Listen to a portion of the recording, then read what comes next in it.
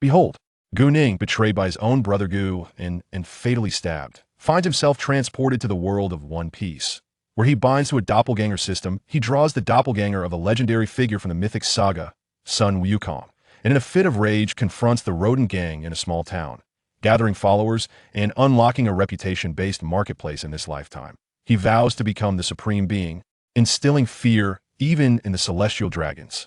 Kill, kill, annihilate them all. GuNing gasped, his voice a fierce roar. Why? I'm your kin. Why had you betrayed me? Li Jin, break free. GuNing shouted, his eyes ablaze with fury. Guan smirked. If not for you, the gang would have long been mine. If our father refuses, then you shall perish. How dare you? GuNing spat blood. You wretched scoundrel. You have ruined our father's legacy and colluded with outsiders to slay your brother. Truly despicable.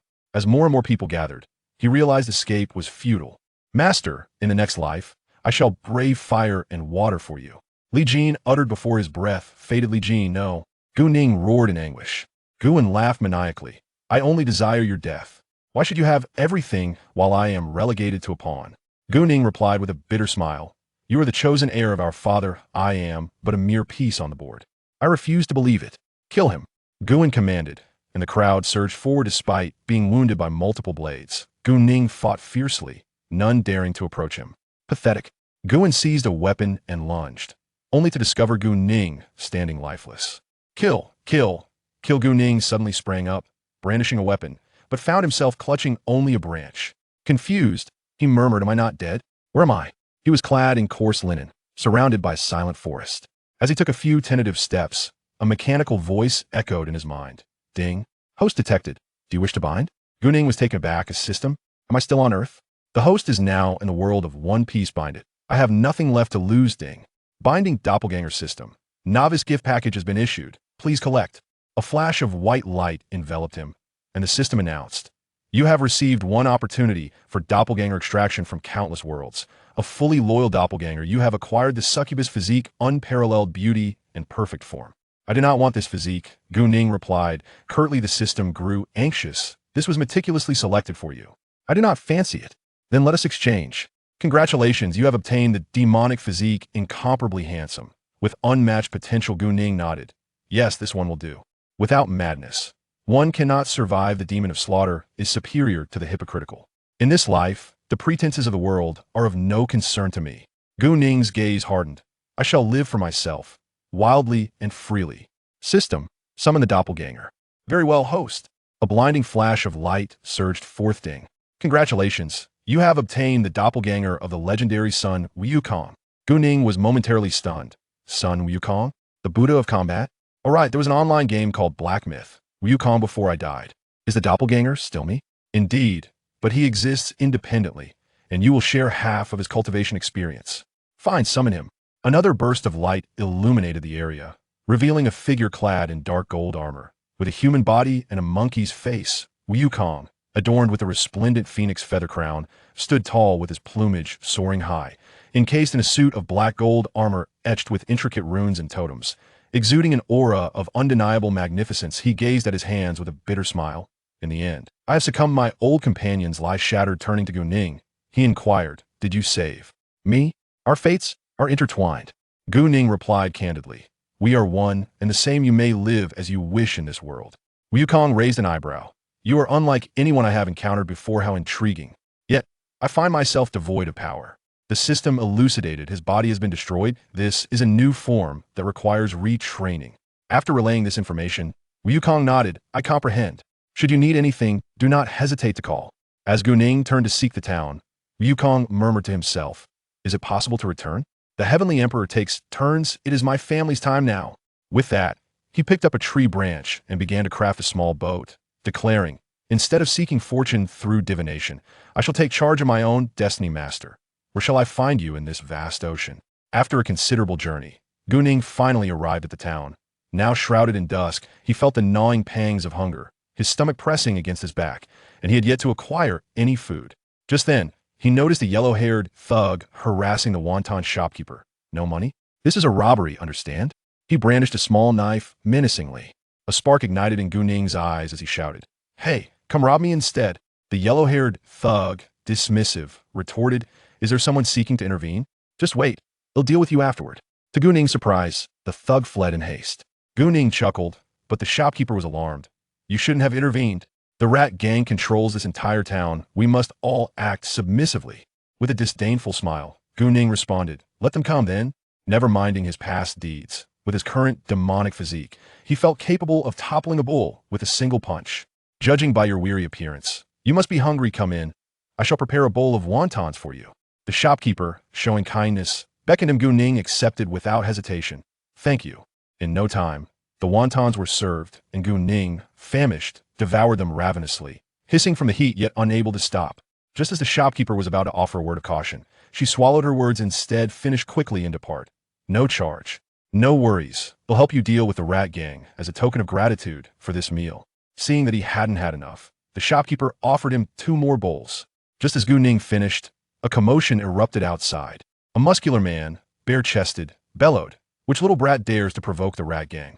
The yellow-haired thug emerged from the crowd. Big brother, it's him from the wonton shop. He called you an ant. GuNing frowned. Does having numbers hold any merit? The muscular man, furious yet incredulous, retorted, did you just call me an ant? What else could you be? Merely an ant. The muscular man was momentarily silenced, his bravado faltering in the face of GuNing's fearlessness. Yet, outnumbered, he shouted, brothers, charge. I want to see just how strong he is. The gang members surged forward. GuNing, with a cold smirk, dashed forward, seizing a long knife and swiftly slashing it across one thug's throat. Blood splattered onto the faces of those nearby. Ah, you've killed the second-in-command. The gang members scattered in terror, their faces drained of color. In this small, wretched town, murder was not a trivial matter.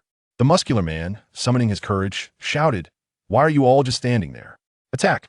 Urged by their leader, the gang charged again, but GuNing this time refrained from lethal force, dispatching them with ease until they lay sprawled on the ground. He strode toward the muscular man, who, frightened, collapsed onto the ground, pleading, don't come any closer. As the yellow-haired man attempted to escape, GuNing swiftly materialized before him. The man was utterly terrified, exclaiming, a ghost. Please don't kill me. I swear I won't do it again. GuNing leaned in closer, chuckling softly. Oh, I won't kill you, why would I? Just as the man began to express his gratitude, he felt a sudden warmth in his chest. Didn't you say you wouldn't kill me? Bang. He collapsed instantly. GuNing shrugged nonchalantly. Apologies, my hand seems to have a mind of its own. Turning to the muscular man nearby, the latter hastily pleaded, don't kill me. I'll give you all my money. GuNing stroked his chin thoughtfully. Now that's more like it. Spare your life, and take me to retrieve your riches. Of course, right away. The muscular man, relieved to escape death, spoke in a flurry of excitement. Where are we? GuNing inquired. Suddenly the muscular man trembled and quickly replied, Beihai, the town of Beatty. It's under the jurisdiction of the Rubnalu Kingdom. We're near the windless zone. There's only 3 months of spring each year, and it snows constantly. He dared not say anything wrong, fearing the dire consequences. GuNing acknowledged him, contemplating. Beihai, not Donghai in the anime. This place is notorious for its underworld. What year is it now? Are you familiar with One Piece? Ah, it's the year 1497. What is One Piece? The muscular man responded almost instantaneously. GuNing mused, asking is futile. Understanding the concept of time seems impossible. Upon arriving at a tavern, the muscular man bowed deeply. Please, help yourself. All the money is here. Take what you need. GuNing raised an eyebrow. You are quite perceptive. What is your name? My surname is Pei. My parents were killed by pirates, and I have no given name, so I took the name Pei Qian. In my hometown, Pei is a prominent surname, and having wealth is considered auspicious. GuNing raised an eyebrow, momentarily taken aback. Pei Qian? Pei Qian looked puzzled. Is something wrong, sir? Nothing at all. Watching Pei Qian retrieve 3 million berries from behind the counter, GuNing inquired, aren't you fond of money? Why give it all to me? Pei Qian replied earnestly, life is far more precious than money. As long as I am alive, I can always earn more. GuNing regarded him closely. From now on, you shall follow me. Just as Pei Qian was about to decline, he noticed GuNing halt and immediately thumped his chest, declaring, I vow to follow you to the death. Ding! You have acquired a subordinate. Unlocking the prestige value shop. A system notification chimed. GuNing asked, what is this shop and prestige all about? When people place their trust in you, you gain prestige, which can be used to purchase items. Upon examining the shop, he found an array of treasures, including innate spiritual artifacts and devil fruits, with the cheapest costing 1,000 prestige points, and he currently possessed only 12. He swiftly closed the window. Out of sight, out of mind. With the money in hand, he made his way to a wonton shop, causing passers-by to scurry away in fear, whispering, "That's him, the one who smiles while killing." GuNing cast a glance, and the crowd dispersed instantly. I was terrified. That devil just smiled at me. I nearly met my mother. She passed away long ago. Upon entering the wonton shop, GuNing slapped a handful of berries onto the table. The proprietress panicked. "You don't need that much. A bowl only costs 1 berry." GuNing flashed a grin. "No worries. Consider it for future meals." He turned to leave. The onlookers grew even more frightened. He actually smiled. He bared his teeth. I just witnessed him commit murder. "Sure, let's get back to work." "Pei Qian," GuNing called out here. "What are your orders, my lord?" "Find a quiet house on a high mountain or hillside, yes. You can rest at the tavern. I shall take care of it immediately." Pei Qian dashed away, murmuring to himself, "I must swiftly acquire that wealthy merchant's mountaintop estate and prevent the deity from claiming more lives." Alas, GuNing sighed. "Deeply in my past life, I traversed great distances from my adoptive father, engaging in many unsavory deeds, only to end up in such a predicament." Fairness? Where is the fairness in this world? Power is everything. GuNing shouted, releasing his pent-up fury. "I am the embodiment of fairness. In this world, where strength reigns supreme, I shall rise as the strongest and the ruler." "Celestial dragon people?" He let out a few derisive laughs, wandering aimlessly down the street toward Pei Qian's tavern. The wonton shop proprietress, a Chui, observed from a distance, sighing, "What has he experienced to be able to kill without batting an eye this cursed world?" GuNing settled at the bar of the tavern, sipping his drink, thinking, "Am I dead and reborn? This body is nearly 3 meters tall and feels quite handy. I just don't know what rank my strength is in this world. It's too dangerous. I'll stay on this island for now." At this moment, Pei Qian rushed in. "My lord, the house is ready. You can move in. Let's go." GuNing got up and left. Just as they walked out, the tavern erupted. "The devil has finally left. When he was here, I didn't dare to breathe. My back was completely soaked, and I was sweating profusely." It took a quarter of an hour for the tavern to return to its lively state. 1 kilometer outside the town in the northern region, halfway up a snowy mountain, a manor was nestled like a pearl in the snow. The surrounding walls were built of stones, very sturdy. Entering the manor, a gravel path passed through the garden, where cold-resistant flowers bloomed brightly in the snow, and evergreen trees hung with icicles, shining brilliantly in the sunlight. The main mansion was quite elegant, with carved wooden doors and windows, snow covering the roof tiles, both warm and solid. Standing on the balcony and looking down, the mountains floated in the clouds and mist, and the lakes mirrored the sky, breathtaking. Pei Qian explained, "This was built by a wealthy merchant who went to sea and never returned, so it has remained empty." GuNing rarely praised. "Not bad, very thoughtful. If there are pirates on this island, notify me. You can leave now." Pei Qian slipped away wisely. GuNing found a room and closed his eyes to ponder. Use clones to infiltrate various forces. 10 years later, the whole world will be my network. The next day, on the snowy plateau at the mountain's peak, everything was white and desolate. Not even a shadow of an animal. GuNing stood at the summit looking at the sky. "Life is but a fleeting moment since I'm living again. I must be at ease." After saying this, he put on thin clothes and began to exercise. 20,000 push-ups, and his muscles began to ache. It seems that this body is reaching its limit. GuNing muttered to himself. On the other side, Sun Wukong had drifted on the sea all day without seeing a single person. Where did the tornado blow me to last night? His stomach growled with hunger. This new body still needed food. He squinted into the distance. Is that land? Upon closer inspection, it was a pirate ship. A skull flag? The people here have such strange tastes. "Captain, there's a small boat in the distance." A little minion shouted. An angry roar came from the cabin. "What are you shouting about? Never seen a ship before?" Sun Wukong was very curious, and with a few leaps, he landed on the pirate ship's deck. Fortunately, he hadn't forgotten what his master taught him, but this body was not as comfortable to train in as before. If the system were here, it would say, "You used to be a celestial stone. How can you compare?" The pirates were busy when they saw someone drop from the sky, and were all startled. The big-bearded captain wielded a curved knife and shouted, "Who are you? How dare you board my ship?" Sun Wukong scratched his head and laughed. "I am the great sage equal to heaven. I got lost and came across your ship." The captain frowned. "Never heard of you. Once on my ship, the dragon must coil, and the tiger must nest." Sun Wukong laughed. "Since when did any Tom, Dick, or Harry dare to shout? I want to see how strong you are." The captain roared. "Throw him overboard to feed the fish." Guns and cannons fired simultaneously, smoke enveloping Sun Wukong. but he was completely unscathed. He waved his hand to create a wall of air that blocked all the cannonballs. Even if they exploded, they wouldn't harm him. Since they've started, I won't hold back. Sun Wukong charged in with bare hands, knocking the little minions over in minutes. The captain panicked.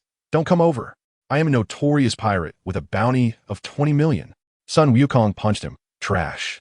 You didn't even have the qualification to be seen by me before. He glanced at the more than 50 people on the ship. Someone explain this place to me. I just came down from the mountain. If you explain well, you can live. With a grinning monkey face, the pirates were horrified. I'll do it. A skinny little beggar about 1.50 meters shouted. He was captured as labor and wanted to seize the opportunity to survive. Damn, this brat stole my chance. I know more. The crowd erupted into chaos. Sun Wukong shouted stop, and everyone's ears rang, all falling unconscious. The little beggar admired him wholeheartedly. I want to be that strong in the future. Sun Wukong asked, What's your name? The little one replied, My name is Hawkins. I have no father or mother, and I was captured by these pirates to work. Tell me about the situation in this world. Sun Wukong spoke indifferently. Yes. Hawkins quickly said, This world is a stage of oceans, divided into 4 seas, east, west, south, and north. There is also a mysterious grand line. The first half is the pirate paradise, a gathering place for weaklings. The second half is full of tough characters. The strongest rocks pirates were recently defeated by Admiral Carp. Where are we now? Sun Wukong got straight to the point. Near Upside Down Mountain, you can enter the first half of the Grand Line. Hawkins replied. He continued, The strength divisions are unclear, but the Navy Admiral is extremely formidable. There are also many kingdoms. The strongest 20 form the world government, and their descendants are the celestial dragons. Living in the holy land of Mariewa, incredibly arrogant. Many people charge in a danger for money, fame, and dreams. Also, their devil fruits, super amazing, but they become useless when they touch seawater. Yet they are the rarest treasures of the sea. All right, that's enough for now. I'm hungry. Let's find some fruit. Sun Wukong waved his hand. Hawkins rushed into the storage room, and his eyes lit up while moving the fruit. Isn't this a devil fruit? He struggled internally for a long time, but still took it to Sun Wukong. This is a devil fruit. Sun Wukong glanced at it. You can have it. I don't want it. You eat it. Hawkins was stunned. What? This one is worth 1 billion berries at the very least. It doesn't matter. I can go to heaven or earth. Anything is fine. Sun Wukong said indifferently. Hawkins was deeply moved, thinking he must want to give it to himself. He quickly said, Can I follow you? Sun Wukong raised an eyebrow. Follow me? The road isn't easy. I'm not afraid. You're too impressive. Following you must lead to great scenes. Sun Wukong laughed. All right, since you have this heart, follow along. Don't expect me to pamper you. Hawkins was overjoyed. Thank you. My lord, I will definitely be loyal. Don't call me my lord, call me captain. I'll also be the captain of the pirate ship. Sun Wukong stood with his hands behind his back, exuding an overwhelming aura. Got it, Captain. Hawkins stood straight, shouting loudly, his eyes filled with admiration and anticipation. Hawkins clenched the devil fruit, fully aware. No matter how valuable this fruit is, it can't compare to the opportunity to follow Sun Wukong. Gritting his teeth, he shoved it into his mouth. An overwhelming stench nearly knocked him out. He held back the nausea and swallowed it down. A strange power surged through his body, hot and swelling, painful yet exhilarating. After the power calmed down, Hawkins was ecstatic. He had obtained the straw fruit. His body could turn into straw, could control like a puppet, could transform into swords, guns, and bows, and his clone's strength was the same as his.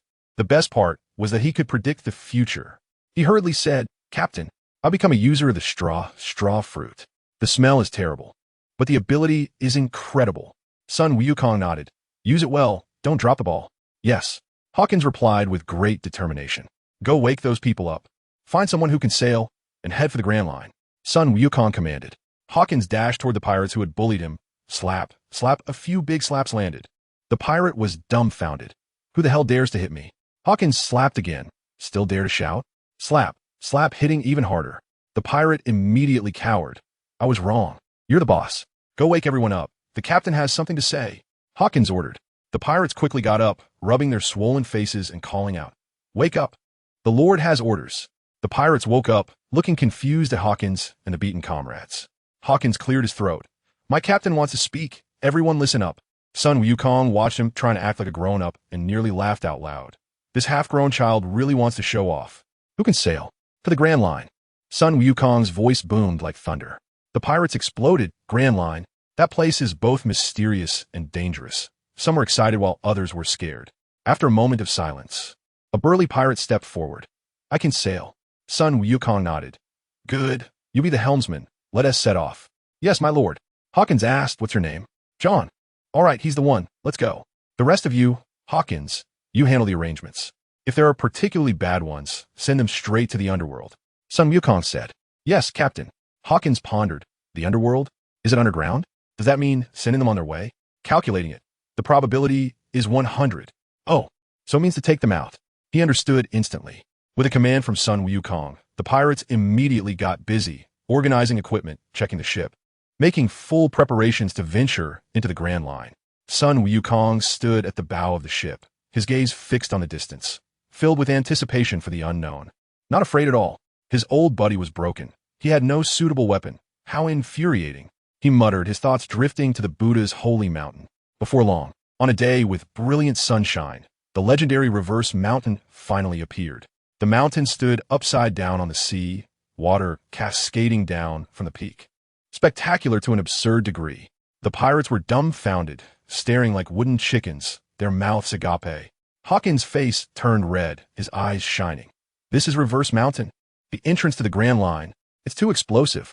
From a distance, Reverse Mountain looked like nature's cheat.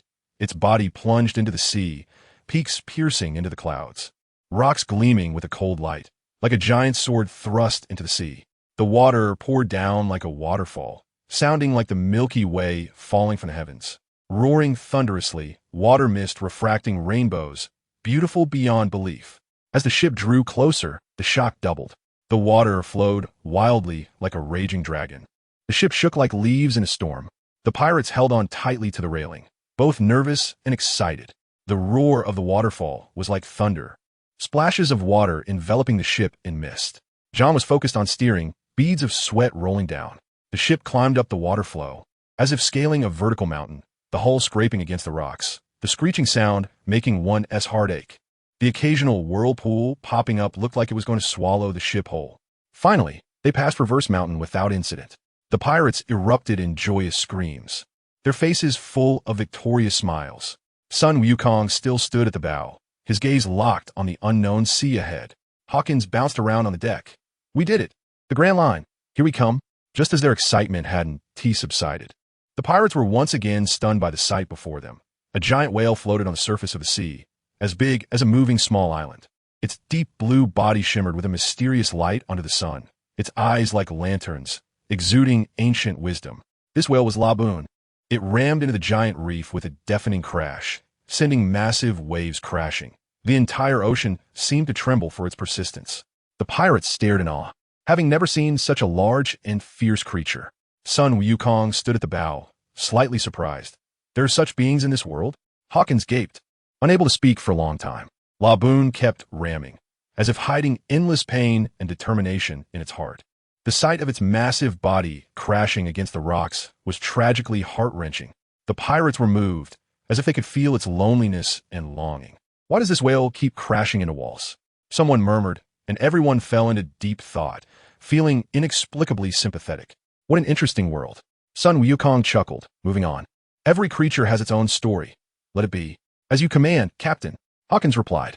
GuNing had been on the island for several days, getting a grasp of the situation in this world, with seagulls even delivering newspapers to relieve boredom. Ding. Congratulations on breaking through to the peak of the colonel level. GuNing was stunned. So fast? Your demigod body is incredibly powerful. The clone broke through to the major level, reporting back to you. The system explained. It seems Sun Wukong has something going on. GuNing muttered as he opened the panel. Strength. Peak Colonel. Reputation. 645. Reputation rising this fast? The clone contributed quite a bit. The system said. Can I check on the clone? You can. Your consciousness can be sent over. GuNing tried, and his consciousness was instantly pulled to the clone. The currents were chaotic, a giant whirlpool roared, and before him was an endless dark brown mountain body. Reverse Mountain. He thought. Sun Wukong? GuNing called softly. Who called me? Sun Wukong asked, confused in his mind. GuNing. What's up? Nothing, just checking if there's a connection. It might just be a name drop. GuNing said indifferently. All right, Sun Wukong replied with a smirk. Captain, there's a warship ahead. Hawkins shouted anxiously.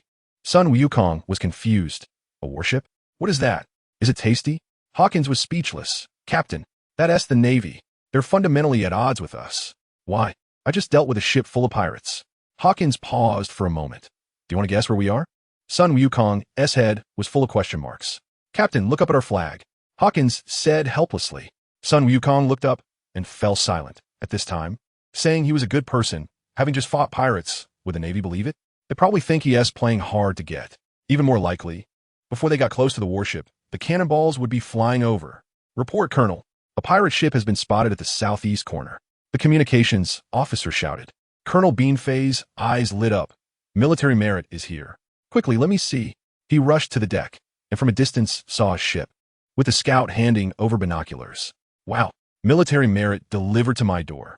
Originally, this was a supply mission, and now it's a windfall. Beanfei tossed the binoculars aside. Charge.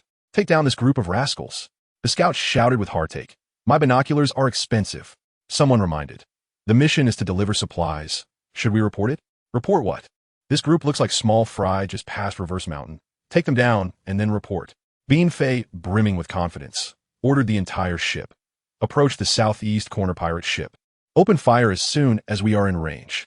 The Navy's soldiers fell silent. Captain, the warship is charging over. Hawkins nervously exclaimed. Sun Wukong squinted at the approaching warship, his expression turning cold. A bunch of small shrimp? Let's see how I deal with them. Hawkins was sweating. Captain, their ship is bigger than ours. They definitely have more cannons. Sun Wukong laughed. What is there to be afraid of? What kind of storms have I not seen? If I want to fight, I'll play with them. The atmosphere grew increasingly tense. The pirates on the ship were trembling, crying out, I haven't married a wife yet. I should have said I wouldn't be a pirate. I heard the Navy catches people and sends them to the underwater prison. Not a single one can escape. Woe is me. Sun Wukong frowned and shouted, Shut up. Otherwise, I'll send you to meet the king of hell. Instantly, there was silence. Oh, they didn't understand. They all realized they shouldn't wail. The warship drew closer, and Beanfei shouted, Little pirates, today is your doomsday. As soon as they were in range, he immediately ordered to open fire. Cannonballs rained down on Sun Wukong's ship. Sun Wukong, with his hard body, withstood the incoming cannonballs. John also slammed the steering wheel, ramming the ship towards the warship.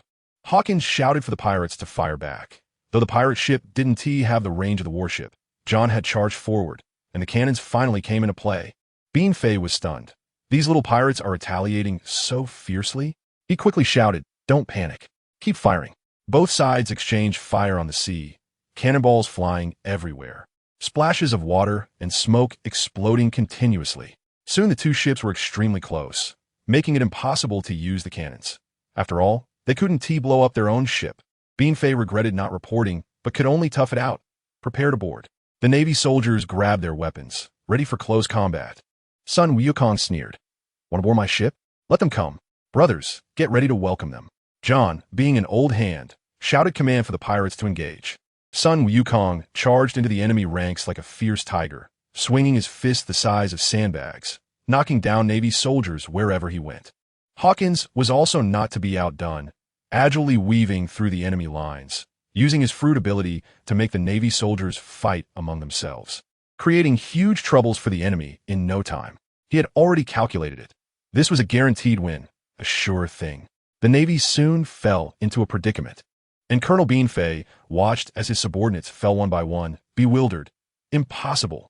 How can these little pirates be so fierce? Watching the warship being battered and full of holes, he felt regret deep in his gut and ordered retreat. Want to run? Hee.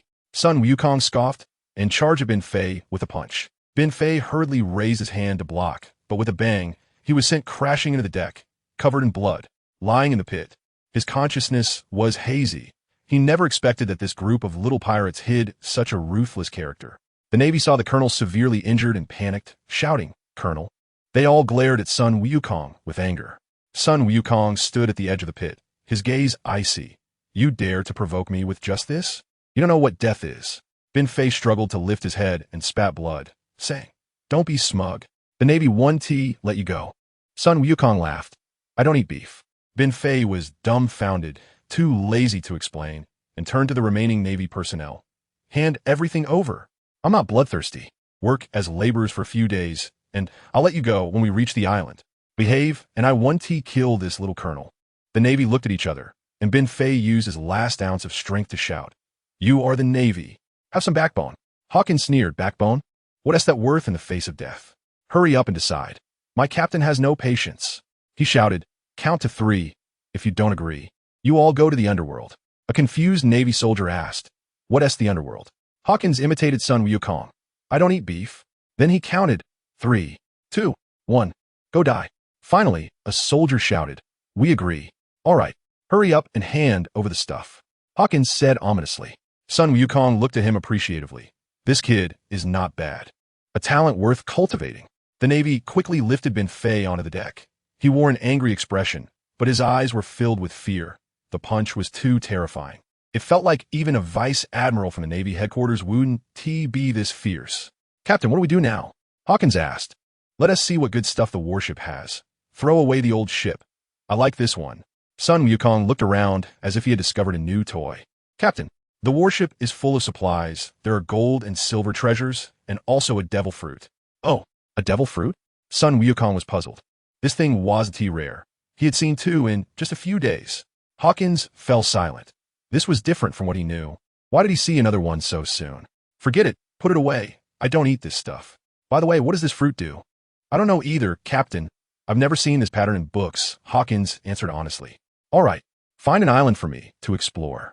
I'm going crazy being on the sea all day." "Yes, sir," Hawkins replied. For several days, the weather was calm, and with the Navy's log pose, it was convenient for them to travel. One day, Hawkins ran over excitedly. "Captain, I found an island. The Navy says it's called Whiskey Peak. They also said it's super lucky these days. Usually, there are many storms and heavy snow at sea, but this time, it's so smooth." "Woohoo!" Sun Wukong looked up and saw that it really was an island. "Accelerate," he ordered, and John immediately made the ship fly. "We have alcohol now. Ha ha ha." Before long, they arrived at a small town on the island. It looked shabby with very few people. As soon as they docked, Sun Wukong told Hawkins to let the Navy go. He remembered GuNing's saying to make a name for himself, even though he didn't understand why. But he did as told. Hawkins watched the Navy flee quickly and was a bit worried. "Captain, will there be trouble letting them go?" Sun Wukong waved his hand. "What is there to be afraid of? It's time for the world to hear the name of the great sage equal to heaven." The group wandered around the town, looking for a place to drink. There were few people on the street, and occasionally some residents curiously stared at them. They finally found a shabby tavern, and Sun Wukong strode in. "Boss, bring out the best wine." The chubby boss was so scared that he quickly replied, "All right." When the wine arrived, Sun Wukong downed it in one gulp and said comfortably, "This is what life is about. Hawkins, go back to the ship and ask if anyone wants to leave. If they're not one of us, don't force them." "Okay, Captain." On the other side, a group of bounty hunters was conspiring. "I heard this group of pirates is very fierce. We need to be careful. People at the port said they have caught the Navy. What are we afraid of? We have the numbers. They're drinking in the tavern. So it's a perfect opportunity." Saying this, they stealthily approached the tavern. When the tavern was surrounded, Sun Wukong put down his wine cup, his gaze turning cold. "Another bunch of blind fools have come to the door." Hawkins immediately became alert. The bounty hunters rushed in shouting, "Pirates, you're dead meat." Sun Wukong coldly laughed as he stood up. "You think you could take me on? Overestimating yourselves." With that, he charged in like a fierce tiger, swinging his fists. And all the bounty hunters were sent flying. In just a few moments, they all lay on the ground to sleep. Sun Wukong shrugged and walked out, while Hawkins searched their bodies and placed the berries on the bar for the drinks. Back on the warship, Hawkins asked who wanted to leave, and many were tempted. He said, "Don't worry. If I really let you go, those who want to leave can get off the ship." Many pirates immediately slipped away. When they fought the Navy earlier, they wanted to run but didn't dare because of Sun Wukong. Now that they had the chance, they got off the ship without hesitation. Some hesitant pirates saw their companions getting off and followed suit. In the blink of an eye, only 3 people were left on the ship. Hawkins watched them leave without hesitation, feeling a bit emotional. It had been good to stay together, even though they had suffered a lot in the past. Sun Wukong stood quietly beside him, looking calm, as if he had expected this. Seeing John not moving, he asked in confusion, "Why aren't you leaving?" "I have no home. My home was destroyed by nobles," John said calmly, not revealing what he had experienced. "I have a chance to help you take revenge." Sun Wukong managed to say, "No need, Captain. I want to become stronger and take revenge myself, John said firmly. Good. Sun Wukong looked at him for the first time, a smile appearing at the corner of his mouth. Hawkins, give him that devil fruit. Yes, sir. Hawkins didn't question it. The captain's orders must be followed, regardless of whether they were right or wrong. I don't need it, Captain. I want to rely on myself. John was deeply moved. Whether you use it or not is your business. Whether I give it to you is mine. Take it and decide for yourself. Sun Wukong didn't even raise his head. This. John fell silent. Take it. Don't question the captain. Hawkins advised. Yes. Sir, Captain. John replied. Set sail. Yes, sir. The two said in unison. From this moment on, John completely submitted and regarded Sun Wukong as the person he would follow for life. They stayed at Whiskey Peak for a while, and a log pose stored the magnetic field well. Caw, caw, caw. Where did this white dove come from with the newspaper? Sun Wukong picked up the newspaper in confusion. Bounty notice? Upon unfolding it, he was surprised to find it was Hawkins. Basil Hawkins, user of the strawman fruit, combatant of the Cheetion pirate crew, bounty of 20 million berries, death or alive. The photo was taken while he was using his powers on the warship. He didn't even know when it was taken. Next was John S. Beck John, helmsman of the Cheetion pirate crew, bounty of 18 million berries, death or alive. Then it was his own, Cheetion de Shang Sun Wukong, captain of the Cheetion pirate crew, bounty of 85 million berries, death or alive. The photo was quite handsome. John and Hawkins leaned in to look. In the photo, Sun Wukong stood on the deck, exuding a powerful aura, as if he controlled the world. The angle was just right, showing him looking down at Colonel Ben Fei after defeating him, with a contemptuous expression, full of confidence. The two hurriedly praised. Captain is so handsome. Haha, it's just okay, third in the world. Hawkins and John took their own bounty notices. Hawkins was relatively handsome, while John's was just a plain photo of him on the ship, nothing special. John looked at it with a black line. He was clearly quite robust, but this photo didn't capture anything. That night, as night fell, John stared at the devil fruit, lost in thought. Two little figures in his mind were arguing. One shouted to eat it. If he became strong, he could take revenge. The other yelled not to eat it. If he ate it, he wouldn't be the original him anymore. He had to rely on himself. After arguing for more than an hour, John finally decided to eat it, mainly because he felt too weak on the ship and couldn't help at all. He was eager to be of use. John clenched the devil fruit, took a deep breath, and bit down hard. The taste was so disgusting it made him want to vomit, but he endured it, waiting for his powers to awaken. Moments later, a peculiar power surged from within him. He tried to control it, and the things around him trembled slightly. He could actually control gravity within a certain range. A paramecia-type gravity fruit. John quickly tried it out, focusing on a box of cargo in the distance, concentrating and silently chanting increase weight, and the cargo thudded down into the deck. He then tried to lighten it, and the cargo slowly rose as if it had no weight, making him incredibly excited. On the Grand Line, at the Marine headquarters on Marineford Island, Admiral Sengoku exploded in anger. Who allowed you to act on your own? Do you know how important the lost cargo is? It could give us another Admiral-level combat power. Spit flew everywhere, and Ben Fei was so scared he didn't dare say a word, sweat streaming down his face. Sengoku took a deep breath to suppress his anger. Speak. Why did you act on your own and lose such important cargo? Ben Fei trembled. Admiral, I misjudged the situation, thinking I could end it quickly, but I didn't expect. Misjudged? That excuse doesn't hold water. Sengoku paced back and forth.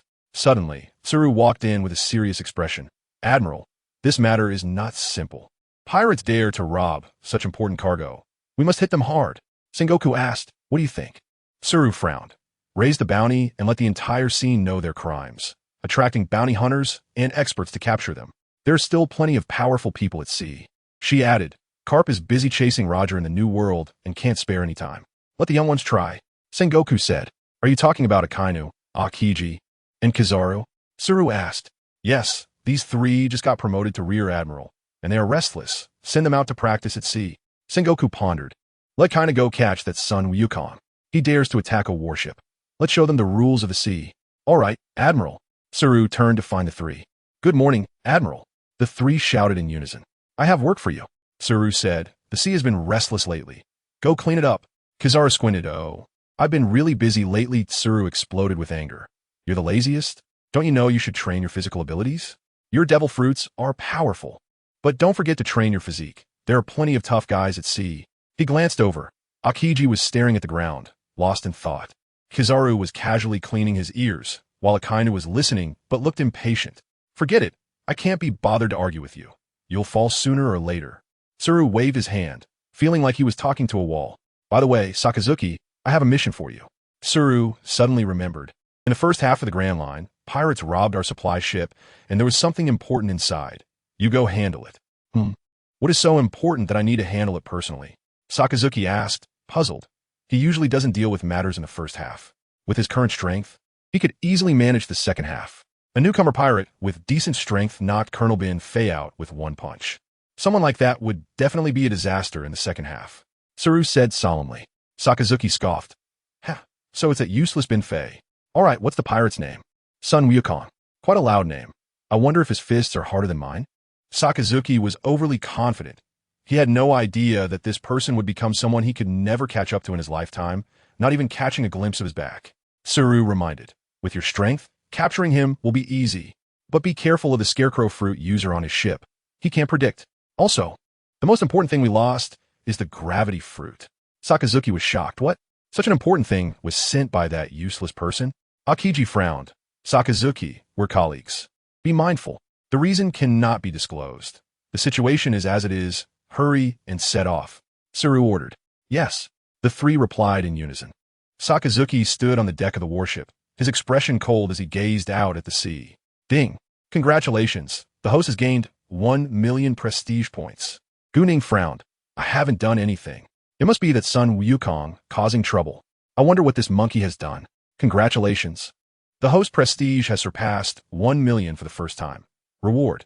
A chance to summon a clone from the myriad worlds. Oh, I can summon again? GuNing rarely showed anticipation. The last time he summoned Sun Wukong, he got feedback. Who will it be this time? Summon. Ding. Summoning in progress.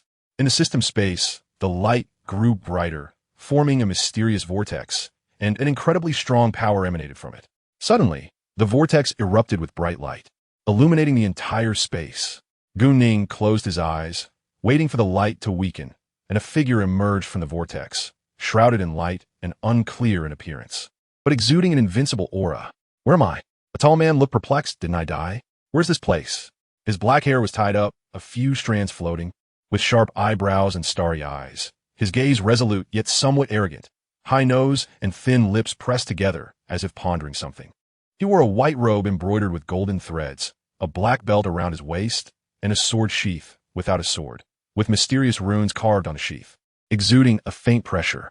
His posture was straight like a pine tree, naturally exuding an arrogant aura, his every move exuding confidence, like a sword ready to be unsheathed, prepared to cut through any obstacles.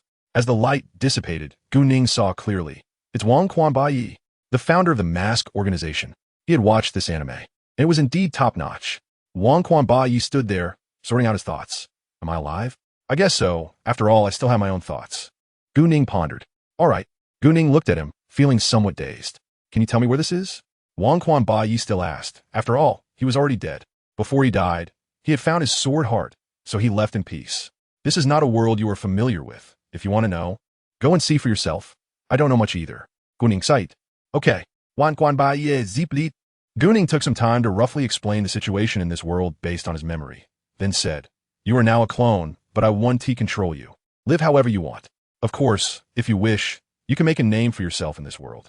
WukongClone hadn't come back to his senses yet and responded absent-mindedly. If you understand, then go to sea. GuNing felt there was no need to keep him. All right. WukongClone turned and left. He wanted to understand the world first. He just looked at the sword sheath, but there was no WukongClone sword. Hearing GuNing say that there are swordsmen in this world, he needed a sword. So he set off on a journey to find one. At dusk, GuNing watched WukongClone descend the mountain, a long shadow trailing behind them. Both were pondering something in their hearts. Suddenly, a figure came sprinting from afar. My lord! My lord! Pei-Chin shouted while running, panting, and holding his knees. A group of pirates stormed into the town, robbing everything. Please help us. All right, how many people? About 100. Pei-Chin said anxiously. Wait a moment. I'll arrange for people to go. I'm too lazy to go down the mountain now. It's already dusk. GuNing stretched.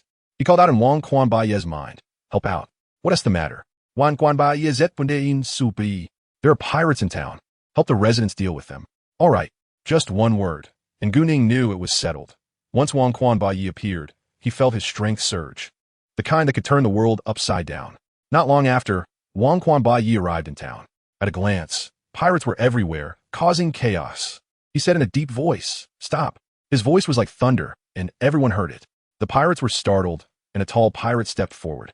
"Who is it? You're so loud, disturbing this lord's business. Put down the stuff and roll away. Otherwise, you'll die." WukongClone is sight Gunli. "Ha. Did you hear that? He said if I don't roll away, I'll die." The leader of the Nyo pirate group laughed wildly, while a little henchman shouted, "You don't know our captain's reputation, do you? You little brat. Now kneel and apologize, lick the captain's shoes clean, and I'll spare you." "Well said," Leader Nyoma praised. "Did you hear? I've given you a chance, kid." He dug at his ear with his pinky and glanced at WukongClone. It turns out there are so many idiots in this world. WukongClone was speechless, scoffing. Truly stupid enough. Bold. Still dare to be stubborn. Our captain is a devil fruit user, a notorious pirate with a bounty of 45 million. A little henchman, not knowing where he got his courage, shouted at him. "It seems you really want to die. Boys, go." "Kneel, ma ordered." The henchmen rushed forward wielding their weapons, and WukongClone smirked disdainfully. He waved his sword sheath, and a fierce sword energy shot out, instantly sending the front few henchmen flying, crashing heavily to the ground. "What?" Nyoma exclaimed. Not even using a sword to unleash sword energy. Is he a sword master? By now his legs had gone soft. The henchmen saw this and were so scared they were cramping up. "Go. He has no sword. What are you afraid of?" Nyoma roared, and his subordinates could only charge forward with gritted teeth. WukongClone moved like a ghost through the crowd, knocking down one henchman after another, with no chance for them to fight back. "You bunch of trash, dare to show off in front of me?" He snorted coldly. Nyoma's face was as dark as a pot bottom, not expecting this guy to be so fierce, gritting his teeth and deciding to take action himself. He roared, his whole body bursting with energy, transforming into the beast form of the Nyo fruit, charging fiercely at WukongClone. WukongClone didn't even raise his eyelids, raising his hand for a slash. In the blink of an eye, Nyoma was sent flying, completely unaware of what had just happened. "Captain!" The little brothers were stunned, watching their leader get taken out in an instant, and they panicked. "The captain is gone. Run!" Someone shouted, and the pirates scattered in a panic. Run? Where to run? WukongClone's figure flickered, seeming to be on a rampage, and the fleeing pirates fell one by one, all knocked down. Right? It seems pirates can exchange for bounties. He suddenly remembered this. The townspeople instantly cheered, applause thundering. How amazing! Many girls flushed with excitement, their eyes sparkling. At that moment, a little girl broke free from a woman's hand and ran over. "Big brother. You're so amazing." Her big eyes sparkled as she looked at him. "Thanks, little sister." WukongClone patted her head, and the little girl felt his hand was warm. "Here." She handed him a lollipop. "My mom says this is the sweetest, my most treasured one for you. Thank you for saving us. I want to be like you in the future, to protect everyone."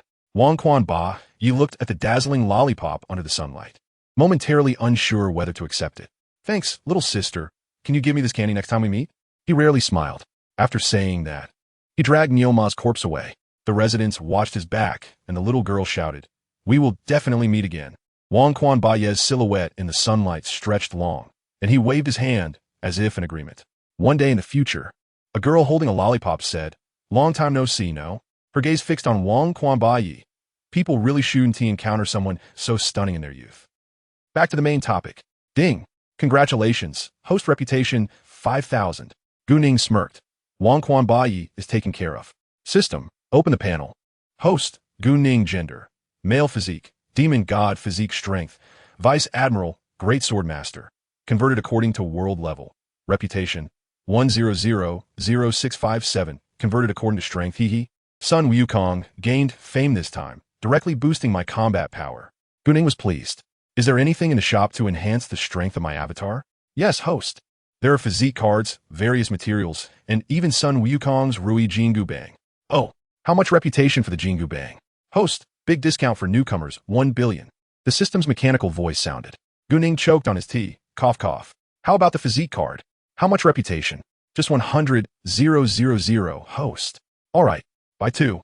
Directly use them on Sun Wukong," GuNing said in a flat tone. "Good, host." The system replied. Sakazuki stood on the deck of the warship, his gaze cold as he looked out at the sea, feeling both curious and wary about the great sage. "Sun Wukong, How strong could a newbie who knocked out a colonel with one punch be? What kind of trouble would that scarecrow fruit user cause?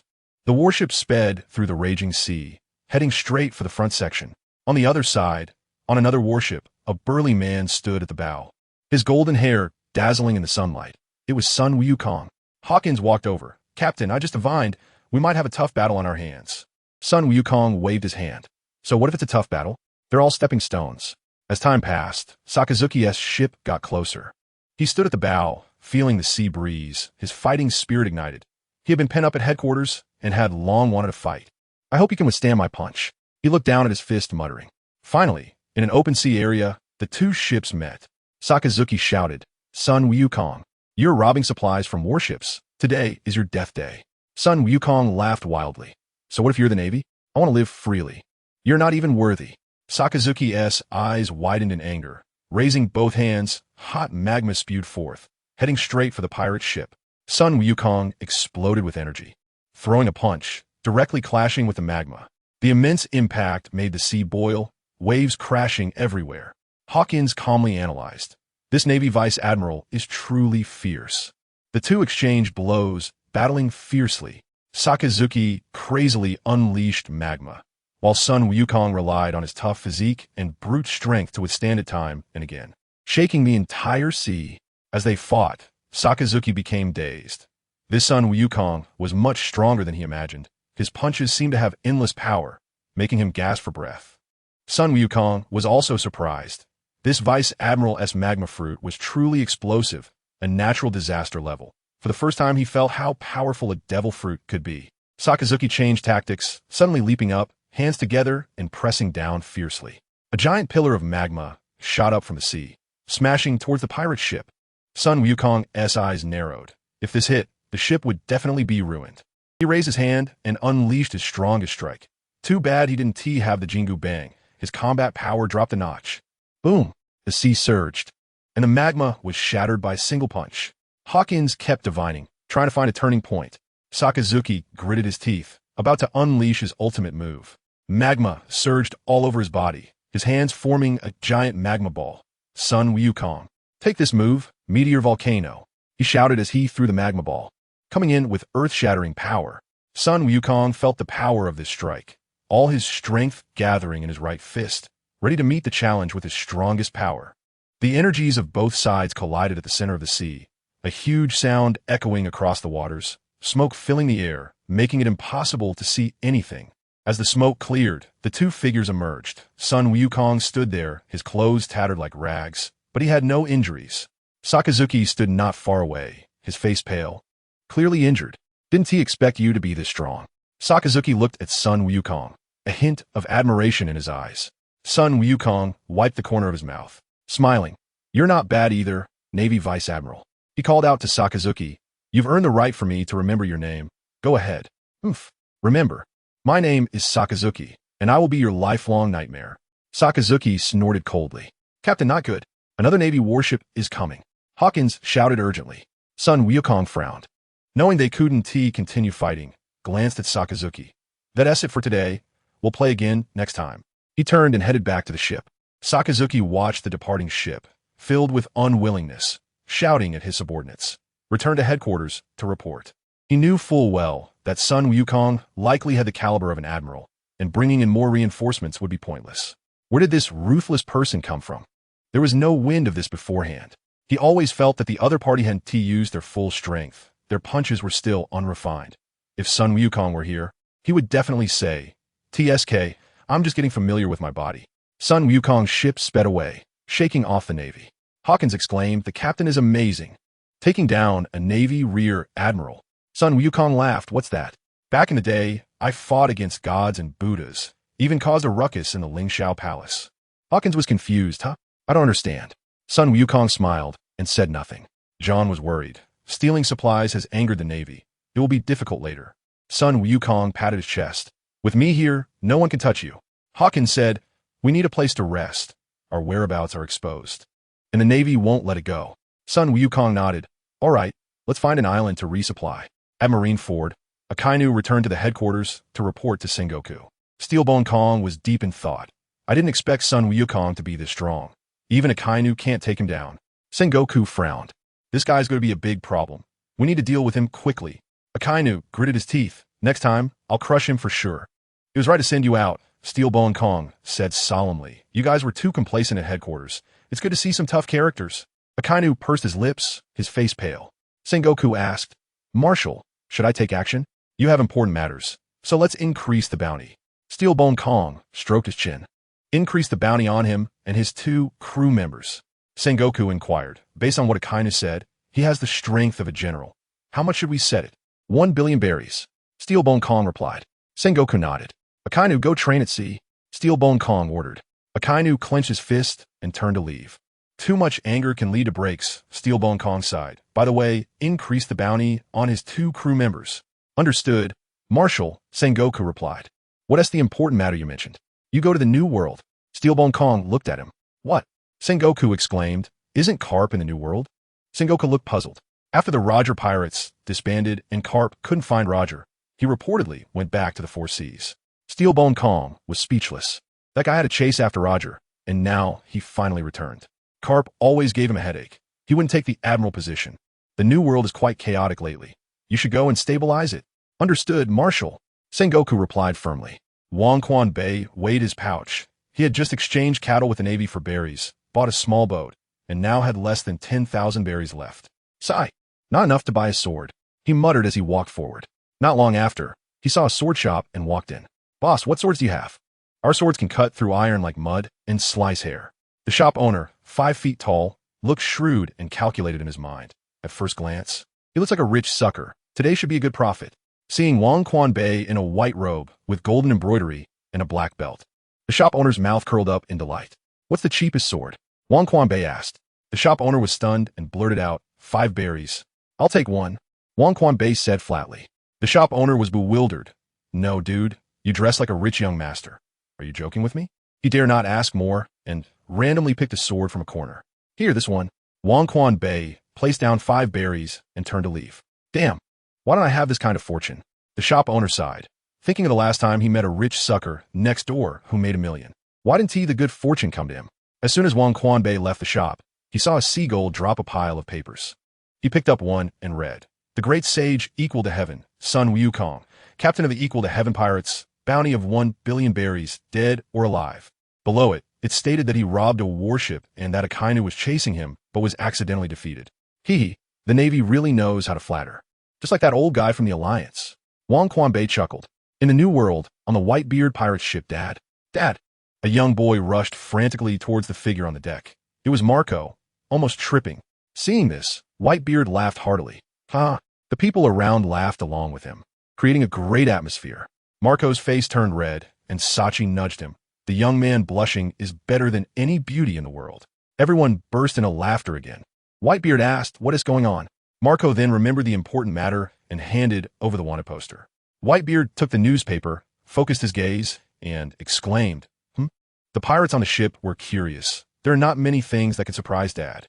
Joseph became anxious. Dad, what is it? Hurry up. I'm dying of curiosity. Whitebeard didn't answer, but laughed loudly again. Come on, Dad. The people around urged him.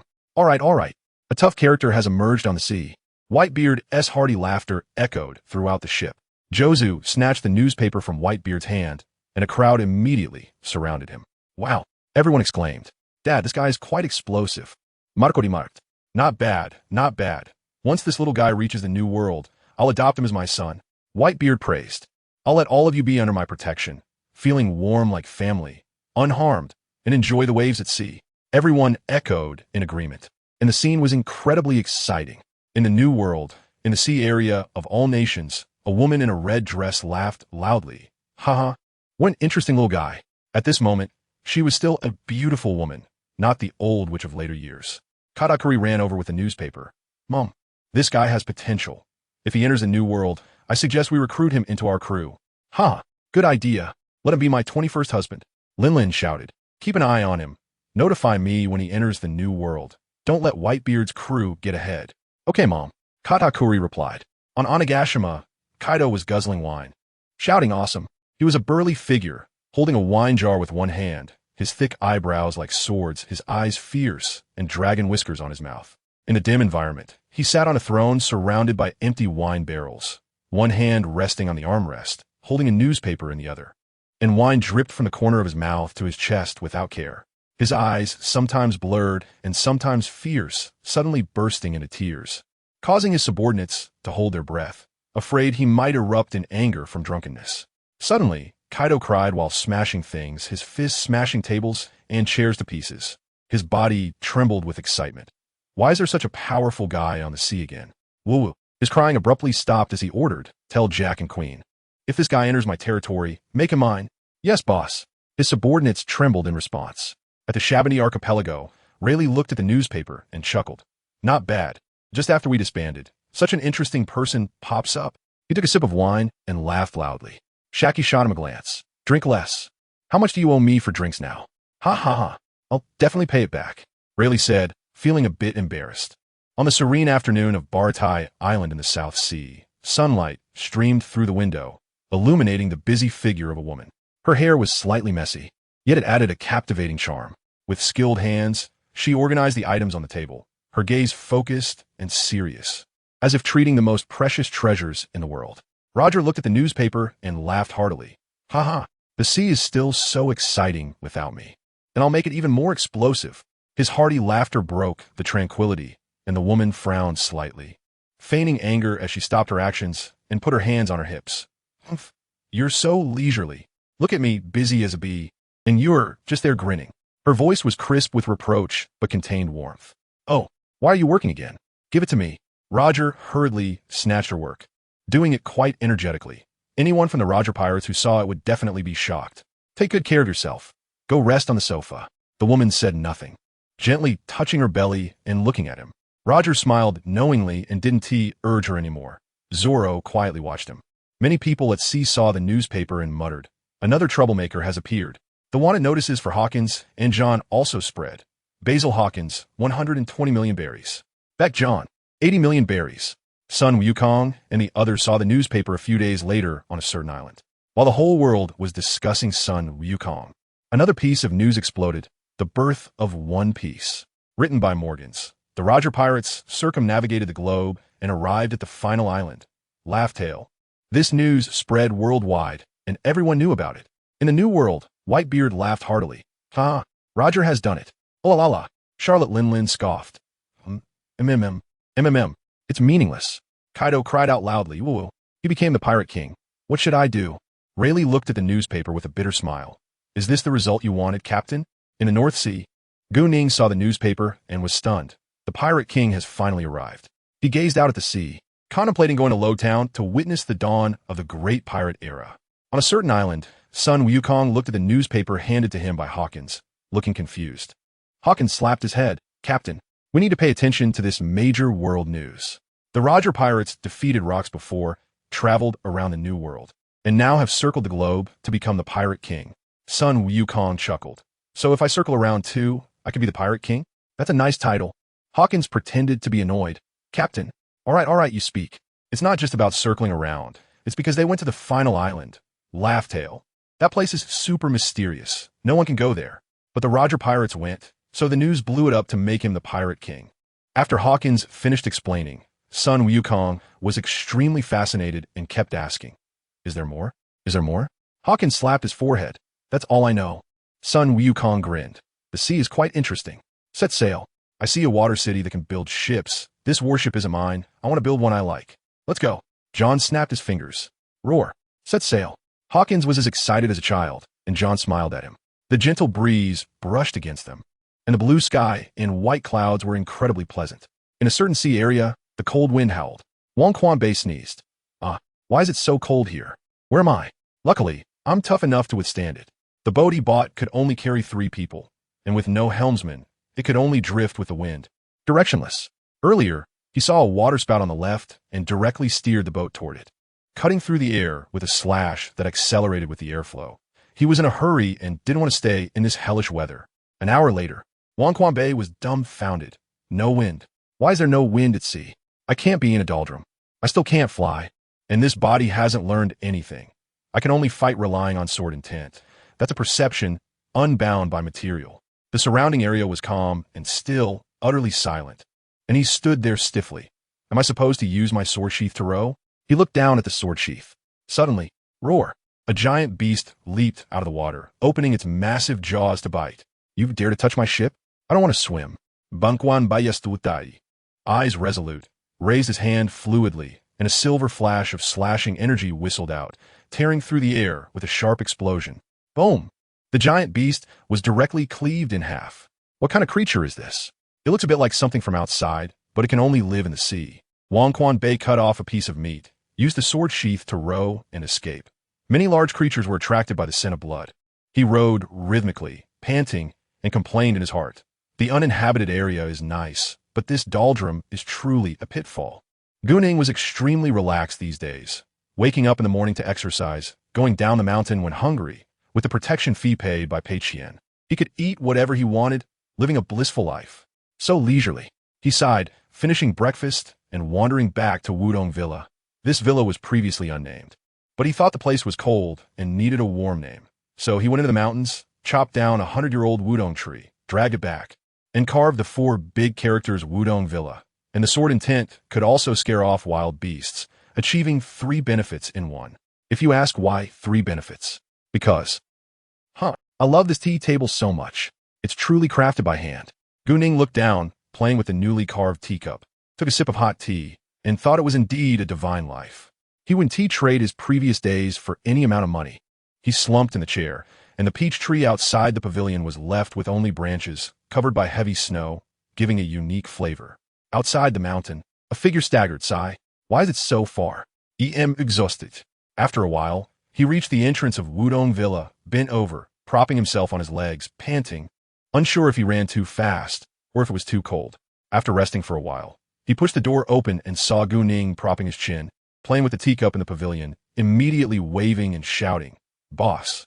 Boss!" GuNing looked up and saw Pei Qian. Pei Qian ran over.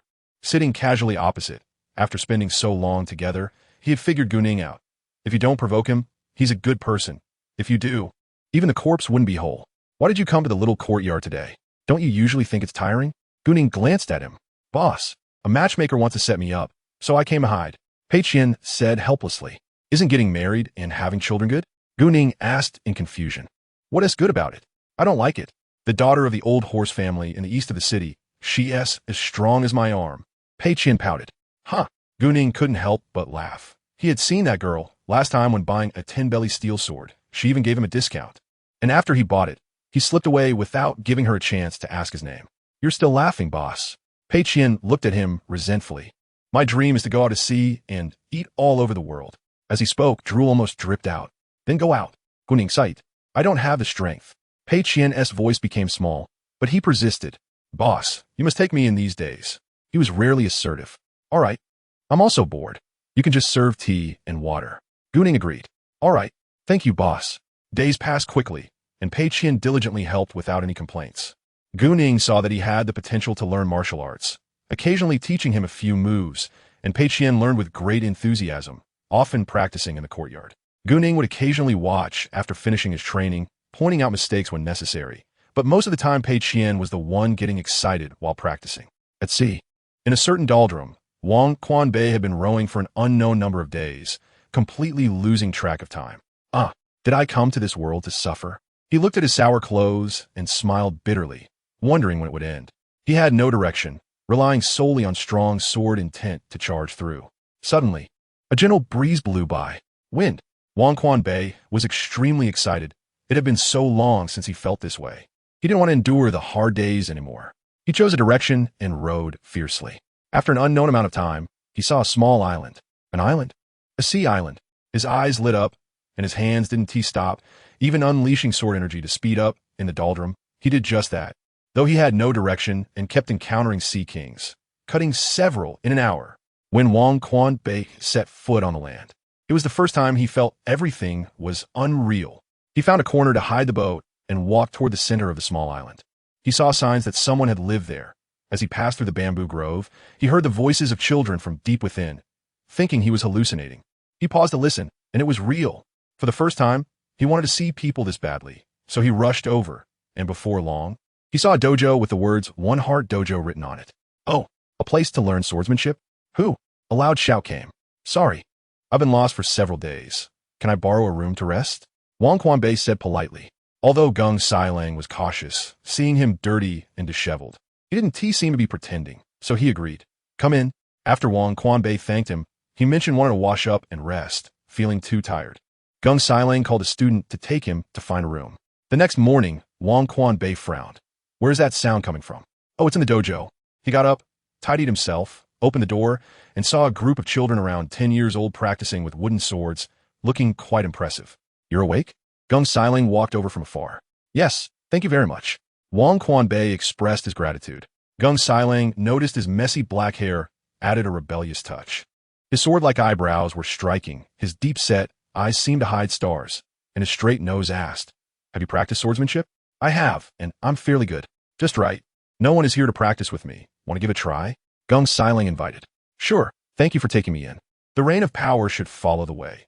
After drifting at sea for so long and slaying countless sea kings, his sword intent has become sharper. Soon, the two found a flat piece of land, the surrounding trees cleared away, seemingly an old training ground, now overgrown with weeds. In the distance, a group of half-grown children peeked from a dirt mound and a tree, chattering. Who do you think is stronger, the teacher or the strange person who came yesterday? Of course my dad is stronger. A proud little girl shouted. Not necessarily. That man looks really fierce. As the two argued, more joined in, each expressing their own opinions. A gentle breeze blew, and sunlight shone on the small pond, reflecting the figures of the two. Where's your sword? Geng Xilang asked curiously. This is my sword. Wang Quanbei raised the sword sheath. Geng Xilang smiled and said nothing. He chose to respect what he didn't understand. You go first. Geng Xilang said. You go first. I'm afraid if I strike, you won't have a chance, Wang Quanbei replied calmly. What a show-off. Geng Xilang thought to himself, but replied, Then I won't hold back.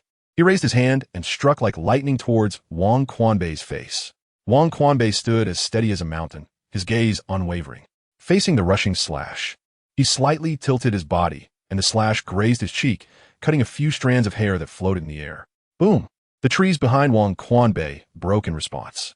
Geng Xilang originally wanted to test the opponent's level and held back, but unexpectedly, the other party easily dodged the slash. He frowned in surprise at the reaction speed, stepping out like an arrow, swinging his long sword, attacking like a storm towards Wang Quanbei. Wang Quanbei remained indifferent, wielding the sword sheath, moving gracefully among the sword shadows, each step precisely avoiding the attacks. The sword sheath in his hand seemed alive, blocking, lightly tapping, effortlessly resolving all attacks. Not bad, Geng Xilang whispered, his swordsmanship becoming sharper, the sword like a cunning serpent, each move pushing towards a dead end. But Wang Quanbei's gaze carried deep wisdom, as if he had seen through the moves. Taking advantage of a gap, he suddenly struck, the sword sheath swung lightly. An invisible force swept away like waves. Geng Xilang was startled, swinging his sword to defend, but was shaken so hard that the sword buzzed, retreating several steps. What kind of power is this? He widened his eyes, completely baffled. Wang Quanbei said nothing, his aura so strong it made others dare not look directly. Wow, Guena, your dad was pushed back. The surrounding children exclaimed, It's so explosive. Guena snorted coldly. It's temporary. My dad hasn't used his full strength yet.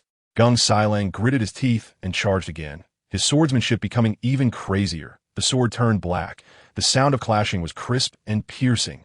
Wang Quanbei remained calm, the sword sheath neutralizing the attacks, his movements like art, the battle like dancing.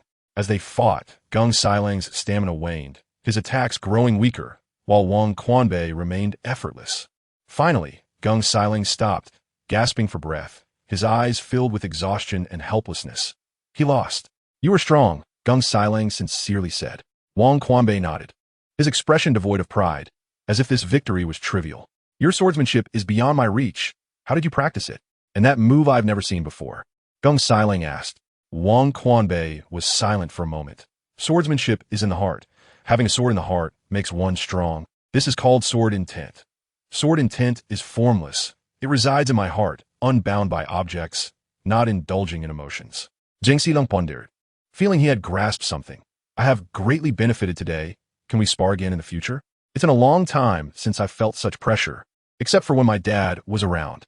By the way, how did your sword turn black? Wang Quanbei suddenly asked, He had been curious for a long time, but hadn't had the chance to ask during the battle. Oh, that's hockey, don't you know? Gung Xiling replied, puzzled. Wang Quanbei shook his head in confusion. Gung Xiling curiously asked, did no one teach you this swordsmanship? Yes, but I haven't learned hockey. Wang Quanbei replied flatly. If you want to learn, I can teach you. Gung Xiling saw that he was interested and said, but you have to help me teach these kids. All right, Wang Quanbei agreed. Guina, look, that guy is so fierce. Even a master couldn't defeat him. Yeah, your dad lost. Guina snorted coldly and turned to leave. If he teaches us, we can definitely become this strong. Stop dreaming, hurry back. Otherwise, the master will punish us. The tall, thin boy said, and the group of kids quickly ran away. Just as they arrived at the dojo, they saw Gung Xiling waiting, and the children's faces turned bitter. We're done for. Everyone, go practice horse stance. Gung Xiling shouted, turning to Wang Quanbei with a smile. Sorry for the trouble. It's fine. They seemed quite happy.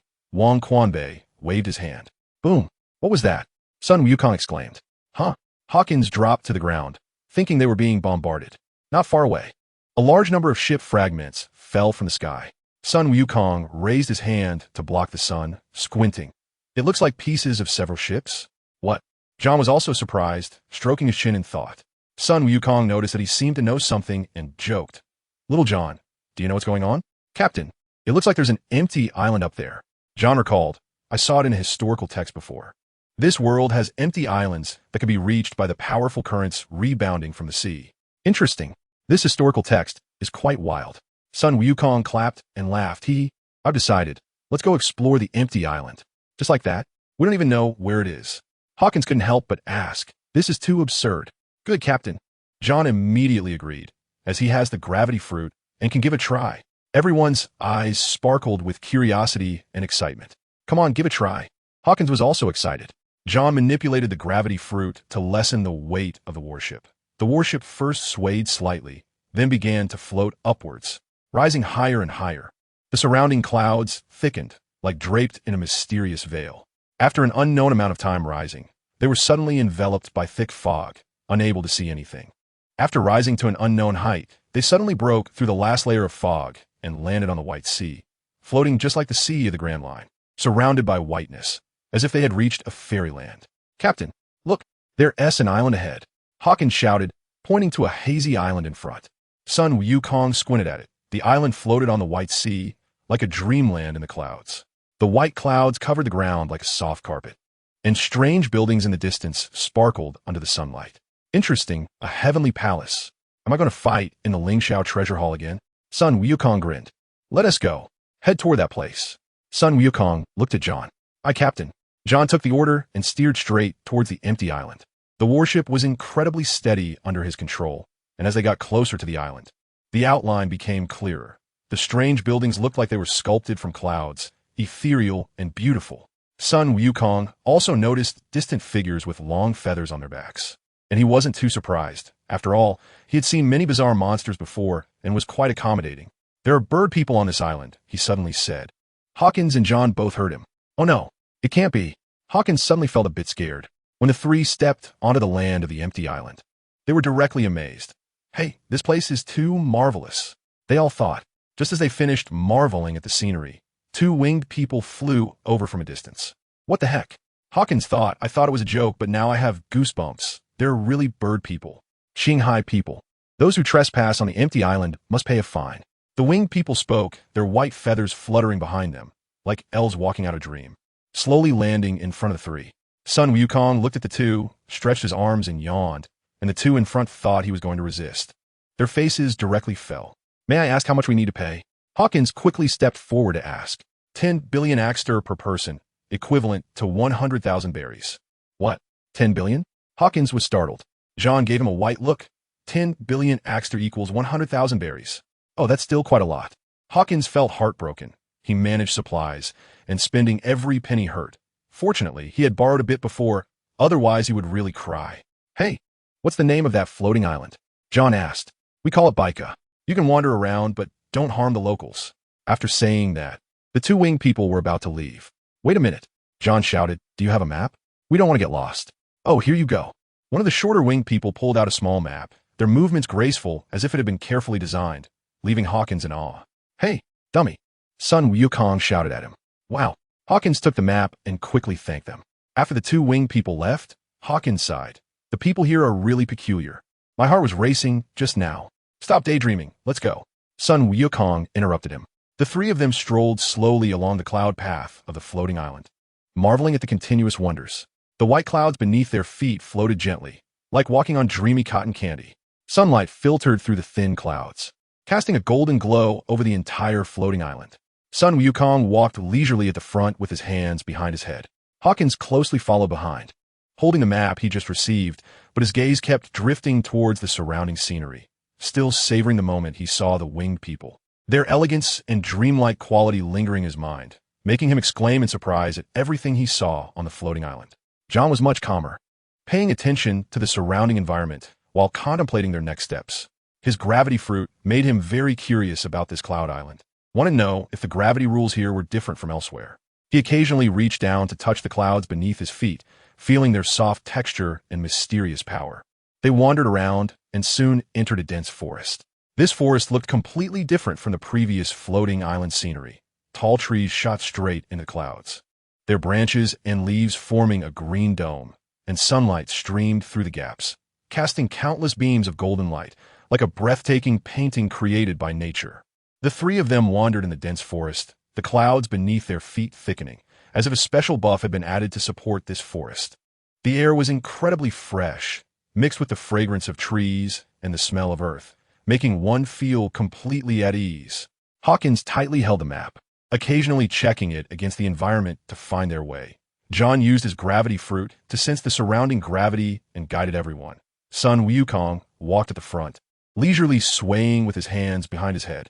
Suddenly, hurried footsteps and cries for help broke the tranquility. The three immediately became alert and looked over. A child burst out from the dense forest, his face filled with terror, his eyes full of despair, being closely pursued by a giant snake over 100 meters long. The snake's scales shimmered with an eerie light, and its eyes were like big red lanterns, frighteningly red. The child ran desperately, stumbling, almost out of strength, but still calling for help. Seeing this, Sun Wukong rushed forward instantly, as fast as lightning, scooped up the child, and turned to face the giant snake. Hey, you beast! How dare you chase a child? He swung his fist, unleashing a powerful gust of air that charged straight at the giant snake. The giant snake felt the pressure, stopped its pursuit, coiled its body, and cautiously stared at Sun Wukong. Hawkins and John hurriedly caught up, standing beside Sun Wukong, ready to fight at any moment. The child trembled in Sun Wukong's arms, crying, "Thank you for saving me." Sun Wukong smiled. "Don't be afraid. I'm here. This beast can't hurt you." He handed the child to Hawkins. Hawkins asked with concern, "What's your name, little one? How did you end up here? Why was the snake chasing you?" The child wiped his tears. "My name is Enelu. I accidentally entered a cave and took a strange fruit, and as soon as I came out, it chased me." John frowned. "A strange fruit? Is it a treasure? Or a devil fruit?" Enelu shook his head. "I don't know. I just thought it looked nice, so I took it." Sun Wukong fixed his gaze on the giant snake. "No matter what that fruit is, if it dares to chase you, I won't let it go." The four of them looked at the giant snake. Its body was over 100 feet long, resembling a massive black python lying on the ground. Its body like a moving mountain, shaking the ground with every movement. The snake's body was several meters thick, covered in dark, shiny scales, like an impenetrable armor, glinting with a cold metallic sheen under the sunlight. Each scale the size of a palm, with edges sharp as blades, capable of slicing through steel with a touch. The giant snake's head was large and hideous, triangular in shape, with two blood-red eyes like lanterns, exuding cruelty and greed, as if it could see through all fear.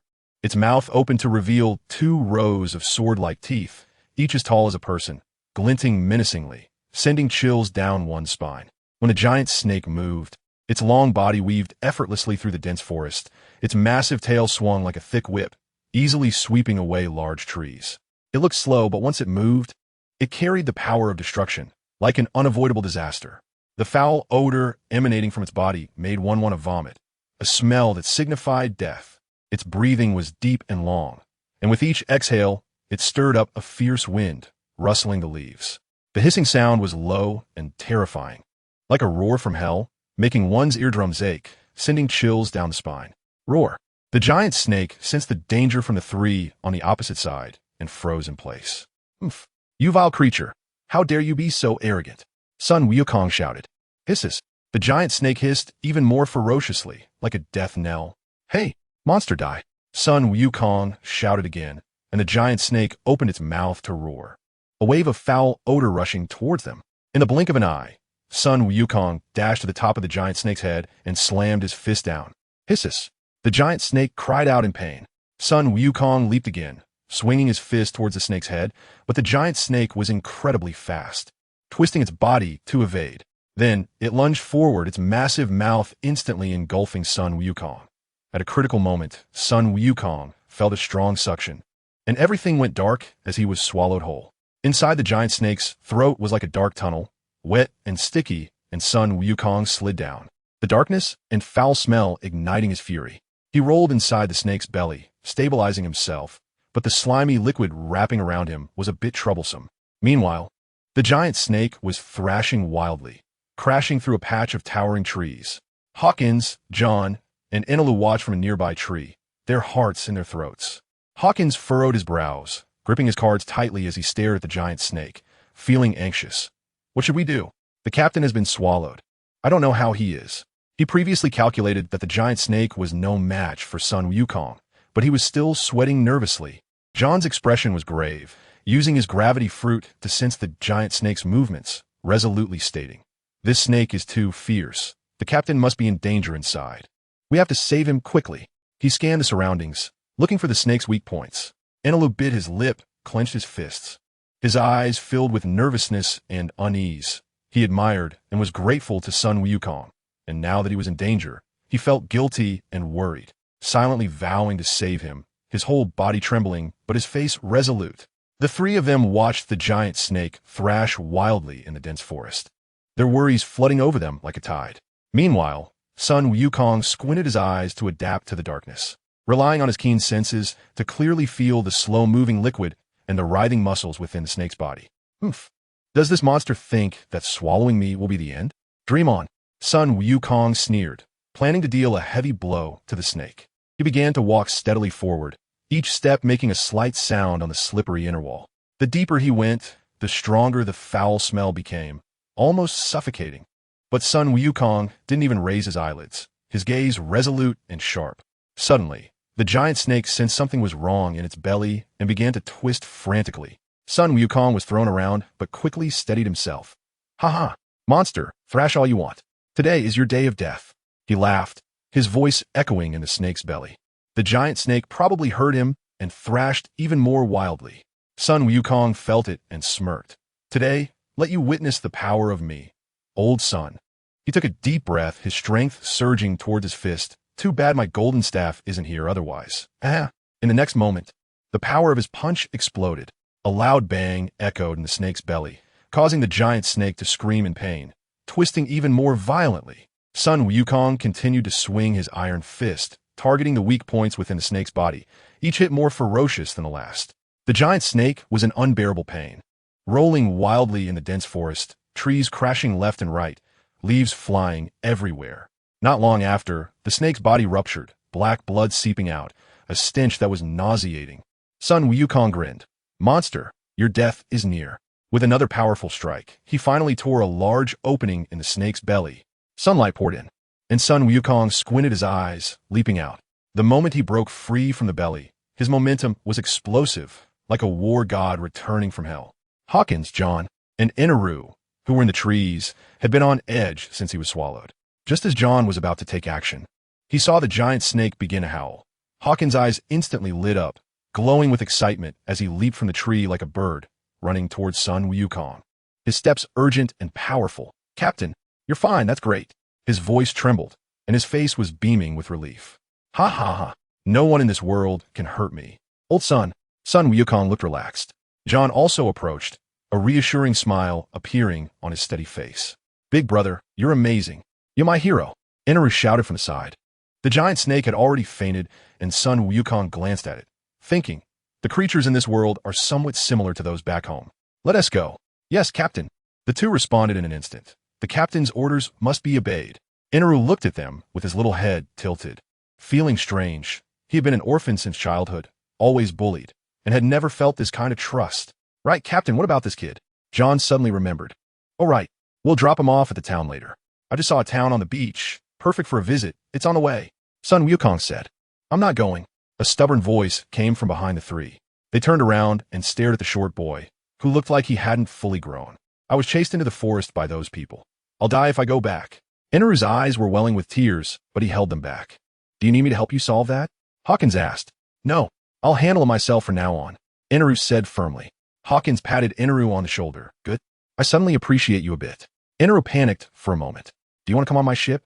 Sun Wukong looked far away with his back to them. The three exchanged glances. "Then let's go, Captain," Inaru called out, which was his way of agreeing.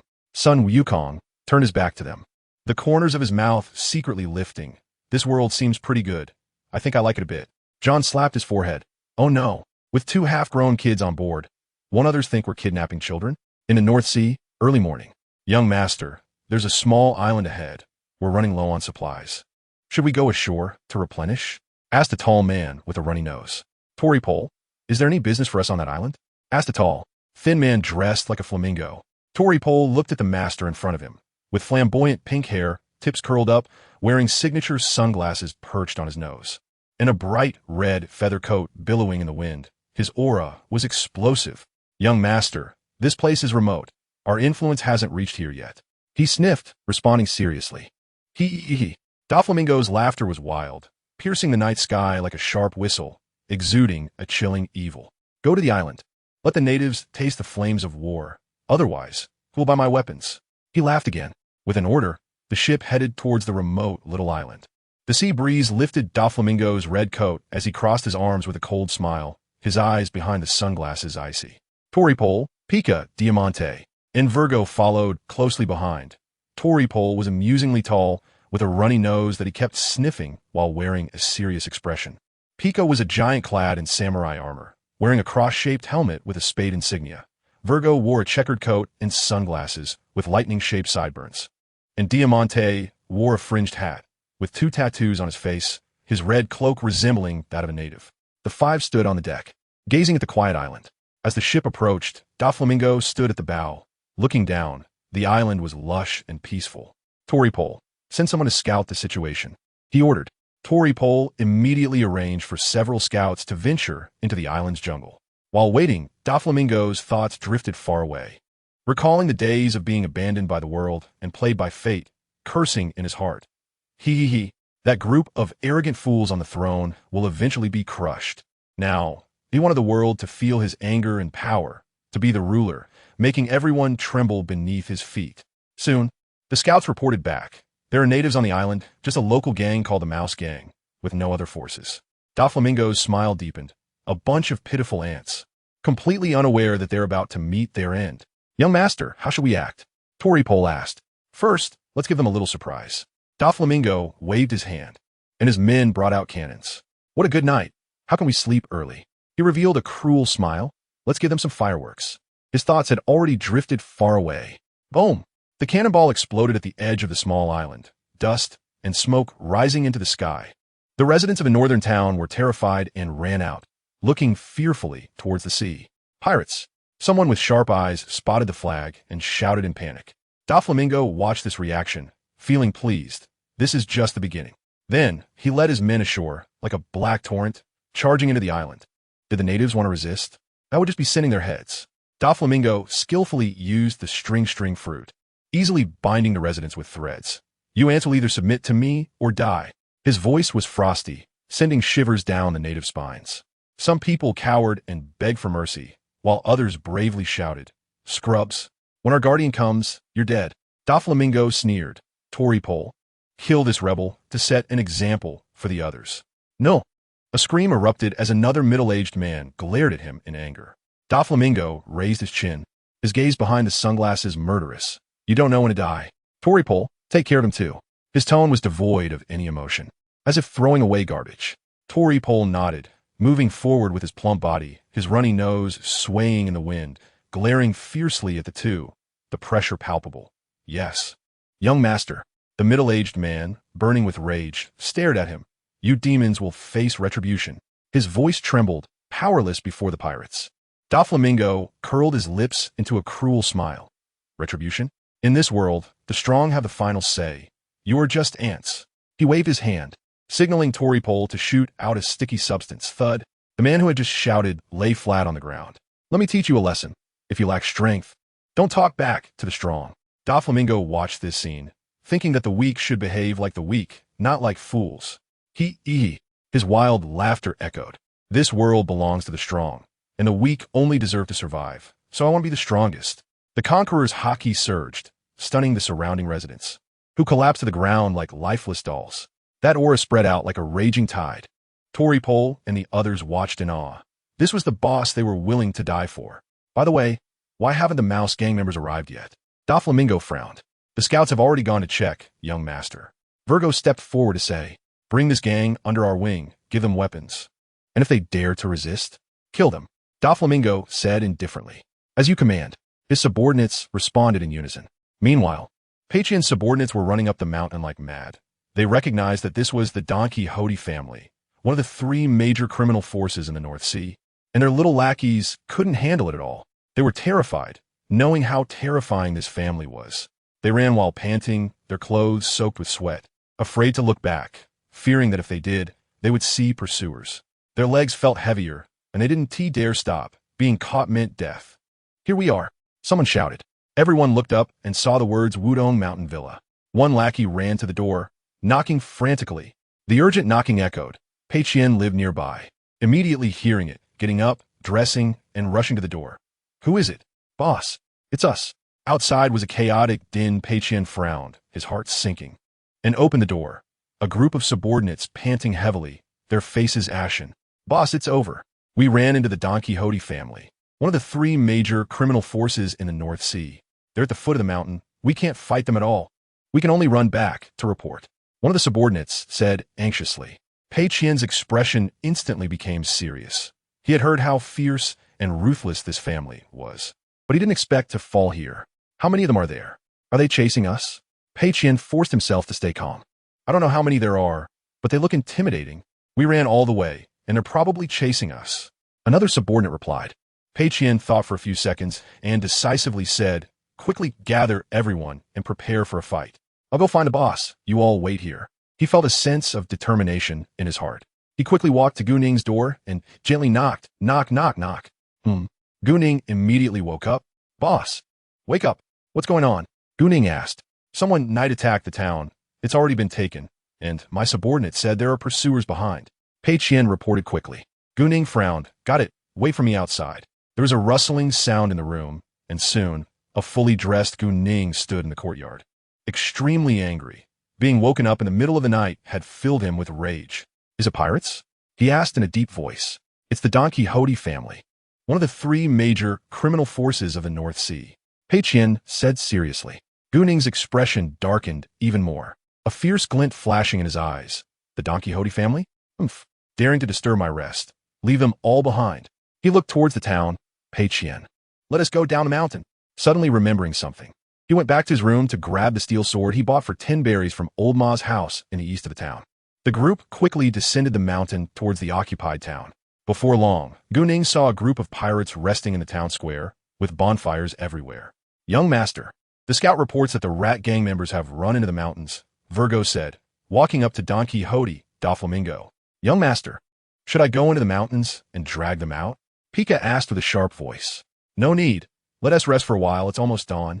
Let the brothers take a break. They will come out, Doflamingo said with a cruel smile. Young master, someone is coming, Diamante suddenly said. Everyone looked towards the street. A group of thugs was swaying towards them, and the sharp-eyed Virgo noticed that the leader was unusual. Doflamingo, there's a strong one. Doflamingo always trusted his judgment. After all, he was the strongest among his subordinates. This is getting interesting. He looked towards the leader on the street, who was none other than the freshly descended GuNing. System, can you check the strength of the opponent? Host, yes. I can. But, GuNing looked curiously into the depths of his mind. This time it's free. The system prompt sounded. Name, Don Quixote Doflamingo. Gender, male physique, none strength. Lieutenant Commander, according to world level conversion. Devil fruit, string fruit name. Virgo. Gender, male physique, none strength. Colonel, according to world level conversion. Devil fruit. None. He scanned the strength of the people around him. Only Virgo and Doflamingo were capable fighters. The rest were below the rank of major. Hee hee, as expected of the North Sea. GuNing sneered. He had some impression of Doflamingo. Having seen clips from One Piece, he didn't particularly dislike him. But now this group was disturbing his sleep, which was simply asking for trouble. He secretly resolved. He must teach this group a lesson. Let them know what a true strong person is. A frog at the bottom of a well. How do they talk big? The current Doflamingo is far weaker than 20 years later. GuNing squinted, a dangerous aura radiating from him. Doflamingo and the others also focused on him, Doflamingo sneering coldly, his eyes behind sunglasses icy. A thing that doesn't know its own limits. Treble, crush him. As you command. Young master. Treble grinned, dragging his fat body over, dripping with a slimy liquid that looked disgusting. GuNing looked at him with disdain. You all wait here. I'll finish this in the time it takes to smoke a cigar. Treble roared, swinging his arm to shoot out a sticky liquid, like a sharp arrow aimed straight at GuNing. GuNing's figure flashed, easily dodging, and he swung the steel sword, a fierce sword energy slashing towards Treble. Treble hurriedly dodged, but was still grazed, a wound opening up. He yelled angrily to attack again, but GuNing dealt with him as if playing with a child. Doflamingo watched Treble's cowardice boiling with rage. Useless. He personally stepped in, moving his hands, countless threads shooting towards GuNing, attempting to bind him. GuNing swung his sword wildly, cutting all the threads, his attitude clear. Is that all you've got? Not bad. Doflamingo sneered, moving his hands again. More threads shot out, surrounding GuNing like a spider's web. GuNing looked down at his sword, raised his hand and shouted, slash. A powerful slash rushed towards Doflamingo's face. Doflamingo's eyes widened. The slash was instantly before him. He unleashed all his strength, spewing out threads to block it. Cold sweat instantly appeared on his forehead. Young master. Doflamingo. Those behind him shouted anxiously. Doflamingo waved his hand, forcing himself to hold on. I'm fine. Not bad. A bit of strength, but you're still not worthy. This slash must have exhausted your energy, right? Doflamingo coldly laughed, forcing himself to stay calm. He noticed GuNing was looking relaxed, and instead panicked. Suspecting the other side was pretending. GuNing's corner of his mouth lifted slightly. In the past, he found the Dragon King smile in short videos particularly silly, but now he suddenly thought, it's really appealing. Doflamingo instantly dared not move. The opponent was too steady. He couldn't gauge his depth at all. How could there be such a fierce person in this small place? Doflamingo gritted his teeth in his heart. It seems he has to pull out all the stops. He clasped his hands together, creating a gigantic thread tornado, violently whipping it towards GuNing. Just as the tornado was about to hit, GuNing vanished. Doflamingo panicked. Where is he? Where is he? Doflamingo, be careful. Virgo had been watching closely, noticing GuNing swooping down from above, holding the steel sword to stab down. Doflamingo used threads to block, yet was still stabbed in the chest. The pain changing his face, his eyes filled with disbelief. You actually managed to hurt me? Just playing house with you. GuNing looked indifferent. This was just the beginning. Next, he would let you taste despair and know how regretful it is to disturb my sleep. After saying that, he unleashed several slashes. The swordplay becoming increasingly fierce, each move aimed to pierce him. Doflamingo desperately blocked, but grew more cowardly, with more and more wounds on his body, his face pale, his eyes filled with fatigue. I won't lose. I am Don Quixote Doflamingo. I am a king. He shouted in his heart, but his body felt weak and he collapsed to the ground, eyes filled with unwillingness. He was actually defeated by an unknown nobody. GuNing looked at him with disdain. Is that it? Too weak. He turned to Pei Qian. Come over and clean up the mess. He had already crushed Doflamingo, and playing with him was just to recruit him. The surrounding members of the Don Quixote family were anxious, and although Virgo could step in, Doflamingo was too proud. He didn't dare defy him. Once Doflamingo fell, everyone surrounded him, glaring angrily at GuNing, but in their hearts they were shouting, Don't be impulsive. GuNing squinted, pondering, and said to Doflamingo, Do you think this is over? Doflamingo struggled to lift his head, filled with rage. What do you want? GuNing smiled wickedly. You claim to be a king? Yet in front of me, you're weak enough to pick your toes. However, I'll give you a chance. Doflamingo looked suspicious. What chance? Submit to me. GuNing's words were very firm. Doflamingo's eyes widened like copper bells, as if he had heard the biggest joke. Submit? Who do you think you are? I, Don Quixote Doflamingo, never bow my head. You're just an ignorant fool. He shouted. This time I admit defeat. Name your conditions. As long as I can do it. GuNing sneered. He knew this guy too well. He would take revenge for any grievance. And if he couldn't take revenge, He would haunt you. He shrugged, swinging the steel sword, a sword energy brushing past Doflamingo's side, scaring him pale. It seems you still haven't realized the reality. Do you think you have a choice now? GuNing raised his eyes and glanced at the people around him as he spoke. I can guarantee that if I make a move against the people next to you, in 1 second they'll all. GuNing didn't finish his sentence. But Don Quixote Doflamingo understood. They would all be done for. Doflamingo gritted his teeth, torn inside. How arrogant he was, never thinking he would be forced to bow his head. But the strength of the man before him truly made him uneasy. GuNing saw through his hesitation. You should know that with my strength, crushing you and your Don Quixote family is as easy as playing. But I think you still have some use. That's why I'm giving you a chance. Doflamingo was silent for a while. Why should I trust you? Don't you know your own worth? I can go toe-to-toe with a general. GuNing, full of confidence, replied. Mixing with me is like hugging the world's strongest thigh. He smiled, his tone turning harsh. You have no choice, either submit or die. Moreover, mixing with me, I can make you stronger and help you achieve your ambitions. Doflamingo's heart stirred. His ambition was still alive. He wanted to be the ruler of the world, and more so, to bring down the celestial dragons. I have a condition, he shouted through clenched teeth. I want you to help me kick the celestial dragons off the world stage in the future. He hated the celestial dragons to death. GuNing's voice was cold, but filled with extreme confidence. I will overthrow this garbage regime and build a world where I have the final say. After saying that, he turned to leave, leaving Doflamingo lying on the ground in contemplation. Doflamingo, young master. His subordinates hurried to help him up. Young master, are you really going to submit to him? Diamante asked. I need to think. Doflamingo said solemnly. In the following days, GuNing had Pei Qian keep an eye on this group, not forcing him, but occasionally showcasing his strength in front of him, giving him time to think. Doflamingo struggled even harder, not willing to bow his head, yet tempted by greater power. Finally, he figured it out, and when he saw GuNing again, he lowered his proud head. I am willing to submit. GuNing smiled. Wise choice. From now on, you and the Don Quixote family are under my command. He waved his hand, letting the others do what they needed to, and said, You few come with me. Ding. Congratulations to the host for conquering the first force. Reward of 1 million prestige points. And a chance to summon a character from the myriad worlds. The system prompt sounded. Doflamingo. Virgo looked at him. Let them retreat first, and then contact them to come pick us up. Doflamingo waved his hand and turned to follow GuNing. The others gritted their teeth and quickly followed, since they had acknowledged him as the young master. They trusted his decision. GuNing walked ahead, listening to the commotion behind him, a smirk creeping onto his face. System, do you have a method for cultivating hockey? GuNing mentally asked the system. Yes, host. The system replied. GuNing browsed through the system shop and quickly saw the hockey manual. Armament hockey, 100,000 prestige points. Observation hockey, 300,000 prestige points. Conqueror's hockey, 1,000,000 prestige points. GuNing stroked his chin and pondered. Not cheap. Forget it. You can't catch wolves without letting go of the children. First, let them be loyal. System, buy all 3. All right, host. A flash of light passed, and the items floated into GuNing's mind. Host, when you want to use them, just think of extracting them. The system explained. He opened his personal panel. Host, GuNing gender, male physique, demon god physique strength, rear admiral, based on world level conversion, prestige points, 400.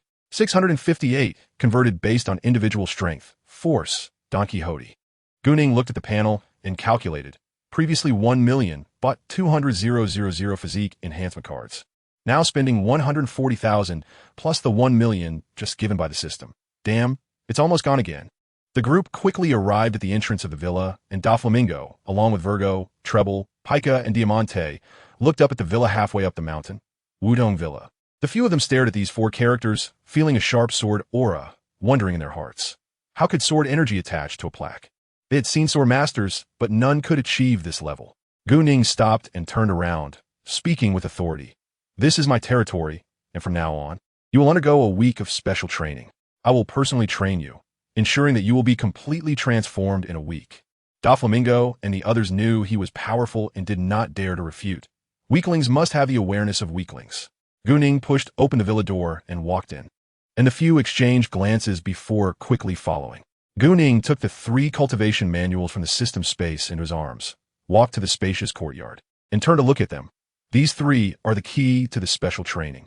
He pulled out the booklets, which contained my cultivation insights. Learn according to them. Doflamingo and the others stared at the booklets, their minds filled with question marks. You know about hockey, right? GuNing asked, and the few nodded. These 3 books are the methods for hockey cultivation, which can save you 20 years of detours.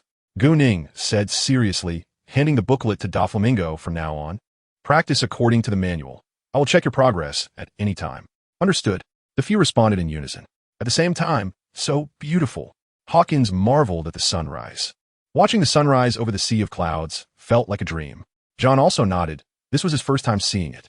Son Wukong had seen it many times, and Enel, a resident of Sky Island, was not surprised either. Time to go. We need to return to the Grand Line. Son Wukong gazed into the distance. Let's go. Hawkins said excitedly. Although this place was beautiful, the adventures of the Grand Line were more thrilling. John activated his fruit ability on the deck, and the ship slowly descended. Everyone's mood growing more and more excited. In the Alabasta Kingdom on the Grand Line, in a certain resplendent palace. Mr. One, how was my image among the public lately? Crocodile asked the tall, muscular man before him. This guy looked like a Shaolin monk. Chairman, your image has basically been ingrained in every citizen's mind. Bonus replied solemnly. All right, how's the club doing lately? How many people have you recruited? Crocodile's mouth curled up. More than 500. We even recruited a thorn demon fruit user. Bonus answered with a stern face. Ha ha ha ha.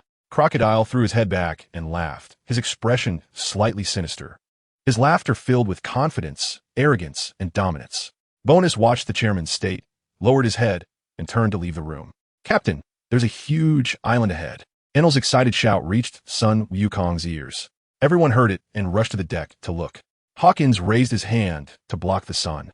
Squinting to see, it really was a giant island. Ha ha, finally we can resupply. Hawkins laughed. Yes, I'm curious about how good the wine on this island is. John said, licking his lips. Enel was also extremely curious. After coming down from Sky Island for several days, it was nothing but sea, wind, rain, blizzards, and tornadoes, making him feel that the blue sea was terrifying. Fortunately, Sun Wukong only made him the lookout, which was easy, but he was tormented inside. Should he eat the devil fruit in his hand? He was afraid the captain would take it away, worried for 2 days. But in the end, no one cared. He couldn't help but ask Sun Wukong, who replied, Just keep it for yourself. I don't need it. Eat it if you want. After returning to his room, he became conflicted. He heard Hawkins say that users of abilities become weak when they touch seawater, which is like having a fatal weakness. These past few days, watching Hawkins and John fight, their strengths were explosive, making him itch with envy. Enel, what are you thinking? Hawkins, who appreciated this little brother, had been keeping an eye on him. Huh, what's up, Hawkins? Enel was pulled back to reality and hurriedly responded. It's nothing, just saw you in a daze. Asking if you want to get off the ship later? Hawkins invited him. Sure. Enel was super happy. This was his first time going to an island in the blue sea. Full of anticipation. I've decided I want to eat this devil fruit. Enel suddenly shouted, and all eyes instantly focused on him. His face flushed red. He didn't expect his thoughts to slip out, feeling embarrassed to the point of wanting to dig his toes into the ground. Everyone was stunned for a moment. Hawkins laughed first. Ha, Enel has guts. Once you decided, go for it. Although the devil fruit has weaknesses, it can give you explosive power. Sun Wukong nodded. That's right. Only with power can one protect oneself. John smiled at him, but didn't say anything. Enel gritted his teeth and took a bite of the devil fruit. It tasted terrible, but he forced himself to swallow it. Moments later, a strange power surged within him, and faint lightning flickered all over his body. Everyone was curious, wanting to know what ability he had gained. Enel was eager to demonstrate, raising his hand as a dazzling bolt of lightning split the sky, the electricity crackling ominously, making people feel uneasy. Everyone was shocked. A Logia-type devil fruit, Hawkins exclaimed. John didn't quite understand and wasn't very surprised. Sun Wukong looked bewildered, circling around Enel. The power of the Thunder God is quite new. He smacked his lips in curiosity. Logia-type devil fruits are extremely rare, capable of manipulating natural elements, and their power is explosive. Wow, that's incredible.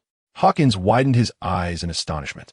John nodded, his eyes filled with admiration. I didn't expect this fruit to be so powerful. Enel, your luck is amazing. Sun Wukong scratched his head and laughed. Haha, not bad. Not bad. The Thunder God's ability is quite impressive. Everyone ignored his words. After all, the captain often spoke in a way that left people confused. Enel noticed the reaction of the crowd and was extremely excited. He didn't understand what a Logia type was, but this ability resembled the deities from the legends of Sky Island. And just looking at the display made it clear that it was formidable. As the group chatted and laughed, the ship arrived at the giant island. This island was massive and exuded an air of mystery. From a distance, it looked lush with green trees and rolling hills, with ancient buildings hidden within. As they approached the port, it was bustling with activity. People were packed closely together, ships were coming and going, and goods were piled high, making it a vibrant trade center. Full of life. After disembarking, everyone was captivated by the town's charm. Shops and stalls lined the streets, selling goods from various places. People were dressed in all sorts of styles, speaking different languages, creating a strong sense of the exotic. This place is interesting, Hawkins remarked as he walked. John nodded. Looks like there is plenty to explore. Sun Wukong was looking around, curious about everything. Enel was overly excited, having never seen such a lively place. Eager to uncover its mysteries.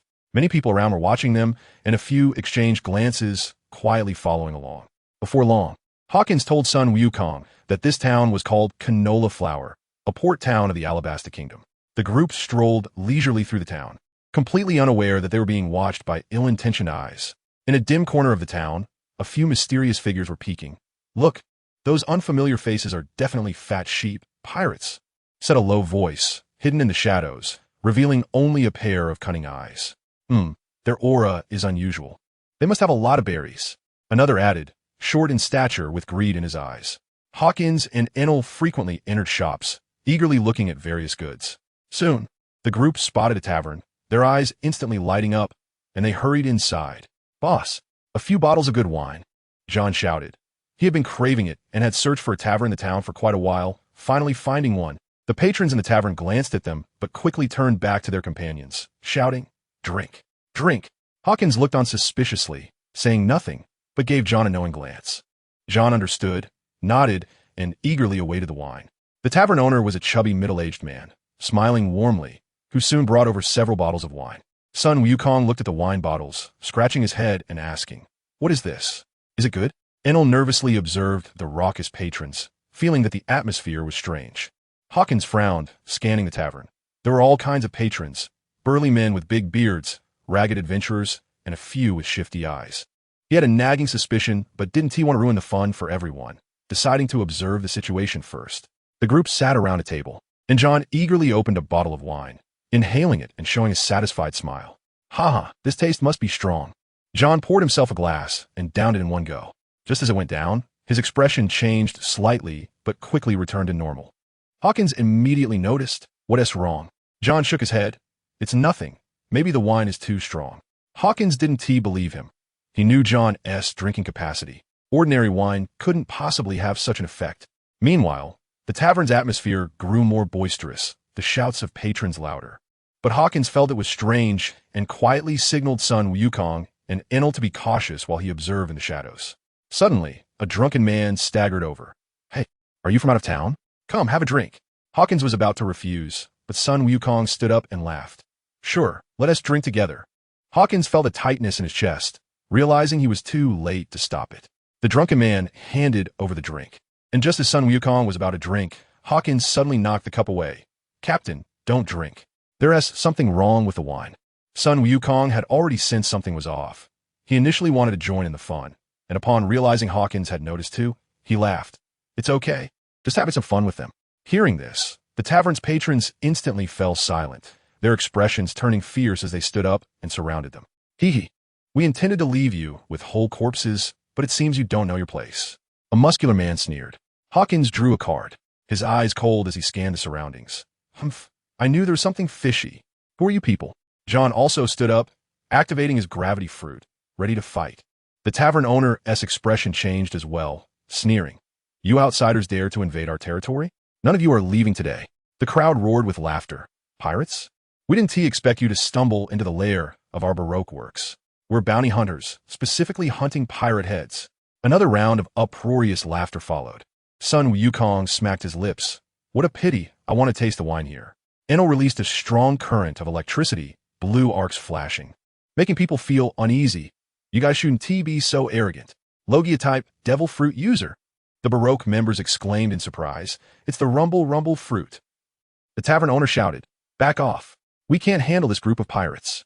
He realized that this bunch was not simple and that they were no match. Sun Wukong's mouth curled up slightly, a hint of fierceness showing. "Basil Hawkins!" Sun Wukong shouted. Hawkins understood immediately. "Hawkins at your service."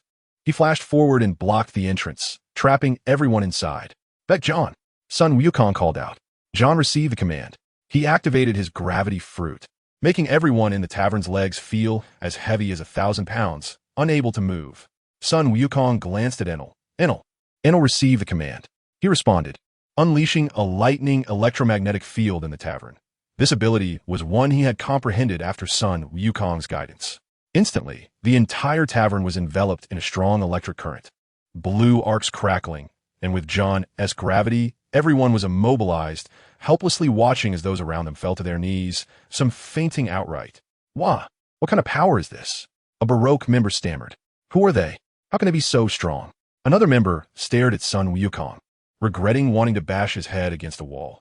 Thinking they were weak pirates, they had no idea they were facing tough opponents. This was like seeking their own doom. The tavern owner turned pale, trying to break free from the electromagnetic field, but felt as if a 1,000-pound stone was pressing down on him. Unable to move. "It's over," Wee kicked the steel plate. The others were all deflated, completely hopeless. Sun Wukong sneered. "Dare to provoke me. Seeking death." Hawkins blocked the entrance, holding his card. "Do you really think we're easy to bully? Let you witness true power." John maintained the gravity, coldly stating, "This is the consequence. If you touch us, you'll pay the price." Enel was extremely pleased, glancing at Sun Wukong. If it weren't for the captain's guidance, he wouldn't have this trick. "Speak. Who's behind this? Tell us, and we'll spare your life." But no one dared to speak, fearing they would be treated as traitors. Sun Wukong walked over to the drunken man. "Speak, and I'll spare you." The man trembled uncontrollably. "No one is behind this. We are bounty hunters on this island." "What was it called, the rock studio? Where's your boss?" Sun Wukong asked, picking at his ears. The surroundings instantly fell silent. Just as the man was about to speak, a cold light flashed. "Who?" Sun Wukong shouted and looked down, seeing a small hole in the temple of the big man. He was dead. The people around were terrified and looked around in fear of being affected. "Playing this game with me?" Sun Wukong yelled. "Hawkins." Hawkins smiled. "Got it." Sun Wukong walked straight out of the tavern, and soon the screams and pleas for mercy inside exploded and then fell silent. Hawkins, John, and Enelu came out and nodded. John was calm. Enelu was composed. Only Hawkins was a bit silent. Sun Wukong intentionally let him practice his courage. He had to cross over to be a real man. Inside the palace, Bonus walked in with a serious expression, his footsteps particularly heavy. "What's the matter?" Crocodile, dressed in a yellow-black coat, tilted his head, his face mysterious in the dim light. "The rapeseed flower stronghold has been wiped out." Bonus's voice was like a huge stone being thrown. The palace instantly fell silent. The air froze, making it hard to breathe. After a while, Crocodile's voice echoed in the empty palace. "What happened? There shouldn't be such strong warriors in this place." He frowned tightly, full of vigilance. "Did those people say anything before they died?" Sarah used a hidden weapon to eliminate the traitor.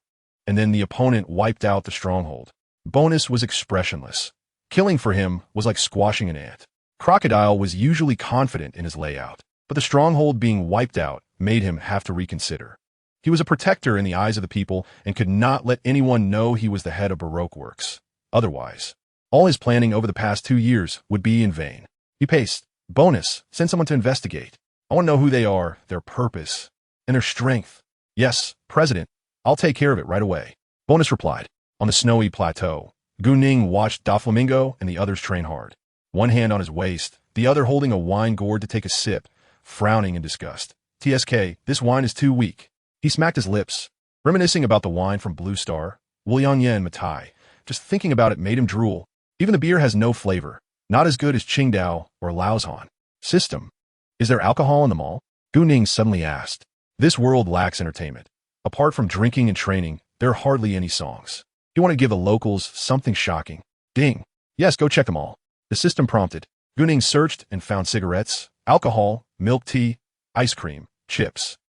All sources of happiness. Wow, there really is. His cold face instantly burst into a smile. Doflamingo and the others were startled by this smile. Toripole whispered.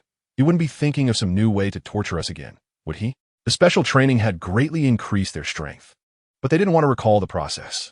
Shoo, don't make a sound. Be careful not to give him a handle, Doflamingo whispered. Virgo was frantically gesturing for them to shut up, but GuNing had quietly stood behind them, leaning close to Doflamingo's ear. You two seem to be having a great chat. Let me listen in. Doflamingo was terrified. Master Demon. I was just advising Toripole not to talk. Toripole shook his head like he wanted to shake off his head. Since you're so spirited, how about you train with me after finishing? GuNing's tone was flat, but made both of them want to cry. At your command, Master Demon. The two replied weakly.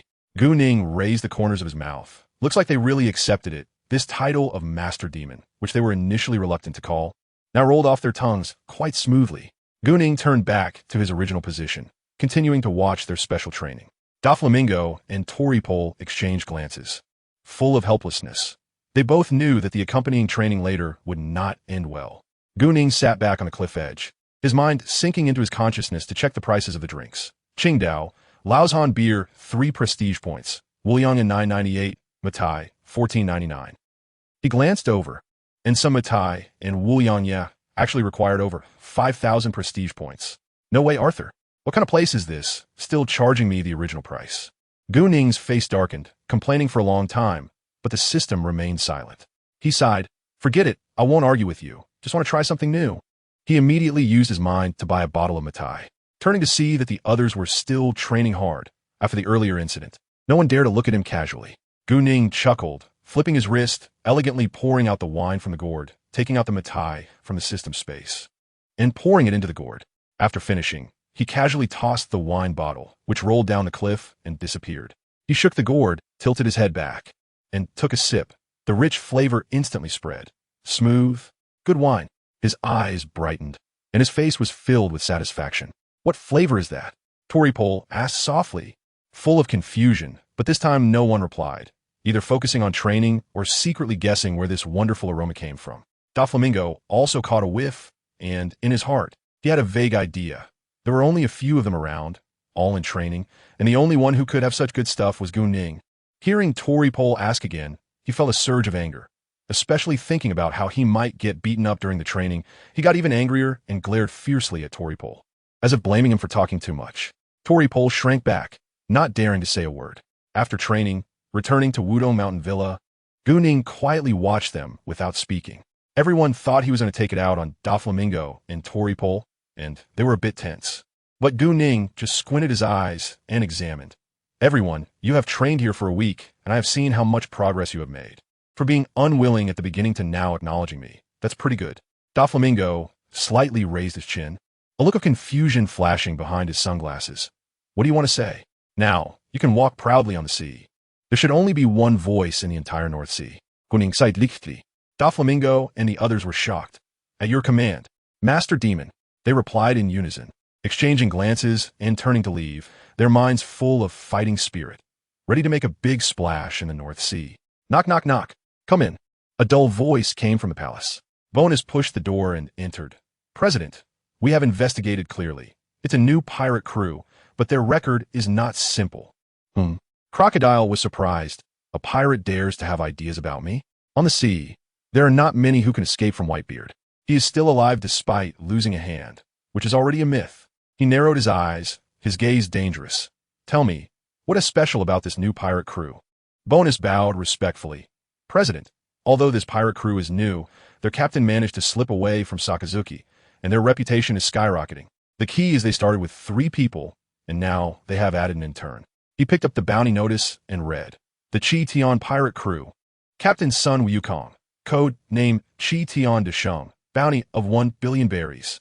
Fighter Basil Hawkins, Strawman Fruit. Bounty of 120 million. Helmsman Beck John, 80 million. However, the intel says that this John is a power user who can control weight. Crocodile didn't speak, lightly tapping the armrest with his fingers. After a while, he spoke. Bonus. Keep a close eye on this Chi Tian pirate crew. I want to see how much weight they carry. Bonus took his leave, and the palace returned to silence. Crocodile sat on the throne, looking at his back, his eyes deep. Sigh, the sea is about to get chaotic again. Whitebeard. When I find the Underworld King, I will definitely take revenge. His eyes turned red, gritting his teeth. After a few days, the 4 arrived in the capital of Alabasta, Alyabarna. Captain, look, that's the royal capital, Alyabarna. Hawkins shouted excitedly. Everyone looked up, seeing a magnificent city in the desert, the tall city walls standing like a solid barrier, still steady and dignified after years. Before entered the city, son Wukong, full of curiosity, Hawkins excitedly looking left and right. The streets of Ayabarno were wide, paved with stone slabs. Despite the dust, the craftsmanship was still exquisite.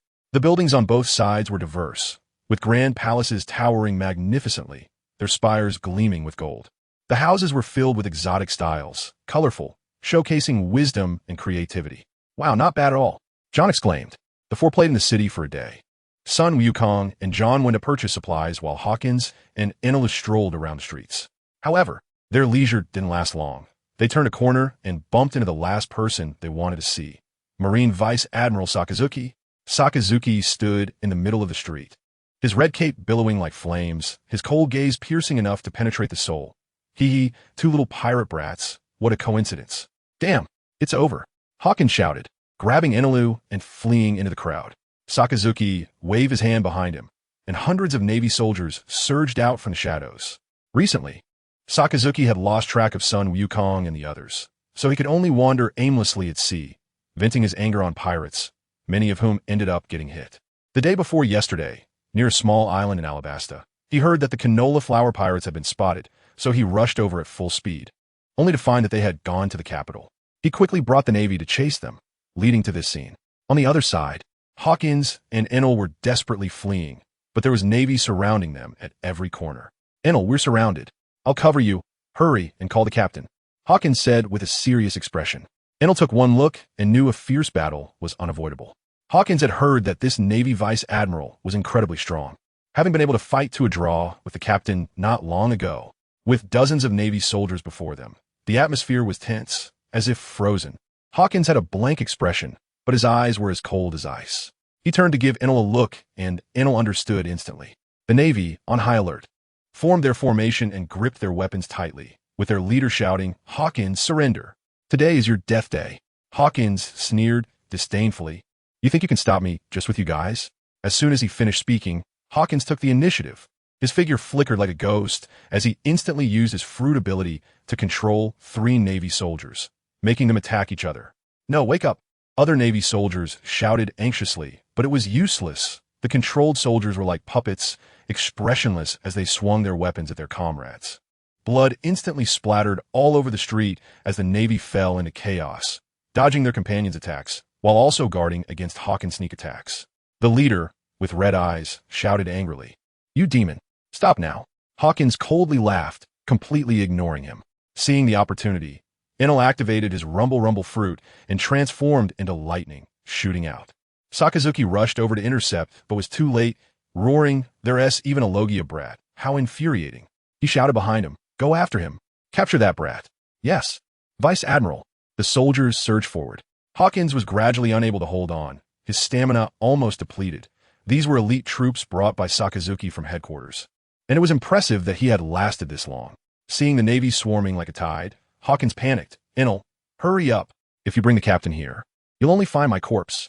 He quickly tried to control more soldiers to delay them. Brat, you have nowhere to run.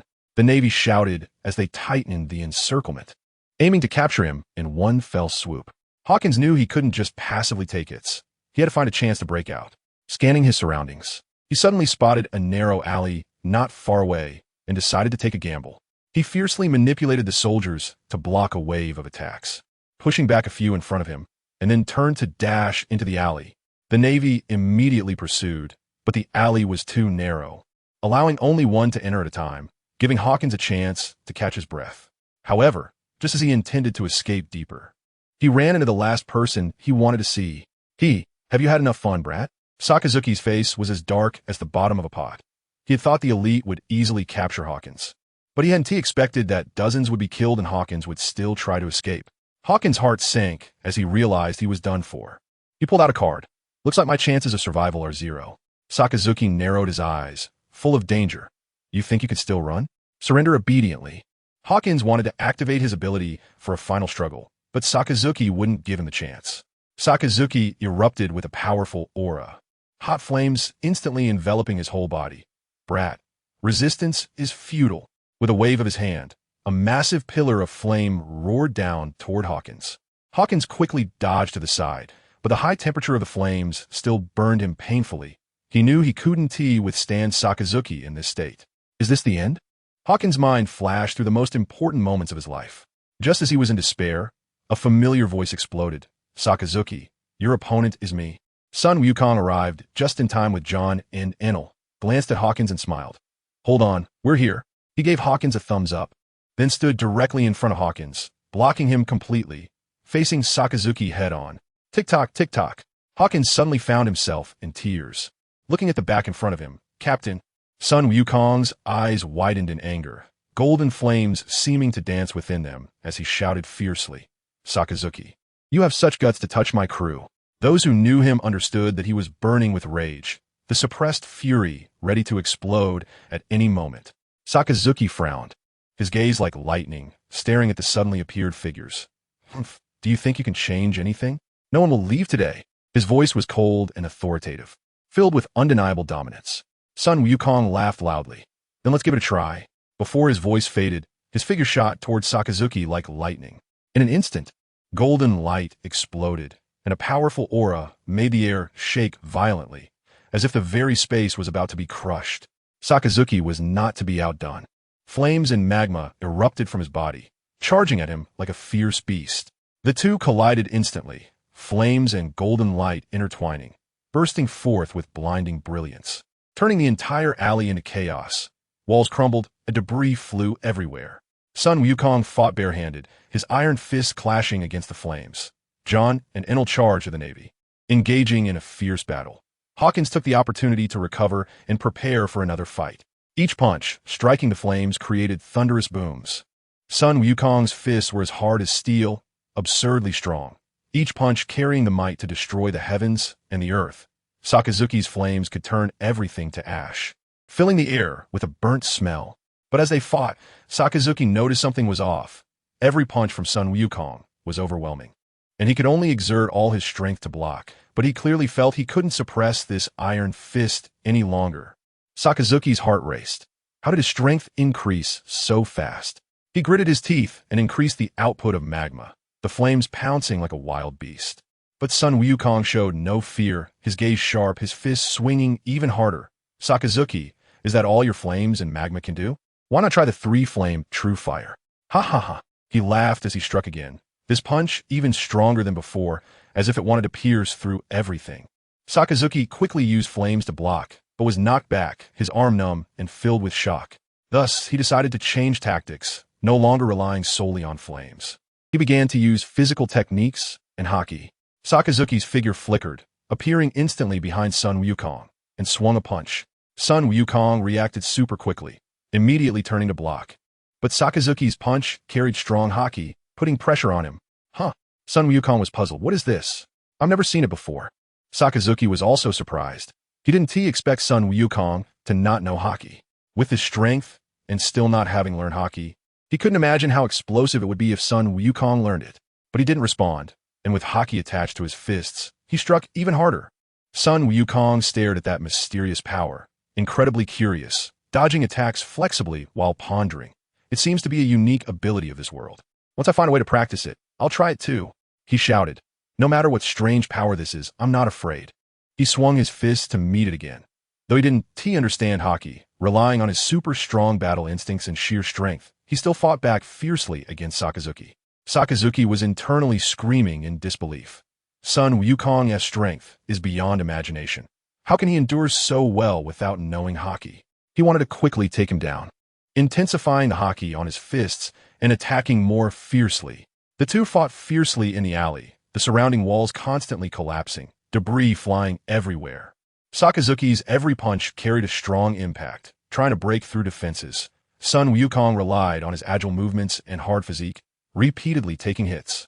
Sakazuki tried to find openings using haki, but Sun Wukong's battle instincts were too sharp, always able to dodge deadly strikes and counterattack quickly. As they continued fighting, Sakazuki began to feel overwhelmed, starting to doubt whether he could win. At this moment, John and Enel were also in a heated battle. The Navy, no matter how elite, was quickly reaching their limit in front of them, and Hawkins had finished recovering, preparing for another fight. Sakazuki sensed that the situation was not good, and in a hurry, decided to take a gamble, unleashing his strongest move, gathering all his power into his fist and launching a fierce attack on Sun Wukong. Sun Wukong felt the intensity of the blow, took a deep breath, and unleashed all his strength, his fist shining with golden light, charging forward. Boom! A huge explosion erupted as their fists collided, shaking the entire alley, causing the surrounding buildings to collapse. The onlooking residents had long since fled, waiting for the king's army to come to the rescue. "Captain, retreat. There's naval support in the distance," John shouted. Upon hearing this, Sun Wukong struck Sakazuki with a powerful punch, sending him flying, and laughed. "Let us go, guys," leading the way as he ran off into the distance, glancing back to see if Hawkins and the others were following.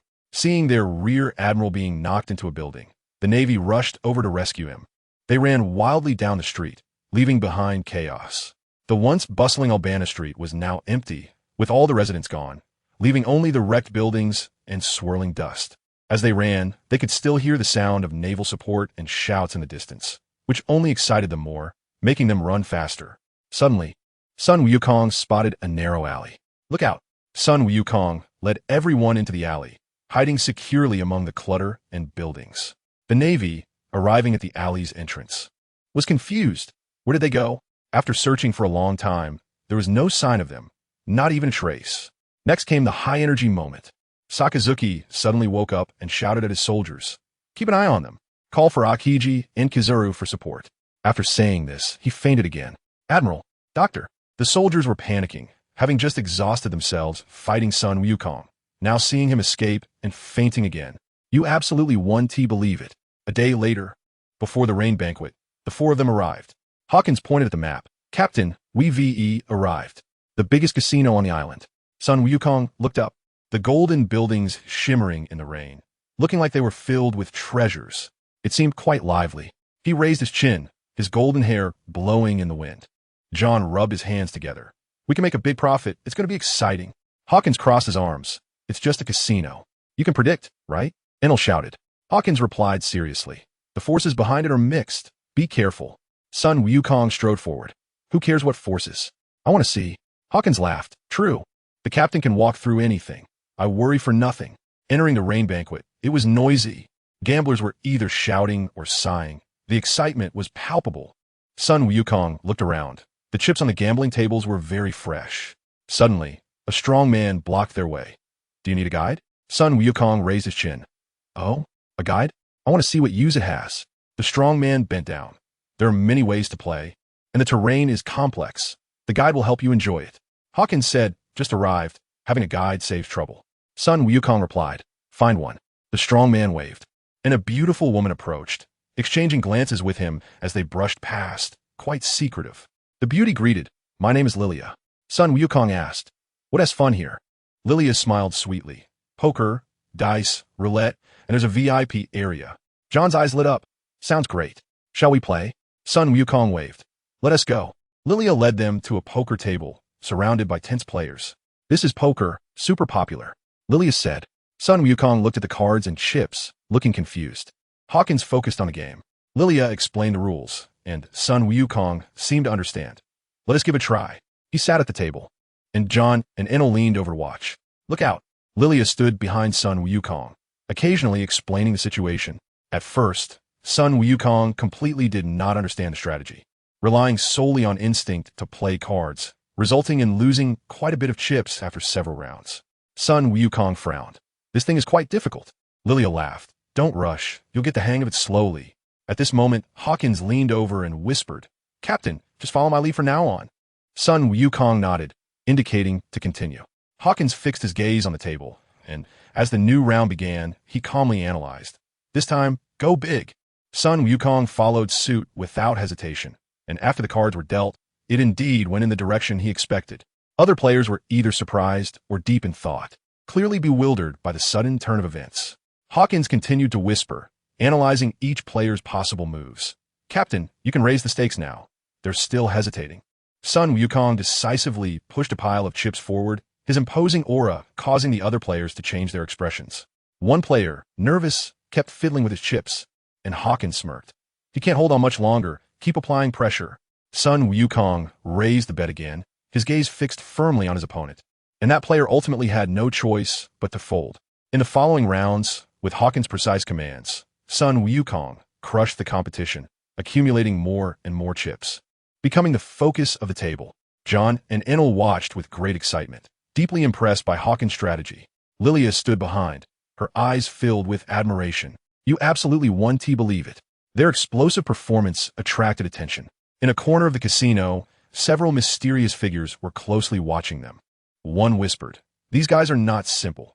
We need to find a way to deal with them." Another nodded, "Let us observe first. Find an opportunity to take action. Have that guide take them upstairs."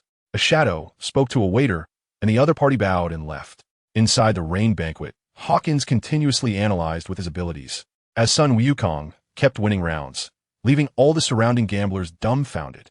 Lilia was especially attentive and came over to say, "You two are amazing, but there are even bigger and more fun games. Do you want to try the higher levels?" Sun Wukong's eyes brightened. "Oh, a bigger game? I want to see."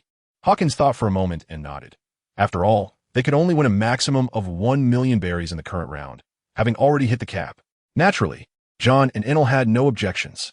Lilia led them to the upper floor, which was more luxurious, with more exquisite gambling tables. Compared to the bustling below, it felt quiet and mysterious. They were led to a table with only a few players, but the atmosphere was exceptionally tense. One of the burly men was scratching his head, looking anxious. Lilia introduced, "This game is called Jinhua, derived from poker. It's more complex and tests strategy and psychological resilience." She explained in detail, and Sun Wukong listened with great curiosity. Everything was incredibly captivating to him. Having spent his days running around and dealing with those celestial beings, he had never encountered such a scene. As they listened to the explanation, they looked at the burly man, who seemed to be losing badly, with not many chips left in front of him. "Look out!" Hawkins noticed the big man's state was off and leaned in to whisper to Sun Wukong, "Captain, this guy's about to crack." Sure enough, within a few minutes, the man lost all his berries. The surrounding people laughed. What a quick loss today. Sun Wukong glanced at the dealer, clearly understanding the situation, and chuckled. "Come on, deal the cards." The dealer expressionlessly dealt the cards, and under the lights, the cards shimmered mysteriously. There were 6 players left at the table, each with 3 cards. Sun Wukong squinted and saw 8, 9, 10 the same suit. He felt a surge of excitement. This is my chance to cash in. The corners of his mouth lifted, and the expressions of those around him were quite marvelous. Sun Wukong focused on the cards, calculating, and glanced at the 5 players. Some had expressions as heavy as water. Their thoughts inscrutable. Some were frowning in distress, clearly not holding good cards, and others had shifty eyes, obviously trying to pull tricks. Hawkins nudged him. "Captain, this round is too deep. Be careful." Sun Wukong nodded in acknowledgement. The atmosphere at the poker table was so tense, it was suffocating. A thin man broke the silence. "I raise." He pushed a pile of chips forward. The 4 players followed suit, and the pot skyrocketed to 500 million berries. The stakes kept rising, and the thin man was sweating profusely, his eyes filled with panic. But Sun Wukong remained as steady as ever, exuding confidence. After a few more rounds, only 3 players remained at the table. Sun Wukong, the thin man, and a stubbly-faced big man. The thin man gritted his teeth and raised again, and Sun Wukong instantly followed. The big man hesitated for a long time and folded. His cards were weak, purely a bluff. Now only the 2 of them were left facing each other, the air practically igniting. The thin man's hands shook badly, clearly struggling to hold on. Sun Wukong leaned back in his chair and laughed. "Afraid to play?" The thin man's face darkened as he pushed all his chips forward. "I don't believe your luck can be this good forever." Sun Wukong's eyes sparkled as he pushed all his chips forward. "Let us settle this." The dealer turned over the last card, and all eyes were glued to it. The moment the cards were revealed, the thin man turned pale. Sun Wukong laughed heartily. Today's luck is truly amazing. He gathered all the chips in his arms, feeling ecstatic. You absolutely wouldn't expect it. A mysterious person in the corner was watching them, whispering, "These guys are not simple. We need to take them down." The others nodded, their eyes fierce enough to eat someone. A red-eyed man said to the one next to him, "Wait for them to leave the casino. Send someone to follow, and quickly inform the boss." Sun Wukong played a few more rounds, feeling it was about time to stop. The looks from the people around him were filled with envy, regret, and everything in between. His chips skyrocketed to 4.5 billion berries. After exchanging his chips, He turned to leave. "Captain, someone is following," Hawkins whispered. John and Enel exchanged a glance and instantly understood. They deliberately walked towards a deserted area and soon turned into a narrow alley, leaping onto the rooftops. Tap, tap, tap. A flurry of hurried footsteps followed, closely. "Look, where are they?" shouted a man in a checkered shirt, while his underlings felt the pressure and struggled to breathe. "What are you looking for, little mouse?" Sun Wukong sat on the eaves, one leg swinging and the other propped up, looking quite relaxed. John had already activated his powers, exuding a powerful aura. The man in the checkered shirt forced himself to say, "Hand over the treasure. Otherwise, don't even think about leaving the rain banquet." Sun Wukong couldn't be bothered, drawing his hand across his throat and turning to leave. The alley quickly filled with the smell of blood. Those who understood knew what was happening. Get out of the rain banquet. Masked figures surrounded them. Sun Wukong laughed defiantly. "Interesting, huh?" The temperature in the air dropped sharply, freezing people in place. "Need help?" A burly man from the casino shouted. "Pay in berries, and we'll escort you out to sea." Sun Wukong raised an eyebrow. "Sure. Show me your skills." It just so happened that carrying 4.5 billion was not easy. Checks aren't everything. He was also carrying a few $100 million in cash. With a grin, he said, "Everyone, you should leave. Don't force me to take action." He smiled, trying to persuade the masked figures, but they didn't listen and moved closer.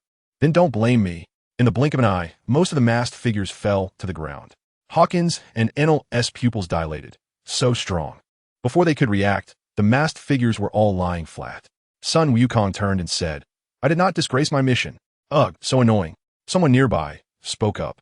"Just taking over and already in trouble. Giving him a headache."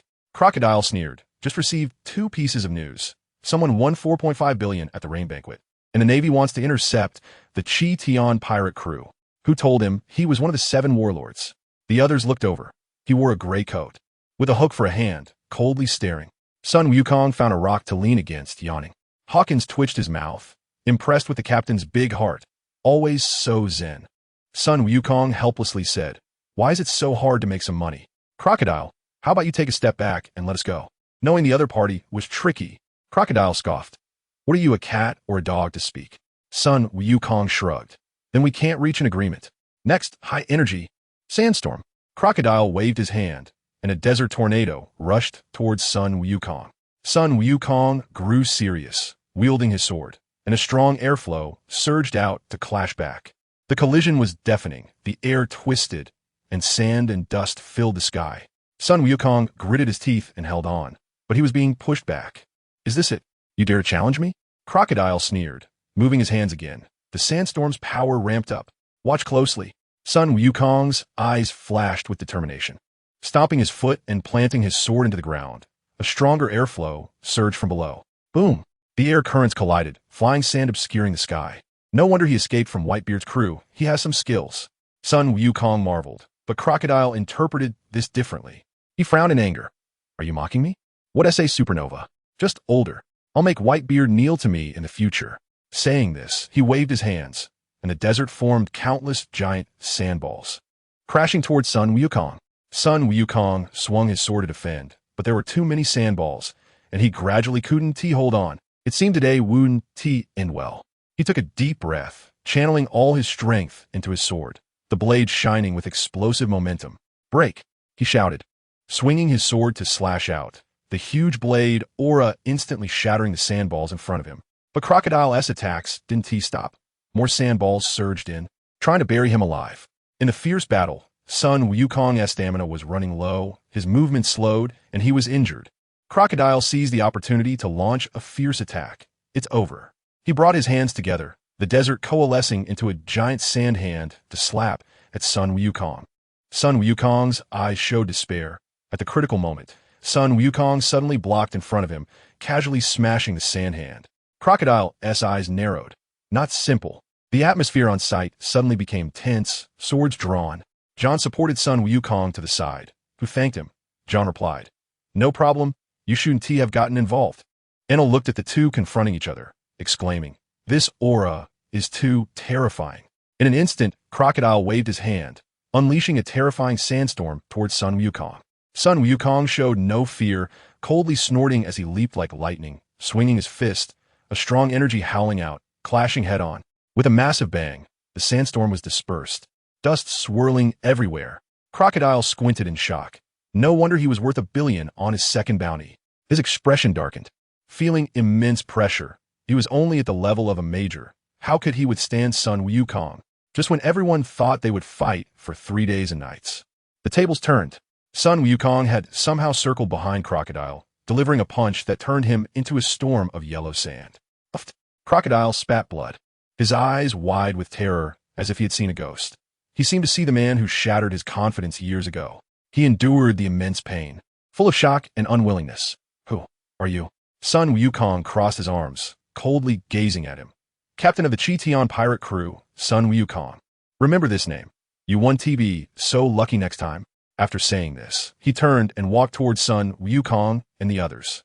Sun Wukong's eyes were filled with admiration. Thank you for your help. Otherwise, I would have definitely been done for today. Sun Wukong waved his hand. It's a small matter. Watch closely. Everyone chatted and laughed as they left the rain banquet, leaving only Crocodile staring down at his disheveled appearance, murmuring, "Have I become this weak? President, are you okay?" Bonus rushed over from afar, quickly supporting him. "President? I'm fine, let us go." Crocodile sighed deeply. "Should we send someone to chase?" Bonus hesitated to ask. "No need. No one can beat them. They held back. Otherwise, I would have."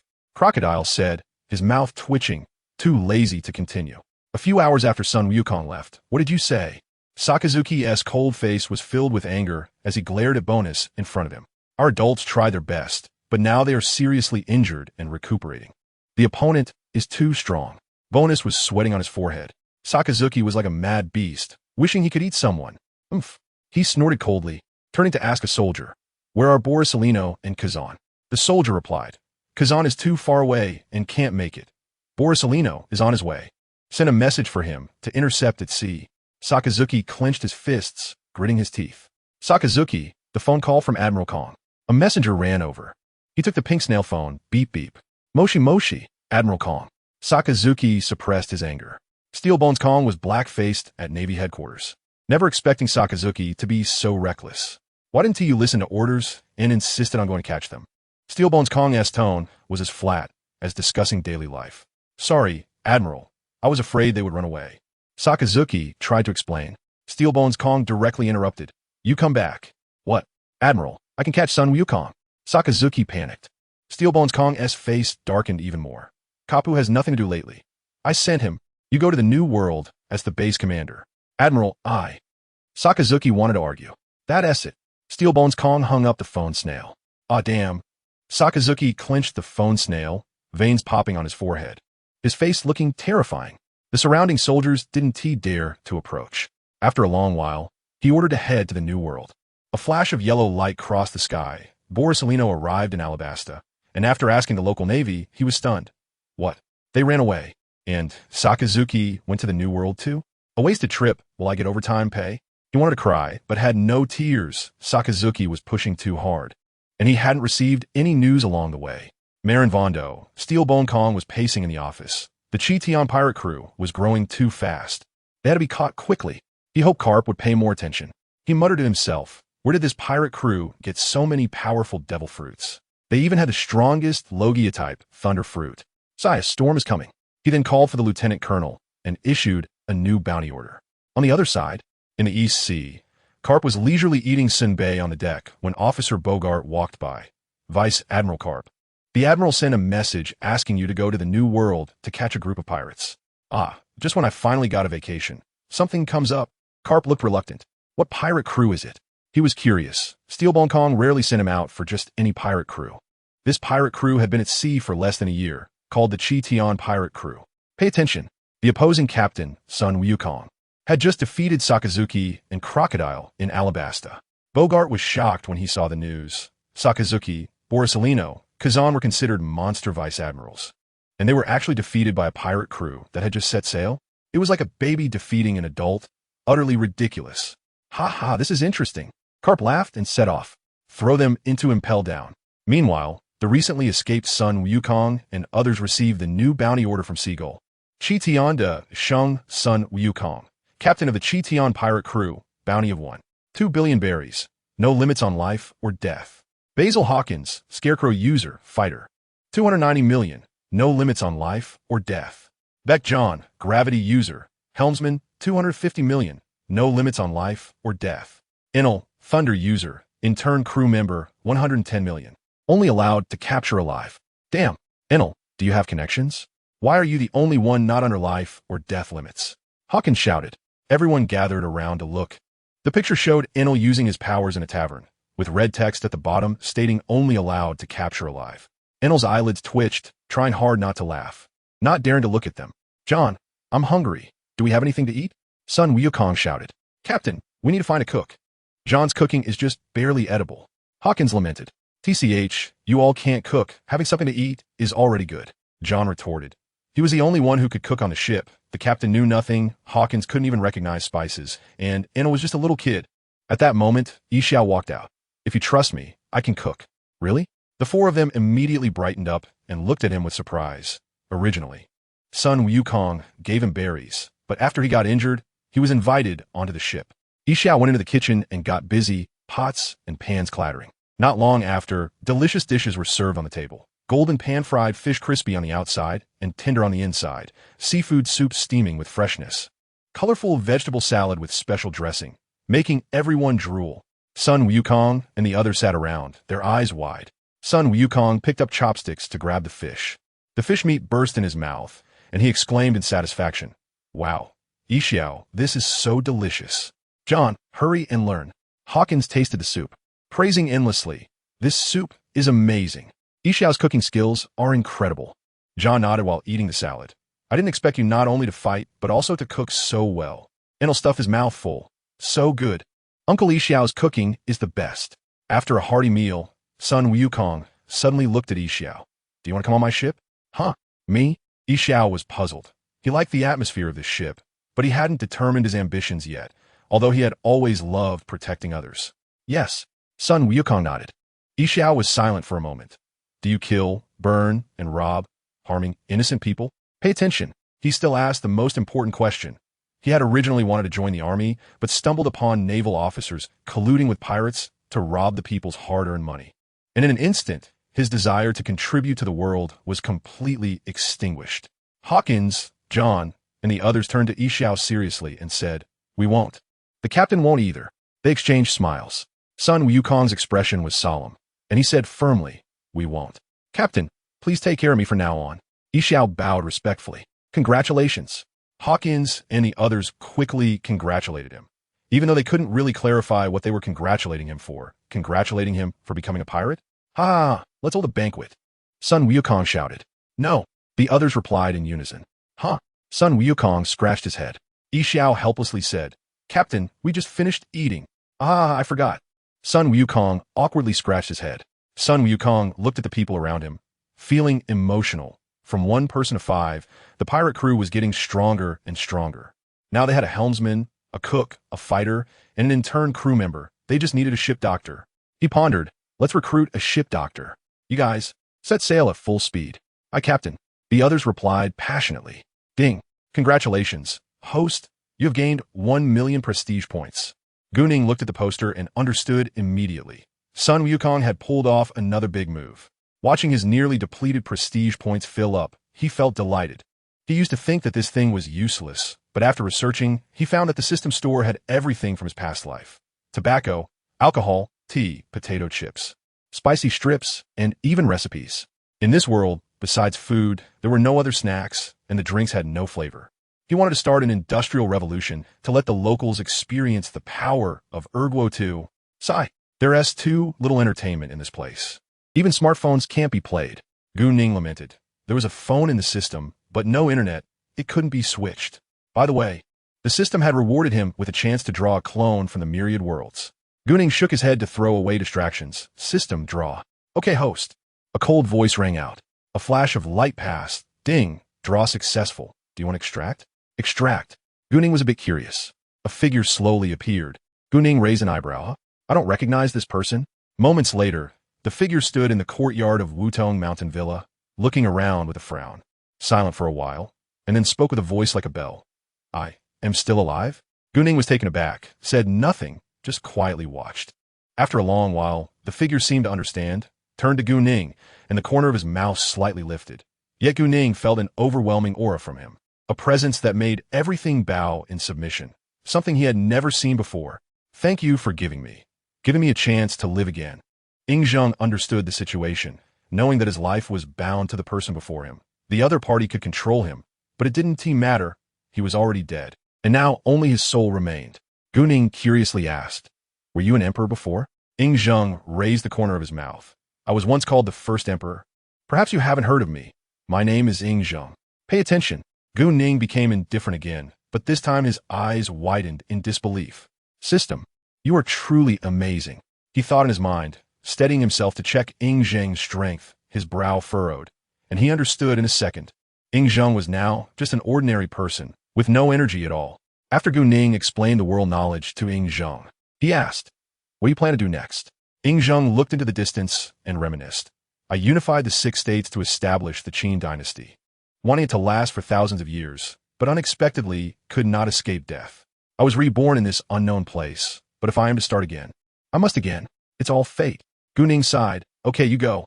Let this world explode." He directly used 3 physical enhancement cards, all on Ingzheng. Clones cannot be ordinary people wandering the sea. His strength instantly soared to that of a lieutenant colonel, enough to protect himself in the North Sea. GuNing stood at the door watching Ingzheng descend the mountain. Dazed, he really didn't expect to meet the first emperor in another world. On the other side, boss, we haven't had any income for several days. A lackey wailed to Pei Qian. The North is already poor, and it's even worse after being hit by Doflamingo. During the reconstruction, a heavy snow fell, leaving many people homeless and hungry. Pei Qian sighed, feeling helpless, as a group of people sighed in the tavern. "Why not ask the boss?" said a sharp-nosed, monkey-faced guy. "He probably has no way either." Pei Qian was helpless. No matter how strong GuNing was, the lack of Bailey made things difficult. Gritting his teeth, he decided to ask anyway. After a while, Pei Qian climbed the mountain and saw someone in a long robe coming down. He didn't think much of it at the time. Later, he found out that this person had become the king of Rubnalu and changed its name to the Great Qin Empire, with a new flag flying in the north. Pei Qian entered the mountain villa and saw GuNing drinking tea in a pavilion amidst the snow, marveling. "You're really not afraid of the cold." He sat down, exhaling warm breath and rubbing his hands. "Boss, the town has been bombed and now it's snowing. Many people are starving. Do you have any ideas?" "Of course," GuNing replied indifferently. Pei Qian's eyes lit up, feeling the wind and snow were no longer cold. "What is the plan?" "Get rid of all the grain hoarders," GuNing said nonchalantly. Pei Qian was stunned, thinking to himself, "What the hell? A living llama?" After a moment of silence, GuNing continued, "I still have some of the money you gave and Bailey from Doflamingo. But why should I help for free? You can't fill a person's heart. If I give charity once, they'll think I'm a good person. Pay attention. The second time, they'll think it's what I should do. The third time, everyone will feel entitled to eat from me. The fourth time I stop giving, guess what?" GuNing raised his eyes to look at Pei Qian. Pei Qian was taken aback and thought for a moment. "They will hate you, right?" GuNing smirked coldly. "Exactly. That's human nature. They won't remember my goodness. Only dissatisfaction from one rejection. I'm not a saint." Pei Qian fell silent, feeling a tightness in his throat. He understood what he meant. GuNing pondered for a moment. "Call all the guilds here. I'll give you a livelihood. There's a high chance you can get rich." He added, "No killing." Pei Qian sprang up from the warm stone bench. "Okay, boss." He turned and disappeared. GuNing chuckled and shook his head. Fame comes from the sea. But he didn't say how. He wanted to test if the goods would work. If they did, he'd start an industrial revolution. In the future, when pirates meet, your wine is as light as water. Try my Erdwo too. Glug glug. Too strong. What is this? Let's have a smoke. Thinking this made him want to laugh.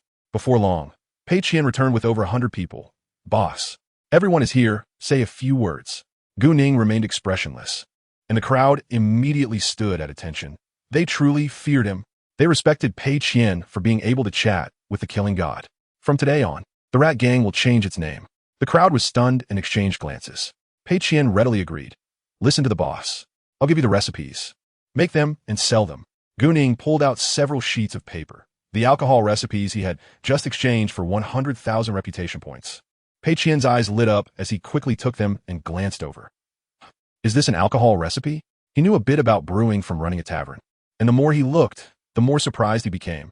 This is possible. He praised directly. The surrounding gang members looked puzzled, and suddenly Pei Qian knelt down and bowed his head, startling GuNing. He understood that this technology was crushing in this world. It was like a star destroyer against a rifle. The gang members looked on curiously, and Pei Qian turned and shouted, "Thank you, big brother, for giving us a way to live." The crowd followed with a shout, "Thank you, big brother." GuNing watched this scene, recalling some old matters, but did not show it on his face. "From now on, call me boss or demon lord." The crowd exchanged glances, unsure of what to shout.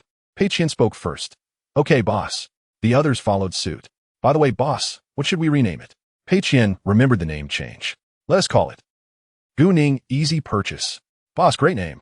The people around immediately flattered him, saying the name was excellent. As expected of the boss, even the name is nice. GuNing was directly silenced by this group of people. He originally wanted to play a joke, but ended up being countered. He waved his hand. "From now on, don't collect protection fees.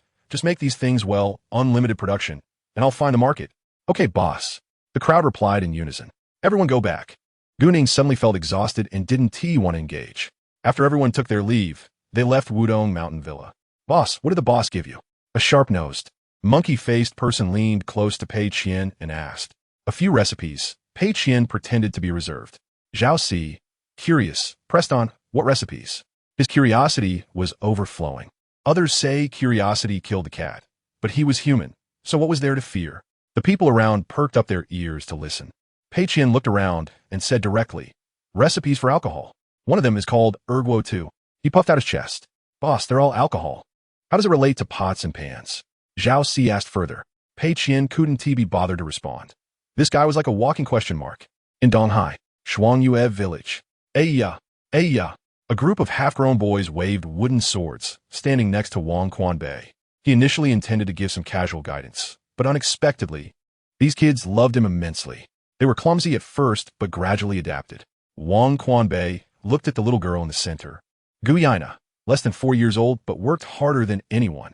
He often guided her. Geng Xilang had told him he didn't want his daughter to learn swordsmanship, thinking it was too tiring and that girls should focus on supporting their husbands and raising children. Wang Quanbei frowned at the time, but didn't argue, deciding in his heart to pay more attention to this child. Prejudice in people's hearts is like a mountain. It's better to act than to speak. He corrected the children as stances and sword strikes with precision. Guyaina, don't raise your sword so high. When you lift your sword, your opponent is already beside you. Guyaina gritted her teeth. Okay, instructor. After the morning practice, Wang Quanbei turned to leave. He was still learning the domineering aura and the refinement of the black blade, needing a good sword. Fortunately, Geng Xilang said he could help forge it, but it would take some time. He went back to find Geng Xilang. Huh? Where's Geng Xilang? He searched around, but didn't see anyone. I know where he is. A crisp voice came from his side. Wang Quanbei looked down. Ah, Guyaina. Where's your dad? He went to the mountain by the sea. I'll take you there, Guyaina said sullenly. Children can't hide their emotions. Wang Quanbei thought she was just sulking from playing, so he didn't inquire further. The two walked one after the other. Guyaina swung her wooden sword at the rapeseed when she saw it, as if venting her frustration. After they left, Who messed with my rapeseed?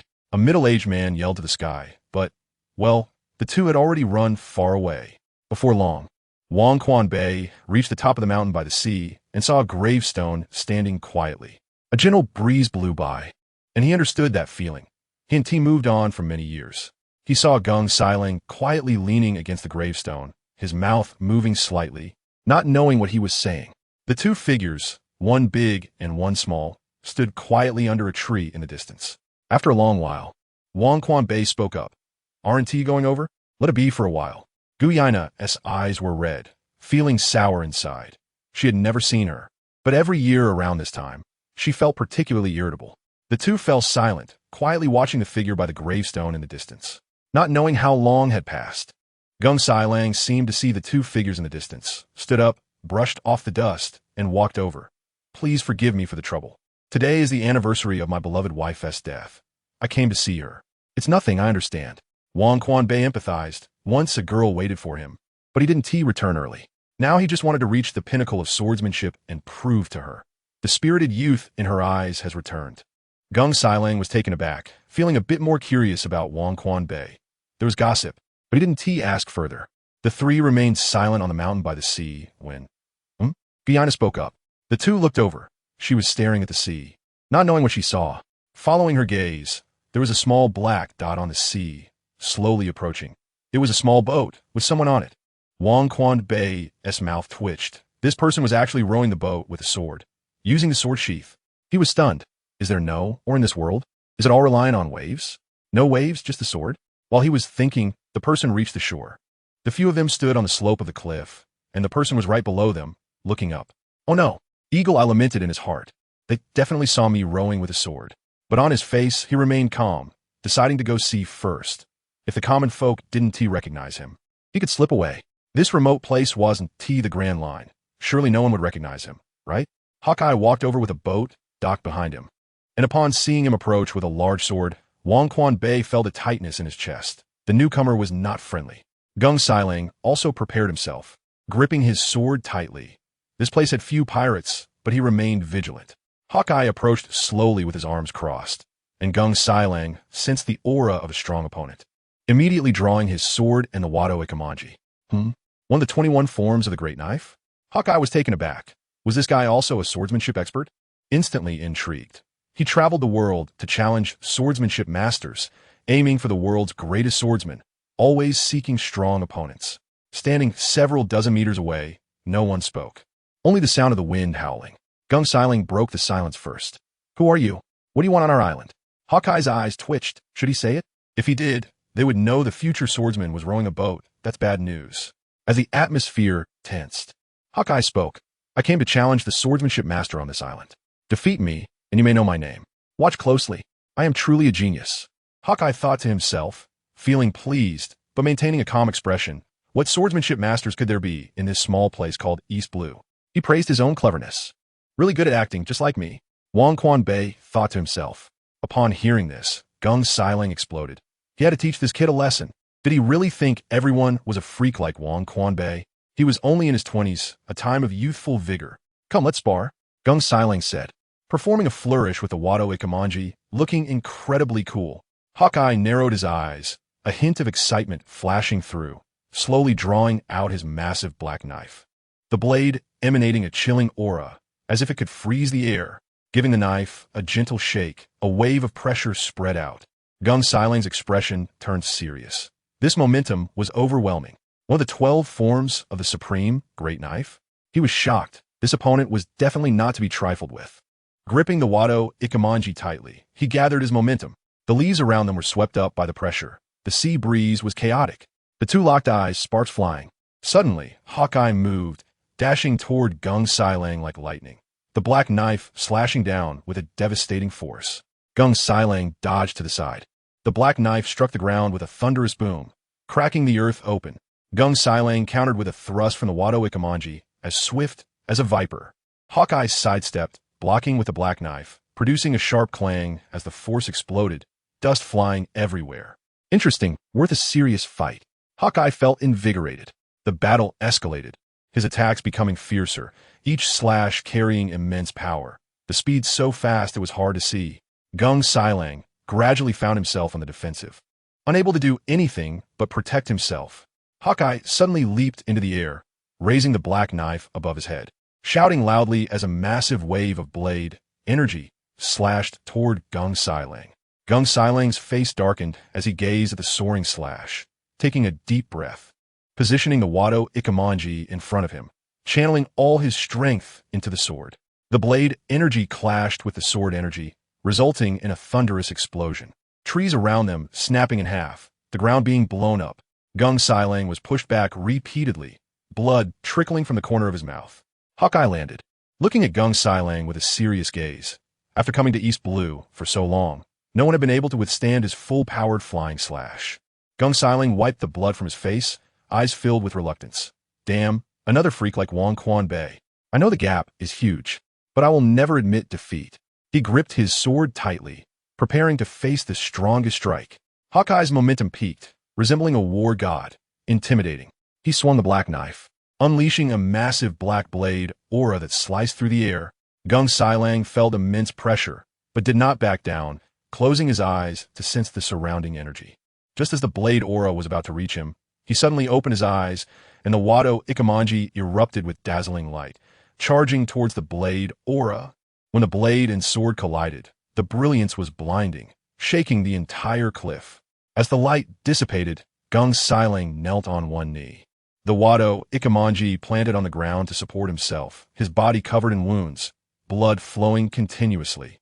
Hawkeye stood in place, unfazed, looking at him with a flat expression. You lost. Watch closely. Gung Siling slowly stood up, eyes filled with admiration. You were strong. But inside, he was roaring. What the hell? Has the world turned upside down? I'm embarrassed in front of my daughter again. I can't face the elders of Xuanyue village. Hawkeye sheathed his black knife, and Kuina looked at him with longing. When would she be able to become a powerful swordsman like him? Wang Quanbei was also shocked. The swordsmanship in this world was unexpectedly wild. Just as Hawkeye was about to leave, someone called out to him. Turning around, he saw Wang Quanbei in a shimmering white robe under the sunlight, his black belt accentuating his tall figure, long hair flowing in the wind, looking ridiculously handsome. As if he had stepped out of a painting. Hawkeye had noticed him earlier and thought he was showing off. Who in East Blue could be so eye-catching? What do you want? Hawkeye asked. Fight me and see how strong I am. Wang Quanbei's voice was not loud, but it carried an invisible force. Hawkeye glanced at him arrogantly. This guy wasn't even holding a sword, just a sword sheath at his waist. Wang Quanbei saw his concern and calmly said, I'm stronger than him. Hawkeye's eyes lit up. There's another expert? It's rare to find someone in East Blue who piques his interest. He had just encountered a decent one. And now here was another. The leaves rustled around them like a prelude to battle. The birds in the distance fell silent. The atmosphere tensed to the breaking point. All right, I want to see how much you weigh. Hawkeye smirked, confidence overflowing. The two faced off, the air freezing around them, making it hard to breathe. Hawkeye drew the supreme great knife, the black knife gleaming with a mysterious light in the sunlight. Banquan Baya Sudanli Froza. Oh no. He forgot he didn't have a sword. His face remained calm, turning to the stunned Gung Siling. Huh? Gung Siling was bewildered. Let me borrow your sword. Wang Quanbei said, feeling speechless. Gung Siling awkwardly handed over the Wado Ikamanji. As soon as Wang Quanbei grasped the sword, his aura exploded. An invisible storm erupted around him, his long hair dancing wildly, the white robe billowing, his eyes sharp as blades, fixated on the black knife. The surrounding flowers, grass, and trees trembled. The sound of waves crashing against the shore amplified countless times, merging with the tense atmosphere. Hawkeye's expression suddenly tightened. He felt like a small broken ship in a vast ocean. A powerhouse. A swordsmanship powerhouse. He exclaimed, recognizing the unique charm of swordsmanship. Wang Quanbei, however, remained calm, as if it were just a normal spar. Hawkeye focused entirely, not daring to be careless. This opponent was different from all those before. Hawkeye's heart raced. He decided to take the initiative to test the waters, dashing forth like lightning, the black knife slashing down with a force capable of splitting mountains. The surrounding air whirled and howled, the sea waves rising high. But Wang Quanbei was incredibly steady, firmly gripping the Wado Ikamanji, unleashing a horizontal slash. In the blink of an eye, the surrounding dust was kicked up, filling the air. Watch closely. Both sides were testing each other, not creating any overly intense collisions. Hawkeye's heart sank. This speed was incredible, but he became even more excited, swinging the black knife and launching a series of fierce attacks. A simple slash was already a flying slash.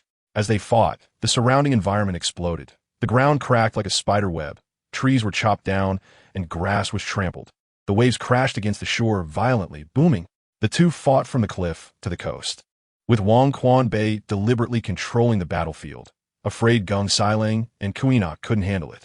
Suddenly, Wang Quanbei's figure flashed, raising the Wado Ikamanji, and in an instant, unleashed a massive slash aimed straight at Hawkeye by the sea. Damn, that's huge. Hawkeye was shocked, his voice breaking, too outrageous. Cold sweat poured down his forehead, his mind screaming in panic. Dodge. Quick dodge. He burst into full speed, dashing to the right. That slash was like splitting the heavens and the earth, directly cleaving the ocean in two, with no end in sight. It even reversed the ocean currents, resembling a 100-meter tsunami. Hawkeye's hand holding the sword trembled. He had seen top swordsmen before, but never anything this outrageous. This wasn't just a flying slash. It was simply a divine operation. As the slash was unleashed, Hawkeye immediately shouted, I admit defeat. I concede. Oh my God. He was drenched in cold sweat. Noticing the white-robed, long-haired man across from him was gathering power again, Wang Quanbei was stunned. How could someone so capable just admit defeat so easily? Hawkeye felt his face burn from being stared at, and he forced himself to say, Ahem, I just had a tiring match with your friend. Then he added, "All right, you have the right to know my name, Dracul Myhawk, the future world's greatest swordsman." Not a bad opponent, it's Dracul Myhawk. King of the Sea nodded. Hawkeye's face stiffened. "My name is Dracul Myhawk, not is." He roared inwardly. "I want to cut him down. Unfortunately, I can't win." Oh, King of the Sea couldn't be bothered. This guy could show off just like him. It was like looking in a mirror. He turned and walked towards Yusaku and Kuina, both of whom gaped, and when they saw him coming, they gave him a thumbs up in unison. Kuina nodded continuously. King of the Sea is such a terrifying teacher. Yusaku directly exclaimed, "Brother King, you are amazing. Here, take your Wado Ikamanji, it's a pretty good sword." King of the Sea handed back the sword. Yusaku joked, "If you use it to unleash that slash, even a spirit would run after you." "All right, I'm leaving to rest." King of the Sea strode back, and Yusaku gave Kuina a look, quickly following behind. Hawkeye watched their backs and gritted his teeth. "If I leave now, won't it seem like I'm afraid?" "No way. I, Dracul Myhawk, am never afraid of challenging strong opponents. Fighting him can increase my strength." After muttering to himself, he boarded the ship, grabbed his things, and quickly followed. Yusaku suddenly felt someone behind him and quickly walked to King of the Sea's side, whispering, "Brother King, he is following us. What should we do?" "Do as you see fit. I'm just a temporary teacher here," King of the Sea said indifferently. "Pay attention." Yusaku had a black line on his face. If it weren't for the fact that he couldn't win, he wouldn't be asking King of the Sea. Forget it. He probably means no harm. Let him follow. With King of the Sea around, he won't cause any trouble. He comforted himself in his heart. Before long, everyone arrived at the One Heart Dojo. King of the Sea went straight to his room, and Yusaku stood at the door waiting for Hawkeye. Hawkeye knew he'd been discovered, so he didn't hide anymore and walked over directly. "Sir, I just arrived here and would like to rest. I can pay." He felt his cheeks burning. Yusaku stared at him for a while, then spoke. "Then you don't need to pay. Come work as a teacher at my dojo. In the North Sea, at a certain tavern. Hey, have you heard? That a new liquor recently, crystal clear, goes down like fire." A burly man chatted with the pirate beside him. "You're talking about Urwotu, right?" The tall, thin man replied. "Huh? You know?" The burly man was curious. "I was lucky enough to taste the cup. It was the captain who spent a lot of money to get it." The thin man said, taking a deep sniff. "It has a rich aroma, a faint fruity scent, grain fragrance, and a unique taste of aged liquor, all mixed together with layers super rich and a long aftertaste." The people in the tavern listened, swallowing their saliva as if they had already drunk it. The thin man continued. "After a cup, there's a sweet aftertaste. Refreshing and sweet in the throat. You can taste sweetness even in strong liquor. Both the mouth and throat feel comfortable." "What a pity. What a pity." He shook his head. Everyone was confused after saying it was so good. Why was it a pity? The bald man at the bar shouted. "What a pity about what?" The thin man glanced at the crowd. Having drunk Urwotu before, he didn't want to chat with those who had tea, but unable to resist the crowd's expectations. He said, "What a pity it's too rare. Ordinary people can't drink it. It's said to be limited purchase at the auction house under Don Quixote.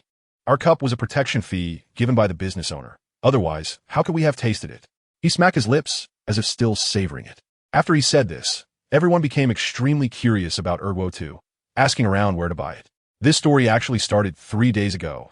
Pei Qian and the others brewed Urwotu, and GuNing tasted it. It was even richer than that from Blue Star. It's likely because the fruits and rice grains in this place have enough energy, making it even more powerful. He contacted Don Quixote Doflamingo for help selling it. After all, he also sells goods. Selling arms is also selling, right? At first, Doflamingo was reluctant to sell liquor, but GuNing directly countered.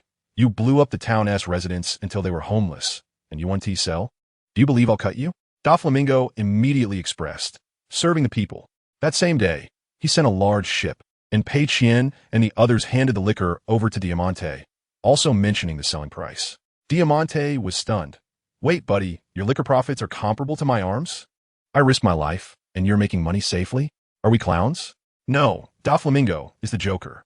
He shook his head to dismiss the thought, didn't he ask much, and took a ship full of Urwotu away. Actually, GuNing had also provided several other liquor recipes, but they were shelved due to a lack of materials. When they brewed Urwotu, they were all stunned, feeling like they were in paradise. Pay attention. After Diamante left, he immediately contacted Doflamingo to report the situation. Doflamingo was at a loss. Just do it as he said. Soon after, Doflamingo's merchant ships not only sold arms, but also forced bundled liquor purchases. A batch of arms for 1,000,000 berries, and a bottle of Ergo-2 dared to sell for 50,000. He picked a gang he often cooperated with. And after the arms deal, he said, "I have a liquor that's super good, 50,000 a bottle." Doflamingo hadn't drunk it. He only drank red wine. But he didn't hold back when boasting. The gang leader immediately stated, "I must support this," but inwardly thought, a bottle of liquor is at most a few dozen berries. Is he looking for an excuse due to a lack of money? He happily paid 50,000, letting his subordinate take the liquor away. Doflamingo found him suddenly pleasing. Knows how to do business. After Doflamingo left, the gang leader wanted a drink, so he had his subordinate bring over that bottle. He raised the bottle and looked, tisk, at most a pound, selling for 50,000. Shaking his head and laughing, he filled a cup, and the aroma of the liquor instantly filled the room. Quite fragrant. He was surprised the liquor was crystal clear. He had never seen anything so clean. Unable to contain his curiosity, he took a big gulp. Spicy sensations exploded in his mouth. His throat felt like it was being roasted by fierce fire, almost choking him. He widened his eyes, shock all over his face. Just about to spit it out when his tongue felt an unusual smoothness. The liquor flowed like a warm river in his mouth, vigorous yet delicate. The spiciness slowly turned rich, the grain aroma swirling in his mouth, simple yet profound. The gang leader relaxed his furrowed brows, closed his eyes to savor it. That smoothness was like a gentle hand, soothing his stimulated taste buds. The contrast was amazing. Moments later, he opened his eyes, his gaze filled with astonishment. Good liquor. After shouting this, he filled his cup again, this time sipping it, truly worth 50,000 berries.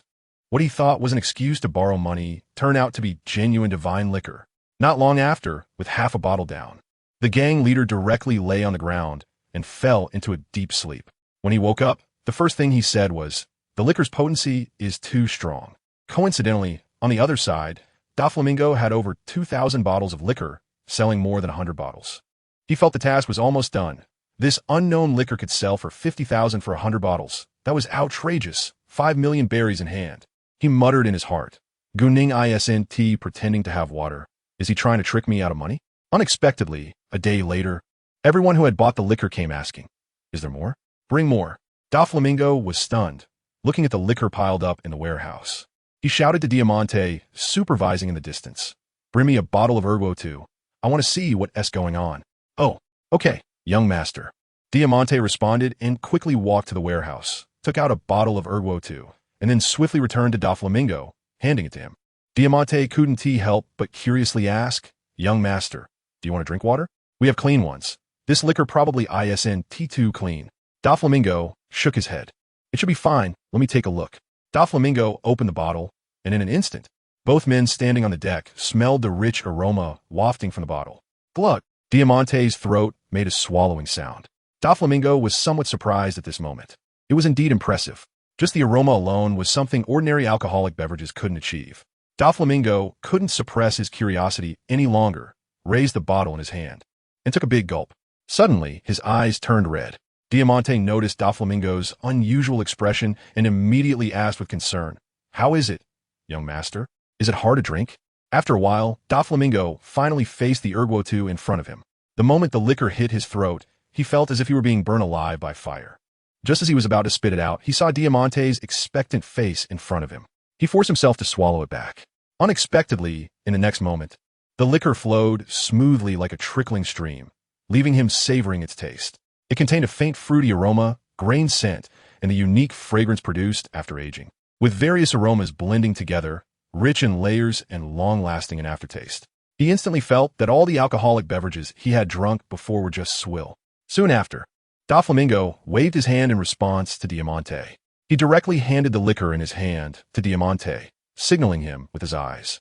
Diamante quietly looked at the liquor being handed over. "It must be extremely hard to drink. It's over.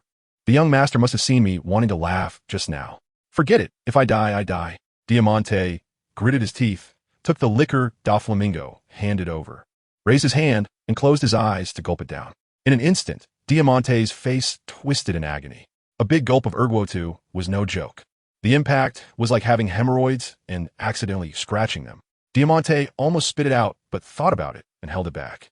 Doflamingo was still watching him, and he couldn't give up.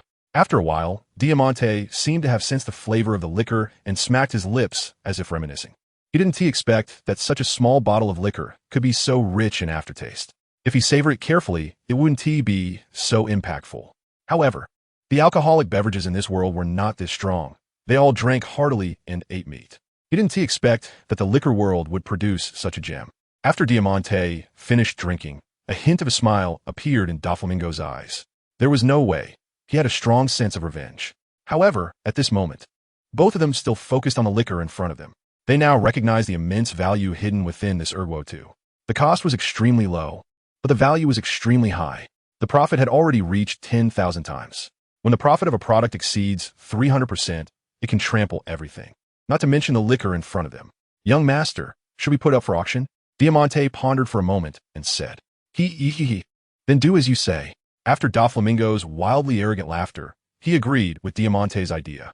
Within a few days, Erguo-2 skyrocketed to astronomical prices in Beihai. A 1 kilogram bottle of Erguo-2 was already marked at 1 million per bottle, and there was more demand than supply. Countless wealthy nobles in Beihai scrambled to buy it.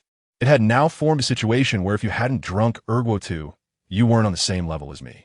This led to the entire Beihai dividing over 2,000 bottles of liquor, with prices continuously rising.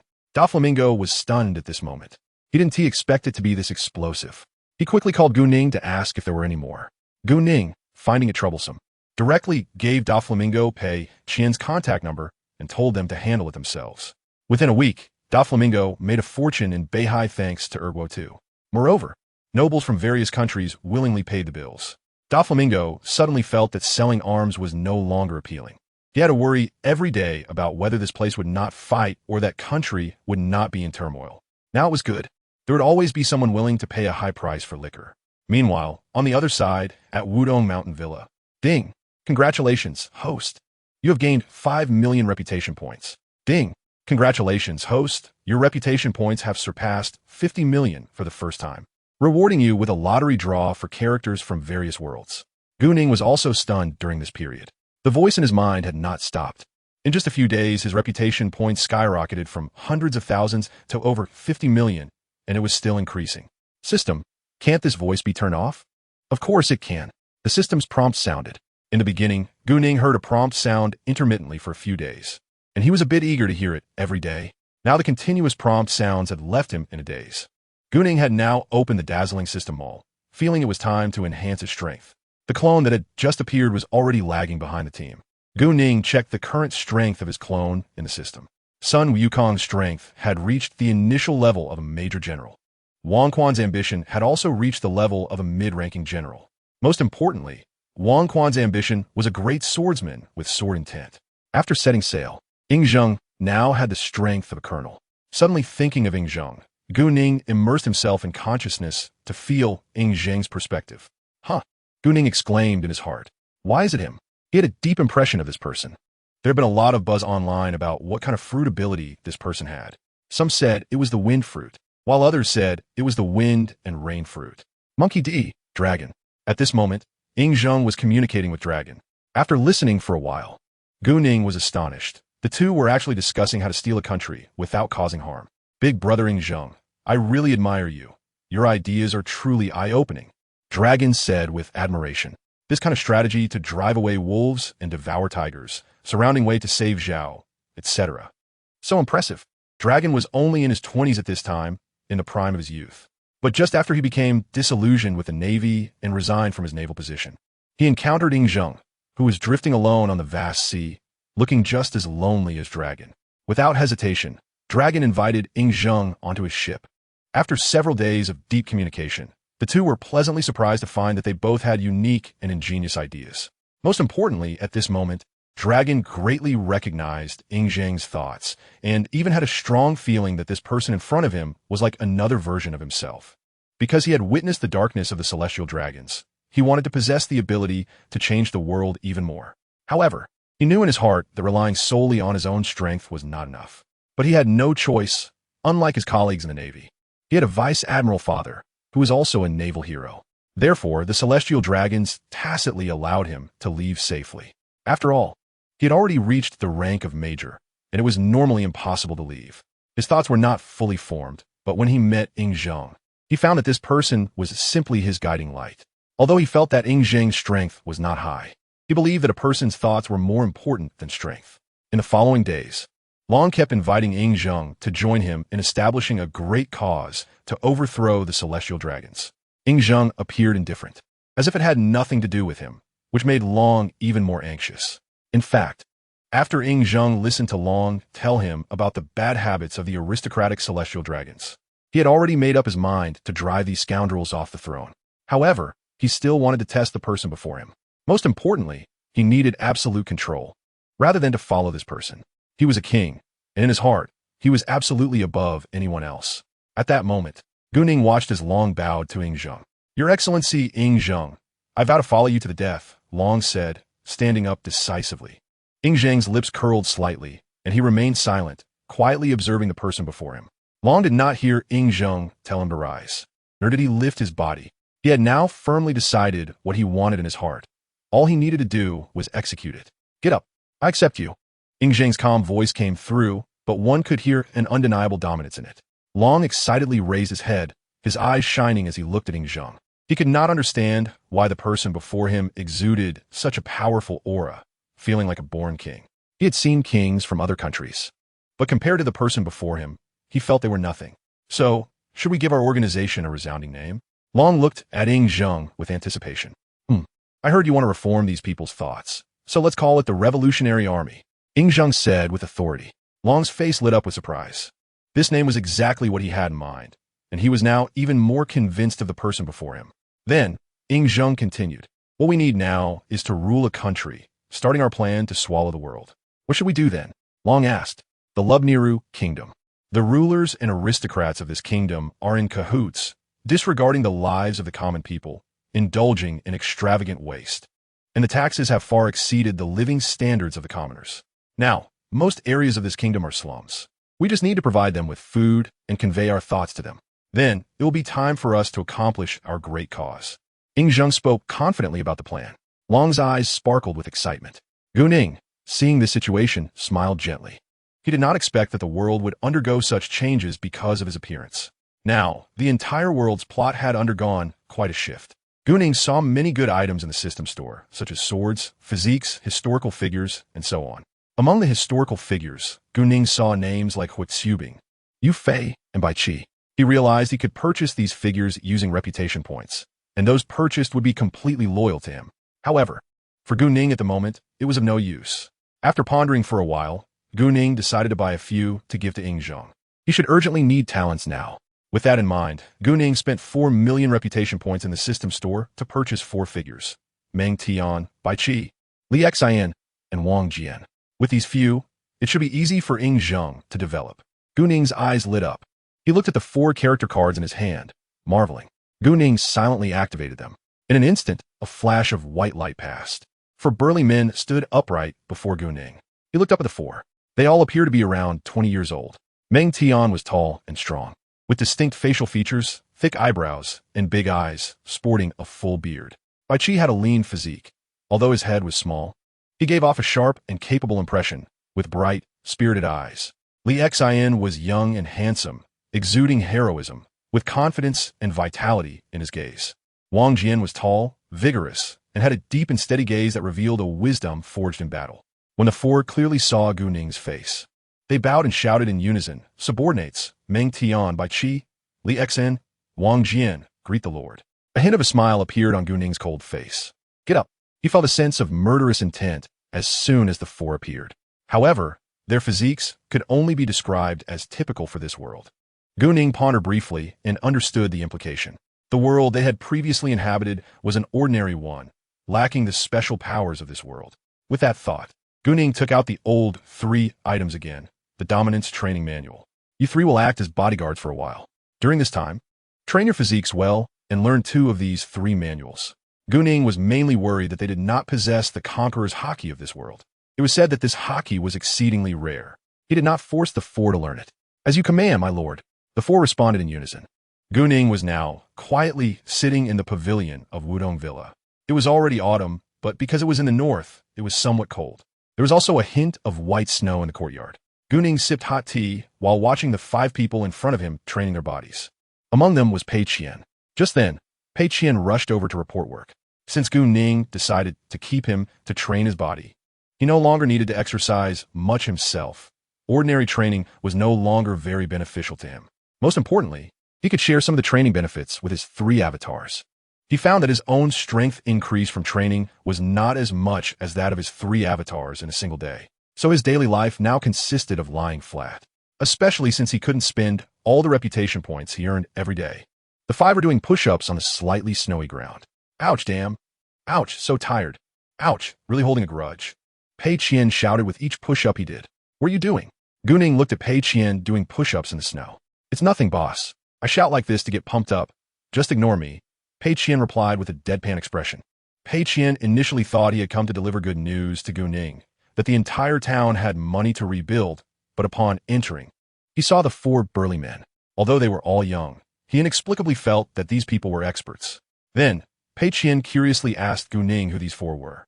GuNing grinned. The 4 guardians of Wudong Villa. Pei Qian smirked and flattered. That's a great name. The 2 then fell silent, awkwardly standing there. Seeing Pei Qian's high emotional intelligence, GuNing also had the idea of training him. He directly had him trained shirtless with the 4 men in the snow. Shortly after, GuNing's mind sank into his mind again. He continued to browse the system store. He found that it was truly a treasure trove, with all sorts of items available for sale, even sword intent. Was the ice sword intent, flame sword intent, thick earth sword, and spirit sword. Then I also found a sword intent upgrade card. GuNing decisively bought 2 and gave them to WukongClone. There's no choice. He's not lacking in prestige. Now his prestige value has almost reached over 90 million.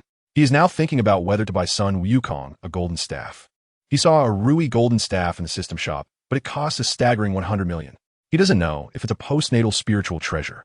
However, GuNing sometimes descends upon son Wukong. He discovered that sometimes son Wukong finds it difficult to exert his true strength just by relying on his fists. Forget it. Even if it's not a real Rui golden staff, he should still get him one. After all, they're all his avatars, and it's time to level up a bit. With this thought, GuNing made up his mind. Ding! Congratulations to the host for reaching a prestige value of 100 million for the first time. GuNing. You. GuNing gritted his teeth. Fine. Buy it. GuNing directly purchased the Rui golden staff from the system shop. Ding! Congratulations to the host for successfully purchasing the Rui golden staff fragment. GuNing. He looked at the interface of the Rui golden staff in the system shop. In the corner at the bottom of the image, the word fragment was written. GuNing's nere koldli. The system felt a chill from that laugh and immediately slipped away, ignoring GuNing's calls in his mind. After a long while, GuNing's expression turned increasingly cold. Pei Qian and the others looked at GuNing's face and didn't dare to breathe loudly. They had no idea what was happening. What is wrong? Who provoked this living Yama? Pei Qian frantically pondered in his mind. Meanwhile, son Wukong was lost in thought looking at the Rui golden staff fragment in his hand. His old partner had been broken into 10 sections, large and small. He weighed the small segment of the golden staff in his hand, puzzled as to how it suddenly appeared in his possession. After a while, GuNing's voice echoed in his mind, saying it was his purchase. Son Wukong suddenly realized and thanked him repeatedly. His mood was now fluctuating. He understood he had a chance to restore his old partner. Just then, a loud shout interrupted son Wukong's thoughts. Captain, that naval vice admiral is chasing us again. Enora shouted. For the past few days, the Navy on the opposing warship had been relentlessly pursuing them. The most crucial point is that both sides are using warships, and son Wukong and the others find it hard to shake them off. Son Wukong grinned and said, Find an island. I can win now. Hawkins walked over and looked at the small stick in son Wukong's hand, saying, Captain, are you going to poke him to death with that little stick? The other side is a naval hero. Hawkins shouted helplessly. They had frequently clashed with the other side over the past week. At first, son Wukong happily went to stir things up on the opposing ship. He didn't expect there would be a naval vice admiral on the warship. Son Wukong thought, It's not like I haven't fought a naval vice admiral before. In a fit of excitement, he engaged in battle. After a while, he realized something was off. The opponent's fists were very hard, and most importantly, he was struggling to keep up. Realizing this, son Wukong directly fled, causing Carp to exclaim in surprise that he suddenly ran away. For the next few days, Carp kept chasing them, unable to shake them off. Now that I have a weapon to assist me, son Wukong grinned.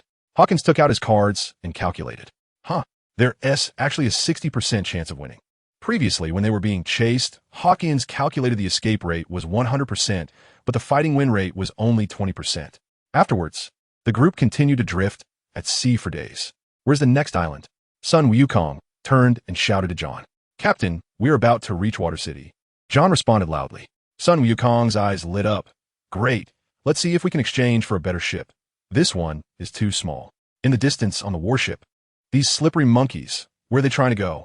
Carp asked Bogart. Admiral, there's an island ahead. It's Water City. Carp took a bite of a rice cracker and laughed loudly. Yeah. Are these monkeys trying to escape to the island? Previously, when he saw Sun Wukong charge onto the warship, he was stunned, wondering where such a fierce warrior came from. He immediately decided to give him a lesson. Unexpectedly, the opponent couldn't win and just ran away. This left a lasting impression on him. He was determined to let them all feel his iron fist. Gulu. Bogart walked to Carp's side. Admiral, it's the Marshal on the phone. Carp pressed the snail phone. Moshi. Marshal? Why haven't you caught them yet after all this time? Steelbone Kong asked in confusion. For Carp, catching pirates that hadn't even entered the New World shouldn't be difficult. But now several weeks had passed without capturing them. He quickly called to inquire about what was happening. Soon, they're also on warships. Can't catch up. There's an island ahead. Send someone to Water City to meet up. Let me catch them, Carp said casually to Steelbone Kong on the other end of the snail phone. Okay, Ado. TCH, this old man hangs up pretty fast, Carp said nonchalantly while picking his nose. It's not good to say that on the warship. Bogart reminded. East Blue. Frost Moon Village, Isin Dojo. Hey, Guena, who do you think is stronger, the new Mihawk teacher or the WukongClone teacher? Of course, WukongClone teacher is stronger. Not necessarily. As soon as I saw this Mihawk teacher, I felt a vibe of a master. Guena said calmly. I personally think WukongClone teacher is a bit stronger. How about we bet something? What do you want to bet, Guena? If you lose, you eat a bowl of noodles, Guena said after pondering for a while. Just this? One of the teenagers said. I wanted to bet something bigger with you, fine? I'll play along. At this moment, Mihawk was confronting WukongClone Bai. Both were honing their swordsmanship. Mihawk had invited WukongClone Bai to battle for several consecutive days. WukongClone Bai was too lazy to pay attention to him and simply replied, Those who lose to me will never defeat me until they can no longer see my back. This left Mihawk feeling emo for 2 days. In the following days, he came to plead with WukongClone Bai to fight him, saying he could let him set the conditions. Only then did WukongClone Bai agree to Mihawk's request. At this moment, the two were locked in battle. WukongClone Bai was surrounded by a sharp sword intent. Mihawk looked slightly dazed and asked, I want to ask, what exactly is this? Why have I never seen it before? WukongClone Bai replied calmly, sword intent. Can you teach me? Mihawk pleaded. Sure. Mihawk looked surprised. The two chatted while their hands continued to move. Right now, WukongClone Bai was holding a sword made by GuNing's himself, with a blade crafted entirely based on the sheath at WukongClone Bai's waist. At this moment, WukongClone Bai had completely mastered the hockey. The blade was jet black. When it clashed with Mihawk's supreme greatsword, there wasn't a scratch. WukongClone Bai didn't quickly finish the battle. Instead, he was interested in sparring with him. He realized that the swordsmanship in this world had its unique aspects. In the distance, a dozen young boys peeked through the grass and trees, watching the two. Although they couldn't understand, it didn't stop them from enjoying the spectacle. Suddenly, the sword intent from WukongClone Bai surged. In an instant, Mihawk was sent flying by the force. WukongClone Bai felt the sudden surge of sword intent within his body. After a moment of thought, he understood its meaning. It must have been that person's doing. He began to calm the suddenly surging sword intent in his body, slowly sorting it out. In a short while, the suddenly surging sword intent was suppressed. Hey. What are you doing? Mihawk was bewildered. In an instant, he felt surrounded by thousands of swords. The overwhelming force sent him flying. It's fine. Just a breakthrough. WukongClone Bai glanced at Mihawk from the corner of his eye. Mihawk, so quickly? Do I still have a chance to become the world's greatest swordsman? In the distance, in the grass. Yeah, see, I told you WukongClone could win, Guena excitedly said to the person she just made a bet with. All right, you're impressive. I'll honor my bet. A group of people accompanied Guena to watch him face his punishment. After a while, Guena brought out a bowl of flour. Here, eat. She gestured to the flour in front of him. The boy couldn't help but question, You mean this flour? Yeah, just say it's flour. It is. Yes. So hurry up and eat. The boy gritted his teeth and stuffed the flour into his mouth. Cough. Ha ha. A group of kids played with the flour amidst laughter. When GuNing's came to cook, he was dumbfounded. Where's my big flour barrel? Who stole my flower? Gung Shilang shouted loudly. Run. At that moment, everyone around heard Master Gung Shilang shout. They turned and quickly disappeared. Are we still fighting? Wang Quanbai looked at Maihawk. Maihawk turned away and said, Teach me your sword intent. You can set any conditions. Wang Quanbai pondered for a moment, then decisively said, I want to go to sea and see the world. You can be my helmsman. All right. Maihawk replied without hesitation. Sword intent is a kind of will, a thought. Wang Quanbai slightly narrowed his eyes, gently shaking the long sword in his hand, producing a clear humming sound. Sword intent is not merely a technique. It is a power that comes from deep within the heart. When you hold the sword, you must concentrate all your mind and spirit on the sword body, feeling the sword's breath, the sword's rhythm. Maihawk focused intently on the sword in Wang Quanbai's hand, as if trying to glimpse the secrets of sword intent through it. Wang Quanbai continued, Sword intent is the understanding of the sword, a resonance with the sword. It can be hard or soft, as fierce as a gale, or as calm as a deep pool. In battle, sword intent allows you to surpass your limits and unleash unimaginable strength. After saying this, Wang Quanbai's figure flashed, and he swung his sword at a nearby boulder. Before the sword even reached the stone, an invisible sword energy shot out, instantly splitting the boulder in half. Did you see that? This is the power of sword intent.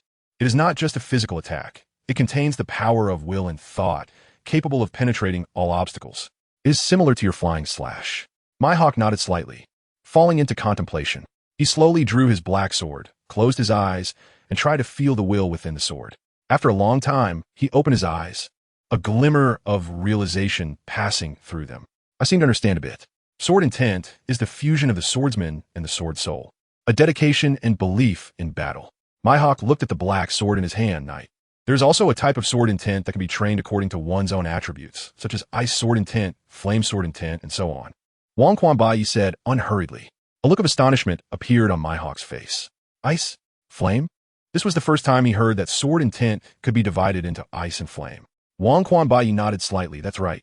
Different attribute sword intents have different characteristics and powers. Ice sword intent can make sword moves as sharp as frost, freezing the enemy's movements. Flame sword intent, like blazing flames, destroys all obstacles with its violent attacking power. A fiery light ignited in Maihawk's eyes. How can I cultivate these attribute sword intents? Wang Quanbai clasped his hands behind his back and walked slowly. First, you need to understand your own attribute characteristics and find the sword intent direction that suits you best. Then, through constant understanding and practice, you will merge your will with your attributes, gradually condensing the attribute sword intent. This is not an easy task. It requires firm belief and relentless effort. Wang Quanbai looked at Maihawk seriously. Maihawk nodded heavily. In the North Sea, GuNing entered the system space and saw that the system had granted another chance to draw from the myriad realms. Should I draw? GuNing pondered in his mind. After thinking for a while, GuNing gritted his teeth. Draw. Let's see how my luck is today. A flash of white light passed. Congratulations to the host for successfully drawing the Underworld King from the world of Super Beast Armor. GuNing was slightly taken aback. He knew this anime. It was the light of national animation from his childhood. The Underworld King, as the main antagonist, was unbeatable in both combat and conversation. It was truly a classic. As a child, he couldn't understand such profound things, but now reflecting on it, he still felt unsatisfied. Extraction. As soon as GuNing issued the command, a black vortex appeared before him. Only after enduring 7 layers of solitude can one become a true powerhouse. A figure clad in pure black slowly emerged from the black vortex. The figure exuded a mysterious and powerful aura, as if it could swallow all the light around it. It stood there quietly, like an unshakable mountain. A glimmer of anticipation and excitement flashed in GuNing's eyes as he gazed at the mysterious figure before him. The figure slightly raised its head, revealing a pair of deep, night-like eyes, seemingly containing endless wisdom and power. Have I escaped the fate of reincarnation? The Underworld King seemed to be speaking to himself. After a while, it seemed that Hades had finally reacted. He looked at GuNing in front of him. So is you who rescued me? GuNing pondered, most likely. The extraction from the system space meant that he was the one who saved him. Looking at Hades, GuNing suddenly felt that the tone of this world was about to change. When fighting with people, if you can't win, you have to summon the super beasts. Hades looked at his own body and felt it. He frowned slightly. My body? GuNing spoke at this moment. Your body has perished. This is a new body I prepared for you. Your current life exists as an attachment to me. Hades was silent for a moment before speaking. Can my subordinates save the reincarnation? GuNing was slightly startled, and then his mind sank into the system space to check. After searching for a while, he finally found the characters belonging to the super beast-armed world. Yes, what do you need me to do? Hades quietly looked at GuNing. Leave your name everywhere in this world, GuNing said with a smile. All right. GuNing then looked at the reputation points he had accumulated over the past few days, gritted his teeth, and directly purchased 4 characters: Lion King, Yiling, Whale Shark King, and Scorpion King. Lion King, of the Lion Tribe, one of the 4 guardians of the underworld. Yiling, the leader of the Cloudbat Tribe, one of the 4 guardians of the underworld. Whale Shark King, the leader of the Whale Shark Tribe, one of the 4 guardians of the underworld. Scorpion King, the last of the White Dragon Tribe, one of the 4 guardians of the underworld. Each character required 10 million reputation points. However, GuNing still made up his mind and bought them all. Now, he had only a few 100,000 reputation points left. It could be said that he had returned to the pre-liberation era. The characters GuNing summoned would be 100 loyal to him, but would retain some memories from their previous lives. 4 beams of light slowly dissipated, and 4 figures appeared in front of the 2. The Lion King was tall and mighty, exuding an aura of dominance. Yiling had a tall and straight posture, with calmness and wisdom in his eyes. Whale Shark King was steady as a mountain, displaying the demeanor of a king. Scorpion King was charming yet concealed a deadly threat. The moment the 4 appeared, they saw GuNing and directly knelt on one knee. We meet the master. GuNing said lightly, get up. The 4 nodded slightly, their expression solemn. As you command. Hades looked at the 4 in front of him and showed a hint of nostalgia. The 4 stood up and saw Hades. Their eyes also filled with excitement. GuNing looked at the 5 people in front of him and sensed everyone's strength. Hades possessed some energy within the summoned body, probably at the level of a major in the pirate world. The Lion King, Yiling, Whale Shark King, and Scorpion King, being purchased with reputation points, had no energy in their bodies. It was unclear if it was because the system cut corners when creating bodies for the 4. Forget it. GuNing bought 4 physique cards from the system space and tossed them onto the 4. A burst of light disappeared in the blink of an eye. The physique cards merged into the bodies of the 4, and in an instant, their strength reached that of a major. Thank you, Master. The 4 repeatedly expressed their gratitude. GuNing waved his hand. You can now venture through this world. Be careful. The 4 exchanged glances, their eyes filled with determination and gratitude, and stood behind Hades. Thank you. I will make the whole world hear my name, Hades assured GuNing. After saying that, the 5 turned and left, heading toward the North Sea town. Their immediate priority was to understand this world. Hades, where are we going now? The Lion King asked, puzzled. Let's find a place with people and gather some information about this world. Hades thought for a moment and replied, okay. The 4 nodded in agreement. The 5 walked steadily toward the direction of North Sea town. Soon, they saw the outline of North Sea town from a distance. Hades squinted slightly, his eyes revealing a hint of anticipation and vigilance. As they stepped into the town, a cacophony of sounds hit them. The crowd bustled about. The shouts of vendors intermingled with the laughter of children. The appearance of Hades and the others caught the attention of some people, but their powerful aura made others hesitant to approach. It seems that the lives of the common people in this world are not bad, Yiling remarked in admiration. Go, gather some information about this world and meet back here later, Hades instructed as he glanced around. Yes, Lord Hades, the 4 responded and quickly dispersed, blending into the crowd. Hades found a quiet corner to sit down, slightly closed his eyes, appearing to rest while actually sensing the surrounding aura. Time passed quietly, and the 4 returned to the agreed location one after another. Their eyes were filled with joy and contemplation from their findings. Lord Hades, it seems that there are multiple powerful forces in this world, with various factions balancing each other, Yiling reported first. Most importantly, this world is ruled by a world government, the Lion King added. The weapons and combat techniques here also have their unique aspects that we can learn from. Whale Shark King said, in this world, piracy is very popular, but there's also a navy force aimed at capturing pirates, Scorpion King said with a smile. This world is divided into 4 seas, east, west, south, and north, with a grand line divided into 2 halves. The top pirates in this world are in the latter half. Hades nodded slightly as he listened to their reports. Then, let's set sail. The Grand Line. In Water City, Captain, where are we heading now? Hawkins asked, looking at son Wukong in confusion. Find an open area, and I'll fight that old thing behind us. Son Wukong instructed. The others quickly looked for a place. The warship docked quickly, and then everyone dashed toward a deserted area. Meanwhile, on the other side, Vice Admiral Carp. The opposing side had disembarked from the warship and was now running towards the island, Bogart reported beside Carp. Speed up, my iron fist can't wait any longer. The surrounding navy responded in unison, yes, Vice Admiral Karp. On Sun Wukong's side, the group weaved through the streets of Water City and quickly found an open wasteland. Sun Wukong stood in the center, his golden staff resting on his shoulder, his eyes filled with pride. Let's see how capable that old thing really is.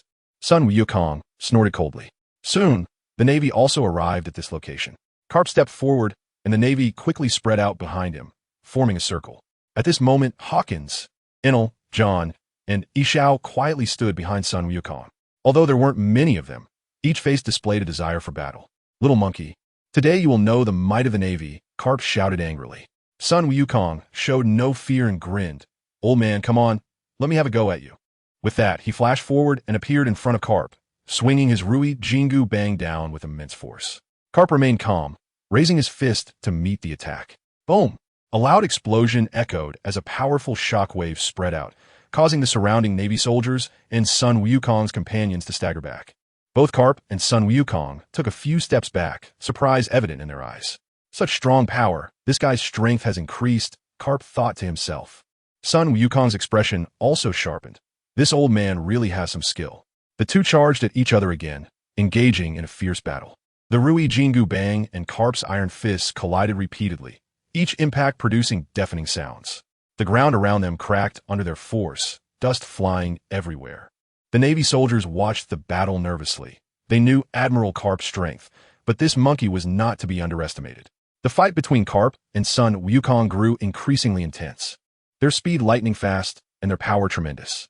The entire wasteland was shrouded in their battle, as if it had transformed into a battlefield.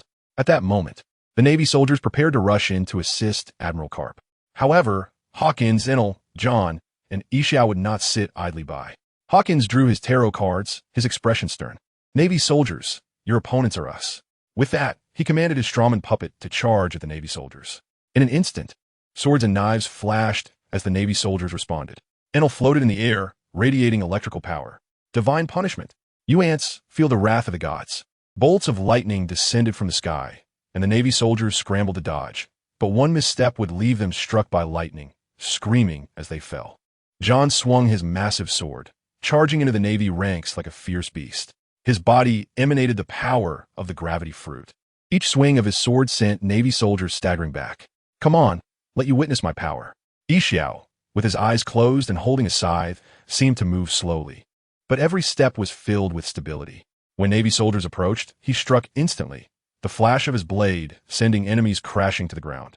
Although outnumbered, the Navy soldiers fought back fiercely, but the strength of the four made it difficult for them to hold their ground. The battlefield was chaotic, filled with shouts and the clashing of weapons. Meanwhile, the battle between Sun Wukong and Karp grew even more intense. As the fight progressed, Karp gradually unleashed his full strength. His iron fist struck like cannonballs, each attack carrying enormous impact. Sun Wukong refused to back down, skillfully wielding the Rui Jingu Bang and executing various powerful moves. Little monkey, you can't escape today, Karp shouted, launching another fierce attack. Sun Wukong sneered, old man, don't be too confident. Their battle reached a fever pitch, neither willing to give an inch. They fought from day to night across the wasteland, unable to determine a victor. The Navy soldiers had been receiving continuous reinforcements, but by this point, support had dwindled. Bogart shouted from a distance, Admiral Karp. Karp briefly diverted his attention, seeing many soldiers collapsed on the ground. Unable to continue fighting, he realized the situation was dire. Most importantly, the Navy soldiers were now nearly decimated. Although Sun Wukong appeared to be tired at that moment, his fighting spirit was fierce. Don't underestimate me.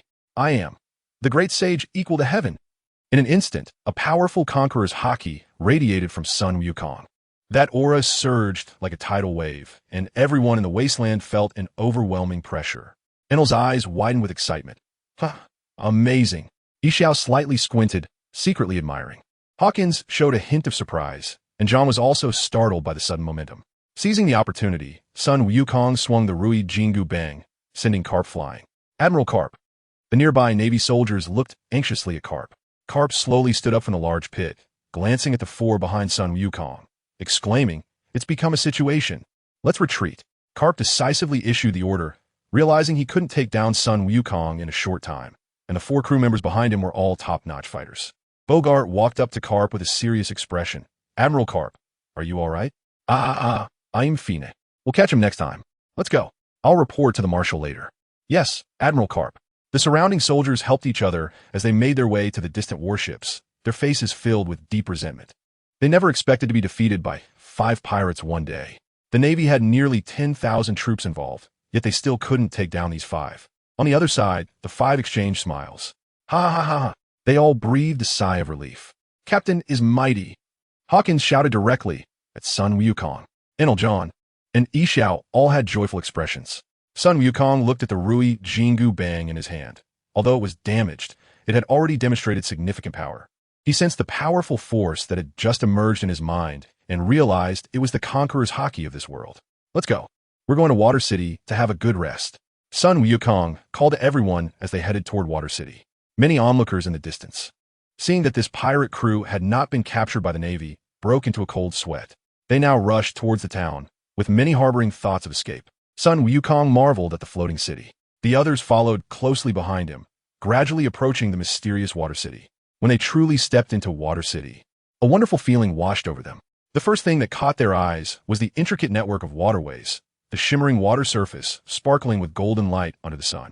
Various boats traversed the waterways, from small fishing boats to lavishly decorated cruise ships and cargo ships laden with goods. As the boats passed, they left ripples behind, as if telling the city's stories. Sun Wukong curiously looked around, having never seen a city like this before. Hey, this place is really unique, built on water. He scratched his head, excitement filling his eyes. Enel also widened his eyes, taking in everything around him. Wow, this is amazing. He jumped up in excitement, almost falling into the water. Hawkins remained calm, but a hint of curiosity showed in his eyes. John began to ponder whether there were any valuable treasures to scavenge. Ishao wondered if there were any casinos in this place. They walked along the small path by the waterway, with colorful buildings lining the sides. People came and went on the street, busy yet fulfilled. There were shipbuilders in work clothes, hurrying along with tools in hand. There were nobles in splendid attire, strolling elegantly and enjoying the beauty of the city. And there were ordinary citizens shopping at small shops or chatting in the square. The arrival of Sun Wukong and his companions attracted quite a bit of attention, but everyone just took a curious glance before continuing with their lives. Right? We need to find someone to build a ship, Sun Wukong suddenly remembered, slapping his thigh. Let's look for a shipyard. The group began their search along the street by the waterway. Along the way, the unique scenery of the Water City continuously caught their eyes. The colorful houses were reflected on the shimmering water surface, with a few brusks leisurely swimming by, creating ripples.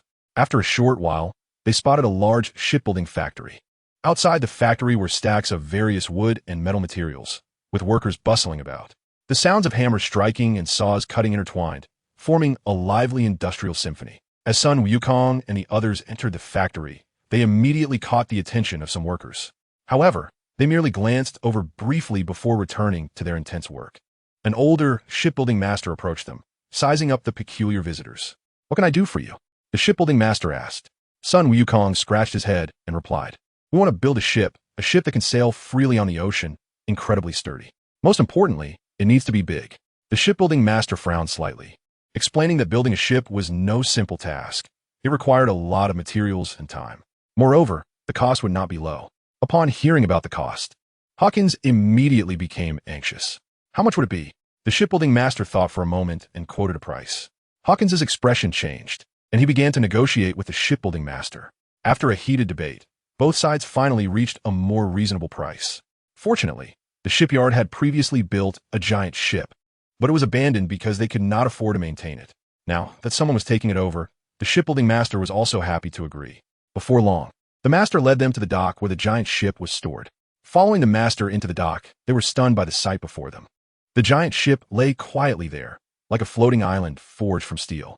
Its massive body nearly occupied the entire dock, giving a strong sense of oppression. The hull was made of solid wood and thick metal, still exuding a stable and robust aura despite the passage of time. The hull's color was a deep dark brown, as if telling tales of its past glory and hardships. The bow was tall, resembling a majestic dragon's head, intricately carved with detailed lines and patterns. Under the sunlight, the decorations at the bow shimmered faintly, as if ready to awaken at any moment. The deck was incredibly spacious, capable of accommodating hundreds of people standing at once. The deck was laid with sturdy planks, tightly and neatly spaced apart. Wow, Upon entering the dock and seeing the giant ship, everyone exclaimed in awe. Although the ship had been built for a long time, there was hardly any dust on it, indicating it was well maintained. At that moment, the shipbuilding master standing beside them spoke up. This giant ship embodies all our hard work. However, we also contributed bit by bit to help it come to completion. We all hope that one day it can sail freely on the ocean. After saying this, he quietly gazed at the giant vessel. Give us a week, and I will help you finish it. Everyone nodded in agreement with the shipbuilding master's words, then went out to pay a portion of the deposit before leaving. In the following week, the group relaxed and enjoyed the rare tranquility of the water city. They strolled along the crisscrossing waterways, admiring the unique scenery, tasting local delicacies, and experiencing the charm of this water city. A week later, everyone gathered at the shipyard, eagerly waiting for their ship. When they saw the giant ship again, they were astonished by its transformation. The hull had been freshly painted, radiating a brand new shine. The bow was carved into the shape of a monkey's head, becoming more detailed, as if it had come to life. The sails had also been replaced with more durable materials, gently fluttering in the breeze. Now, they just needed a pirate cruise flag. Sun Wukong and the others couldn't wait to board the ship and feel its charm. The deck was spacious and flat, and the facilities inside were complete. The shipbuilding master approached them, introducing the various improvements made to the ship. We have reinforced the hull to make it sturdier and more durable. We have also added some new equipment, such as navigation instruments and weaponry, to ensure your safety at sea. Wow, everyone's eyes lit up at this moment. They loved this big ship. Let's give it a name, Captain, Yixiao said with a smile. Sun Wukong's eyes brightened. Let's call it the Chi-Tion. Those around him felt the name was very imposing and all agreed. There's one more thing I hope you can agree to, the shipbuilding master said seriously as he looked at everyone. Huh? What is it? Hawkins and the others looked at the shipbuilding master in confusion. My son has been involved in the construction of this ship since he was young. He is one of the people who understands this ship best. He hopes you can take him along. He wants to take care of this big ship. The shipbuilding master's tone carried a hint of pleading. The group exchanged glances, momentarily falling into silence. Sun Wukong scratched his head and broke the silence first. Since the master said so, I think we can take him along. After all, having someone familiar with the ship will benefit our voyage. Enel nodded excitedly. Yeah, having an extra partner would be fun. Yixiao slightly nodded in agreement, while Hawkins thought for a moment and said, in that case, let's let him join. John smiled as well. Having someone who understands the ship will save us a lot of trouble. The shipbuilding master revealed a grateful smile and hurriedly thanked them. Thank you so much. I will go call my son now. Soon, a young man followed the shipbuilding master to stand before the group. His eyes were filled with excitement and anticipation, along with a hint of nervousness. Dear adults, my name is Ram, and I have been learning shipbuilding from my father since I was young. I know the ship inside and out. I will take good care of this ship and live up to everyone's trust. The group welcomed Ram warmly. Sun Wukong put an arm around Ram's shoulder, laughing, Now that you're on my ship, we are partnered from now on. Ram was a bit taken aback, his face breaking into a radiant smile. With Ram's addition, everyone began preparing for the new voyage. They loaded enough food, fresh water, and supplies onto the ship, checking the newly installed navigational instruments and weaponry. Ram busily inspected various parts of the ship, ensuring everything was in top condition. Finally, on a sunny day, the giant vessel slowly sailed out of the port of Water City. The sails billowed in the gentle breeze, heading towards the unknown sea. After discussion, the pirate flag of the crew was designed to feature a stick in the center of a skull, symbolizing the golden hoop. Sun Wukong bounced to the bow of the ship, gazing at the distant horizon, feeling incredibly pleased. Enel excitedly ran around the deck, eagerly wanting to start the new adventure. Yixiao quietly stood by, looking ahead with determination.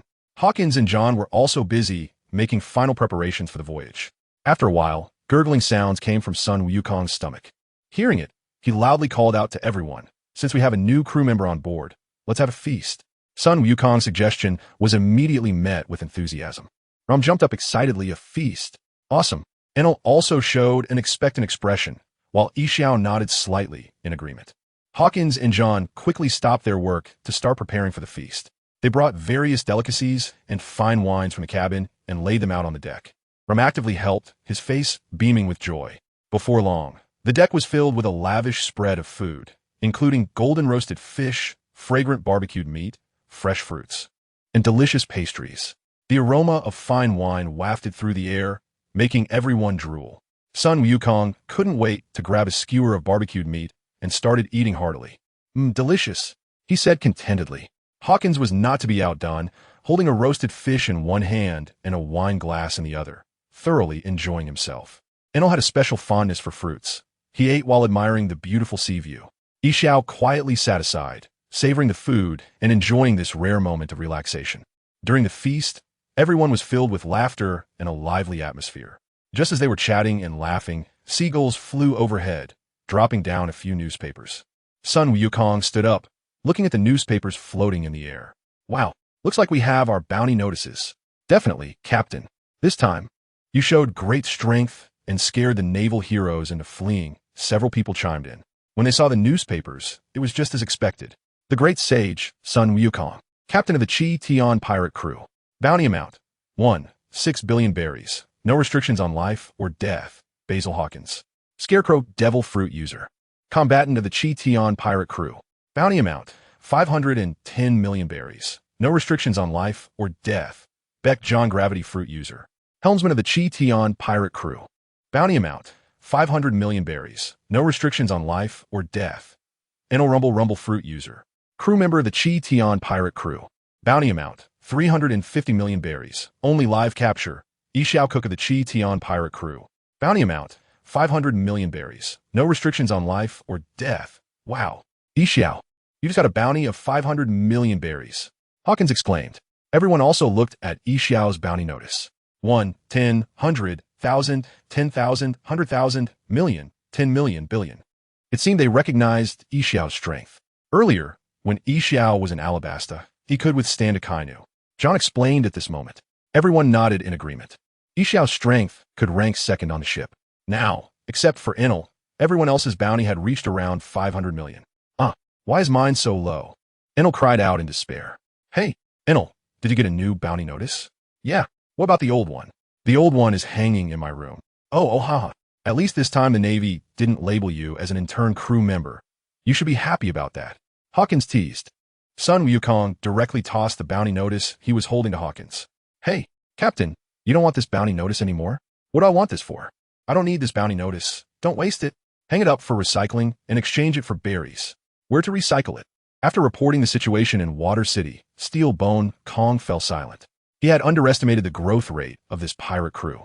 If it were just the captain of the opposing pirate crew who was strong, it wouldn't be impossible to suppress them. However, the current situation was that the opposing crew had gathered so many powerful members from unknown sources. Each one was either a top-tier devil fruit user or a swordmaster, belonging to the elite few in the ocean. Steelbone Kong paced back and forth in the empty office, anxious. After a while, he made up his mind to report this matter to the GodBody, because at this moment, the Chi-Tian pirate crew had become a significant force, and capturing them would require tremendous strength. At least 2 or 3 admirals would need to be dispatched to capture them completely. But if they were not suppressed, once they entered the New World, they would no longer be manageable. Soon, Steelbone Kong reported this situation to the GodBody. At this moment, in Mariehua, the GodBody fell into a brief silence after hearing Steelbone Kong's report. Then, Imu-sama spoke. Why didn't you report this earlier? You Navy are really getting worse. Jaeger Lugia? Satan-samas nortet coldly. Makas? Maz-sama said coldly. They're not from the D-clan, right?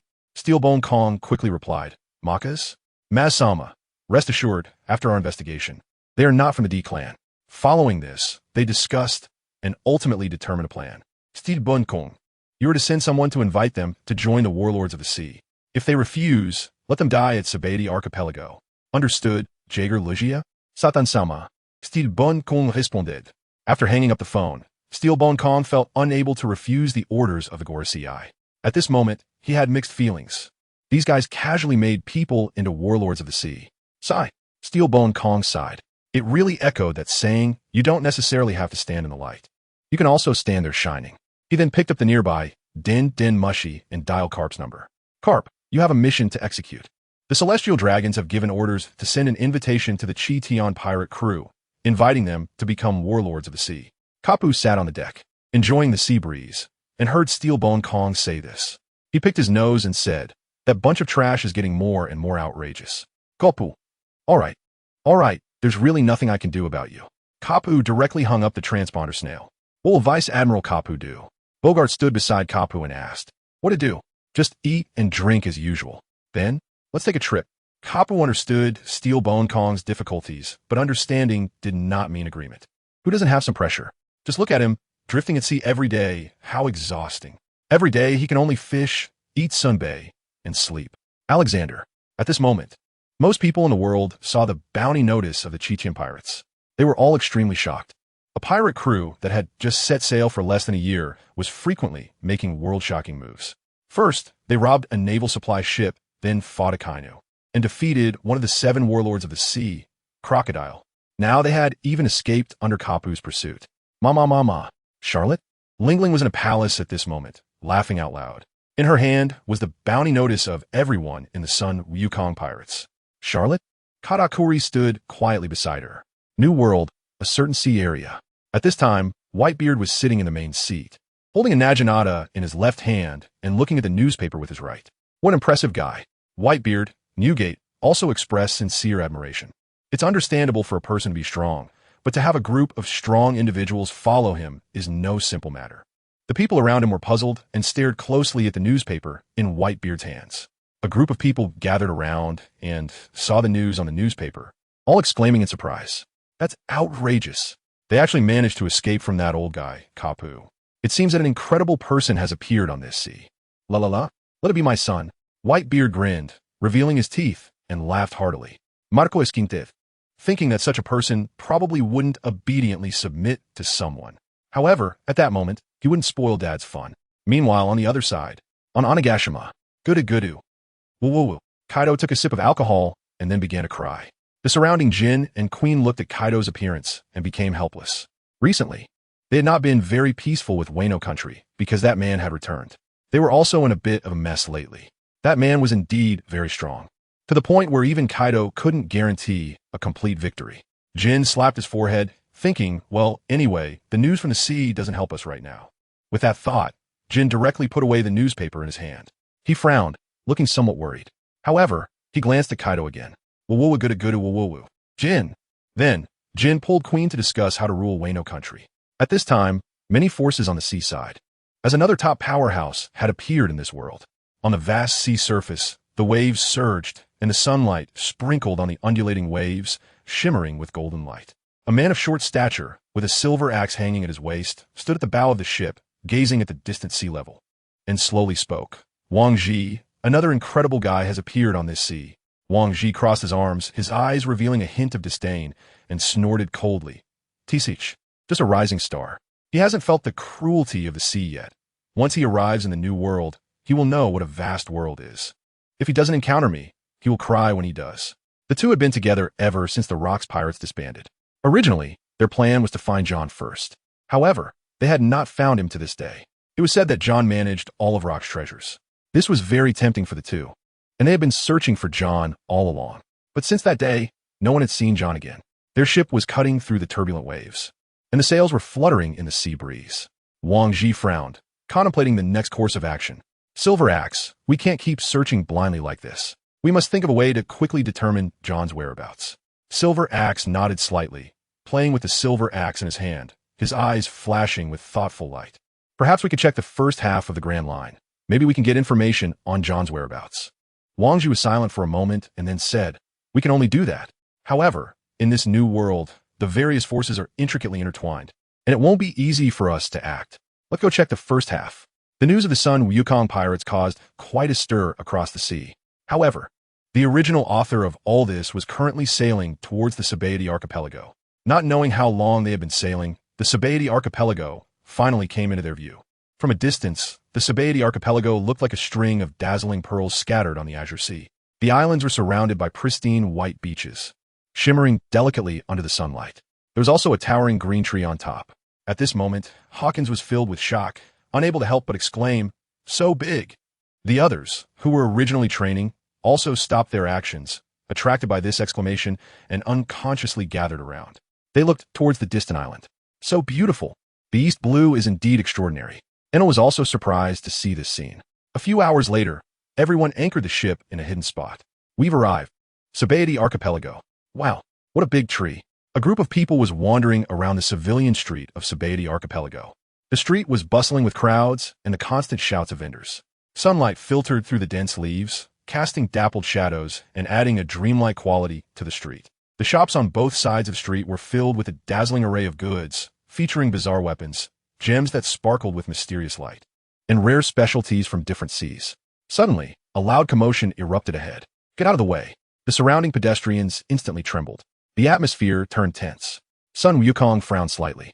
"What's going on?" He glanced at the crowd ahead, which was kneeling down in waves towards the center of the street. Just as the crowd was about to kneel beside him, Hawkins and Sun Wukong stood curiously in the middle of the road. A girl suddenly grabbed Sun Wukong's wrist. What's she doing? Is she trying to get herself killed? She said that, but continued her actions. Sun Wukong looked at her with confusion. "Come on," the girl urged. Sun Wukong was obediently pulled away by the tall girl with short hair. He sensed her strength was average and did not resist, mainly wanting to see what she was up to. "Ah, Captain," Hawkins exclaimed. This girl was actually pulling their captain into an alley in broad daylight. "Bold, let go of my captain." A few of them were confused but followed Hawkins in pursuit. Enel chuckled. Their captain is having a romantic encounter. In the alley. "Oh no. You really didn't gather information about this place. It was about to get chaotic here." That was close, she said, patting her chest, still feeling a bit terrified. After saying that, she shot a glare at the others with her big round eyes. Hawkins and the others exchanged puzzled glances. Just as Sun Wukong was about to ask Shu, "Don't speak yet," the girl gestured to them, then crouched down against the wall to look out at the street. In the distance, a group of people dressed in luxurious clothing was slowly approaching. Everyone around them kneeled in unison, trembling as if confronted with some great terror. Sun Wukong curiously looked outside and then back at the girl. "Who are these people? Are they emperors?" Sun Wukong quietly inquired. The girl glanced at him and replied, "Celestial dragons, the rulers of this world." Sun Wukong pondered. The Jade Emperor. The celestial dragons sat in luxurious palanquins carried by tall and strong slaves, adorned with dazzling jewels and golden carvings, shining blindingly in the sunlight. They wore exaggerated white robes with high collars, embedded with priceless pearls and gems. He wore a huge white glass dome on his head. Surrounding him were a group of fully armed guards. These guards wore black armor, wielded sharp spears, and scanned the surroundings with stern expressions and vigilant eyes. Their synchronized steps echoed heavily, as if proclaiming the inviolable majesty of the celestial dragons to everyone around. The celestial dragon's haughty gaze swept over the crowd in the street, as if everyone appeared to him as mere ants. "Wah! What sound is that?" Charlos angrily shouted, casting a wild glance over the surrounding civilians. A middle-aged woman in a nurse's uniform hurriedly covered the mouth of the little boy beside her, preventing him from making a sound. The guards, hearing Charlos's furious roar, also scanned the crowd with frenzied eyes, fearing they might give the celestial dragon a reason to punish them. The civilians buried their heads deeply in the ground, pressing their foreheads tightly against the floor, afraid that the incident would involve them. "Oof." A bunch of lowly scum. A mocking and disgusted expression appeared on the bloated face of Charlos. He disdainfully raised the whip in his hand and swung it forcefully at the slaves beneath him. Crack! The sound of the whip echoed. The slaves beneath him endured the pain in silence, quietly beginning to lift their legs and move forward. The guards nearby breathed a sigh of relief at this situation, grateful that Charlos did not pursue their issues. As the procession of the celestial dragons gradually moved away, the tense atmosphere on the street slowly eased. Just after the celestial dragons left, Sun Wukong curiously looked at the girl in front of him. "Why did you pull me? Those trash. I could kill them like playing." Xiaoqi rolled her eyes at him. "You may find it easy to kill, but what about us? After you leave, they will conduct large-scale hunts for pirates on the island." Sun Wukong pouted but said nothing. Hawkins curiously asked, "Who are you?" "My name is Xiaoqi. I just opened a tavern. If you're interested, you can come sit at my place." "All right, let's go rest at your place for a while. And also help us introduce the situation in this place. Otherwise, we're completely in the dark." Xiaoqi nodded slightly, then "Follow me." Saying that, she took the lead toward her tavern. Sun Wukong and Hawkins followed closely behind. Shortly after, they arrived at Xiaoqi's tavern. The exterior of the tavern, while not lavish, had a unique charm. Stepping inside, the decor was simple yet warm. Several wooden tables and chairs were neatly arranged, and the walls were adorned with pictures and maps of marine life. Xiaoqi invited them to sit down and then brought over a few glasses of alcohol. "This is our tavern's specialty drink. Give it a try." Hawkins picked up his glass, took a small sip, and nodded slightly. "Not bad." Sun Wukong downed in one go, smacked his lips. "It's all right." Xiaoqi smiled and began to introduce the situation of Sabaody Archipelago. Sabaody Archipelago is an important transit point on the Grand Line, where various people gather. There are pirates, merchants, the Navy, and some figures from the underworld. The situation here is very complex, with various forces keeping each other in check. Most importantly, this place is under the feet of the celestial dragons. If you provoke the celestial dragons, it will lead to extremely terrifying consequences. Sun Wukong disdainfully said, "What is there to fear? I can take on one of them easily. They're just a bunch of trash." The celestial dragons have a very high status here, and if they are offended, it will attract large-scale hunts by the Navy. Xiaoqi patiently explained, "Why are you helping us?" At this moment, Yi Xiao asked. Their captain is recklessly unaware of the dangers of the world. But he can't be like that. He should have a degree of suspicion towards anyone. Xiaoqi suddenly fell silent for a moment. "I say I went out to buy some supplies and just happened to run into you. Do you believe it?" The others remained silent, quietly staring at Xiaoqi. All right, but I really went out to buy supplies and happened to see you guys. I've seen you in the newspaper, so I thought I'd lend a hand to you greenhorns." Xiaoqi shrugged helplessly and continued. "This world is already chaotic enough, and I don't want to see more innocent people fall into despair because of impulsive actions. Besides, I've noticed that although you are reckless, you're not bad people." Yi Xiao slightly nodded and said, "Regardless, thank you for your reminder. We will be more careful. By the way, do you need coding? I have a very skilled coding master here." Xiaoqi looked at everyone with bright eyes. "Huh, what's coding? What does it do? Can you eat it?" Sun Wukong curiously asked Xiaoqi. "Xiaoqi, your captain's brain." Ahem. Hawkins and the others exchanged glances, all wearing slightly awkward expressions. This is because they also didn't know what coding was for. The group looked at Xiaoqi with eager eyes for knowledge. Slap. Xiaoqi raised her palm and hit her forehead. "I really don't know what to do with you. What exactly are you going to the sea for?" Xiaoqi helplessly looked at everyone. She had seen reckless people before, but this pirate who caused a stir at sea actually knew nothing. "Aren't you going to the New World?" Oh, we are." John was the first to respond. Xiaoqi took a deep breath to calm her emotions. She was truly defeated by the naivety of this group. She then began to explain. Coding is a special technique that allows ships to dive into the deep sea and reach Fishman Island. If you want to go to the New World, Fishman Island is an important passage. Only ships that have been coded can safely pass through the powerful underwater currents to reach Fishman Island. Most importantly, it allows entry into the New World. Everyone showed expressions of sudden realization. "Xiaoqi, do you know how speechless I am?" Xiaoqi thought in her mind. After thinking for a moment, Hawkins asked, "Is the coding process complicated? How long does it take?"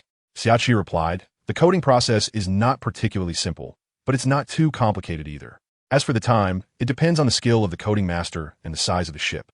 Generally speaking, it takes a few days." Sun Wukong scratched his head and said, "Sounds interesting. Let's get coded and go see Fishman Island." "You guys really don't even consider where you're going and how to get there?"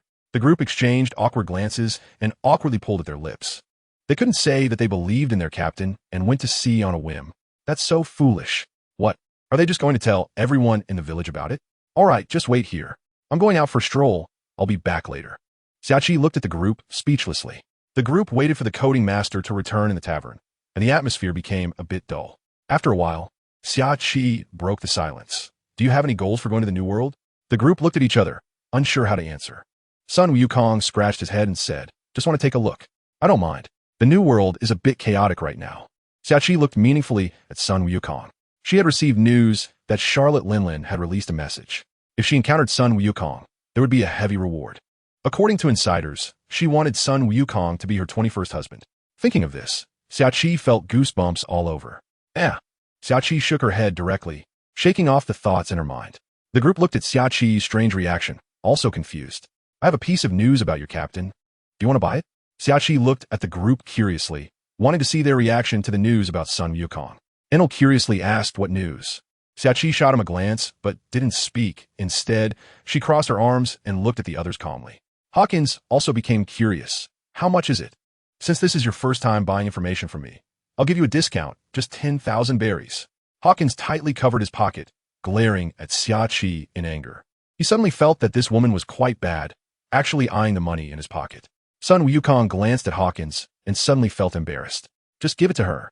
Hawkins only reluctantly took out the berries when the captain spoke. When Hawkins handed the berries to Xiaoqi, his expression was calm. He saw the smile in Xiaoqi's eyes and instantly turned red. After taking a bag of berries, Xiaoqi said, "Your captain has been wanted by a major pirate in the New World. Is that it?" Hawkins' voice rose. "Mainly, what's the big deal about being wanted?" His captain had already been offered a bounty of 16 billion by the Navy, and the Navy couldn't do anything either. Xiaoqi pressed her hand down.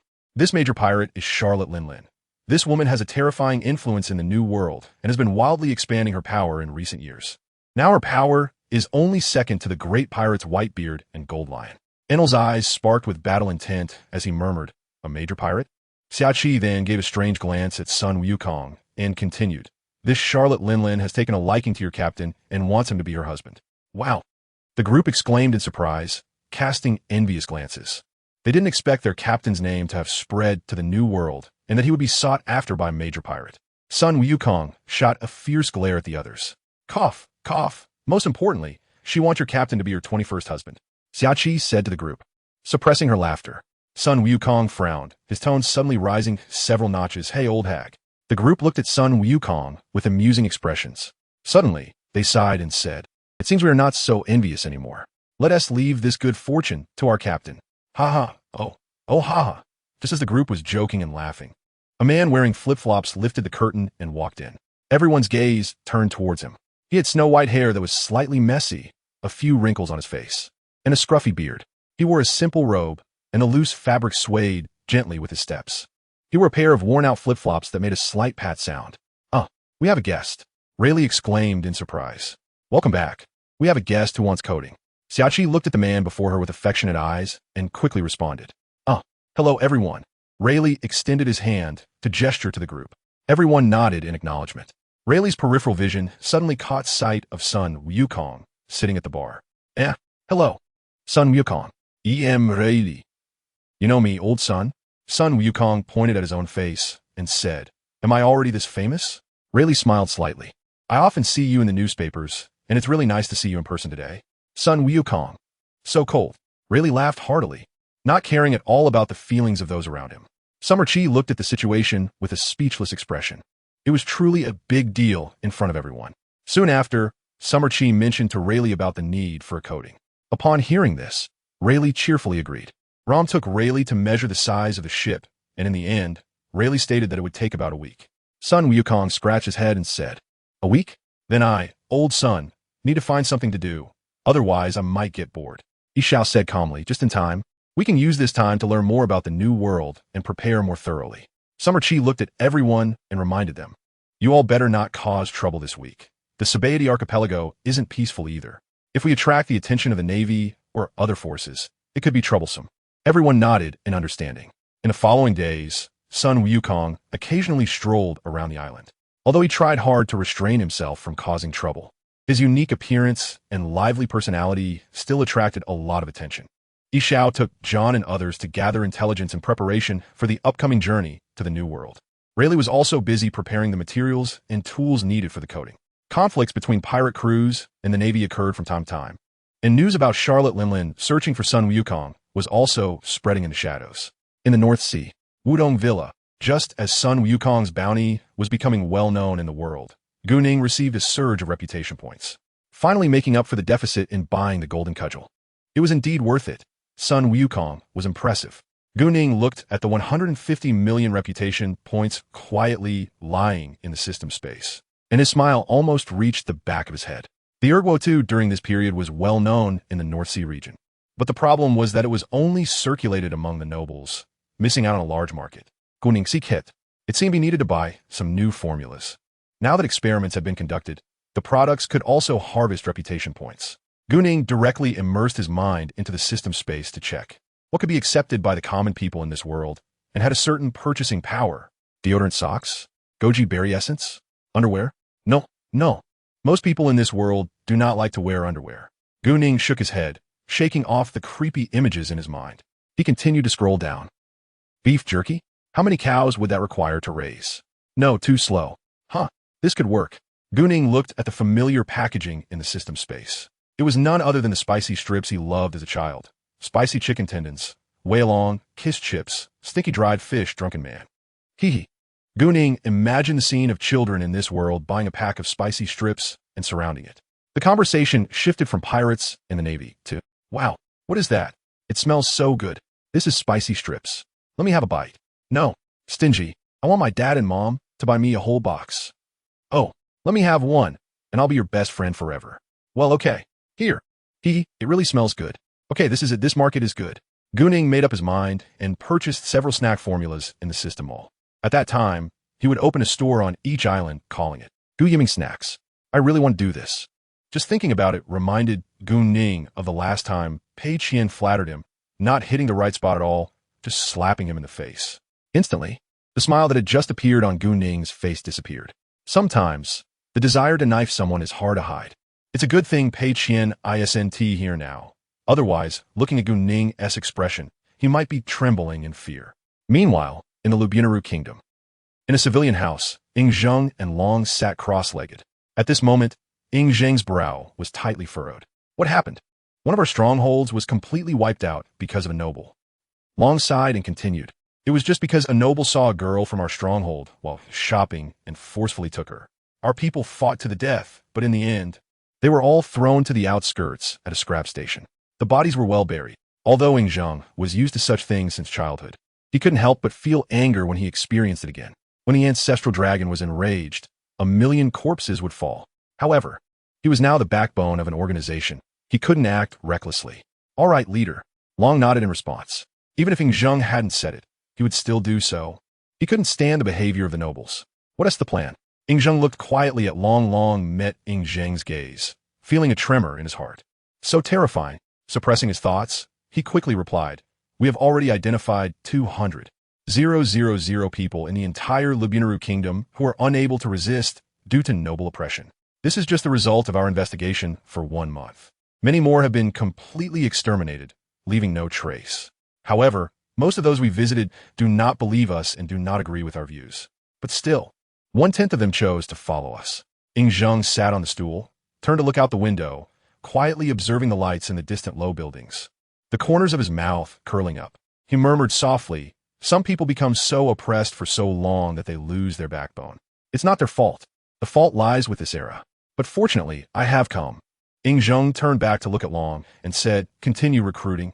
1 week later, we'll take this place." Long's gaze followed Ying Zheng's finger to the map on the table. It was a seaside town, one of the 7 major towns in this kingdom. Long nodded. Ying Zheng had already told him that revolting requires occupying the moral high ground. The role they needed to play at this moment was that of justice. Now they just needed to occupy the eastern Song South town and issue an invitation. Anyone dissatisfied with the Lubinaru kingdom's regime could join us. Ying Zheng stood up and walked to the window, gazing into the distance. His eyes revealed determination and resolution. Long also stood upright, solemnly. "Revolution. Since we have called ourselves the Revolutionary Army, we must live up to this name. It is time for the world to hear this name. Go." Ying Zheng waved his hand at Long. Long cupped his hands and turned to leave. After a long time, Ying Zheng sighed. "This damned era. The next strategy is to conquer the entire kingdom and announce my arrival to this world," Ying Zheng whispered. Time passed little by little. A week later, in a certain valley, the cold wind howled, and a layer of white snow covered the dry branches. "Ready." Ying Zheng's voice was deep and powerful, echoing through the valley. Dressed in black armor, Ying Zheng stood before 30,000 men, majestically waving his sleeves. He declared, "Let's begin." At this moment, all 30,000 pairs of eyes were fervently fixed on Ying Zheng on the platform. In their eyes, the person on the platform seemed like a deity, radiating an awe-inspiring light. "Yes." The crowd responded in unison, their voices like thunder, shaking the heavens and the earth. Birds and beasts were startled by this enormous sound, all crying out and fleeing in panic. Ying Zheng nodded slightly, his eyes filled with unmatched dominance. Dongtsongnan Town, a prosperous town with a permanent population of 500,000, was one of the 7 major towns of the Lubinaru kingdom. The 30,000 men quickly took action, disguising themselves and blending into the crowd. Some posed as merchants, pushing carts full of goods. Some dressed as farmers, carrying farming tools.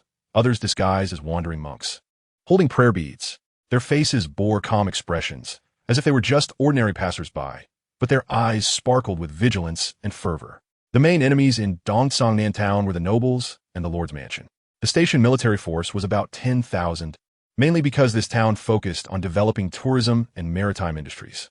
Half a day later, all forces had arrived in the town. "Chief, shall we start?"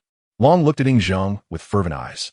He really did not expect that, according to the method Ying Zheng provided, they could attract so many people to join them, and they were the kind who would follow to the death. Ying Zheng calmly gazed at the lively streets of the town. "Let's act." The time for change had come. Long signaled to a person behind him. The person immediately understood and launched fireworks into the sky. In an instant, all the revolutionary army received the signal and began to attack the assigned noble territories around them. The revolutionary army acted swiftly, like a group of cheetahs pouncing on their prey. Their morale was high, their eyes burning with a desire for freedom and equality. In an instant, the entire town fell into chaos. Although the guards of the nobles fought fiercely, they gradually fell into a predicament under the revolutionary army's fierce attacks. They had not experienced battle for too long and had long forgotten how to fight. Some nobles had powerful private armed forces, well-equipped and well-trained, putting great pressure on the revolutionary army. However, the revolutionary army did not retreat, using reckless tactics to instill fear in their opponents. As the revolutionary army attacked the noble territories, Dongson town was plunged into chaos. The common people hid in their homes, afraid to go out. Meanwhile, other revolutionary forces also achieved victories in various noble territories. They successfully occupied the nobles' manors and residences, seizing a large amount of weapons and supplies. These victories not only strengthened the revolutionary army, but also instilled fear in the nobles. Under the rapid attacks of the revolutionary army, the nobles of Dongson Nantown fell into unprecedented panic. As the battle continued, some nobles, realizing the situation, found their fear gradually overwhelming their arrogance and stubbornness. They did not understand where so many soldiers had suddenly come from. Most importantly, the reckless tactics made them feel fear. These people seemed to have no thoughts, but their eyes revealed a flicker of fervor. Some stubborn nobles continued to rely on their powerful private armed forces, attempting to resist. They gathered in a sturdy castle, discussing how to fight against the revolutionary army. We must not yield to these rebels. Our wealth and status are not to be violated. A noble with a face full of anger shouted. Other nobles echoed in agreement, determined to fight the revolutionary army to the end. Rest assured, I've already sent word to the king. We just need to hold on for a while, and the kingdom will surely support us. Everyone spoke one after another. Although their faces looked slightly anxious, their hearts had calmed down considerably. Meanwhile, Chief, we have captured all the small nobles in this town. And now 3 dukes are gathered together. Long looked at Ingzheng with a serious expression. Ingzheng raised an eyebrow slightly. Let's go. Wrap it up. Ingzheng led the vast revolutionary army steadily towards the gathering place of the 3 dukes. Along the way, revolutionary soldiers excitedly joined the main force. Their faces were filled with the joy and pride of victory, their eyes brimming with hopes for the future. They had completely trusted the man before them, for he gave them the pride to stand in this world. Finally, they arrived at the gathering place of the 3 dukes. It was a magnificent castle, with towering walls and strict defenses. The castle's gates were tightly shut, and the walls were filled with the duke's private armed forces. Long, Ingzheng shouted. Yes. Long responded loudly. Immediately after, he unleashed his fruit ability. In an instant, a tornado swirled and grew larger from Long's palm, surpassing the castle. The howling wind whipped through, causing everyone's clothes to flutter. The massive tornado resembled a roaring dragon. Long waved his hand fiercely, and the tornado charged towards the castle like a ferocious beast. The castle walls collapsed instantly under the impact of the tornado, with rubble flying everywhere. The screams and cries of the enemies rose and fell, but were quickly drowned out by the howling wind. As the castle collapsed, all revolutionary soldiers rushed in and captured the 3 dukes. The 3 once mighty dukes now sat on the ground like beggars. There was no trace of their former glory in their eyes, only endless fear and despair. They may have never imagined that they would face such a day, where their past wealth and power turned to nothing in an instant. Kill, Ingzheng commanded. The soldiers swiftly executed the order, and the lives of the 3 dukes ended in an instant. After several hours of intense battle, all the nobles had lost any power to resist. At this moment, the entire town was completely occupied. Announced to the outside world, Dongson town is renamed Xianyang City. The Revolutionary Army is officially established. I am the leader of the Revolutionary Army. I am Qin Wang Ingzheng. In the royal palace of the Lu Bianru Kingdom. Crack! The sound of shattered glass echoed continuously. The servants around were all prostrating on the ground, sweating profusely. Bastard! A fat man with a big head and ears sitting on the throne cursed angrily. The town of Dongson has actually been occupied by a group of unruly people. What are you all doing? The king's roar echoed through the palace, shaking people's eardrums painfully. How dare they still call themselves kings? Where have these traitorous ministers put me? The nobles trembled, not daring to make a sound, for fear of angering the furious king. They never expected that tens of thousands of unruly people would rush out and seize Dongkangnan. The moment they received the news, everyone was dumbfounded. Their country is located in a remote area, and there are usually no pirates causing trouble, only a few scattered gangs. However, this did not affect the overall situation for the nobles. After all, it is not them who suffer. The king panted heavily, his eyes wide with rage, his fat face turning red from anger. He slammed his hand on the armrest of the throne, stood up, and paced back and forth. Dongkangnan is an important city in our country, rich in resources and prosperous in trade. Now that it has fallen into the hands of others, what face do I have left? The king became angrier the more he thought about it, and roared again. Looking at the ministers below, the king sternly said, Dongkangnan has been occupied. Do you have any good strategies? The ministers glanced at each other, not daring to speak easily. They knew that saying the wrong thing at this moment could provoke the king's wrath. Finally, an old minister stepped forward, slightly bowing, and said, Your Majesty, the occupation of Dongkangnan is indeed a major issue.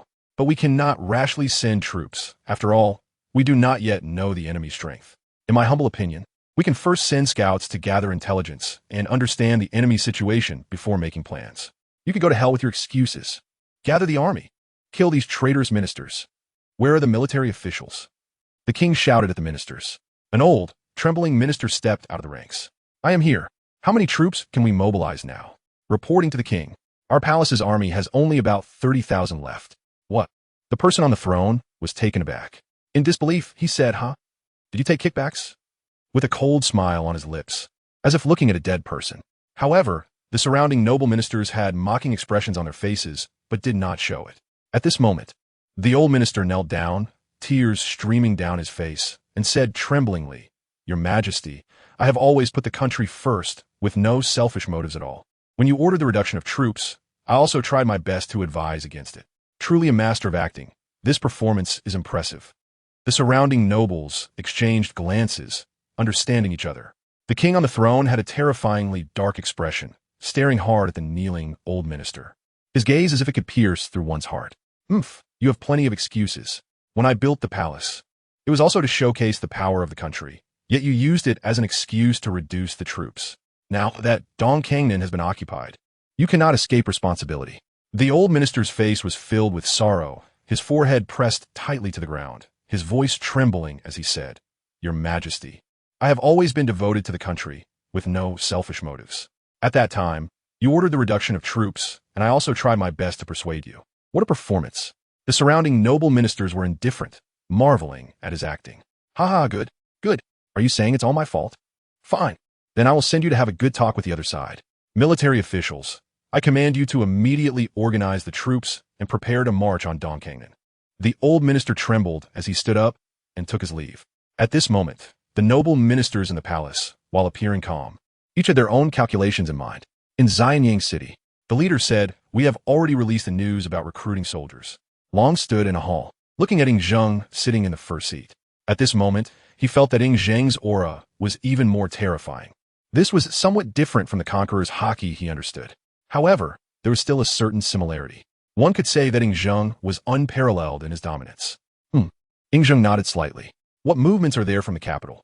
He raised his gaze towards Long, who was standing at the bottom of the hall.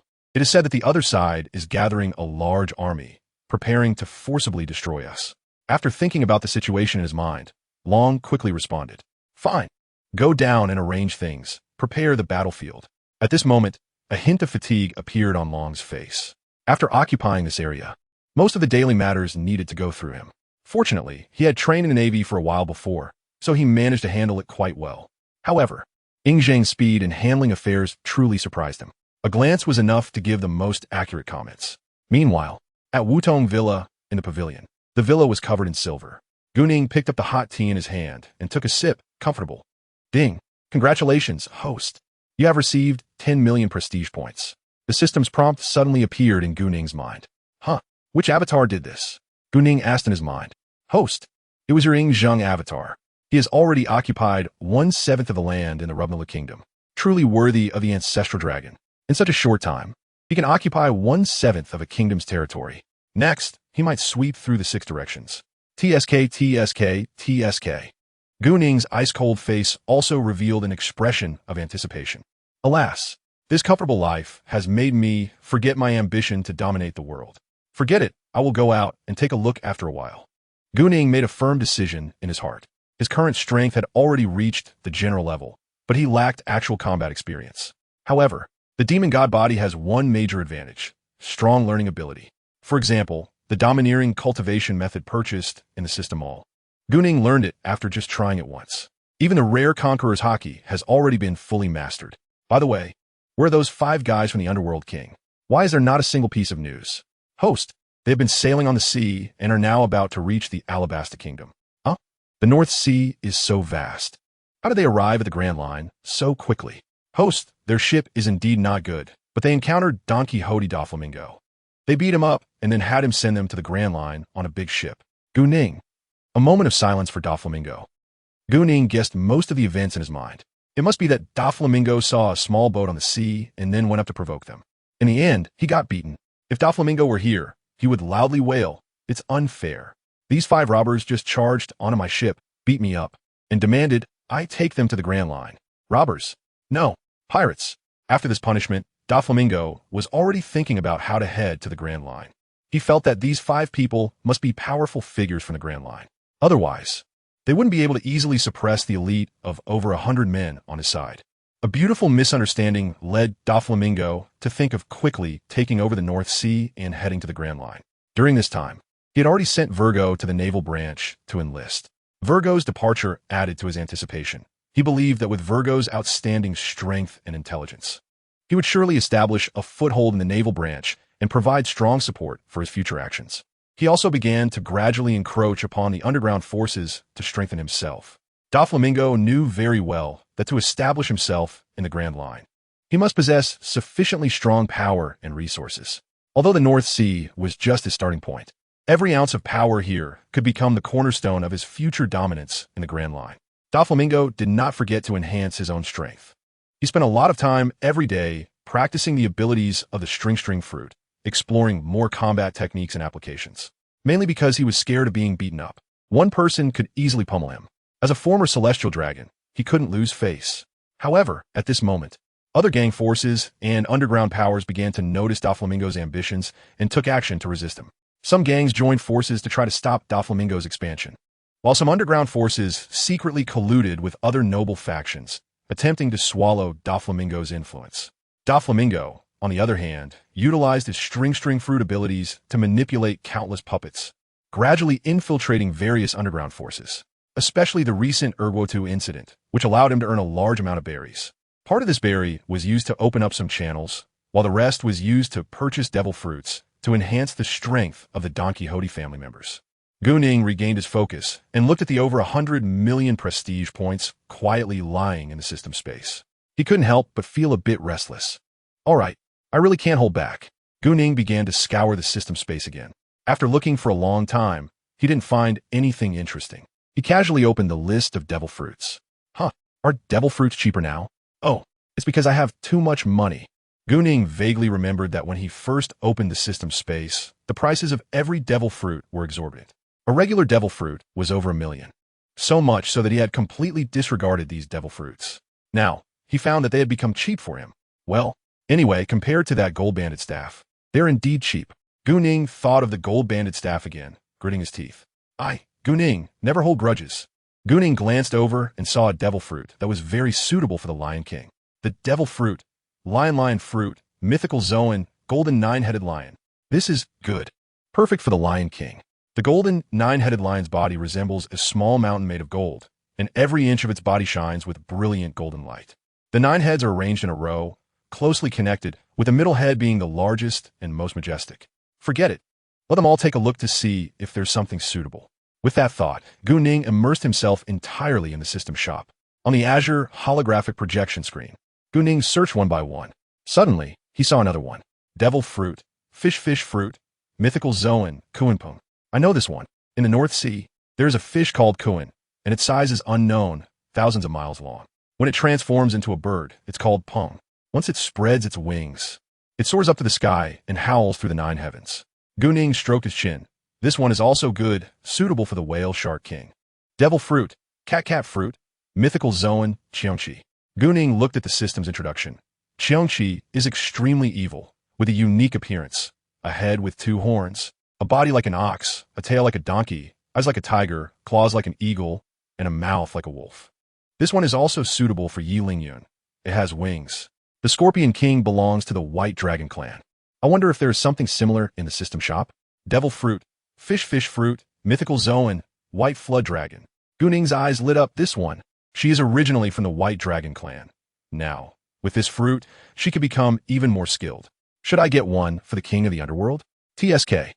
The King of the Underworld is from the Wolf clan. What would be suitable for him? Devil Fruit, Dodo Fruit, Mythical Zoan, Diting. GuNing thought about some information regarding Diting in his mind. According to what he learned in the system, Diting has a unique appearance with a tiger head, a single horn, dog ears, a dragon body, a lion tail, and qilin feet, seemingly neither dragon nor tiger, neither lion nor qilin, neither dog nor dog. Hence called the 9 unlikes.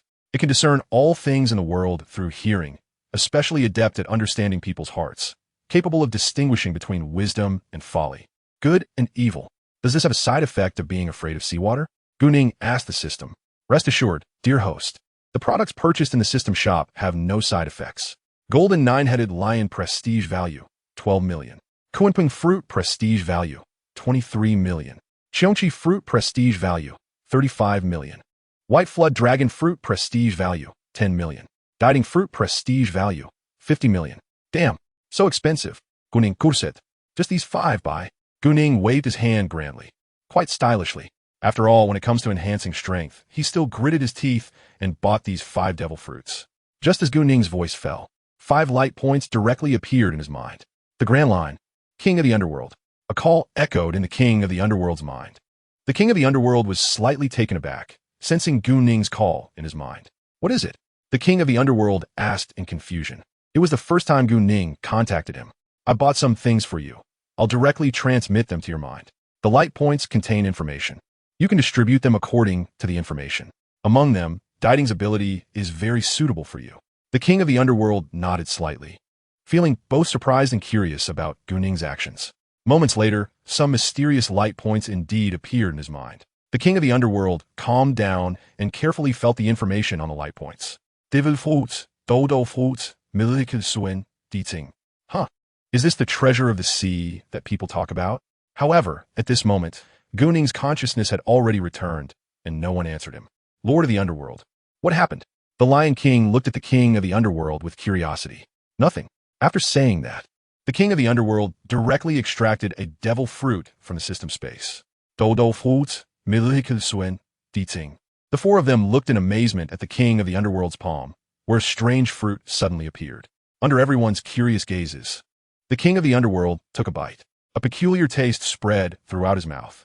The King of the Underworld frowned slightly. The taste was reminiscent of a mouse that had died 3 days ago. However, at this moment, the King of the Underworld still managed to hold back the urge to vomit. The 4 people around him looked at him curiously, all waiting for him to explain. After a long while, the power surging within the King of the Underworld caused him to transform into his Ting form. He stood there quietly, surrounded by a mysterious halo that flickered gently. The Ting's body was tall and majestic, covered in mysterious patterns as dark as ink.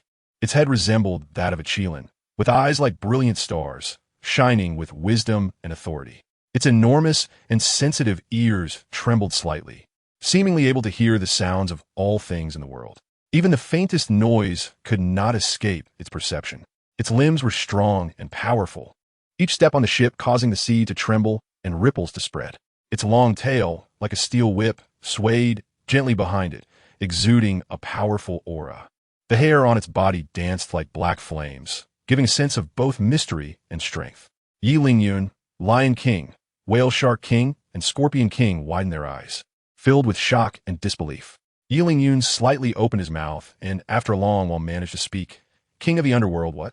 What is this? It's so powerful.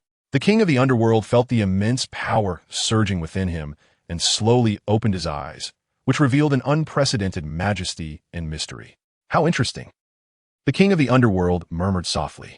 He felt the power within his body and then transformed back. Immediately afterward, the King of the Underworld took out 2 glowing orbs from the system space. Once in his hands, they transformed into devil fruits. The two he retrieved this time were the golden nine-headed lion fruit and the white flood dragon devil fruit. Just as the others were about to ask, they saw the king of the underworld manifest two more fruits in his hands, although they were of different shapes from the previous ones. They were adorned with strange, swirling patterns, looking as if intricately carved into the fruits. The king of the underworld slowly spoke. The golden nine-headed lion fruit grants the eater immense attack power and a commanding presence. This fruit is perfect for you, Lion King. After saying this, the king of the underworld extended his left hand, signaling the Lion King to catch it. The Lion King was momentarily stunned, but his eyes soon ignited with fervent light. He solemnly extended his hands and respectfully accepted the golden, nine-headed lion fruit from the king of the underworld. Thank you, king of the underworld. The Lion King's voice was deep and powerful, filled with loyalty and determination. This is the white flood dragon devil fruit. Your previous incarnation was already from the white dragon clan, and this devil fruit will allow you to regain a dragon's body. It's very suitable for you. The Scorpion King was slightly taken aback, her gaze falling on the white flood dragon devil fruit. A complex emotion flashed across her eyes, surprise, nostalgia, and a hint of gratitude. The king of the underworld still remembered her past. Once the daughter of the white dragon clan's leader, she had a special affection for the white dragon. That was her past, and also an eternal pain in her heart. Now this white flood dragon devil fruit lay before her, as if it were another turning point in her fate. The Scorpion King slowly reached out her hand and gently took the fruit. Her fingers trembled slightly, as if feeling the immense power contained within the fruit. Thank you, king of the underworld. The Scorpion King's voice was soft yet resolute. The king of the underworld nodded slightly. Make sure to master this power. We have been reborn and escaped the cycle. She found a quiet place, closed her eyes, took a deep breath, and then bit down on the white flood dragon devil fruit. Scorpion King, king of the underworld, I fuck your mother. The momentary feeling of emotion was instantly dissipated, leaving only an indescribable taste in her mouth. In an instant, a powerful force erupted within her body. She felt as if her body was on fire, every cell filled with this power. As the power continued to surge, the Scorpion King's body began to change. Her skin gradually became as tough as scales, and her hair transformed into white strands, resembling a dragon's mane. Her limbs became more robust, and sharp claws sprouted from her fingers and toes. When the transformation stopped, the Scorpion King opened her eyes. Blue light flickered in her eyes, deep and mysterious like that of a flood dragon. She felt her newly transformed body, filled with shock. She gently waved her arm, and a powerful gust of air howled forth.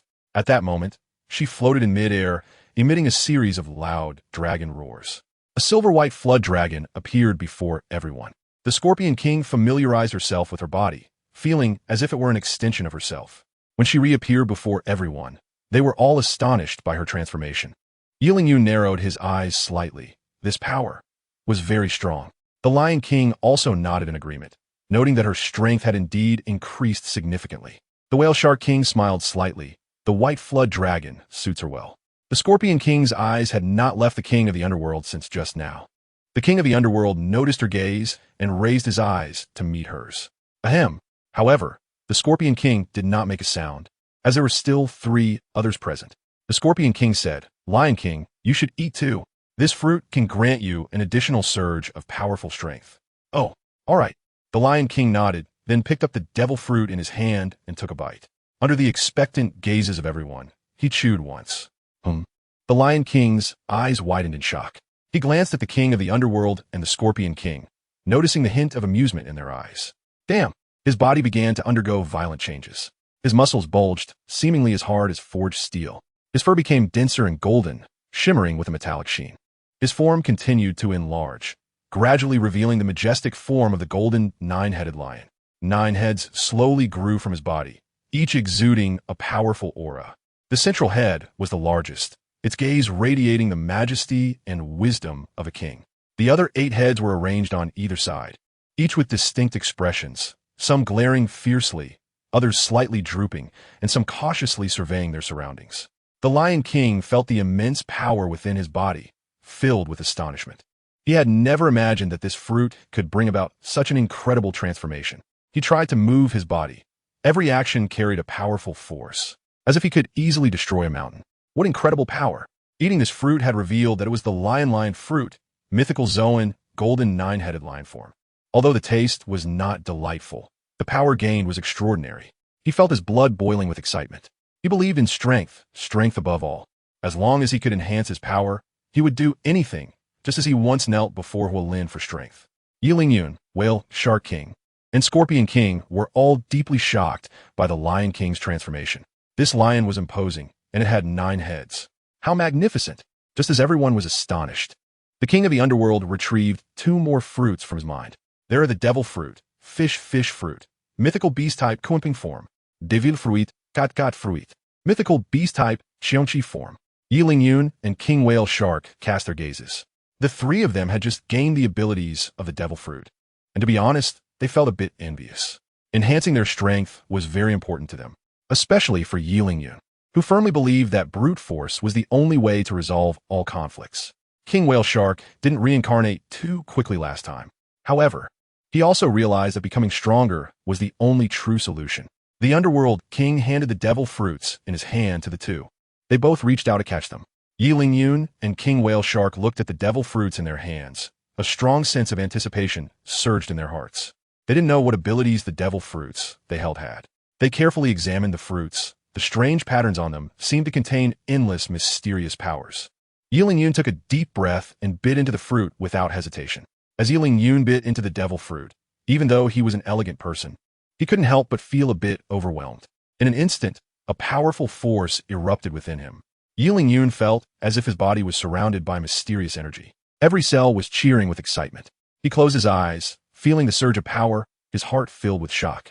As the power continued to merge, Yiling Yun's body began to change. His physique gradually became tall and strong, muscles bulging as if containing infinite strength. His skin darkened, mysterious patterns appeared on it, resembling ancient totems. Sharp horns grew from his head. His eyes turned red, flashing with a fierce light. A pair of huge white wings sprouted from his back, causing a tremor in people's hearts. When Yiling Yun opened his eyes again, he had completely transformed into Xiongqi form. Every feather was as hard as iron, shining with a metallic cold luster, as if they were blades forged through countless trials. The edges of the feathers were extremely sharp, revealing a hint of danger in the light, as if a gentle wave could slice through the air. When his wings spread, they resembled 2 massive dark clouds, blocking out the sun, exuding a powerful sense of oppression. When Yiling Yun flapped his wings, a gust of wind erupted, the sound roaring like a beast's growl. Wherever the strong wind went, waves surged and the sea currents bowed. Roar! Yiling Yun let out a furious roar to the heavens. With a powerful flap of his wings, he instantly soared into the sky, flying through the clouds at an incredible speed, like a bolt of black lightning. In the blink of an eye, he disappeared, and when others couldn't see him, he quickly landed back on the deck. The Lion King widened his eyes, his golden gaze filled with astonishment. His golden 9-headed lion exuded a majestic aura, instilling submission in others. In contrast, Yiling Yun's ability felt extremely brutal and bloodthirsty, instilling fear in people's hearts. The Scorpion King was equally shocked. King Whale Shark's expression also became one of extreme surprise. He was now looking forward to the devil fruit in his hand even more. He gazed at the fruit, hesitated for a moment, then took a bite. Damn! King Whale Shark now wanted to spit out the fruit in his mouth, but feared that doing so would mean losing the inherited abilities. He could only hold his breath and swallow it down. He once again felt the treachery of human hearts. Immediately after, a violent force surged into King Whale Shark's body. He felt as if his body was surrounded by a flame, every cell burning with a desire to fight. His body began to change, becoming lighter as if he could soar at any moment. A pair of giant wings grew from his back, shimmering with blue light, pure and deep like the color of the sky. His features became more stern, his eyes revealing a sense of superiority. When King Whale Shark completed his transformation, he had become the Kuimping form. He stretched his massive wings, feeling the flow of the wind. At this moment, King Whale Shark floated in the air, his body dozens of zhang long, blocking out the sun. He was about the size of a football field, imposing and oppressive. The onlookers were left dumbfounded. The creatures they were transforming into were all unfamiliar except for the Scorpion King, who had seen something similar. These abilities caused them to undergo earth-shattering changes. I feel like I could easily defeat 100 of my former self, King Whale Shark said after feeling the power within his body. He then transformed back into human form and landed on the deck. From the moment the Underworld King ate the fruit to the subsequent transformations of the Scorpion King, Lion King, Yiling Yun, and King Whale Shark, the members of the Don Quixote family who were piloting the cargo ship were now utterly astonished. From a moment the Underworld King first consumed the fruit, the series of shocking transformations had stirred up a storm in their hearts. They suddenly saw 5 monsters floating in the air or letting out deafening roars. These incredibly powerful monsters appeared one after another. Although they knew that the 5 people on the deck were exceptionally strong, who could have imagined that they had acquired such powerful devil fruits? The crowd tried to calm their shock, fully aware of their current situation. Faced with these 5 powerful beings, they had no room to resist. The only thing they could do was to quickly comply with their requests and take them to the island ahead. After all, if they didn't, the consequences would be unimaginable. They had no choice. The 5 of them demanded to be taken to a larger island. Otherwise, they would have fled long ago. As time passed, the island ahead gradually came into view. The crew members felt a surge of joy in their hearts and worked even harder to maneuver the ship. Finally, the cargo ship slowly approached the shore of the island. They had finally arrived. The members of the Don Quixote family on the ship let out a sigh of relief. This place was a huge island belonging to Alabasta, perfectly meeting the requirements of the 5 individuals. The Don Quixote family members felt a weight lift off their shoulders as they cautiously watched these 5 powerful beings, waiting for their next instructions. The Underworld King nodded slightly and said, "You may leave." Upon hearing this, the crew members immediately felt as if they had been granted amnesty and quickly maneuvered the cargo ship away from the island. They silently vowed to stay in small places from now on. The world is too big. We don't want to see it. At this moment, the members of the Don Quixote family were filled with trepidation and emotion. They had originally thought they had a certain level of strength in this ocean. However, today's experience made them deeply realize that the world was far larger than they could imagine. "Let's go. I heard there's something called a sand crocodile here." The Underworld King shouted to the 4 behind him. The area where the Don Quixote group ship docked happened to be not far from the rain banquet. Holding the map given by the Don Quixote family, they hurried toward the rain banquet. They had been adrift on the cargo ship for a long time and were feeling quite bored. After a while, "Lord of the Underworld, there are mice behind you. Do you need me to?" Yiling Yun walked up to the Lord of the Underworld and asked, "Catch them and see if there is any useful information." "As you command." Yiling Yun's figure suddenly vanished, and in an instant he arrived behind a few mice. "Where's the person? How come there's one less?" A millionaire from the Baroque studio suddenly looked around in panic. Yiling Yun gently patted the millionaire and said, "What are you looking for?" At that moment, he trembled all over. "I." The millionaire turned around and saw a man with purple hair and a purple goatee. "Aren't you afraid of dying by looking at me like this?" I'm very sorry, very sorry." The millionaire quickly apologized. "Then, can you explain to me why you are following us?" "Our president instructed us to monitor everyone entering the rain banquet." "Oh." Yiling Yun raised an eyebrow, somewhat surprised. "Who is your president?" We don't know." As if afraid that Yiling Yun wouldn't believe him, he quickly added, "I really don't know. We've never seen the president. All the information we received was given by senior officials." Yiling Yun understood the key point and nodded. "Interesting. All right. I'll give you 5 seconds to disappear from our sight." Okay, we're leaving now." The few of them scrambled out, fearing being caught by these people. Yiling Yun walked over to them. You let them go?" The Scorpion King asked curiously. "Just some small fries. I want to see who their president is." The Lord of the Underworld waved his hand. "Let's go." He was indifferent. Strong people wield knives towards stronger ones, while weaker ones wield knives towards weaker ones. At the rain banquet, in a certain office, President, a millionaire, said 5 powerful guys have come. The identities of those few are unclear, and they have discovered us. Do we need to? Das Bonus looked at Crocodile. There should be some small fries just coming over from the 4 seas. They just happen to find that group of useless people. Not everyone is as perverted as Sun Wukong. You go handle it. Das Bonus nodded and silently turned to leave. Crocodile remained confident at this moment. He stopped talking and looked up at the 2 bounty posters hanging on the office wall. One was for Whitebeard, and the other was for Sun Wukong. At this moment, the bounty amount for Sun Wukong had reached a staggering 6 billion berries. For a while, a soft murmur echoed in the room. Have I lost the courage to fight against strong opponents? In the evening, Lord of the Underworld, this place is known as the Rain Banquet. Let's find a place to rest for the night.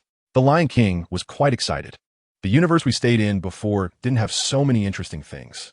Shortly after, they entered an inn. The Lion King, exuding dominance, shouted at the innkeeper, "Boss, give me 5 rooms." Coming right up, a voice came from beneath the counter. Thud, thud, thud. The innkeeper rushed out from behind the counter. The group was searching for where the voice came from when they heard the sound of running footsteps. Soon, a man less than a meter tall with a mustache appeared before them. "Customer, Would you like a superior room or a medium one? A superior room is 120 berries per day. A medium room is 70 berries per day. Which one do you need? The innkeeper looked expectantly at the 5 elegantly dressed men. For a moment, the group exchanged glances. A look of inquiry passed between them. Do you have any money? The Scorpion King looked at the Lion King and the others. The Lord of the Underworld also turned his gaze to the Lion King. Boss, if we say we don't have enough money. The innkeeper immediately picked up the conversation. If you don't have enough money, it's fine. I also have inferior rooms available. 40 berries per night. What if we have no money? The Whale Shark King was feeling extremely awkward. They all forgot that they needed berries to travel in this world. The innkeeper looked at the 5 before him, each dressed more exquisitely than the last. He suddenly fell silent. These people can't be wearing stolen clothes, right? The innkeeper thought to himself. A hint of disdain flashed in his eyes. The innkeeper couldn't help but say, it's going to rain, and people are getting married. We're all common folks, so why are you pretending to be rich? Damn it. The Lion King, with a violent temper, was ready to charge at the innkeeper after hearing his mocking words. The Lord of the Underworld's calm expression also darkened, but he still stopped the Lion King. Let's go. Find some fun. The Lord of the Underworld patted the Lion King's shoulder and turned to leave. As they left, the innkeeper felt a bit unsatisfied. TSK. Still want to hit someone. Do these few fools not know that we are now under the protection of Lord Crocodile? One of the 7 warlords of the sea? What good is barking? Biting me would be a real skill. Outside, the Lord of the Underworld. Damn it. This ability to listen sometimes doesn't need to be so sensitive. Lion King. What's wrong, Lord of the Underworld? I suddenly feel that the person just now looked down on you. Go give him a little workout. Preferably something like a light injury with 17 stabs. Let him have a good recovery for a few days. Got it. The Lord of the Underworld calmly glanced at the Lion King. As you command. Not long after. Help. It hurts so much. What the hell? After a while. All right, Lord of the Underworld. Let's go. Inside a clinic. You mean 5 people came to stay but had no money, and then one of them came to beat you up? The innkeeper's head bobbed like a chick pecking at rice as he responded quickly. I feel like I'm going to die now. Sob, sob, sob. Save me. You must not let them go. The innkeeper wailed. Do you want to hear the good news or the bad news? A person in guard attire said to the innkeeper. The bad news is I'm going to die. The good news is we caught them. Sobi, sobi, sobi. Then I don't want to die. Wait. The good news is you have a few light injuries for being stabbed a dozen times. The bad news is we didn't find a few people you mentioned. The innkeeper. Lord Hades, where should we go for fun? I probably can't handle it. Scorpion King curiously asked, glancing at his own body. I'm a cultured person. I can endure. Hades comforted himself internally. This place has a rain banquet. Gambling. My abilities can completely crush those people. Let's borrow some berries from the rain banquet boss. Hades shot a glance at Scorpion King. He felt that these few were becoming more and more carefree. No, I must learn more quotes. Otherwise, if I keep repeating those few sentences, they will doubt my level. The few people behind Hades nodded. They had no objections to Hades' decision. They all trusted him immensely. Soon, they all walked into the rain banquet. The reception staff around them, seeing the material of the clothes worn by the 5, greeted them with smiles. Good evening, gentlemen. What would you gentlemen like to play? Do you need someone to accompany and explain? Several female attendants chattered, eager to speak. Hades frowned slightly. Yi Lingyun looked at the situation and directly said, that person. The others are not needed. Oh, me? Thank you for your attention, gentlemen. Lilia said happily. My name is Lilia. If there is anything you gentlemen don't understand, feel free to ask me. Lilia happily explained to the few. After the last experience with Sun Wukong and the others' demands, she earned nothing and even lost quite a bit. She was scolded by her boss. Otherwise, she had always been the sales champion without serious penalties. She was almost ready to hit her head against Tofu. In the end, she was only fined 3 months' salary and given a warning. This month, she had just paid off her debts. Thinking to herself, the future is promising. She saw these big clients. At this moment, the corners of Lilia's mouth were almost reaching the back of her head. This would be her first commission in 3 months. She had already planned that after work today, she would go shopping for new clothes tomorrow. Hades and the others watched as this girl stood there grinning foolishly. This girl. The others exchanged glances. They wouldn't have picked someone mentally unstable, would they? They all glanced at Yi Lingyun. Yi Lingyun was also dumbfounded at this moment. No. Girl, are you messing with me? He thought wildly. They can't think I like this type, can they? The Lion King and the others thought. It can't be that Yi Lingyun likes this type. At this moment, Lilia also came back to her senses, realizing the clients were right in front of her. She quickly started to entertain them, leading them inside. Soon, Lilia brought them to a dice betting table. She introduced, this table plays big or small, which is a very simple type. There are a total of 6 points on the dice, with 3 dice. If you're interested, you can give it a try. Lilia excitedly introduced to the 5. Hades glanced at Lilia and said, let's take a look first. The group walked over to a young man with a strong build. This person stood out at the betting table, towering at about 3 meters tall. Hades quietly observed. After watching for a bit, Hades understood the gameplay. Using his abilities, he listened intently to the shaking of the dice in the pot. Then he prompted the green-haired person in front of him. Choose big. This person glanced at Hades, feeling disgruntled, and directly pushed his chips to small. When the dealer lifted the lid, it was small. This person was dumbfounded. Then, the dealer shook the dice again. Everyone's gaze fell on the dice pot in the dealer's hand. Bang! The dice pot landed on the betting table. Hades spoke again big. This time, the person gritted his teeth and pushed half of his chips onto big. The surrounding noisy crowd shouted and yelled. Big, big, big. Small, small, small. When the dealer opened the lid, it was small. Ha ha ha. This person burst out laughing. He quickly gathered the chips from the table in front of him, grinning from ear to ear. He said to everyone at the table, it's all about luck. Thank you, everyone. Then he started another round. This time, he directly looked at Hades. Hades, with an expressionless face, said, still big.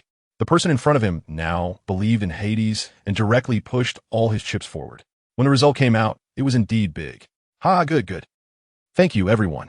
This person immediately took away more than half of the berries on the table. There were still a few berries left on the betting table. He said to everyone, this is all bonus money. You can split it. Today, I'm lucky, so I won't play at this table anymore. Those who knew him all expressed their gratitude. Wow, Jack is generous. The people at the betting table instantly became chaotic, scrambling for the money. Before long, it was all divided up. At this moment, Jack turned to look at the few people standing beside him. Without stopping his actions, he took out a bag of chips and tossed it to Hades. Take it, my token of appreciation. Jack glanced at Hades, feeling increasingly that the person in front of him was not simple. Hades expressionlessly accepted it. He had no choice. They had no berries in their hands. They could only think of other ways. Hades weighed the berries in his hand, and directly he sat down in the position Jack had just occupied. Lilia, now, had an ominous premonition in her heart. It can't be. Just as Lilia was lost in thought, Hades had already started to dominate the betting table. As long as Hades made a move, he would definitely win back a large number of berries. The surrounding gamblers were stunned, all following Hades to place bets. However, at this moment, the dealer was already sweating profusely. He was the banker. Originally, it didn't matter who won. He only took a commission from the winnings. However, there was one situation. If everyone bet on the same side, and everyone won, he would have to cover those berries. At this moment, he had already lost 3 rounds in a row. Lilia saw that the situation was not good and directly walked to Hades' side. Sir, why don't we go to a higher-end venue? Lilia wiped the sweat from her forehead, her tone slightly stuttering. Hades looked at the chips in front of him, which were nearly 100 million berries. He nodded in agreement. Lilia breathed a sigh of relief, thinking to herself, fortunately, as long as he plays, there will be someone to collect it above. Hades and the others picked up the chips from the table. He went directly to the bar to exchange for chips. Lilia's brain felt like it had been struck by lightning. The surrounding gamblers looked curiously at the king of hell. The bar staff, seeing so many gamblers looking at him, had no choice but to give the king of hell his chips. They needed to present their casino as fair and just. A few people picked up their chips and turned to leave the Rain Banquet Casino. Lilia exclaimed, it's over. Quickly go inform a boss. When Rorok Dahl received the news, he wondered why all sorts of strange characters were coming to him for money. Bonus, come with me. Crocodile stormed out in anger. After leaving the Rain Banquet, the others felt some sympathy for the casino. Lord of Hell, impressive. Scorpion King and others looked at the King of Hell with admiration, giving him a thumbs up. Lord of Hell, shall we find a place to rest? Lion King asked. Let's go. While they were looking for an inn, 2 people appeared in front of the King of Hell and blocked their way. The King of Hell frowned slightly, wondering what this meant. Were they about to be robbed? Lion King stepped out of the group and shouted at the 2, what do you want? Get out of the way. Otherwise, let me teach you why the flowers are so red. How bold. Did you come to pay protection fees? Bonus directly responded. Lion King smacked his lips. TSK. You take it when I give you face, but when I don't, you might not be able to stand. Understand? He tilted his head and looked at the 2 in front of him. Crocodile had a black line across his face. What? Now, even Small Fry can boss around my people? Then what was the point of being a warlord? The king of hell was also speechless. When did Lion King learn to quote lines? While he was frantically pondering Lion King's words, Bonus had already charged at Lion King. Huh, still has some courage. Lion King scoffed, suddenly stepping forward and lifting a foot. Boom! In the blink of an eye, Bonus was kicked away. Lion King called out to the king of hell and the others, I'll go play with him for a while. In an instant, he chased after Bonus's flying figure. Crocodile had a face full of question marks. However, he still managed to stabilize himself and looked at the others. That person must be the strongest among you. Nightling Yun's lips curled slightly. Lord of Hell, let me handle this. Just to practice. Go ahead, play with him. As you command. He turned to look at Crocodile, who was standing far away. Crocodile was also very annoyed. Now anyone could bully him. Kid, state your name. Nightling Yun. If nothing unexpected happens, you should remember my name for the rest of your life. After a brief silence, Crocodile couldn't hold back any longer. A toad jumping off a cliff. Were you pretending to be, Batman? Desert Treasure Blade. In an instant, sand began to gather from the ground. Then, his arms turned to sand and formed a massive sand blade, swinging out at high speed. The two immediately engaged in battle. I'm indeed Batman. Their figures flickered in the swirling yellow sand, but Nightling Yun's shout could still be heard. Scorpion King couldn't help but burst out laughing.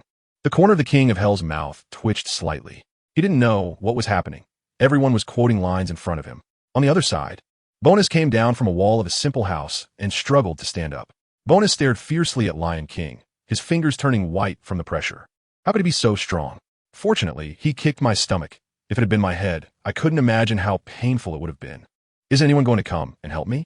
He glanced at Crocodile from the corner of his eye, only to find that he hadn't taken down his opponent immediately. His head felt buzzing at the moment. Lion King grinned. What's wrong? Can't handle it? Bonus leaned against the wall, confused, unwilling, and filled with various emotions.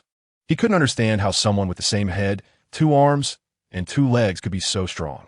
If Lion King heard this, he would tell him, actually, I have 9 heads. Bonus took a deep breath, and his 2 arms transformed into weapons. He charged at Lion King.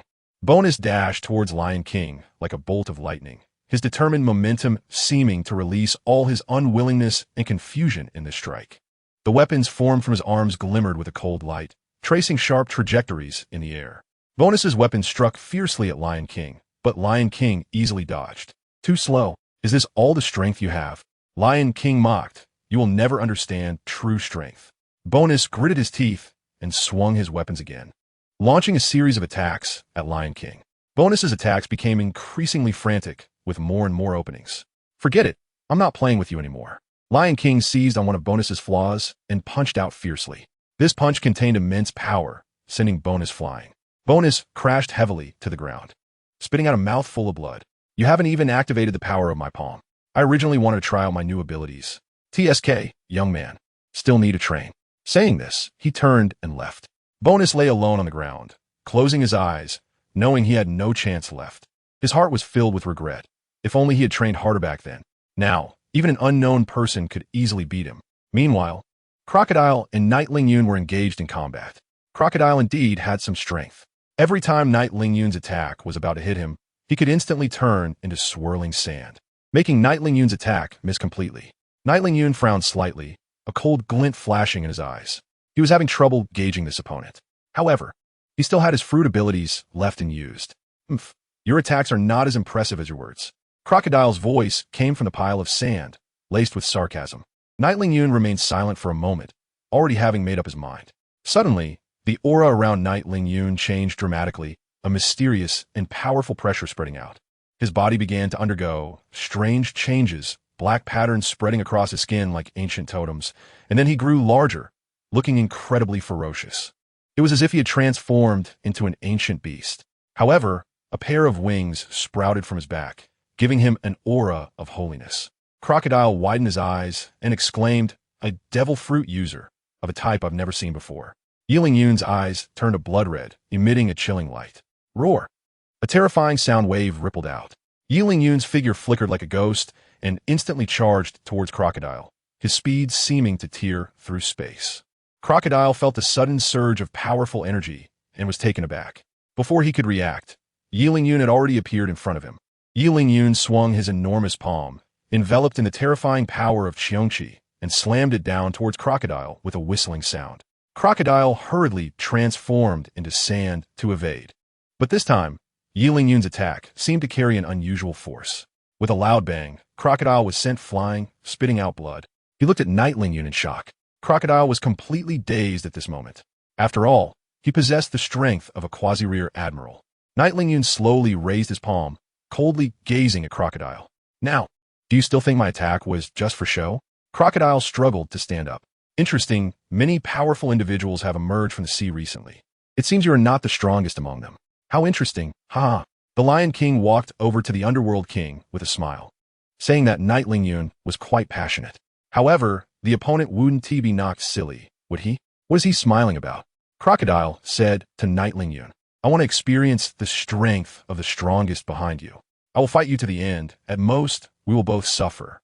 Not worth it. Knight Lingyun transformed into human form, looking at Crocodile with surprise, saying, You won't last a single move. It's better if you play with me. Crocodile glanced at Knight Lingyun, suddenly shook his head, self-deprecatingly saying, I still want to see the strength of your top fighters. I want to see the gap. Indeed, I admire your courage to draw your sword against a strong opponent. In the distance, the Underworld King did not expect that the opponent would still be able to involve him. At this moment, Knight Lingyun turned to look at him, his gaze filled with inquiry. The Underworld King slightly nodded. All right, our Lord Underworld King agrees. As soon as the words fell, in the blink of an eye, the Underworld King appeared right in front of Crocodile like a ghost. When did this happen? The Underworld King lazily stretched his arms, loosening his muscles and bones. That casual posture exuded a chilling pressure. I will only make one move. The Underworld King's voice was flat and indifferent. At this moment, Crocodile had no doubt.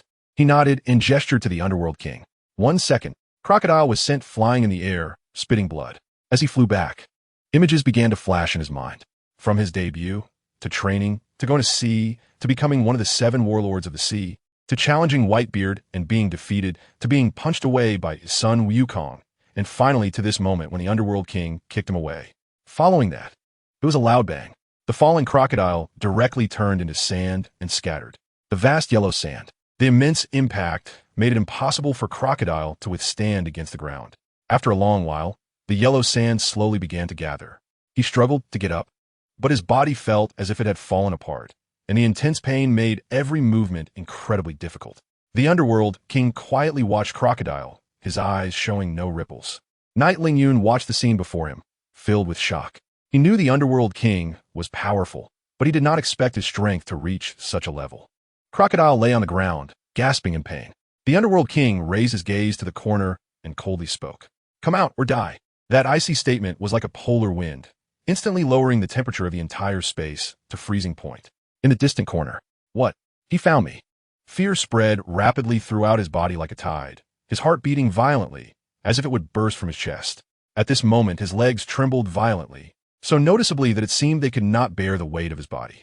He had just witnessed everything. He saw the terrifying scene of these people. He knew his own strength was at best that of a naval major.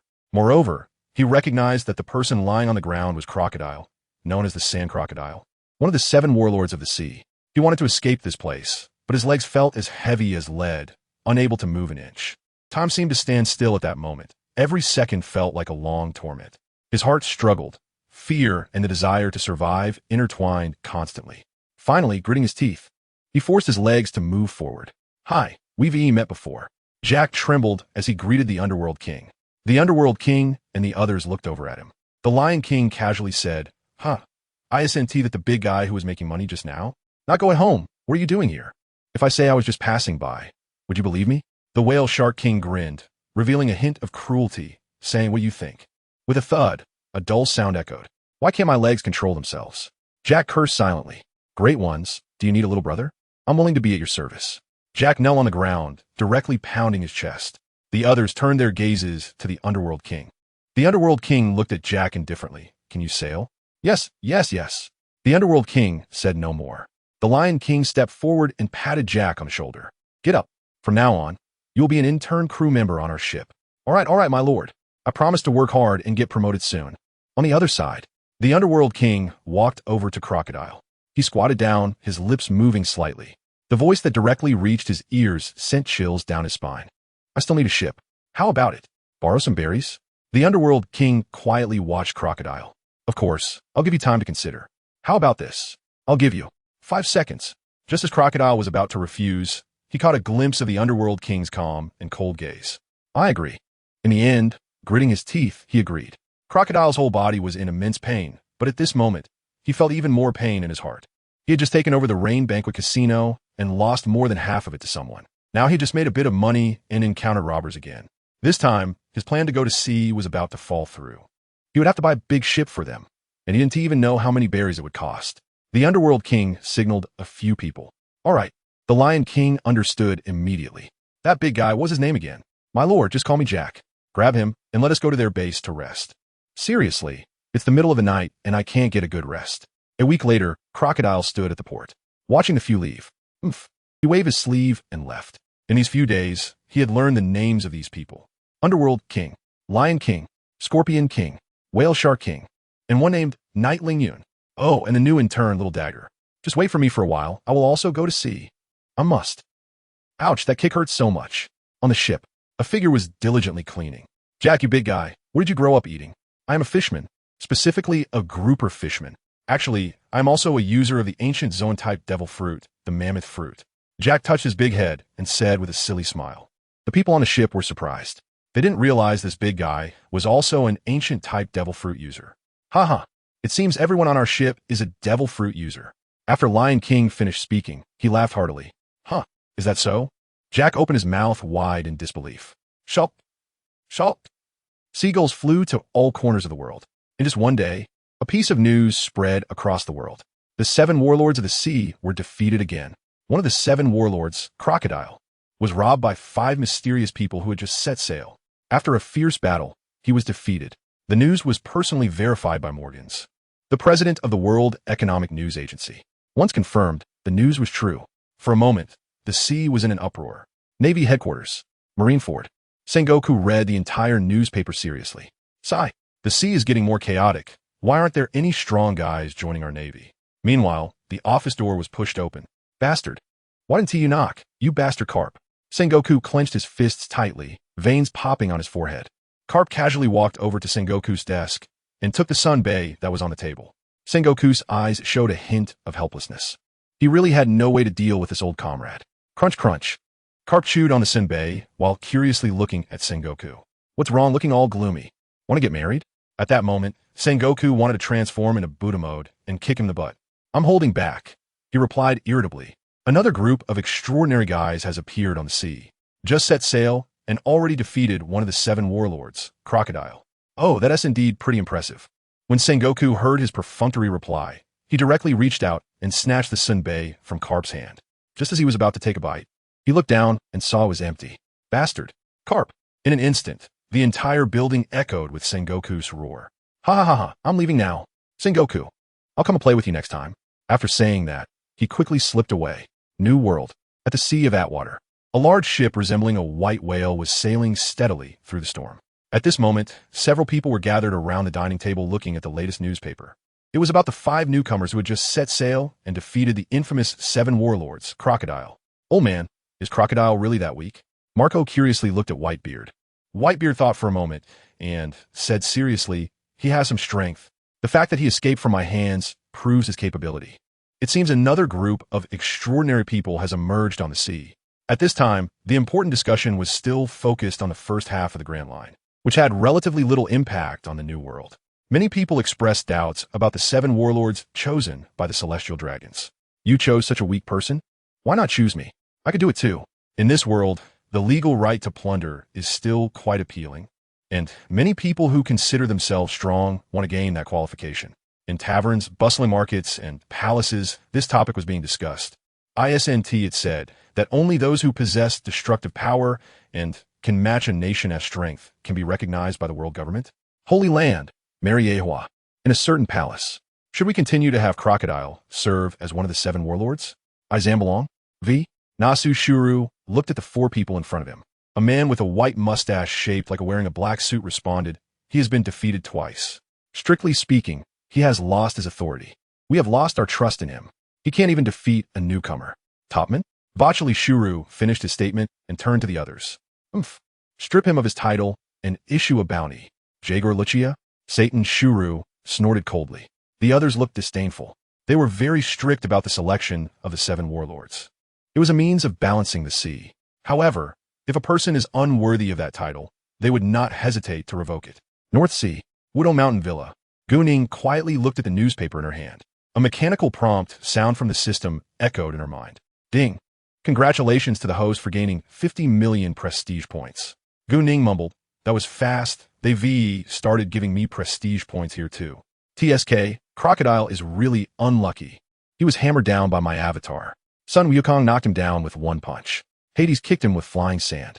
And he lost his title as one of the 7 warlords. How tragic. If he finds out it was all my avatar's doing, I wonder if he will collapse.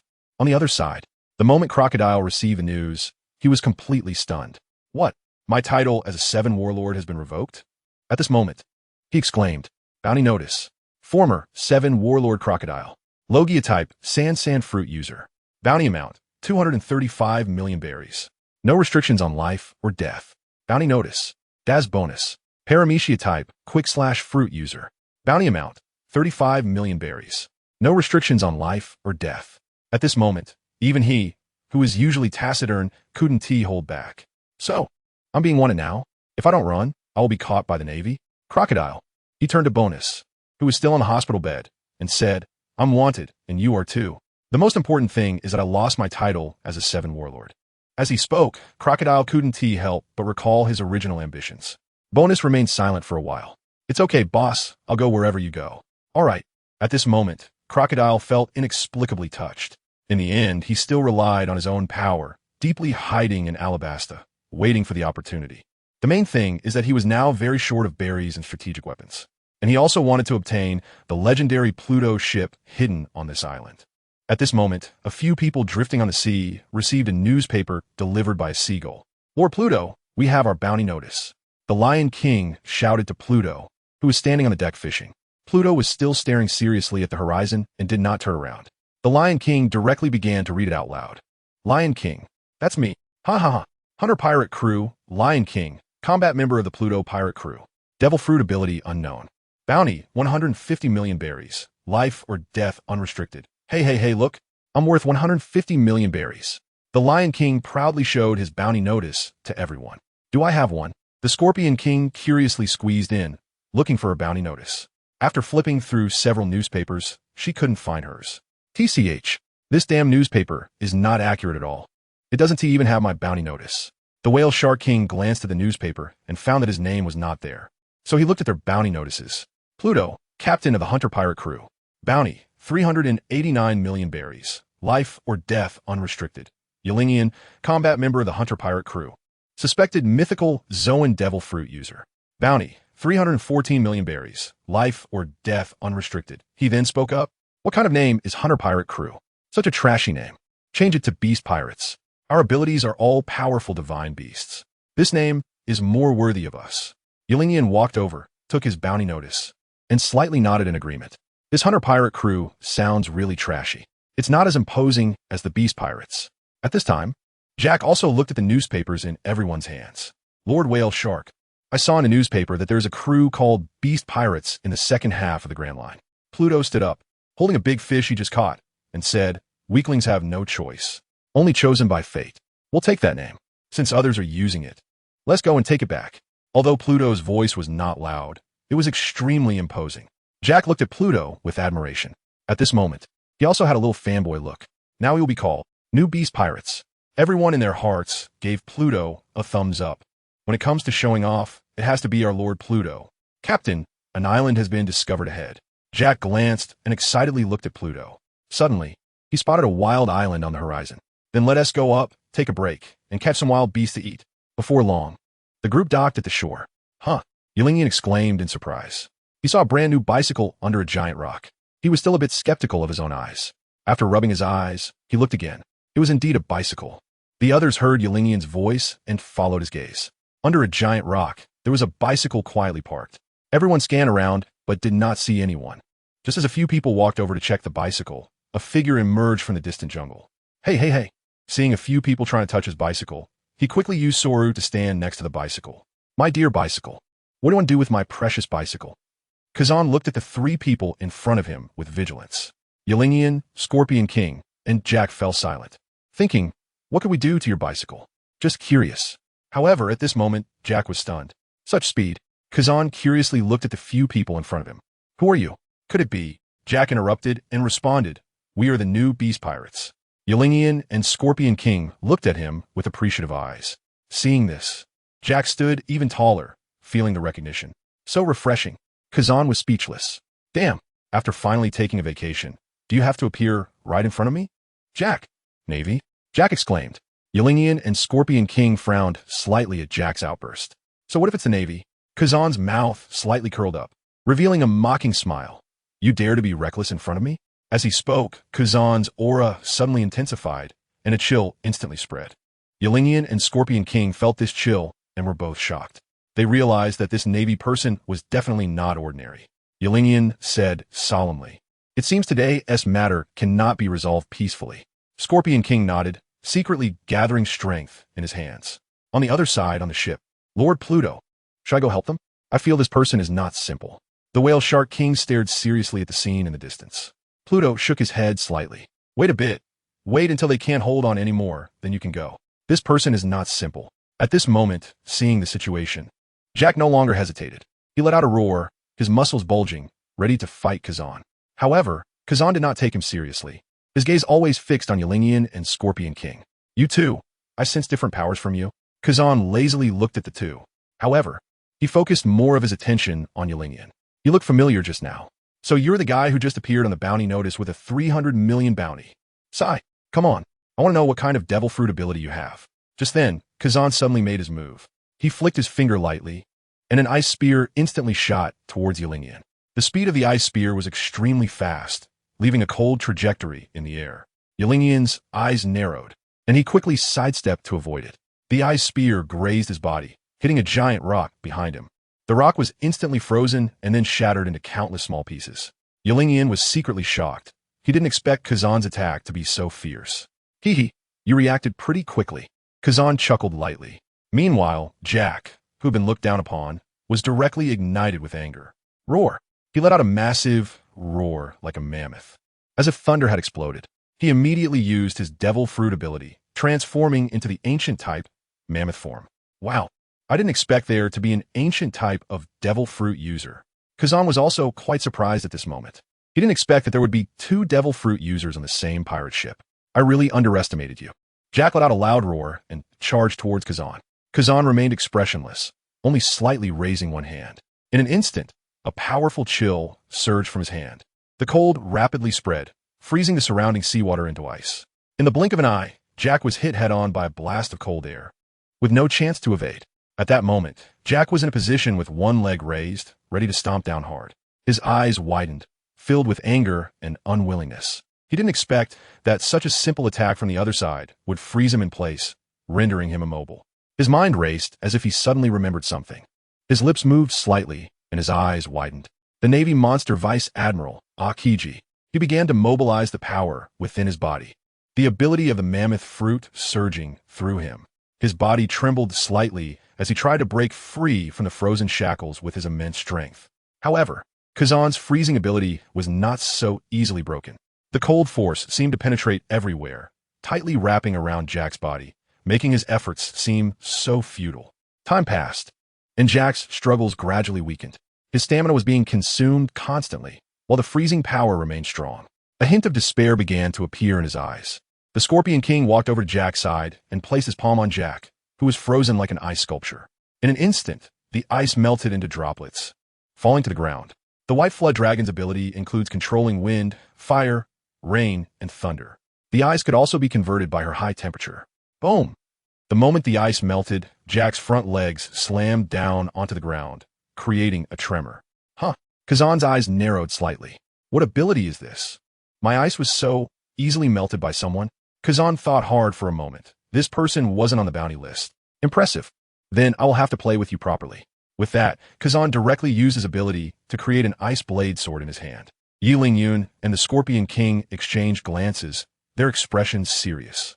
They could feel the powerful pressure emanating from Kazan, but they were not the type to easily back down. Yelingyan's aura suddenly surged, black energy swirling around him. He then used the ability of the Cheongqi fruit. Yiling Yun's form instantly changed, with a pair of huge white wings sprouting from his back, adorned with mysterious patterns. His eyes turned red, revealing a sense of coldness and cruelty.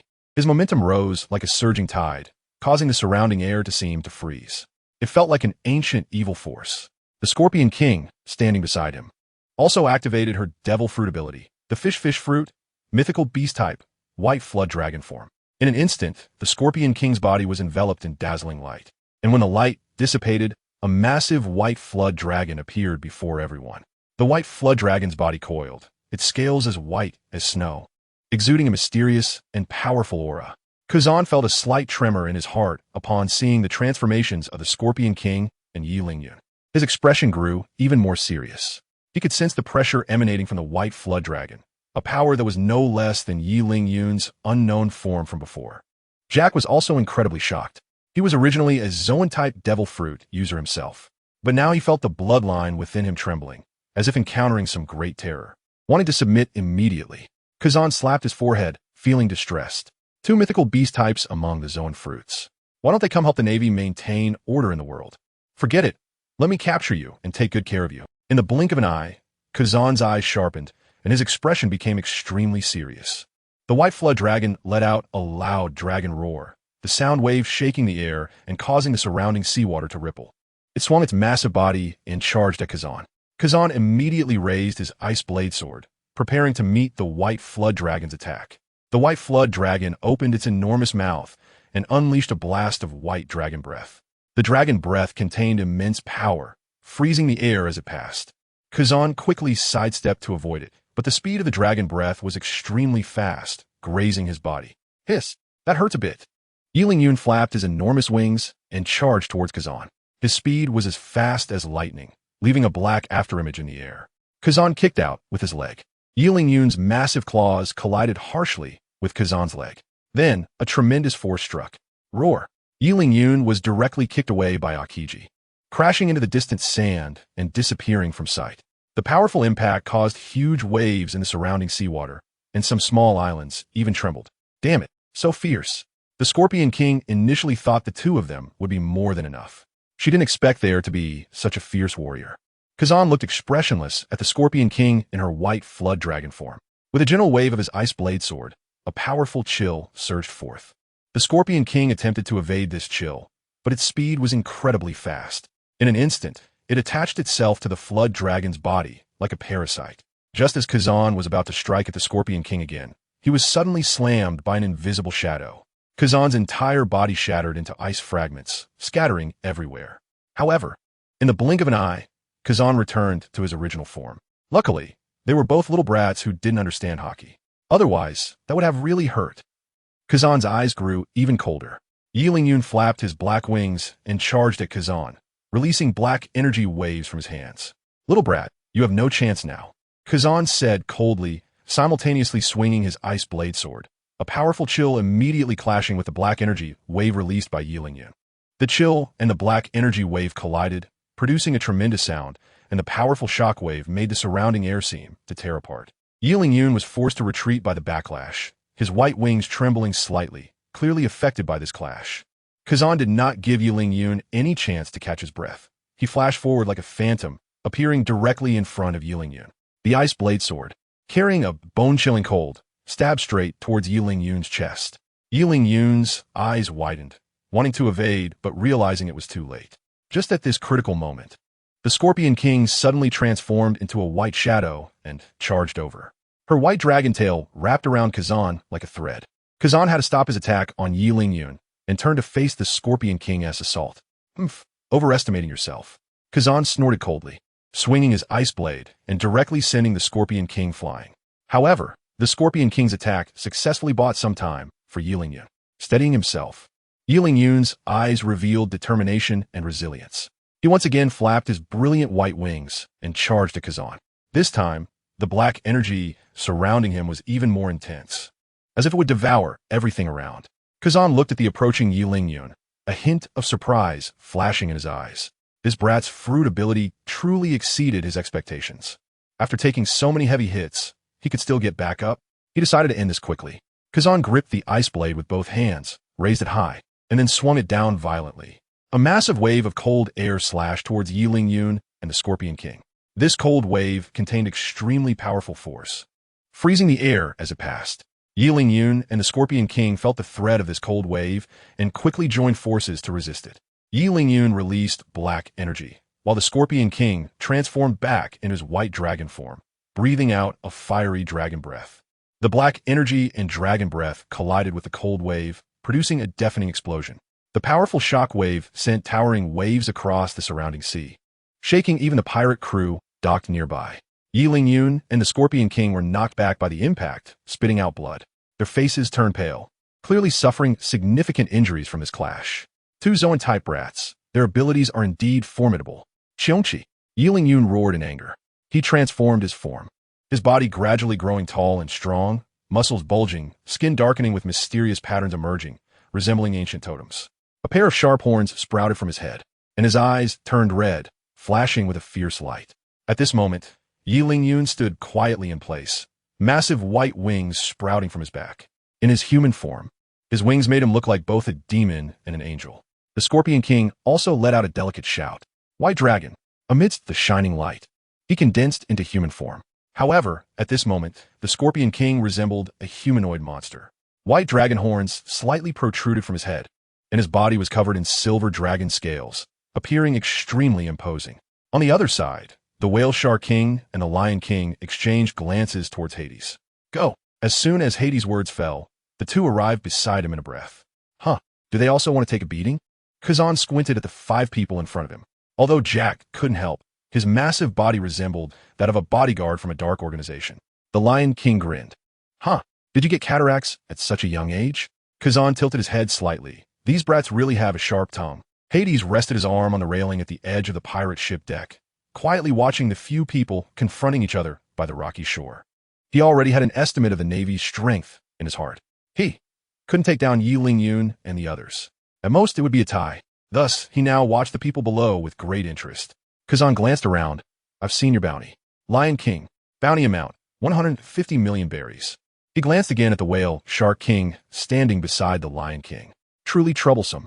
Where do so many monsters come from? Kazan rubbed his forehead, taking a deep breath.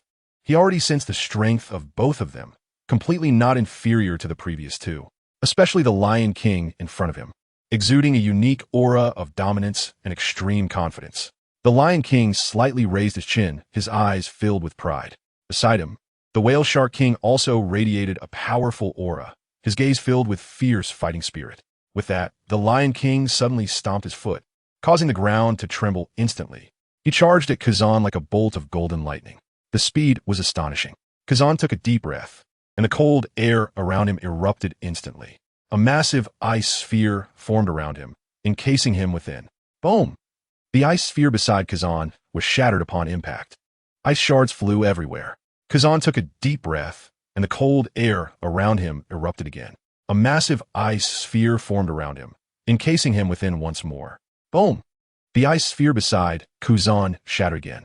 Ice shards filled the air. What hard punch! Brat! Ice Age! With a low shout from Kazan, an extremely powerful cold air rapidly spread out from him, freezing the seawater and solidifying the surrounding air, creating a scene of ice and snow. The shattered ice fragments also recondensed under the influence of this powerful cold air, rapidly spreading as if to turn the entire world into a massive ice sculpture. The Lion King and Whale Shark King were enveloped by this sudden, powerful cold air, and their movements instantly slowed. A thin layer of frost began to form on the Lion King's golden fur, his eyes revealing a hint of surprise and caution.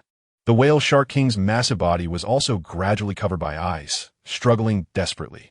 However, both quickly reacted. Oomph! They both snorted coldly, unleashing their fruit abilities. Kunpung fruit. The golden 9-headed lion fruit caused the Whale Shark King's body to undergo a massive transformation, rapidly expanding into a gigantic Kunpung. Meanwhile, the Lion King transformed into a majestic golden 9-headed lion. Each head was filled with a sense of power, and the golden fur shone brightly like sunlight. The sharp claws seemed capable of easily tearing the earth apart. Roar! Roar! The 9 heads roared simultaneously, shaking the heavens and causing fear. The cold air clinging to their bodies was directly dispelled. At this moment, the two looked at Kazan, who appeared like an ant before them, with piercing gazes. especially since the whale shark king felt that his power had more than doubled since gaining his fruit ability. Among the four who gained fruit abilities, only his strength had increased the most. Just then, Yun and the Scorpion King also regained some of their strength and walked to the side of the two. At this moment, the four stood silently in a row, their eyes fixed on Kazan. Kazan's dead fish face revealed a serious expression, squinting his eyes, already calculating whether to fight. The air seemed to freeze, with a tense atmosphere filling the entire space. Hey. You four are attacking a defenseless little boy. Isn't that inappropriate? The four remained silent, quietly watching the person in front of them. Sigh. So dull. Enough with the nonsense. If you're going to take a beating, stand straight. The golden, nine-headed lion launched the first attack, like a golden lightning bolt, charging towards Kazan. All 9 heads simultaneously unleashed powerful energy waves, distorting the air in their path. Kazan quickly raised his ice blade sword, releasing a strong cold barrier.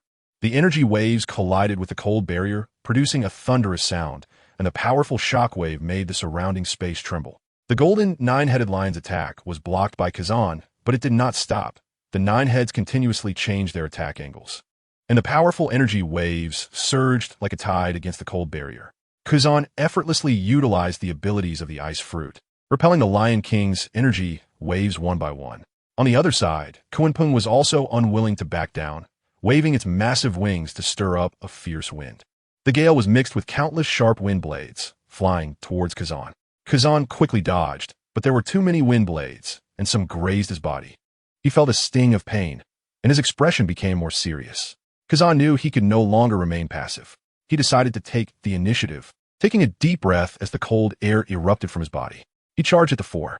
At this moment, Kazan's arms were completely covered in haki. He executed a freezing slash towards them. The others quickly dodged. Yun was extremely fast. After a quick dodge, he lunged at Kazan a bite. Xiongqi opened its massive jaws, aimed at Kazan with its powerful bite force. Kazan slightly tilted his head, a foul stench hitting him. He raised his leg, covered in haki, and struck out. Boom! A crisp sound echoed. Yun was kicked away. The massive body of the whale shark king was not as fast as a few others. However, its strength was immense. Just as Kazan kicked at Yun, it had already reached Kazan's side, extending its enormous Kunpeng wing to swipe at Kazan, who appeared as tiny as an ant. The massive wind force struck Kazan, hitting him repeatedly like sharp knives. Kazan shattered into a pile of ice blocks. However, within moments, the ice blocks quickly reassembled, and Kazan returned to his original state. After being kicked away, Yun flipped in the air and landed steadily on the ground, flapping his wings. Huff, huff, huff. Yun gasped for breath. Fighting against this Navy officer was too much pressure. The damage from his attacks required him to mobilize all his strength to resist. At this moment, Kazan was also struggling to withstand the continuous attacks from the 4. He was secretly astonished, not expecting such powerful strength from their combined efforts. Each of their fruit abilities was incredibly strong. Although none of them had reached the rank of Rear Admiral, he was indeed entangled by them at this moment. Whale Shark King. The Lion King turned to call out to the Whale Shark King beside him. The Whale Shark King met the Lion King's gaze. And then the Lion King suddenly launched a fierce attack, all 9 heads gathering powerful energy, then violently releasing a massive golden energy beam. This energy beam, carrying destructive power, shot straight towards Kazan. Kazan felt the threat of the energy beam. He gripped the ice blade sword with both hands, channeling all his strength into it. The ice blade sword glimmered with dazzling light as Kazan swung it hard, unleashing a massive freezing slash to meet the golden energy beam. The two collided, producing an earth-shattering roar. At that moment, the Whale Shark King in beast form charged in front of Kazan, delivering a heavy punch. By the time Kazan saw it, it was too late to execute another slash. He could only use all his strength to unleash freezing energy for defense. The shockwave from the collision between the energy beam and Kazan's slash swept towards the others. The powerful force twisted the surrounding space, instantly destroying some small islands. Yun and Scorpion King were also thrown back by the shockwave. Kazan and the Whale Shark King were forced to retreat repeatedly due to the backlash, especially Kazan, who had blood seeping from the corner of his mouth. The Whale Shark King, relying on the powerful physique granted by its Kunpeng fruit, managed to withstand it. The surrounding seawater was stirred into turbulent waves, and the sky became overcast. You are indeed strong, but to defeat me, it is still far from enough, Kazan said. wiping the blood from the corner of his mouth. You truly surprised me. Yun looked at Kazan, secretly calculating the next move. At this moment, the power within him was nearly exhausted. He glanced at the Lion King and the others, who were also panting heavily, their bodies covered in frostbite from their abilities. The blood that flowed out had frozen solid. However, Yun glanced at the pirate ship and saw the Grim Reaper quietly watching them from a distance, which somewhat reassured him. The Scorpion King transformed back into human form, her face pale, with a slight frown as she pondered how to break the stalemate. Navy, why are you so persistent? Don't you just want to see your bicycle? So stingy. Let's just call it a day. Kazan said coldly, next time we meet, you won't be so lucky. He felt a slight tension regarding his own strength. There truly were many formidable individuals in this sea. Those who said there were few strong people in the sea were mistaken. Where are the few? The sea has been like this for many years. Okay. Don't make baseless claims. The Grand Line is also very difficult. It's fine. Just look for the reasons within yourself. Have you really been practicing hard all these years? Sigh. I've been slack. With that thought, he directly mounted his bicycle and turned to leave. Lion King, Yun, Whale Shark King, Scorpion King Jack. Didn't we just fight to the death? Why did he suddenly leave? The Grim Reaper also lost interest, having been engaged in the spectacle. He had hoped to let this group of guys train a bit more. Back on the ship, the clothes of the few had become completely tattered, resembling beggars who hadn't bathed for half a year on the street. They exchanged glances, momentarily at a loss for words. The sudden end of the battle caught them off guard, and the tension that had been built up relaxed at that moment, followed by a deep wave of fatigue. Most importantly, they all felt extremely hungry. Yun frowned slightly, and his white wings gently flapped, causing a few tattered feathers to fall. This Navy officer is truly unpredictable. His voice was low, laced with a hint of doubt. The Scorpion King sighed softly, looking at her ragged clothes, shaking her head helplessly. Forget him. Since the battle is over, we should rest now. A hint of fatigue showed in her eyes. She realized that while transforming into the white flood dragon form greatly enhanced her power and speed, it also rapidly consumed the energy within her body. Now, apart from feeling exhausted, she is also hungry. She feels like she could eat a whole cow. Jack stands silently beside her, realizing he hasn't been much help. He has been completely useless.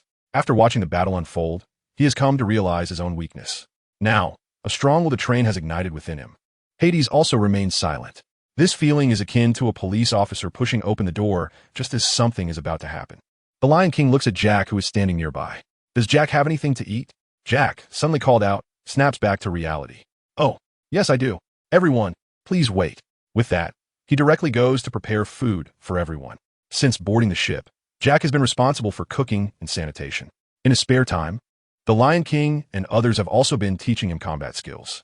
However, he is the kind who learns at a slow pace. Meanwhile, Blue, Kazan takes out a transponder snail and reports the recent battle on the island to Admiral Sengoku. When Sengoku hears Kazan's report, he initially thinks Kazan is joking. A monster vice admiral selected from hundreds of thousands in the Navy, especially one who graduated from Zifa's training camp, actually went toe-to-toe with a few young pirates in the first half of the Grand Line? Are you kidding me? Sengoku, still in disbelief, asks. Although I really don't want to confirm it, the fact is indeed so, Admiral Sengoku. Sengoku sits in his office, silent for a moment. He doesn't even realize when his pen in hand has broken. Then, Kazan reveals something that makes Sengoku think Kazan has been kidnapped. The most important thing is that the opposing captain did not intervene. He let his crew fight me, seemingly uninterested in me, just to train his crew's combat awareness. Kazan, hearing no response from the transponder snail, continues. Moreover, all 5 crew members on the other side are devil fruit users. On the other end, Sengoku's voice comes through again. Kazan, are you joking with me? Is it because your vacation is ending tomorrow that you're messing with me? Kazan, I feel like even I don't believe what I'm saying. He continues, Admiral Sengoku, whether you believe it or not, the fact is as it is. Among the 5 crew members, one has the mammoth form of the Zozo no Mi, an ancient type. Sengoku calms down a bit and continues to ask, what about the others? First of all, I swear by justice that what I say is true. Sengoku. The other 4 are devil fruit users I've never seen before. If there are no surprises, they should all be mythical Zoan-type devil fruit users. I add, I'm telling the truth. At this moment, Kazan is riding a bike on the sea, but his mouth is twitching. Society is hard to navigate. Inside Marineford, Sengoku, who is slightly leaning back in his office, straightens up upon hearing this. His calm demeanor is shaken. At this moment, even if he doesn't want to believe it, he has to. Kazan has sworn on his sense of justice. His mind is racing with countless expletives brewing inside him. He only has one thought now. If he reports this to Fleet Admiral Kong later, will Kong believe it? Just one ancient type is enough to draw their attention. Now, there are 4 mythical Zoan users. Realizing this, he quickly asks, do you know what abilities their mythical Zoan types have? Sengoku's heart is calmer now than before. He feels he can accept anything ridiculous he hears. During the battle, one was said to be a Cheongshi, another is a golden 9-headed lion. One is a dragon similar to Kaido, but a white dragon. And the last one, the most outrageous, has a body length that blocks out the sun and possesses incredible power. If it weren't for their low strength, I would be afraid I couldn't escape. It's called Kuenpun. Sengoku, what the hell? Is this still in the first half of the Grand Line? After hanging up the phone, Sengoku stands in his office, contemplating for a long time. In the end, he grits his teeth and strides toward Fleet Admiral Kong's office. Knock, knock, knock. Sengoku stands at the door for a while, organizing his words. Finally, he knocks on the door. A voice comes from inside the office. Come in. Sengoku quickly enters. When Kong sees Sengoku, he curiously asks, what is up that has you? The wise general, so distracted. Sengoku directly lays out everything Kazan reported, summarizing it for Kong. Kong's fingers tap lightly on the desk. Sengoku, when did you become so eloquent? Then, folding his arms across his chest, he quietly watches Sengoku. At this moment, Sengoku finds himself in a dilemma, unable to sit or stand, finally saying, Fleet Admiral, what I'm saying is true.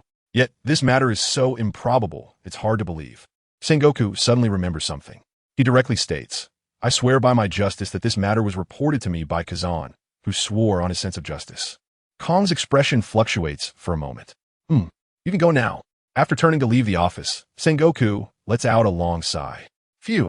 The boat has already passed through thousands of mountains, the Wuming Mountains connecting to the mountains beyond. At this moment, the troublesome matter falls to Kong. He needs to report this situation to the Gorosei. The emergence of 4 mythical Zoan Devil Fruit users is no trivial matter, especially since they are on the same ship. If they have ambitions to unify the world, isn't this the second rocks? Kong stands in his office, his face bearing a serious expression. However, those who know him are aware that his inner feelings are fluctuating violently. Just as he dials the Gorosei's number. Moshi Moshi, what is it? Steelbone Kong? Saint Satan asks curiously. Normally, Steelbone Kong wouldn't contact them for trivial matters. But whenever he does, it's never for minor issues. Kong has already thought through his words in his mind. Kazan has encountered some issues. He ran into a newly emerged pirate crew, and after a battle, it ended in a draw. Kong immediately reports the battle information to the Gorosei. Saint Satan's tone turns slightly angry. Steelbone Kong, are you kidding us? 6 people on one ship. 5 of them are Zoan-type Devil Fruit users. 1 is ancient, and 4 are mythical. The tone has become much heavier. It is easy to imagine how angry the other party is. Steelbone Kong sweated profusely and said, My lords, I am telling the truth. After hanging up the phone, Mary Ahua. At this moment, the 5 elders sitting on the sofa looked at each other. After a while, Saint Stanshin spoke, this matter should be true. Steelbone Kong wouldn't dare to joke about this. Saint Nezushiro couldn't help but say, but this is too outrageous. Our world government has only preserved a few mythical beasts over the years, and there are directly 4 on this ship. Saint Vacheli said, the information should not be false. The most important thing now is what to do about this matter. Let's recruit them, see if they can be of use to us. Shepherd? If it doesn't work, just give them the title of Warlord of the Sea and see if they accept it. If they don't accept, we will quickly launch the demon-slaying order. Kill. The 5 elders exchanged glances and nodded in agreement. They immediately notified Steelbone Kong. Steelbone Kong had no objections and directly agreed to the final decision of the 5 elders. The 5 elders were very satisfied with Steelbone Kong. At least he wouldn't oppose their decisions. Meanwhile, after receiving a message from the 5 elders, Steelbone Kong pondered for a long time about whom to send. Sakazuki's personality was too decisive. Kazan had fought with this group of people. Only Borsalino was left. After thinking this through, he directly called Borsalino. Hello, Marshal Kong. What can I do for you? Borsalino looked at the snail phone in confusion. Your order. You will set off immediately to the first half of the Grand Line to find the new beast pirates and deliver the Warlord of the Sea appointment. Borsalino raised an eyebrow. The new beast pirates? Is there overtime pay? Steelbone Kong. What do you think? Oh. Borsalino twitched the corner of his mouth, his smile reduced by 3 points. He accepted the order. On the other side, Sabaody Archipelago. Everyone, your ship has been coated and is ready to set sail. When the few people in the tavern heard Rayleigh say this, they excitedly rushed to the ship, the Cheetion to observe. Wow, the pirate ship, after the coating, seemed to have a mysterious protective shield. It's really amazing. Enel curiously ran around the ship, looking here and there. At that moment, Hawkins's pupils constricted, and a look of shock appeared on his face. The naval hero Carp. The others were slightly stunned, and a thought emerged in their minds. Did they catch up? Sun Wukong casually glanced over and said, "It's fine. If they come, I'll just beat him once." During this time, Sun Wukong had mastered the two-color hockey. It can be said that he has reached the level of hockey covering his body. However, it didn't help much. His own body was also very strong. On the other side, Carp's warship had also found the Cheetion pirate group docked on the shore. Bogart walked over to Carp and reported, "We found the Cheetion pirate group. Vice Admiral Carp." Who? Huh? Is it time to eat? What are we having today? Bogart's mouth twitched, his face full of black lines. "Vice Admiral Carp, we found the Cheetion pirate group." "Oh, really? Ha ha. It seems we came to find them for something. What was it for again?" "Right, to help those scoundrels deliver the Warlord of the Sea appointment." Carp clapped his hands as if he suddenly remembered. Bogart hesitated for a moment and said, "How about I go deliver it? It wouldn't be appropriate for you to appear." "It's fine. Although these guys are pirates, they aren't bad to the core." Just as Sun Wukong was getting ready for battle, the opposing warship stopped. Carp and the others stood on the deck, watching Sun Wukong. The gazes of both sides collided in the middle of the sea. Sun Wukong and the others shone with intense fighting spirit. On Carp's side, Bogart's forehead had begun to bead with sweat. Carp crossed his arms over his chest and nodded to Bogart. Bogart understood and shouted loudly in the direction of Sun Wukong. "Lord Sun Wukong, we are here on the orders of the world government to bestow upon you the title of Warlord of the Sea. May I ask if you agree to take on the responsibilities of the Warlord of the Sea?" Sun Wukong. Sun Wukong turned around, confused, and looked at the others. "What does this mean?" Hawkins and the others exchanged glances. "Did he just say he wants to give our captain the title of Warlord of the Sea?" Hawkins stared wide-eyed, looking around at the others with a puzzled expression. At this moment, Rayleigh, who was standing by, was also dumbfounded. 1 year at sea, and he's becoming a Warlord of the Sea. What kind of legendary novel protagonist is this? This is one of the 3 major power factions at sea: pirates, world government, and the neutral warlords of the sea. The current value of the Warlord of the Sea is not what it will be in 20 years. Every pirate setting sail now hopes to gain the world government's recognition and obtain the title of Warlord of the Sea. Immediately, seeing the confused expressions of the others, Rayleigh helplessly facepalmed and began to explain the importance of the Warlord of the Sea to everyone, the most important being the legal right to plunder. "Ha ha ha ha, this is interesting. I want to be it." Sun Wukong looked proud at this moment. The people on the ship suddenly came to their senses and happily congratulated Sun Wukong. If their captain became a Warlord of the Sea, they would no longer have to be chased by the Navy. Moreover, the most important thing is that they would carry their captain's title and roam freely on the sea. Carp, seeing Sun Wukong and the others negotiating, did not interrupt. After all, whether they accept or not meant nothing to him. It was just a matter of chasing Sun Wukong a few more times before ultimately capturing him to the underwater prison. Sun Wukong raised his nose, lifted his head, and with hands on his hips shouted at Carp's warship, "All right, the great sage Cheetion, accept your invitation." Carp snorted and directly ordered his subordinate to bring the warship to the shore of the Sabaody archipelago. His mission was already completed. He didn't want to see Sun Wukong, one less opponent on the sea, and the brain-dead celestial dragon. After docking, Carp immediately reported that Sun Wukong had accepted the invitation to be a Warlord of the Sea. Steelbone Kong also breathed a sigh of relief, mainly because the sea had been a bit too chaotic lately. After receiving Carp's message, Steelbone Kong quickly reported it to the 5 elders. When the 5 elders received the news, they all nodded. They believed that Sun Wukong was a talent worth cultivating. Sensible, and knew when to stop. The financial warrior Nazashiro waved his hand and rewarded him with a devil fruit and 100 million berries, making him obediently work for us. A stick and a date. The other 5 elders nodded in agreement. At the same time, the news that Sun Wukong was recognized by the world government as one of the 7 warlords of the sea was transmitted to the World News Agency. They quickly printed newspapers. The news spread throughout the world in an instant. The headline read, "One of the new 7 warlords of the sea, the great sage equal to heaven, Sun Wukong." Below, it recounted his legendary experiences, such as fighting a Kainu and battling Carp, etc. Within a year, he rose to the top of the 7 warlords, successfully becoming a top force in the seas. The seas were abuzz. Previously, People had an impression of Sun Wukong, but they never expected to see him again in the newspaper, now as one of the 7 warlords of the sea. In streets and alleys, taverns, in the New World, everyone was discussing the new warlord, the great sage Sun Wukong. In East Blue, in Frostmoon Village, Mihawk looked at the newspaper in his hand, reading it seriously. There was now another powerful opponent in the seas. King Dominance walked over and happened to see the news. What is the 7 warlords of the sea? Is it really that powerful? Mihawk looked at him in horror. Are you some kind of primitive person? King Dominance shifted his gaze, his expression unchanged. He didn't want to explain. Explaining would make him seem like a primitive person. Mihawk, fine. He even acknowledged it. The 7 warlords of the sea have legal plundering rights in this world, and the Navy cannot pursue them. There is immense freedom on these seas. However, correspondingly, there are times when the Navy needs our help. King Dominance's voice interrupted Mihawk's words, his eyes revealing a hint of doubt. Oh, I forgot to mention. I am also one of the 7 warlords of the sea. King Dominance. Deadpan, you're trying to act cool. His eyes narrowed as he looked at Mihawk beside him. Mihawk jumped up. I walk. I'm not afraid of you. Ice block face. Let's go practice. King Dominance said, turning to head toward an open area. Go. Who's afraid of who? I lost. I admit defeat. Why are you hitting so hard? It hurts. During this time, Mihawk was showing off in front of King Dominance, being pulled to train every day. Even his normally quiet personality was somewhat broken. However, the progress during this time equaled the progress he had made in the previous 3 years. He also grasped the embryonic form of a faint sword intent.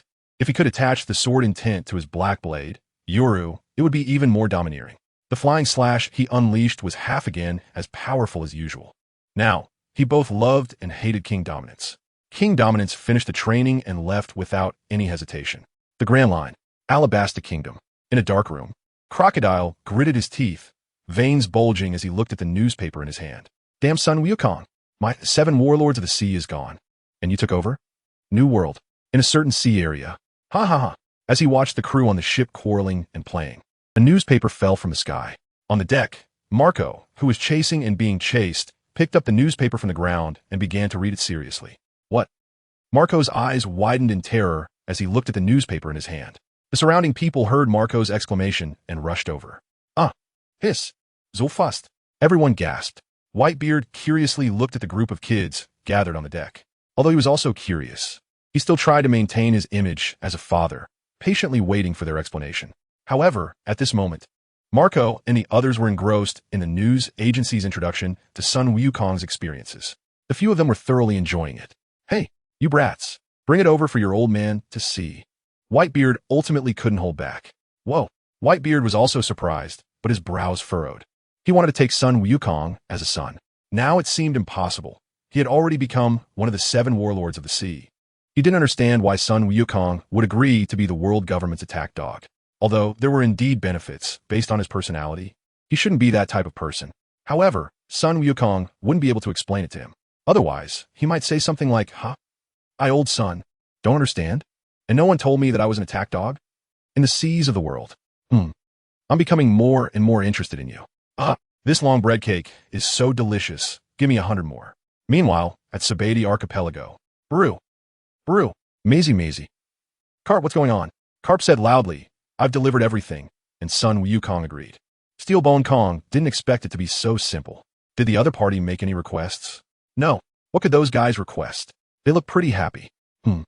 Carp. Steelbone Kong hesitated for a moment but still spoke. Roger. Surrendered. Carp on the other end of the transponder snail fell silent for a moment. Roger where? The first question Carp asked after speaking surprised Steelbone Kong. He didn't even ask why. Steelbone Kong was slightly taken aback, then responded, he is in East Blue, Low Town, currently guarded by heavy Navy forces. Carp fell silent again. Only the faint sound of breathing came through the transponder snail. After a moment, Carp said in a deep voice, I'll go right away. After hanging up the transponder snail, Steelbone Kong shook his head slightly. He knew well the complex relationship between Carp and Roger. Carp, this Navy hero, spent his life pursuing the pirate king Roger. So much so that over 10 years ago, he teamed up with Roger to defeat the then sea overlord, the Rocks Pirates. One could say they were both enemies and friends. Carp stood on the deck of the Navy ship along the coastline of Sabadi Archipelago, looking out at the vast ocean. But his thoughts were still entangled with the news of Roger's surrender.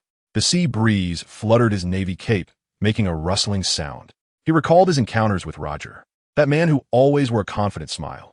Why would he make such an unexpected decision?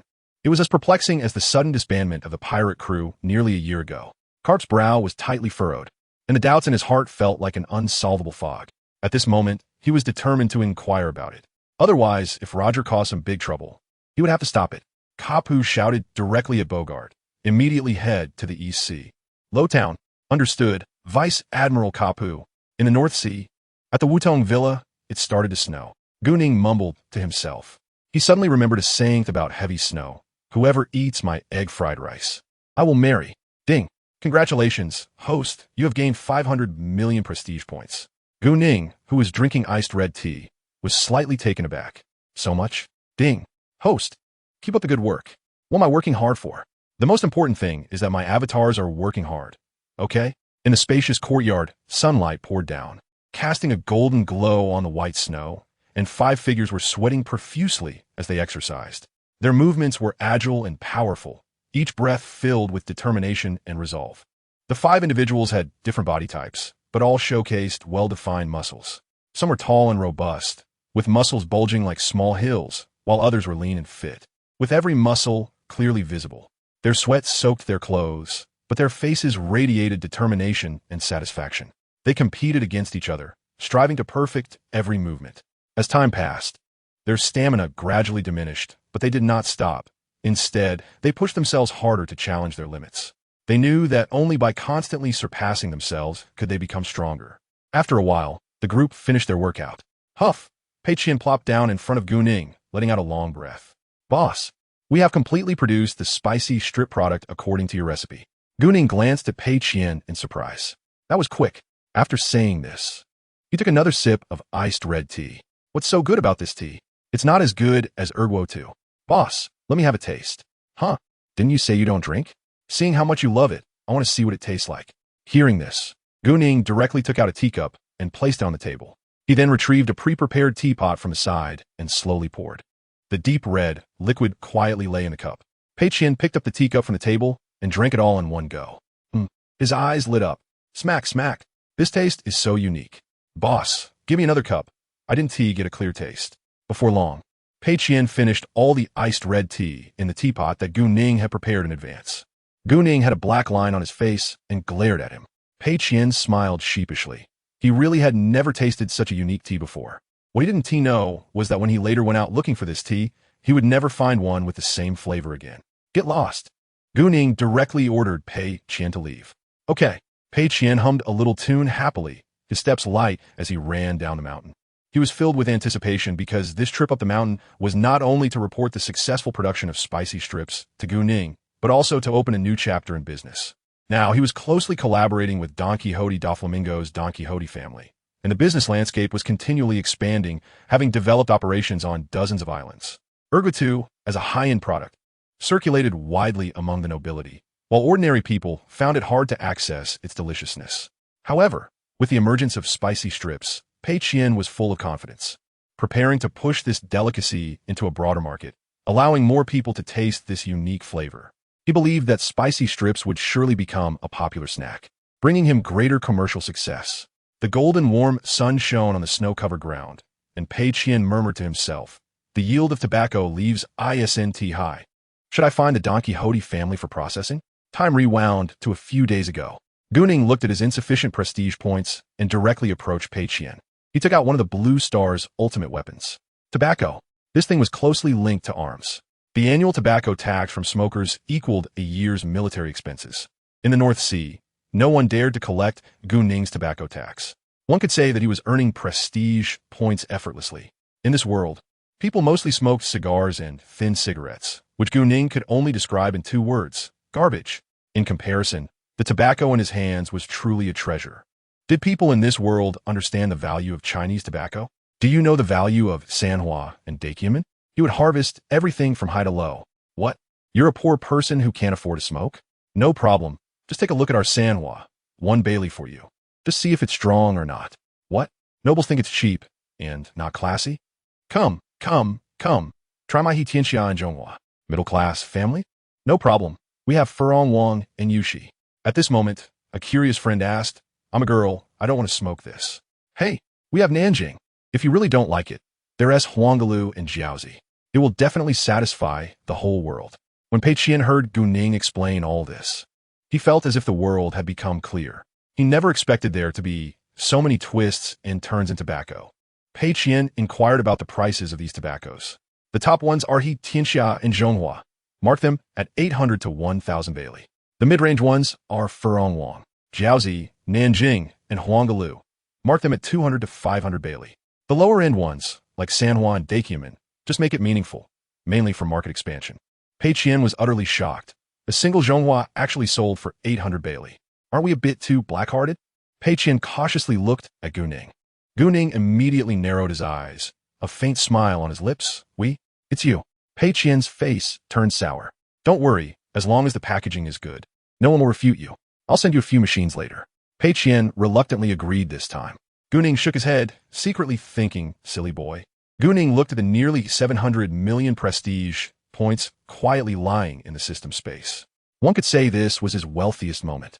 What troubled him now was whether to purchase some supplies for Wang Jian, Bai Qi, and the others. After all, these few had been staying at Wudong Villa for several months, and their progress was quite remarkable. They had fully mastered the use of armament hockey and observation hockey, especially Bai Qi, who had even awakened Conqueror's hockey. Although it was still in the initial stage, when he released Conqueror's hockey, the boundless killing intent sent chills down people's spines. The other three, seeing Bai Qi awaken, were also envious. They still didn't know whether they had the qualifications to awaken it. The awakening of Conqueror's hockey was unpredictable and could happen at any time. At this moment, Bai Qi had already broken through to the rank of lieutenant colonel. The other three had also reached the strength of major. In the end, GuNing still bought each person a physical enhancement card, tossing it directly at them to boost their strength. Time was running out, and GuNing wanted them to help the cloning Zheng. Thus, GuNing conveyed this task to them and advised them to act cautiously. After receiving their orders, the four immediately set off towards the location of Zheng.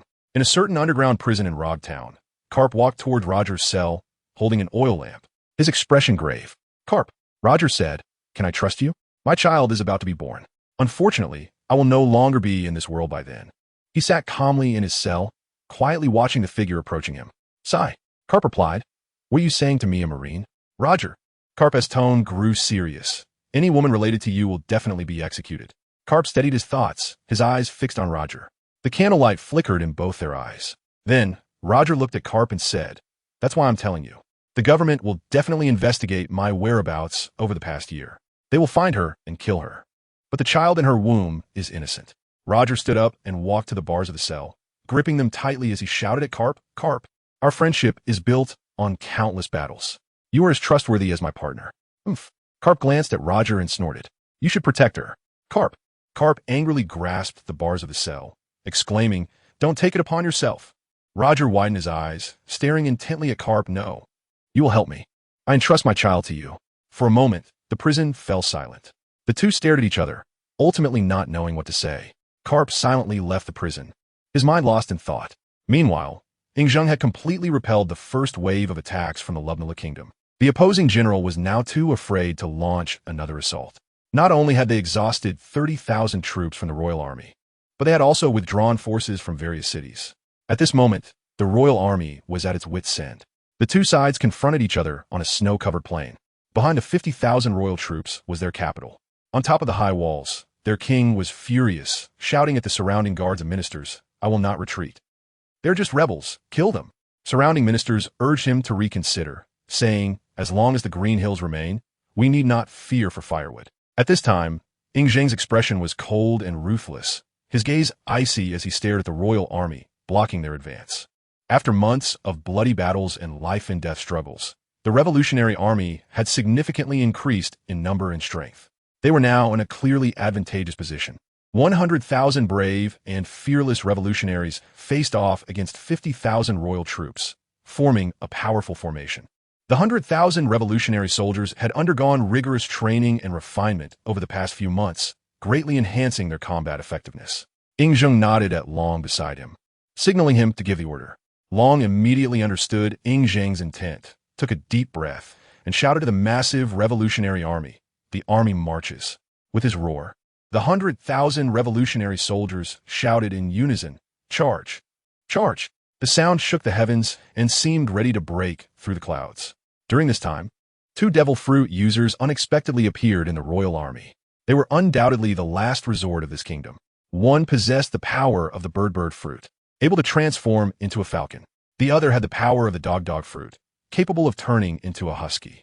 Zheng commanded the army, while Long charged directly into the battlefield.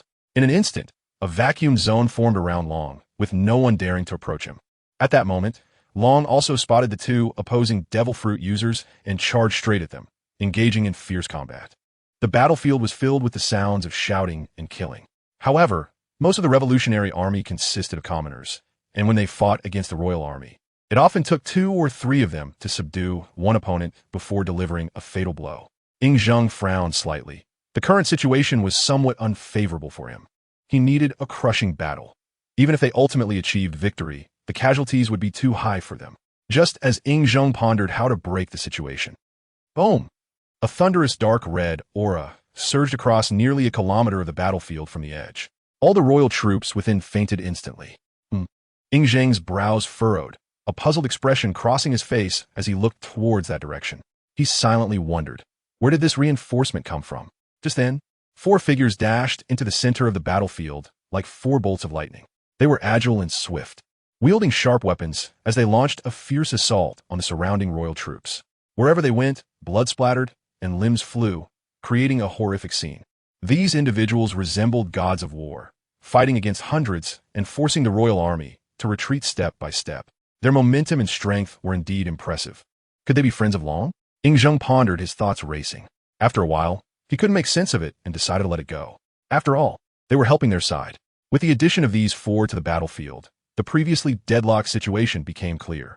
They were like 4 sharp swords, ruthlessly cutting through the royal army's defenses. Any enemy who approached the 4 would be slaughtered within seconds. Their movements were like a sudden storm, leaving the enemy with no chance to fight back, and many who witnessed this scene were struck with terror. Meanwhile, the members of the revolutionary army looked at them with admiration.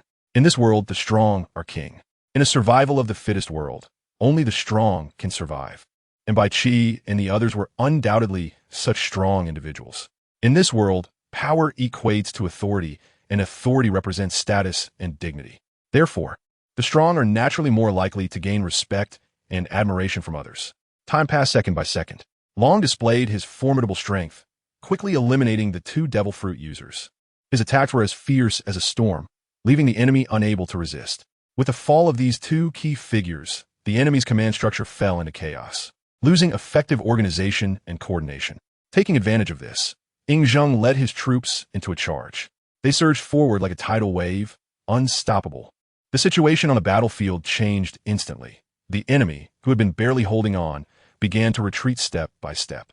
At this moment, the battlefield presented a one-sided situation, and the scales of victory had already tilted towards Zheng. The soldiers were in high spirits, bravely fighting the enemy and giving them no chance to catch their breath. In the end, Zheng and his companions successfully breached the royal capital. However, at this time, the ministers had taken the king and fled to other cities. Just as Zheng was wondering who the 4 fierce generals were, 4 figures gradually appeared in the distance. It was none other than Bai Qi, Wang Jian, Meng Tian, and Li Xian. What? Zheng's eyes widened in disbelief as he looked at the faces of the 4 in front of him. Young. Exceptionally young. He never expected to see them in this world. Zheng stood there in a daze, his lips trembling slightly, unable to speak for a long time. His gaze was fixed on those 4 young and familiar figures, as if time had frozen at that moment. Ami dreaming. Zheng murmured to himself, his eyes filled with disbelief. He pinched his own arm hard, and the pain instantly surged through him, which shocked him even more. Bai Qi, Wang Jian, Meng Tian, and Li Xian walked steadily towards him, exuding a sharp aura, just like in the past. Zheng's heartbeat quickened. He tried to calm his emotions, but the excitement was still hard to suppress. Soon, the 4 approached him. We pay our respects to your majesty. The 4 knelt on one knee and shouted in unison. Zheng hurriedly stepped forward to help them up, his eyes slightly reddening. General Wu In, Marquis Wu Cheng, General Naishi, Marquis Longxi, it really is you. I thought I would never see you again in this life. But unexpectedly, we meet here again. What on earth is the reason for this? Zheng pondered in his mind. Bai Qi spoke first. Your Majesty, we have been training beside the Gu Master for a long time, and he has sent us to assist you. We shall serve you, Your Majesty. Wang Jian continued, Your Majesty, we will certainly assist you and showcase the grandeur of the Qin once again. Meng Tian and Li Xian also expressed their willingness to give their all for Ying Zheng. Ying Zheng felt overwhelmed. Looking at the four fierce generals before him, a surge of endless ambition welled up in his heart. He thought to himself, so that's how it is. If it was arranged by GuNing, he wasn't curious, because his appearance was already incredible enough. In that case, you all came at the right time. The royal army is left with only remnants, but there are many nobles here, as well as 5 large towns. I need you. After saying that, he looked at the 4 with fiery eyes. He understood the military strength of these 4 too well. Each could easily command millions of troops. The 4 exchanged glances and nodded in agreement. We accept the order.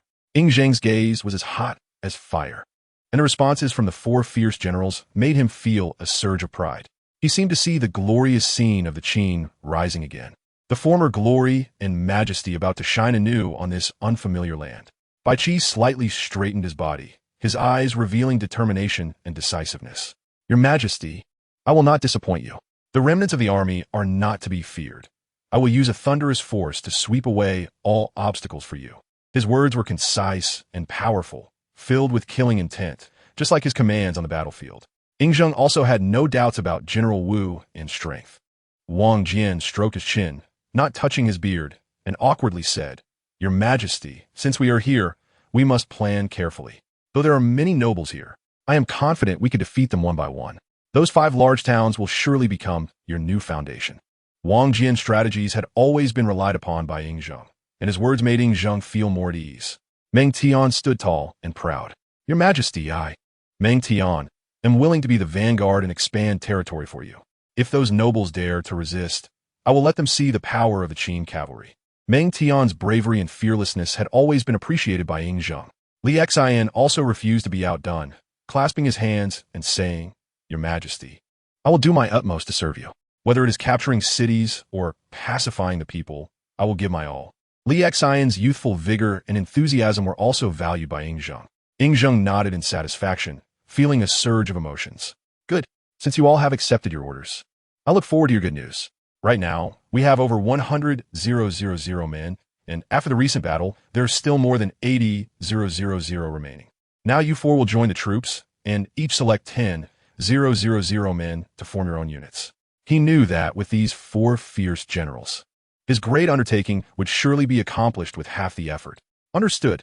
The 4 responded with fiery eyes. After they left, Ying Zheng looked at the map of the country. These regions not only had a large population, but also abundant resources, which were of great significance for the development of the nation. This country was his foundation. He would definitely turn it into a powerful nation like the former Qin. Long looked curiously at the 4. Bai Qi and the others slightly nodded, signaling to Long. Long looked at the 4 young men in surprise. He sensed that each of them had extraordinary strength. He had never heard of anyone in the North Sea area like this. To reach such a level at this age could be said to belong to the top echelon of talent in this world. Meanwhile, at the Navy headquarters Marineford, isn't this too risky, Admiral Kong? Sengoku looked at Steelbone Kong with a bewildered expression. Don't worry, we just need to set up proper defenses. This time we can completely strike down the pirates' arrogance. Let them know that even the Pirate King has been captured by us, who would still dare to commit crimes. I have already reported the public execution to the 5 elders. They have also expressed agreement. Steelbone Kong's stern gaze revealed a hint of joy. Just as he reported the capture of Pirate King Roger, the 5 elders promised him that as long as there were no issues with Roger's public execution, he would be appointed as the supreme commander of the 3 armies. Sengoku nodded with some worry. We will focus all our efforts on Lowtown. You would head to Lowtown immediately. Understood. Admiral Kong, Sengoku, received the order and immediately stood up to leave. Steelbone Kong quietly watched Sengoku leave, and then he dialed the transponder snail. Moshi Moshi. Morgan's voice came from the transponder snail. Morgans, I have a big news story here. I wonder if you're interested? Admiral Kong. Iam. Morgans became excited right away. Morgans was in a position where he would run to any place where there was big news. His World News Agency was not yet the huge entity it would become 20 years later. Right now, he was interested in any big news, and this was a direct call from the Marine Admiral. How could the news not be significant? It seems you are very interested, Morgans. However, this matter needs you to promote it widely, Kong said with a smile. No problem. Rest assured, Admiral. I will complete it seriously. Morgan's promised eagerly. Good. Then I will tell you this big news. Kong paused for a moment and then slowly said, we will publicly execute the Pirate King Roger in Logtown. What? Morgan's was so shocked that he almost dropped the phone book. Pirate King Roger? Is this for real? Hee. Nothing is impossible. We have already captured Roger, and we are ready with sufficient troops and resources, Kong confidently stated. Wow, such significant news. If it gets exposed, it will definitely cause a stir around the world. Morgan's exclaimed excitedly. That's why I said this matter requires your help. I want you to make sure that everyone in this world knows this news within a day. Kong warned seriously. I understand. I promise to complete the task. Morgan's nodded repeatedly. Thank you, Admiral Kong, for giving me this opportunity. I will definitely make the most of it. Morgan said, grateful to the point of tears. After hanging up the phone, Morgan fell into deep thought. He knew that this war would change the entire world order. As a journalist, being the first to receive such news was undoubtedly a rare opportunity. But at the same time, he realized he bore a huge responsibility. With this in mind, Morgan's decided to immediately start preparing related reports. Although he did not know the specifics of the execution, he believed that with his experience and ability, he could write a shocking report. At the same time, he began to think about how to protect his own safety. Therefore, Morgan started to formulate a series of security measures. He strengthened the security forces in his office and replaced all communication devices. Additionally, he arranged multiple secret hideouts for emergencies. In the following days, Morgan's remained highly alert. Just then, a sensational event occurred across the sea. Extra! The Pirate King Roger has been arrested by the Navy. News of his public execution in a month was suddenly known to everyone in the world. At first, everyone thought it was a joke. Unexpectedly, the Navy personally appeared to dispel the rumors. They announced that in a month in Logtown, there would be a public execution of Pirate King Roger. With live broadcast at that time, the entire world was in an uproar. When Rayleigh saw this news, he was moved to tears. He choked up for a long time without saying a word. Shaki quietly walked up behind Rayleigh and gently patted his shoulder. She left a bottle of wine and walked away. Rayleigh still remembered the first time he met Roger. At that time, Roger was a young, handsome guy, wearing a straw hat and carrying a backpack, who encountered Rayleigh, a homeless man who had stolen a boat. Just as Roger was about to set sail, he pulled Rayleigh along and said, "Come with me. I'll take you to turn the world upside down." As a result, Rayleigh laughed heartily at the time, mocking him as a kid and thinking that turning the world upside down was ridiculous. But in the end, he was persuaded by Roger, and the two set sail together. New World. Whitebeard Pirates. Marco ran towards Whitebeard in panic. Old man, something big has happened. At this moment, Marco no longer had his usual composure, shouting as he rushed towards Whitebeard. Newgate looked at Marco's clumsy appearance and laughed heartily. He didn't show any of the authority of a father figure, but instead watched with interest as the children displayed their emotions. Marco ran in front of Newgate, gasping, "Oh, old man, it's bad. The Pirate King Roger has been captured." The last few words Marco shouted out loud, as if he was voicing his confusion and disbelief. How could such a powerful man be captured by the Navy? The seagull resting on the shelf by the Moby Dick was startled and flew away in all directions. Is this for real? Jozu asked the question everyone wanted to know. Marco didn't answer, but handed the newspaper in his hand to Whitebeard. Newgate also said nothing, quietly looking at the newspaper in his hand. He knew about Roger's situation. As someone who recognized him as a rival, all I can do is support him. But when I really saw this scene, all I felt was regret. Regret that a legendary figure from his era was about to come to an end, especially since they had experienced that magnificent pirate era together. Listen up, everyone. It's time for a feast. Gurura. Newgate looked at everyone, his voice deep and powerful, penetrating the hearts of all. Oh, everyone no longer spoke and directly responded. In the seas of the world. Roger, how could you be captured? Roger. The terrifying conqueror's hockey erupted in the room in an instant. The momentum was incredibly terrifying, and all the soldiers near Big Mom's room fainted. Their lives uncertain. Struggling against Big Mom's pressure, they trembled all over. In Wano country, when Kaido learned this news, his worldview changed completely. Gulp, gulp. Is the Navy this strong? It seems I need to reassess the Navy's threat. Gulp, gulp. But I'm the world's strongest creature. Ha ha ha. He disdainfully threw the newspaper aside. At this moment, Sun Wukong and others had already submerged to Fishman Island, receiving no external information at all. The six of them were happily strolling through Fishman Street. Somewhere in the sea. Captain, Roger has been captured by the Navy. A small minion rushed in from outside the cabin, shouting loudly. Roger? Captured? How could anyone believe such a thing? You should know how powerful that man is. Oof. Don't tell me such absurd things. Saying that, Shiki directly turned around and left. Captain, where are you going? All they received in response was his departing figure. East Blue, Frostmoon Village.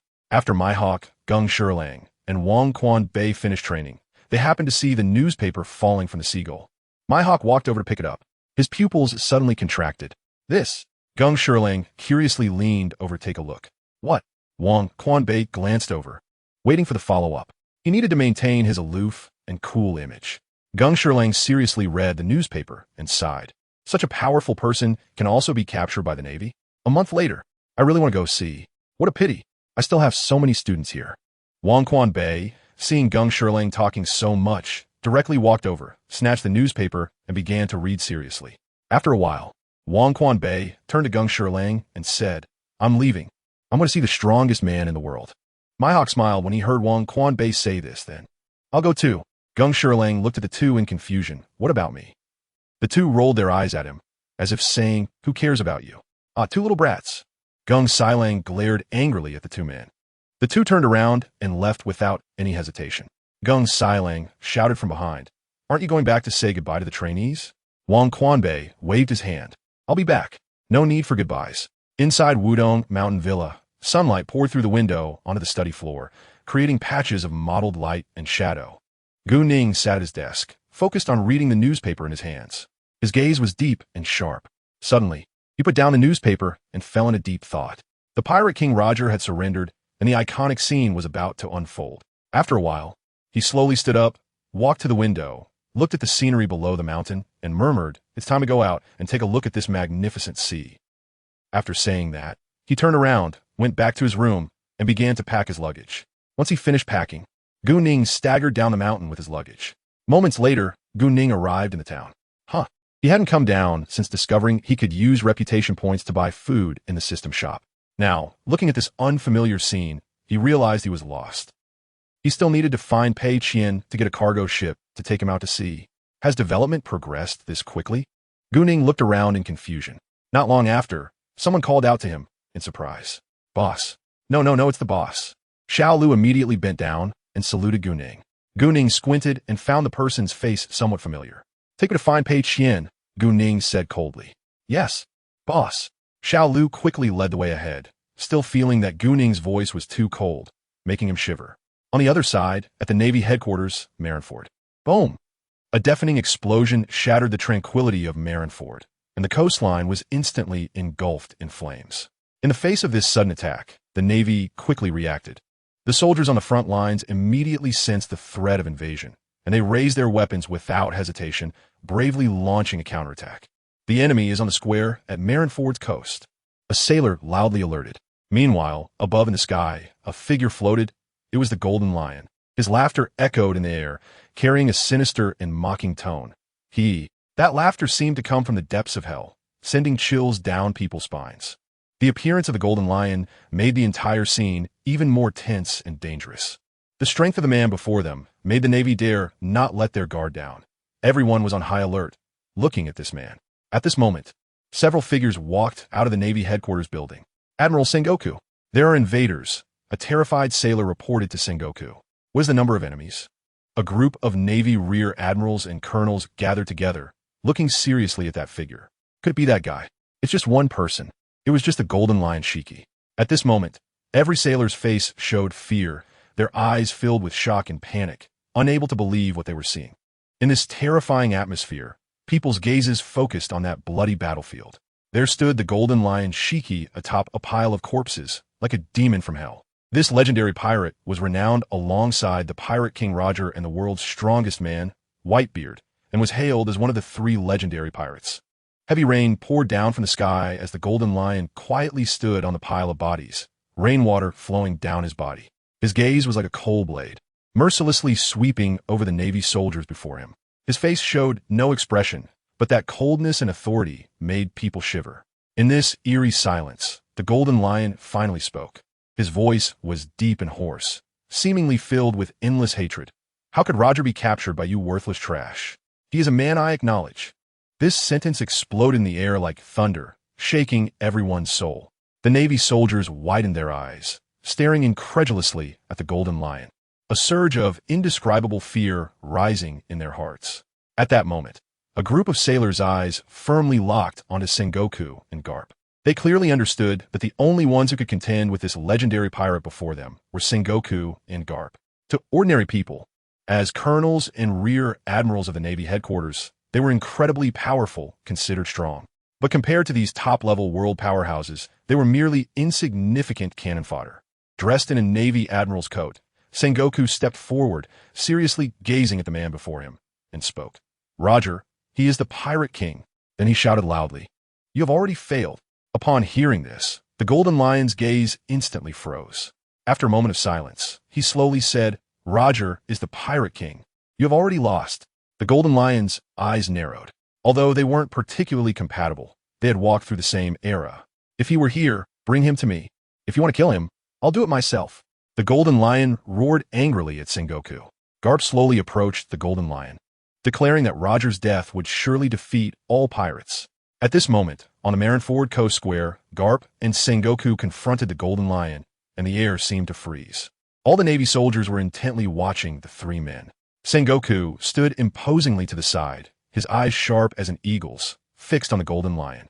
Sengoku did not show weakness. His aura of an admiral was evident, and his powerful presence made the air around him tremble slightly. Garp slightly narrowed his eyes and said in a deep voice, "Golden Lion, your madness ends here." After saying this, his aura suddenly erupted, a kind of domineering presence forged through countless battles. The Golden Lion's eyes widened in anger. "Just the two of you? You think you can stop me?" He stomped his foot heavily, the tremendous force causing the sea beneath to sink. In an instant, he charged towards Garp and Sengoku like a flash of lightning. The battle between both sides was about to begin. Garp shouted loudly. His fist the size of a cooking pot swung out fiercely, covered with black armed hockey, carrying unmatched power towards the Golden Lion.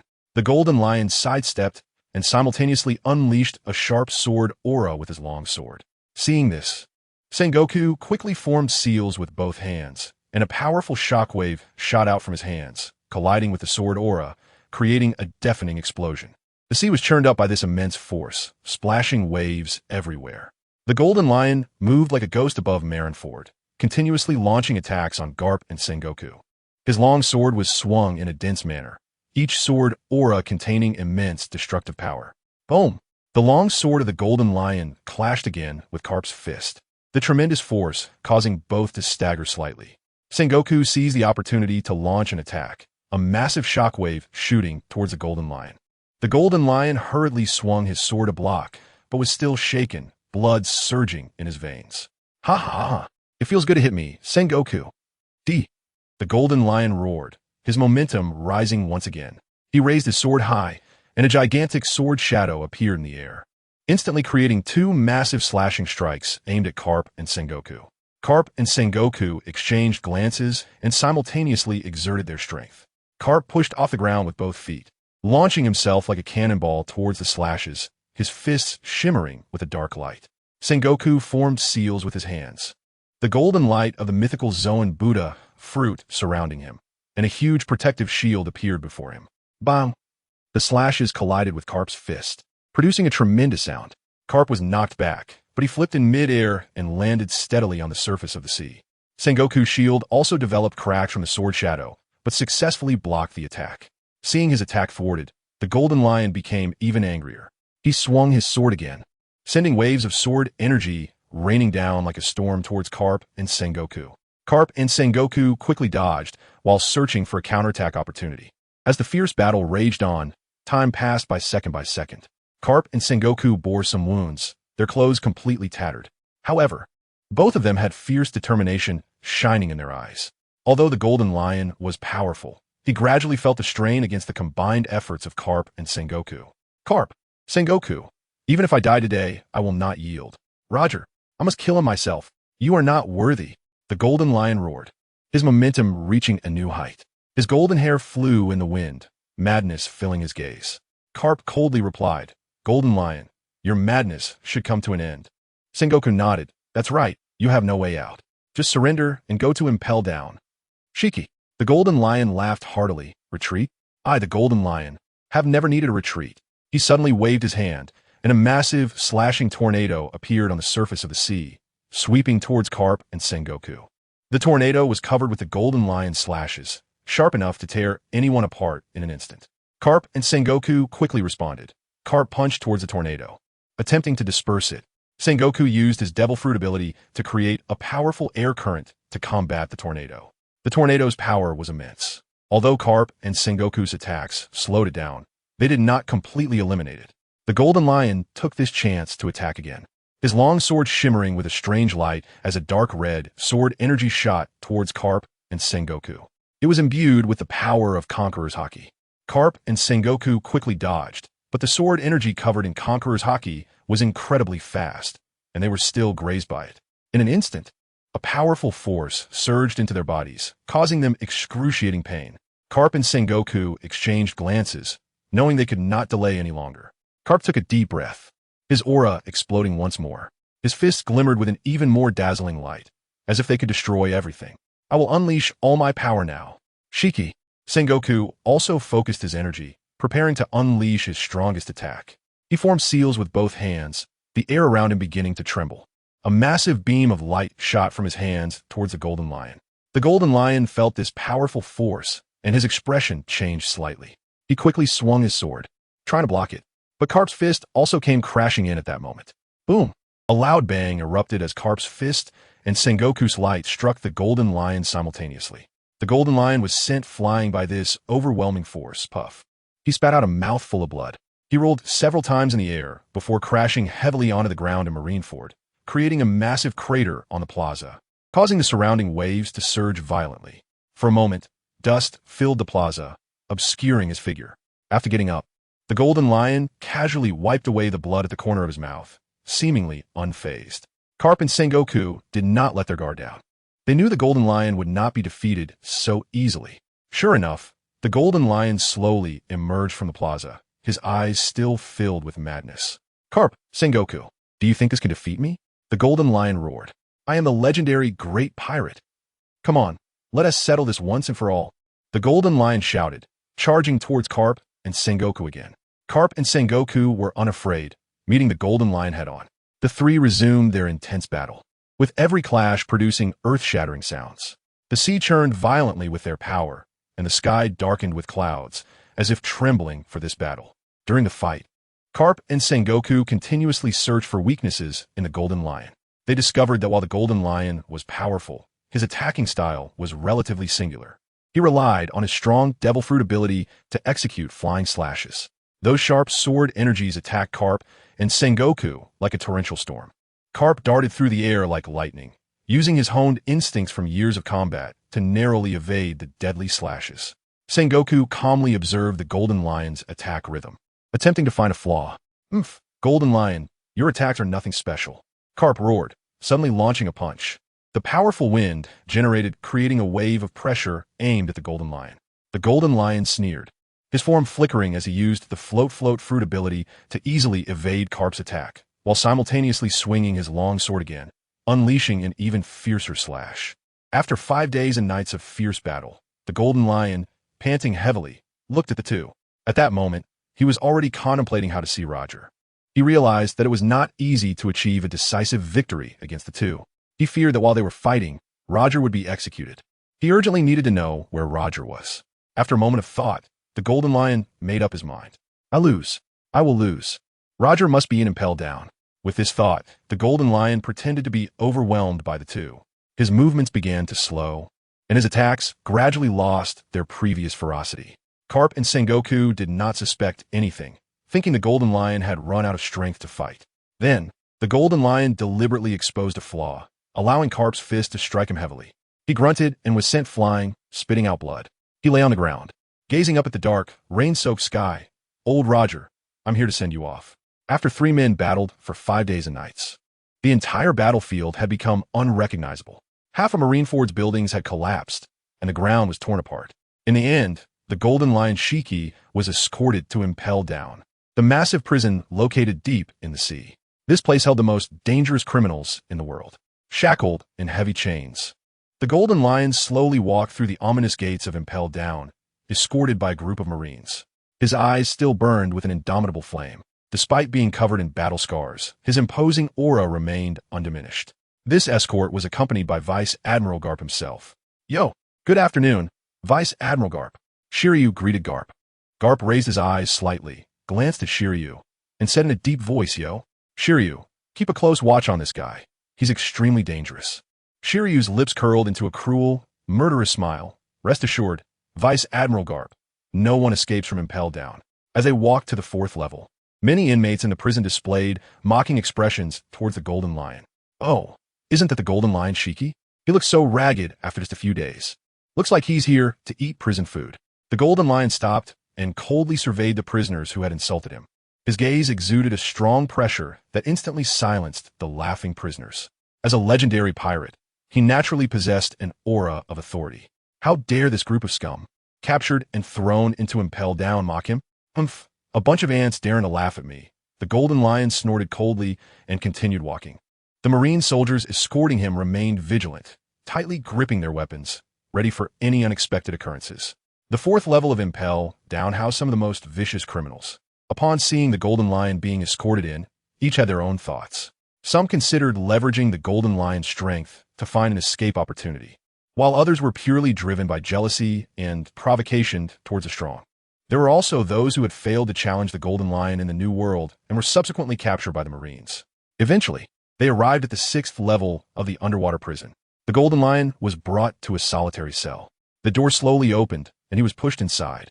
The cell was dark and damp, with only a faint light flickering. The Golden Lion stood in the center of the cell, looking around. There were only a few people there. "Roger isn't here." At that moment, the Golden Lion was utterly bewildered. "I've been mocked. Damn those Marines." Now, he was shackled with sea stone, unable to muster any strength within. The sea stone suppressed his body, leaving him weak and fatigued. He had thought that Roger would be imprisoned in this deep-sea prison, and even if he were captured, he would have a chance to see Roger again. But now, this cruel reality had shattered his hopes in an instant. He slammed his fist against the wall, but due to the suppression of the sea stone, he couldn't exert much force, leaving only a shallow imprint on the wall. The Golden Lion helplessly leaned against the wall, his mind constantly recalling his past with Roger. They had once faced each other on the vast seas and had moments of mutual admiration. But now, even seeing each other had become a luxury. Gritting his teeth, the Golden Lion silently vowed that he would not remain trapped in Impel Down. He had to find a way to break free from the shackles of the sea stone and escape this hellhole. Although he had some strategies in mind, he was still weighing whether it was worth it. If he did so, it would greatly affect his combat power. Meanwhile, on the other side, the Marines announced to the world the capture of the legendary pirate Golden Lion Shiki at Marine headquarters. This news swept across the world like a storm. Whether in bustling cities or remote islands, people were discussing this shocking event. In various taverns, pirates gathered together, their faces showing shock and unease. The Golden Lion was actually captured by the Marines. "This is huge news," a bearded pirate exclaimed. First, the Pirate King was captured, and now the Golden Lion has been caught as well. It is said that there were 3 legendary pirates in the New World, and now only Whitebeard remains. In the homes of ordinary citizens, people were cheering for the Marines' victory. They had long lived under the threat of pirates, and now seeing a powerful pirate captured by the Marines filled them with a sense of security.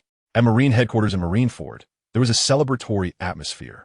Soldiers were beaming with joy over their victory, proud to have participated in this battle and achieved success. Cheers and celebration echoed throughout the island, as if igniting the entire sea. As time passed, the impact of the Golden Lion's capture grew larger. This news not only boosted the morale of the Marines, but also led those who had previously doubted the Marines to reevaluate their strength and determination. Some young pirates were inspired by the Marines' victory and joined the ranks, hoping to contribute to world peace. They yearned to become heroes like Garp and Sengoku, using their strength to uphold justice, no longer weak, and able to protect those they wanted to safeguard. Meanwhile, other pirates became even more resolute in their beliefs. They aimed to challenge the authority of the Marines and become new legends. They believed that only by confronting the strong could they prove their value. The new era would rely on them to bear the burden. Among these pirates, a group of young individuals known as the Pirate Supernova stood out. Each had their own unique characteristics, great strength, and ambition. The New World Pirate Supernova, led by Moria, garnered widespread attention. At the same time, GuNing boarded a cargo ship heading to Lowtown. At this moment, Doflamingo stood beside GuNing. He never expected that Pei Qian, that old schemer, would directly send this terrifying figure over on a cargo ship. It made him so angry he wanted to curse. By himself, he could go watch the execution of the Pirate King, and now he had to serve his father well. GuNing quietly enjoyed the sea breeze, as if he understood Doflamingo's feelings, but he still suddenly said to Doflamingo, "Follow me. You won't be at a disadvantage. If things get chaotic in Lowtown later, I'll protect you." Yeah. A characteristic mad laugh echoed on the deck. "What are you laughing at?" GuNing shot him a glance. Doflamingo's smile froze on his face. He quickly tried to regain his composure and provocatively glanced at GuNing. Feeling guilty, he said, "What are you looking at? Haven't you seen a strong person before? Are you feeling uneasy seeing how much I've improved? If it weren't for you teaching me hockey, I wouldn't give you any face. I'll let you have this one." GuNing looked at the narcissistic Doflamingo speechlessly. "Can you stay a bit further away from me?" Doflamingo looked at GuNing incredulously, his eyes wide, mainly because he'd been beaten by GuNing so many times in the past that there was still a shadow in his heart. But Doflamingo didn't show any weakness in words. "You think I'm scared? I'm not afraid of you at all. I'm just giving you a chance to show off. Laughable. I need you to protect me in Lowtown. You're quite speechless. So funny. You're really full of yourself." A smooth combo of moves was directly thrown at GuNing's head. GuNing nodded. "Oh, don't make me hit you." GuNing's voice was calm, but one could hear the immense confidence within. Doflamingo's eyes widened in terror as he looked at GuNing, as if to say, "Damn, you can't be serious. I'm one of the biggest arms dealers in the North Sea. Can you give me some face?" At this moment, countless strong individuals were flocking to Lowtown to see if the Navy was really executing the pirate King Roger. In the Lebubulu Kingdom, Ing Zhang's army had taken over the entire territory, even capturing the former king, with Bai Qi, Wang Jian, Li Xian, and Meng Kuo. For generals known for their strategic prowess, in the palace hall, Ing Zhang sat on the dragon throne, his authoritative gaze sweeping over those below. The captured king of Lebubulu trembled on the side, his face filled with fear and despair. Ing Zhang slightly raised his chin, his voice steady and powerful. "From today onwards, the Lebubulu Kingdom is incorporated into the territory of my Qin Empire." Bai Qi, Wang Jian, Li Xian, and Meng Kuo stood on either side, exuding a murderous aura that was chilling. At this moment, standing in the center of the hall was Long. He was currently reporting to Ing Zhang about external events, specifically the execution of the pirate King Roger. Ing Zhang nodded slightly. He understood this world and knew that the pirate king was among the strongest. He was also eager to witness it. If it weren't possible some time ago, now that the entire island had been conquered, Ing Zhang stood up from the dragon throne and declared, "Since that's the case, I shall go with Long to Lowtown.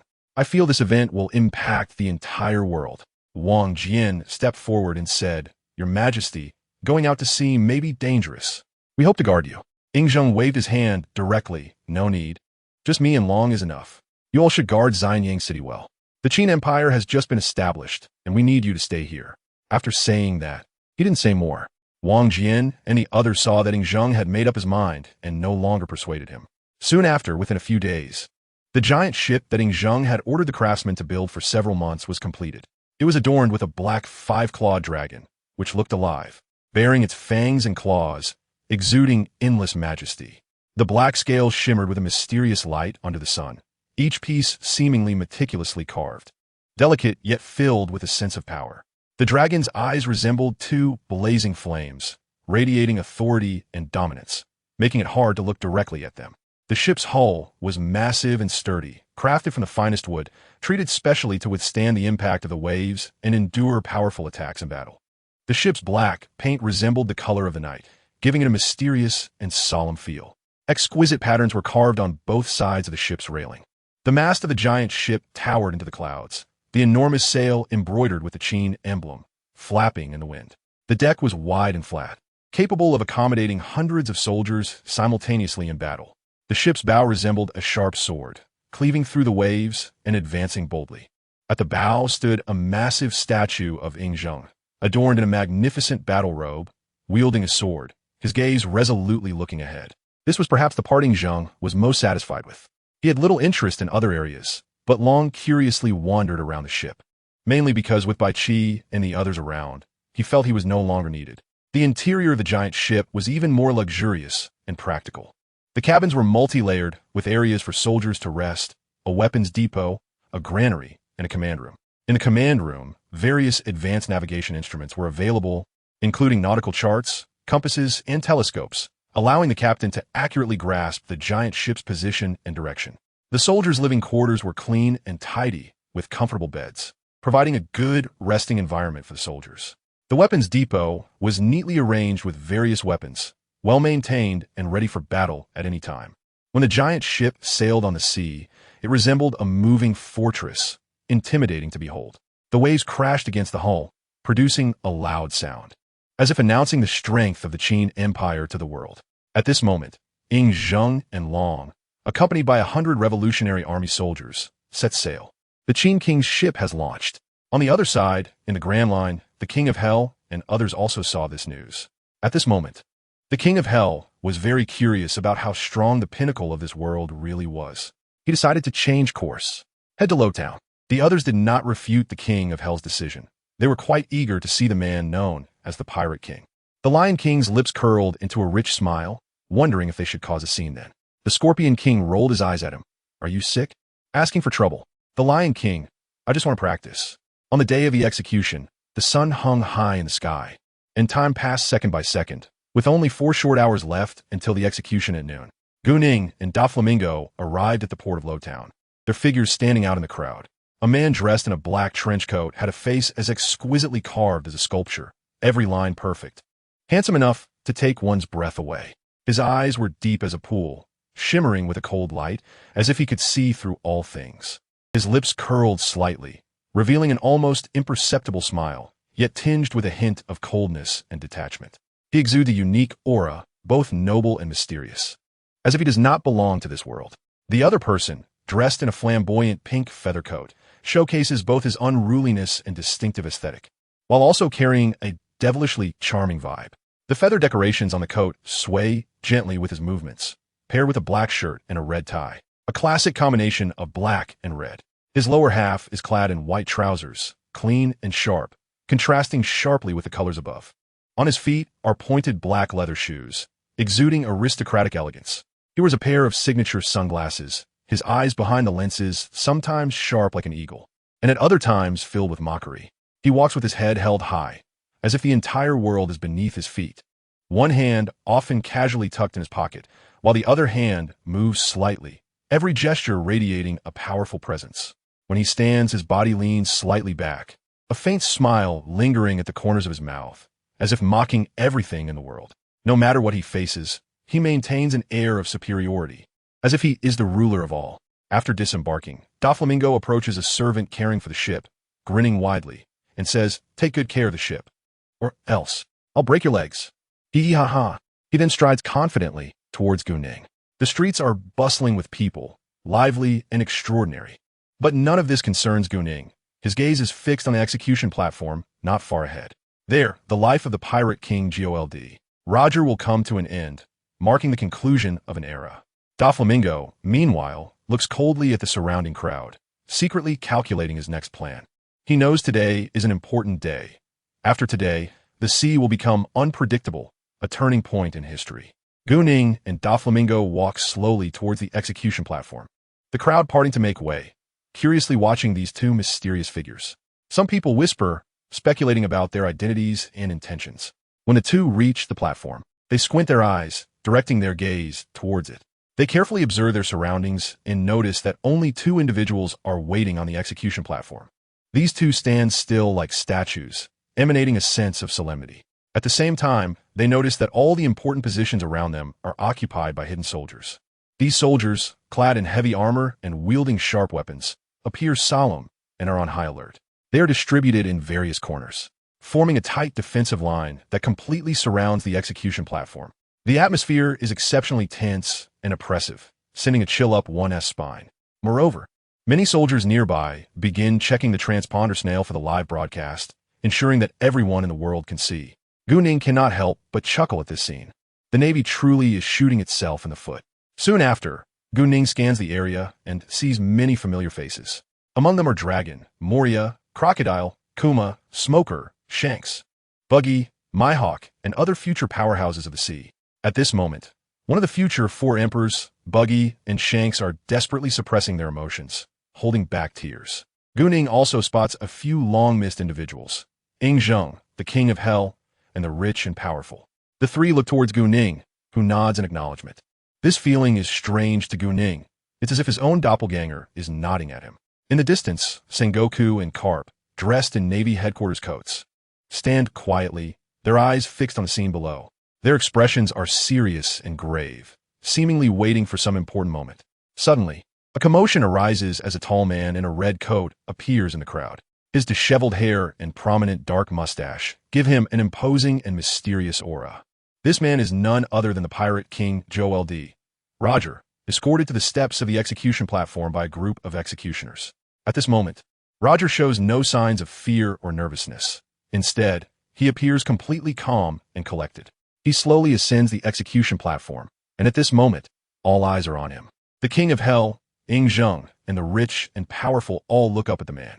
GuNing's lips curl into a slight smile. He knows this will be a historic moment, one that will change the world's landscape. With a sly grin, he loudly calls out to Roger, "Hey, Roger, where did you hide your treasure? Is it in the Grand Line? Did you find that legendary treasure? One Piece." Roger squints downwards, murmuring to himself, "This doesn't seem to be what I arranged." However, he quickly dismisses his doubts. Whatever, it doesn't matter. Beneath that messy hair lies a rebellious smile. He bursts into laughter. Haha. The sound echoes throughout the space, as if it could break through the clouds. "My treasure." The two executioners beside Roger shout at him. "Don't speak without permission." Roger doesn't even glance at them, completely at ease. He addresses the crowd below. "If you want it, I can give it all to you. Go find it. I placed all my treasures there." At this moment, the crowd below exclaims, "Wow," in enthusiastic excitement. Blood begins to flow slowly from under Roger on the execution platform. If one looks closely, they can see that a smile still lingers at the corners of his mouth. Doflamingo, in shock, looks at GuNing as if to say, "Bro, are you playing with me?" Carp and Sengoku stare blankly at GuNing below, noticing the smile on his face. At this moment, the two grit their teeth in frustration. "Damn it, Roger. Even when you're dead, you're still playing with us." Carp directly tells the officer next to him, "Grab that little brat. I want him to taste my iron fist." At this point, the execution scene has already been broadcasted. People all over the world are watching this moment. At this moment, everyone watching the broadcast gasps in awe and greed. The legendary treasure. Many have developed a strong interest in it, deciding to build ships and set sail. Some even kill the crew of a merchant ship at the port just to go out and search for the great treasure. One Piece. In an instant, countless people are inspired and set out to sea in search of treasure. "Want my treasure? If you want it, go find it. I've placed everything in this world there," igniting a desire for wealth, freedom, and adventure in countless hearts. Many ordinary people choose to go to sea to become pirates, while some pirates who were once aimlessly plundering now have a purpose. At this moment, hope ignited in everyone. They found a goal. This also made some ordinary citizens yearn and admire the life of Pirate King Roger. They were attracted by the pirate spirit of freedom, bravery, and pursuit of dreams. Some even longed to explore the world and search for treasure like pirates. It's over. Sengoku looked at the scene below the stage, his heart sinking. Carp also fell into silence, wondering if this was the result Roger wanted. What bastard. Meanwhile, on the other side of the Navy headquarters, a major general launched an attack directly at GuNing. GuNing quickly sidestepped to avoid it, looking curiously at the person in front of him. The familiar face made GuNing pause for a moment. He saw that the person was tall and had 8 arms, each holding a sword. Is this the 8-sword style swordsman, Ghost Spider? GuNing thought to himself, recalling that he had seen a promotion report about this person in the newspaper not long ago, and he had now been promoted to Major General. Ghost Spider smirked, revealing a sinister smile, and said, "Kid, you were quite loud just now." GuNing took out his treasured steel sword worth 10 berries. At this moment, he also had the thought of playing with Ghost Spider. He casually swung a slash towards Ghost Spider. Ghost Spider's eyes narrowed, and he instantly used the 6 forms technique to dodge GuNing's slash. The slash howled as it cut through the air, leaving a deep gash in the ground. "Kid, you have some skill, but with just this, it's not enough to impress me," Ghost Spider sneered, his 8 arms moving slightly as the 8 swords shimmered coldly in the sunlight. He pushed off the ground and charged at GuNing like a bolt of lightning. The 8 swords danced simultaneously, forming an impenetrable net of blades that enveloped GuNing. GuNing's delicate expression remained exceptionally calm, a hint of a smile playing at the corners of his mouth. His steel sword moved swiftly, blocking Ghost Spider's attacks. The sounds of clashing swords echoed continuously, sparks flying. At this moment, Ghost Spider felt as if he had sunk to the bottom of the sea. He realized that no matter how fast his slashes were, the opponent did not retreat an inch. Sweat beads formed densely on his forehead. "Oomph, can you only defend?" Ghost Spider said, somewhat irritated as his attacks grew fiercer. GuNing's smile slightly widened. Is he really getting angry? A Navy Major General is nothing much after all. With that, he suddenly turned and swung his sword at an extremely tricky angle. Ghost Spider hurriedly defended, but GuNing's sword still left a shallow wound on his calf. A flash of surprise crossed his eyes, soon replaced by anger. "You little brat, you dare to hurt me." Ghost Spider roared, his aura suddenly rising. A layer of black energy wrapped around his 8 swords, instantly covering the blades. "Oh, so you're breaking through my defenses? Is that all you've got?" GuNing taunted, provoking Ghost Spider. The onlookers stopped to watch. They recognized this man being attacked by the Navy. He was the one who had just inquired about the Pirate King. Ghost Spider, furious, laughed maniacally. "Good, very good. Today, I will let you witness the true 8-sword style." He charged at GuNing again, the 8 swords attacking like a storm. Ha! In the next moment, GuNing appeared behind Ghost Spider, his speed astonishing. Ghost Spider's eyes widened in terror as he looked at GuNing, who had suddenly appeared behind him. What? When did? He could not comprehend how GuNing had moved behind him in an instant. GuNing, however, did not give Ghost Spider any time to react. He swung his sword fiercely, a cold light flashing as he struck horizontally at Ghost Spider's foot. Since he has 8 arms, why does he still need legs? Ghost Spider let out a piercing scream, his body flying backward like a kite with a severed string, crashing hard onto the ground and kicking up a cloud of dust. A large amount of blood gushed from his calf, staining the ground beneath him a deep red, resembling a blooming flower of blood. At this moment, Ghost Spider knelt weakly on the ground, trembling and unable to move. You! His eyes widened in terror, mumbling to himself. But he could no longer form complete words. He could no longer feel his legs. The excruciating numbness telling him that his tendons had been severed and he had completely lost the ability to move. GuNing looked down at Ghost Spider with a contemptuous smile, a Navy Major General, not worthy. GuNing crouched beside Ghost Spider and said, "Feeling numb in the feet?" The response he received plunged him into silence. Ghost Spider, hearing GuNing say such a thing while crouching in front of him, was momentarily stunned. GuNing frowned slightly. While Ghost Spider was still in shock, seeing GuNing frown made him blurt out, "Mommy, wow!" The onlookers exclaimed in surprise, quickly covering their mouths. GuNing thought the man would tell him he could no longer feel his feet. He had prepared his words to inform him that his foot had been injured, and he only had 5 minutes for rescue. Otherwise, the tendon would never reconnect. For a moment, everyone fell into silence. Just then, the surrounding Navy personnel saw this scene and rushed over. They had originally thought this Navy Major General could easily deal with this small fry. But the reality was beyond their expectations. This person exhibited powerful strength and combatability, leaving everyone shocked and amazed. They realized that this person was much stronger than they had imagined. In the distance, Carp and Sengoku curiously looked towards the chaotic area in the square. They saw Ghost Spider kneeling on the ground, already wearing a mask of pain. Sengoku gestured with his eyes to the several vice admirals beside him. Since Roger had already said it could not be changed, they should first capture this troublemaking brat.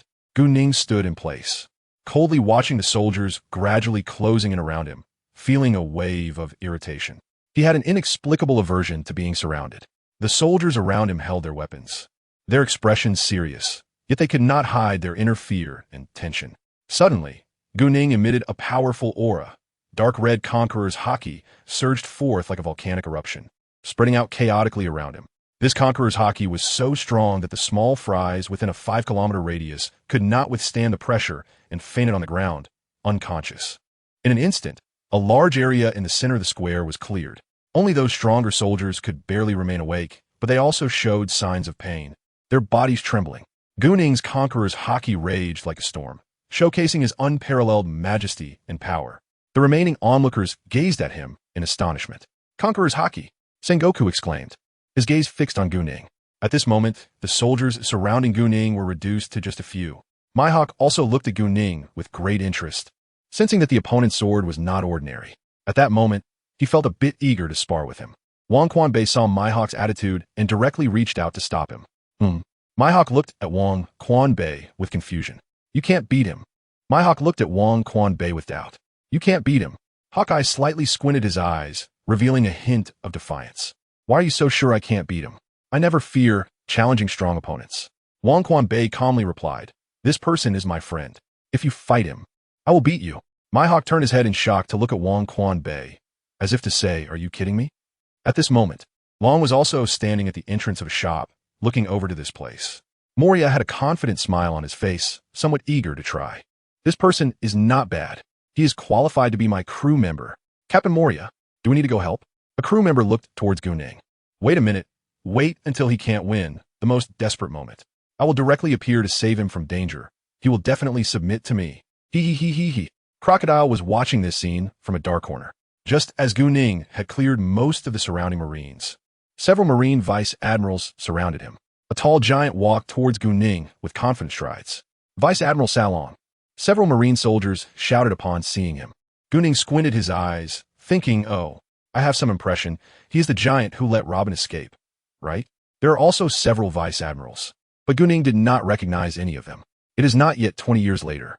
Salong walked with heavy steps, each one seeming to make the ground tremble slightly. He looked down at GuNing with an air of authority and scrutiny. "Kid, you have a lot of courage, but causing trouble in a Navy-controlled area won't end well for you." GuNing's lips curled up slightly, revealing a rebellious smile. WukongClone directly walked towards GuNing. "Hey." Mihawk just wanted to pull WukongClone back, but he had already walked several meters away. "Sigh, I'm really impressed by you. You're going to mix things up again. Then your opponent is me." WukongClone shouted at Salong. GuNing glanced over and saw it was WukongClone and did not stop him. He just said one thing, "Spare him a life." WukongClone nodded in agreement. The other Vice Admirals also moved closer to GuNing. Mihawk slapped his forehead and directly confronted one of them. Vice Admiral Socket looked at Mihawk and said, "Mihawk, think carefully. You are one of the 7 warlords of the sea. Opposing the Navy will not benefit you." Mihawk remained expressionless, glancing helplessly at WukongClone, then coldly looking at Vice Admiral Socket. "I don't need to consider the consequences of my actions. I only act according to my own will." Vice Admiral Socket frowned, a surge of anger rising in his heart. "You are too arrogant. The 7 warlords of the sea are merely tools used by the Navy. Do you think you can escape the Navy's control?" Mihawk slightly raised his chin, exuding a powerful aura. "I have never been controlled by anyone. The title of the 7 warlords of the sea is just a name to me. I can abandon it at any time." Vice Admiral Socket's expression darkened.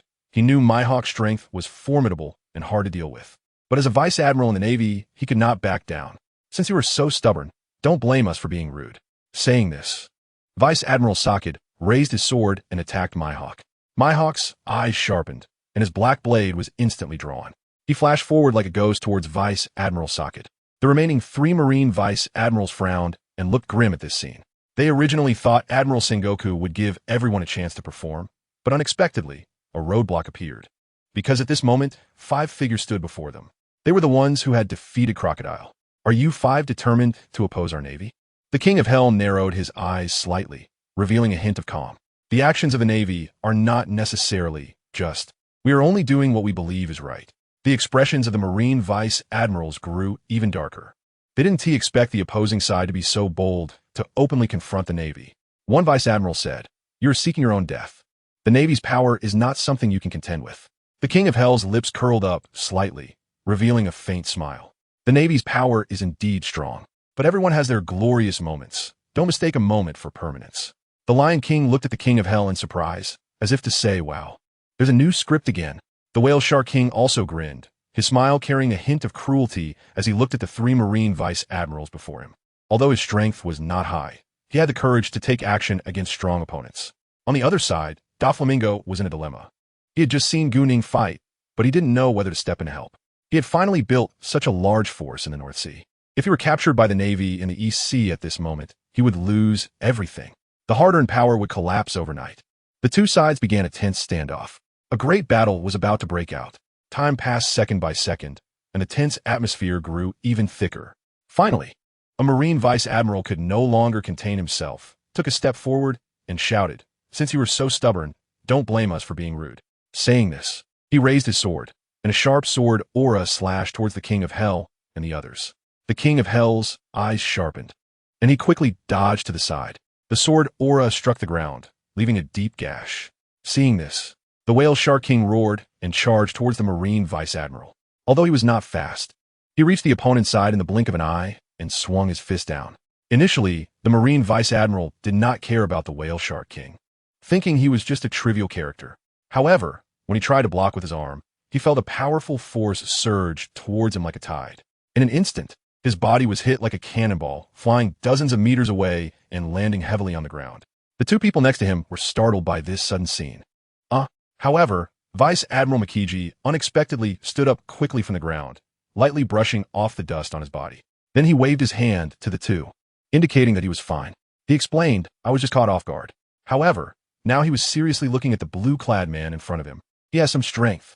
At this moment, the battlefield had already divided into 3 combat groups. One group was the duel between Wukongclone Bay and Salong. Another group was Mihawk facing off against a Marine Vice Admiral. And the last group was the King of Hell and others confronting 3 Marine Vice Admirals. Although these 3 Marine Vice Admirals do not possess terrifying strength like Sakazuki, their position as Vice Admirals of the Marine Headquarters is enough to prove that they are not to be underestimated. GuNing pondered for a moment and decided to help the likes of the King of Hell and others. They had just set sail, and their strength had not yet reached the level to confront 3 Marine Vice Admirals.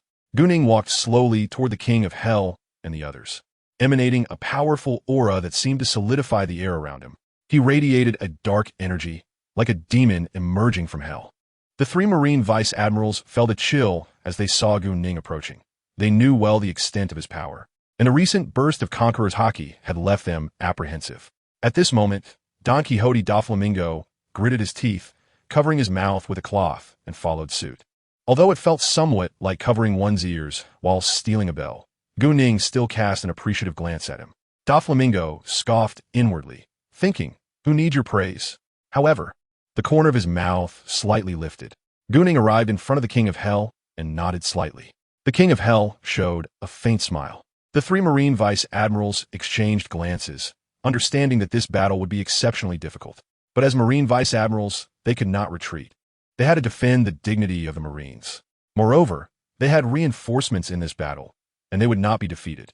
Seeing this, the Lion King and the Whale Shark King immediately joined the fray.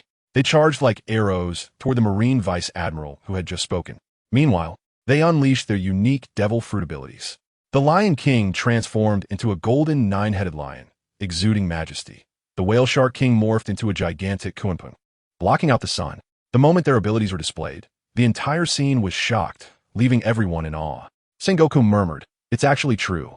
Kong, usually boisterous, also turned serious, pondering, "These guys should be quite tough, right?" He even felt his fist starting to itch. Vice Admiral Makiji was equally astonished. Both of the opposing fighters were Zoan-type devil fruit users. No wonder that man in blue had such a heavy punch. At this moment, the 3 of them were entangled in battle. However, Makiji still held the upper hand, overpowering the 2. Seeing this, the Scorpion King no longer held back, charging in to join the fray. He transformed into a white dragon humanoid form and swung his dragon tail at Makiji. When Makiji saw the Scorpion King's transformation rushing toward him, his eyes narrowed, and he quickly sidestepped to avoid the whistling dragon tail. The tail struck the ground with immense force, creating a deep trench. Not bad," Makiji scoffed, waving his weapon with even more ferocity. At this moment, he had no time to think and directly engaged in combat with the others. His figure moved like lightning, still appearing evenly matched despite the 3 attacking him. However, compared to earlier, he now seemed much more beleaguered. His clothes had been worn and tattered from their exchanges. The other 2 took the opportunity to launch another attack, working seamlessly with the Scorpion King to continuously trouble Makiji. Although Makiji was powerful, he began to feel the strain under their assault. The other 2 Vice Admirals, the King of Hell and Yi Lingyun, also charged in to confront one. Doflamingo gritted his teeth and used his string fruit abilities to assist from the side. Doflamingo's abilities played a unique role in the battle. He manipulated his strings like agile tentacles, sometimes entangling the enemy's weapons, other times launching surprise attacks on their vital points, making it a hassle for that Marine Vice Admiral. At this point, the battle on the King of Hell's side stabilized, with the King of Hell, Yi Lingyun, and Doflamingo steadily suppressing the opposing Marine Vice Admiral. The battle grew more intense, and the surrounding environment was destroyed by the shockwaves of their fight. Deep cracks appeared in the ground, and buildings swayed precariously. GuNing did not intervene, quietly observing the remaining Marine Vice Admiral. Since the opponent had not attacked, GuNing found no reason to act. Marine Vice Admiral Salong, facing the King of Power, was also skilled with a sword. And this was his first direct experience of the gap in swordsmanship. That feeling of being unattainable was overwhelming. The opponent's slash covered a layer of something he did not understand. It was incredibly mysterious, but possessed immense destructive force.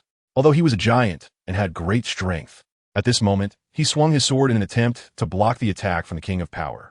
However, that mysterious slash easily pierced through his defenses, leaving deep trenches beside him. What kind of power is this? Immediately afterward, the King of Power closed in, covering the sword with armament haki and then imbued with sword intent. He struck forcefully toward the Marine Vice Admiral's face. Salong was horrified, realizing it was too late to evade. He could only twist his body desperately in an attempt to dodge this lethal blow. However, the King of Power's sword still left a deep wound on him. Salong let out a scream, staggering back a few steps. He looked at the King of Power, his eyes filled with disbelief.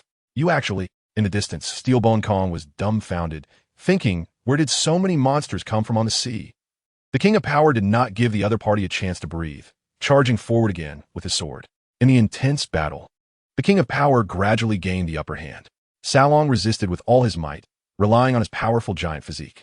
However, the King of Power's strikes became increasingly fierce, with each attack putting great pressure on Vice Admiral Salong. Ultimately, under the relentless assault of the King of Power, Salong fell to the ground, unconscious. Ing Zheng glanced at Long. Aren't you going to help? Long looked at Ing Zheng in confusion. He did not understand why he should get involved in such chaos. Ing Zheng nodded. Long fell silent for a while before finally taking out his mask. Gritting his teeth, he said, let's do it. During this time, Ing Zheng had barely reached the level of a major, but Long was at the level of a rear admiral. With both of them working together, they had a good chance of holding one off.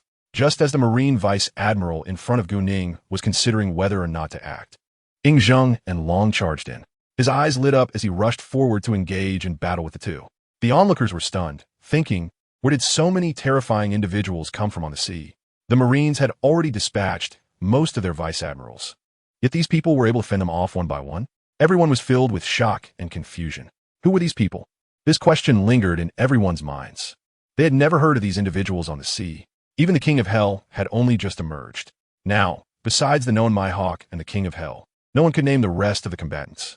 At this moment, the King of Power had already defeated one Marine Vice Admiral. Although a bit fatigued, the fighting spirit was strong. He directly intervened in the battle between Ing Zheng and Long, lending a hand. On the distant high platform, my fists itched a bit. Sengoku, old man is going to have some fun. These young kids just starting out are quite impressive. Ha ha ha. Kapu couldn't hear clearly what Sengoku said and jumped directly off the high platform, charging towards GuNing. GuNing, at the edge of the battle, saw a strange old man rushing towards him and narrowed his eyes. Kapu, he shouted loudly to everyone around him. Fight while retreating. Don't waste time here. See you on the sea. When Wang Quan and Bai Yi heard GuNing's words, they didn't hesitate at all, immediately fighting while retreating. Everyone watching was astonished, looking at GuNing and wondering, who is this person? GuNing didn't hesitate either and quickly dashed towards the port. Kapu shouted loudly beside him, kid, don't run. Come play with me. Wang Quan and Bai Yi held off the Navy Rear Admiral, allowing Ing Zheng and Long to retreat first.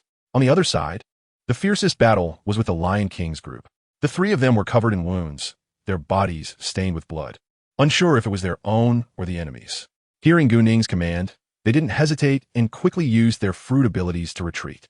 Doflamingo and Yiling Yun were also injured, but the Navy Rear Admiral was in even worse shape. The three of them managed to retreat easily. The Navy Rear Admiral was being tormented by the Underworld King, looking like a mess. It seemed that all of his attacks were child's play to the Underworld King, who could easily defend against them. The three of them noticed that the Underworld King was unscathed, showing no signs of battle. Mihawk might not have been able to defeat a Navy Rear Admiral before, but now he had learned sword intent, completely suppressing the opponent. He was still thinking, who are you?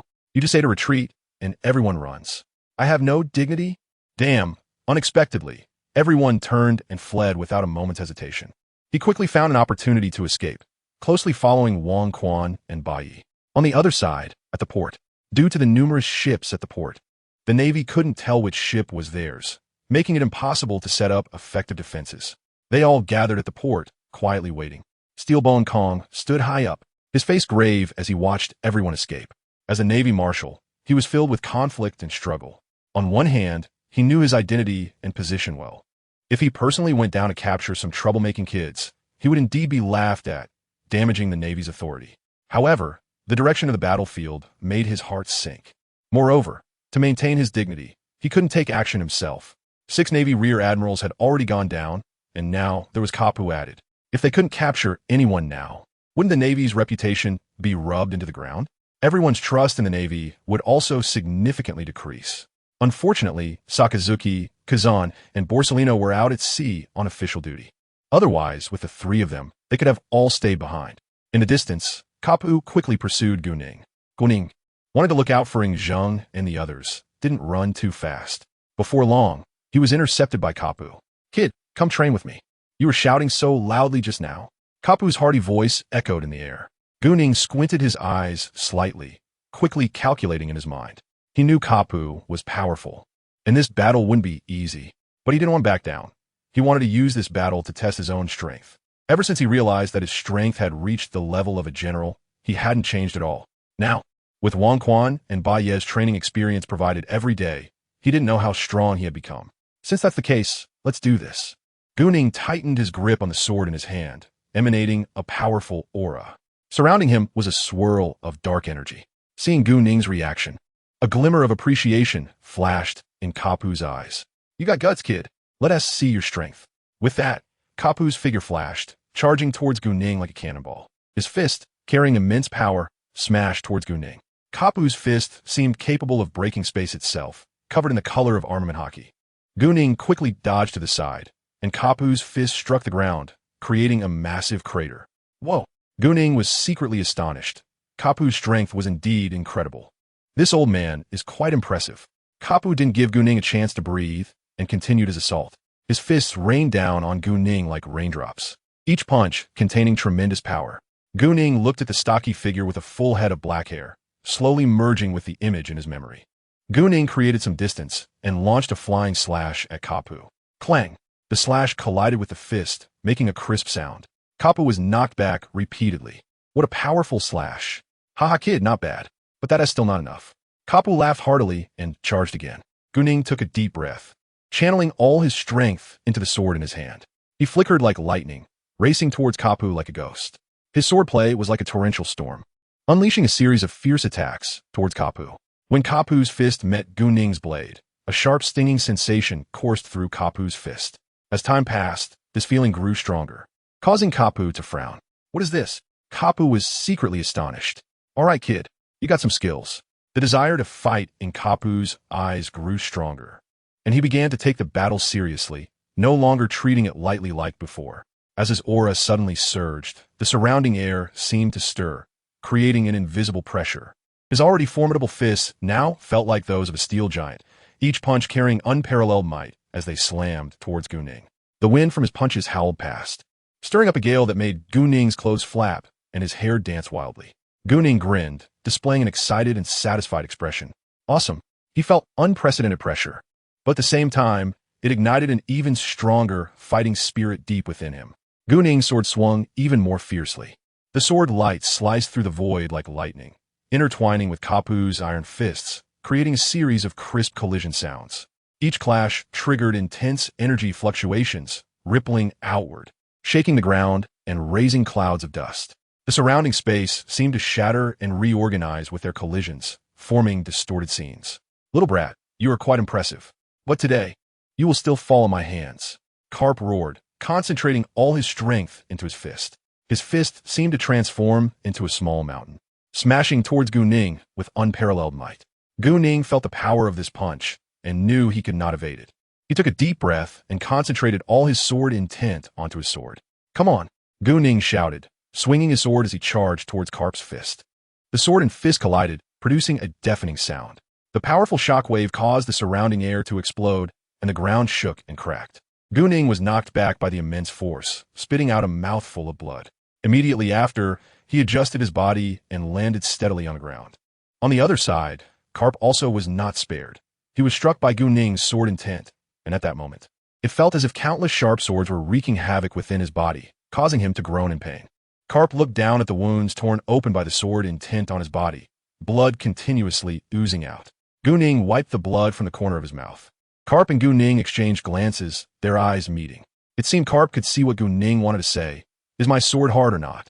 At this moment, Karp was in a wretched state. He could not remember the last time he had been so humiliated.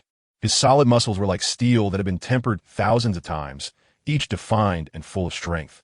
His bronze skin shimmered under the sunlight, but there were many shallow sword marks visible on it, seeping with blood. It seemed the old man was getting old, his talent exhausted. Karp looked at his fists with a hint of melancholy. GuNing looked at Karp. Talent won't give you muscles carved like a knife. Ha, little brat. You are quite good. This time, I will let you go. On the other side, the pursuing Navy generals also witnessed this battle. Mr. Karp is indeed getting old. It seems he cannot defeat that kid. The others looked at Admiral Sahid in fear. No way, dude, are you joking? You dare to speak ill of a Navy hero? At this moment, Karp just happened to hear Sahid's words. He grinned and shouted at them. You guys can practice with me later. The others jumped back, their expressions dark as they looked at Sahid, their eyes revealing a hint of darkness, as if saying, you can't defeat that man, and now you mock others. As long as you're not happy, it's fine. Now everyone is unhappy. Sahid's face also changed. He only spoke without thinking because he had just lost to a nameless little brat. At this time, Ing Zheng, Wang Quan, and Ming Wang had already fled. In the distance, there was a merchant ship belonging to Doflamingo waiting for GuNing. GuNing quickly ran towards Doflamingo and soon reached the merchant ship. In Doflamingo's surprised expression, he shouted loudly, set sail. Meanwhile, Navy strategist Crane also saw the scene of Karp's battle. After the fight, she walked towards Karp. She knew that Karp was feeling very frustrated right now. Although he usually appeared carefree, he was actually very sensitive inside. To lose to a young man who looked to be only in his 20s was undoubtedly a heavy blow for him. Crane walked to Karp's left side, looked up, and said, Karp, huh? Little Crane, help me go to the hospital to take care of something. Huh? What hospital? The hospital. Crane. She had never been so speechless. You could talk. If you're injured, just say you need to go to the hospital. Why say you need to take care of something? As they spoke, they headed towards Logtown. Admiral Sahid and the others exchanged glances. What about us? The other admirals rolled their eyes at him, not wanting to respond. They all went to find their subordinates, still unaware of whether they would face punishment for not completing the mission assigned by the warlord. On the Ming Wang's ship, the man in black, Ming Wang, withdrew his gaze from the direction of GuNing's battle. Lion King looked at Ming Wang and asked, where are we going? Scorpion King glanced at the map and said, there doesn't seem to be anything fun in this East Sea. Nightling Yun suddenly spoke, not much else, just a lot of Navy. Whale Shark King suggested, how about we go for a stroll in the West Sea? Ming Wang nodded, let's go. This world is a bit interesting. By the way, do you know how to get to the West Sea? Whale Shark King, Nightling Yun, Scorpion King, Lion King. After a while, how about we first find a navigator? Jack, the person left behind on Ming Wang's ship, raised his hand and said, actually, I know a thing or two. Meanwhile, Moria, who had watched the entire battle, was extremely silent. As a New World supernova, he realized that he was actually not as good as some nameless guys. Back on the ship, GuNing eagerly looked at the system in his mind. Ever since he shouted at Pirate King Roger, the system in his mind had been ringing nonstop. Now, he finally had the opportunity to calm down and see how much prestige value he could gain from that shout. GuNing softly called out in his mind, system, check prestige value. A bright blue screen appeared before his eyes. Host, GuNing gender, male physique, demon god physique, not activated, strength, admiral, converted according to world level, prestige value, for 311, 211. 000, prestige value calculated based on personal strength, force. Don Quixote GuNing looked at the prestige value in front of him. Ding! Congratulations to the host for breaking through 10 billion prestige value for the first time. Reward. One opportunity to draw from the characters of the heavens. The system's prompt echoed in GuNing's mind. Wow, another new draw opportunity. Not bad. Huh. GuNing get flamet. System. I remember my demon god physique didn't have this not activated before. Host, this demon god physique has been continuously improving your physique. And now your physique is about to reach the activation standard. So it shows up. What does activation mean? The host needs 10 types of materials to perform a medicinal bath and fuse them into your body. Mainly because your current body is not suitable for complete fusion.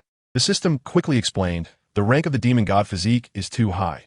This world cannot fully bear it. GuNing frowned slightly. What materials are needed? Ding.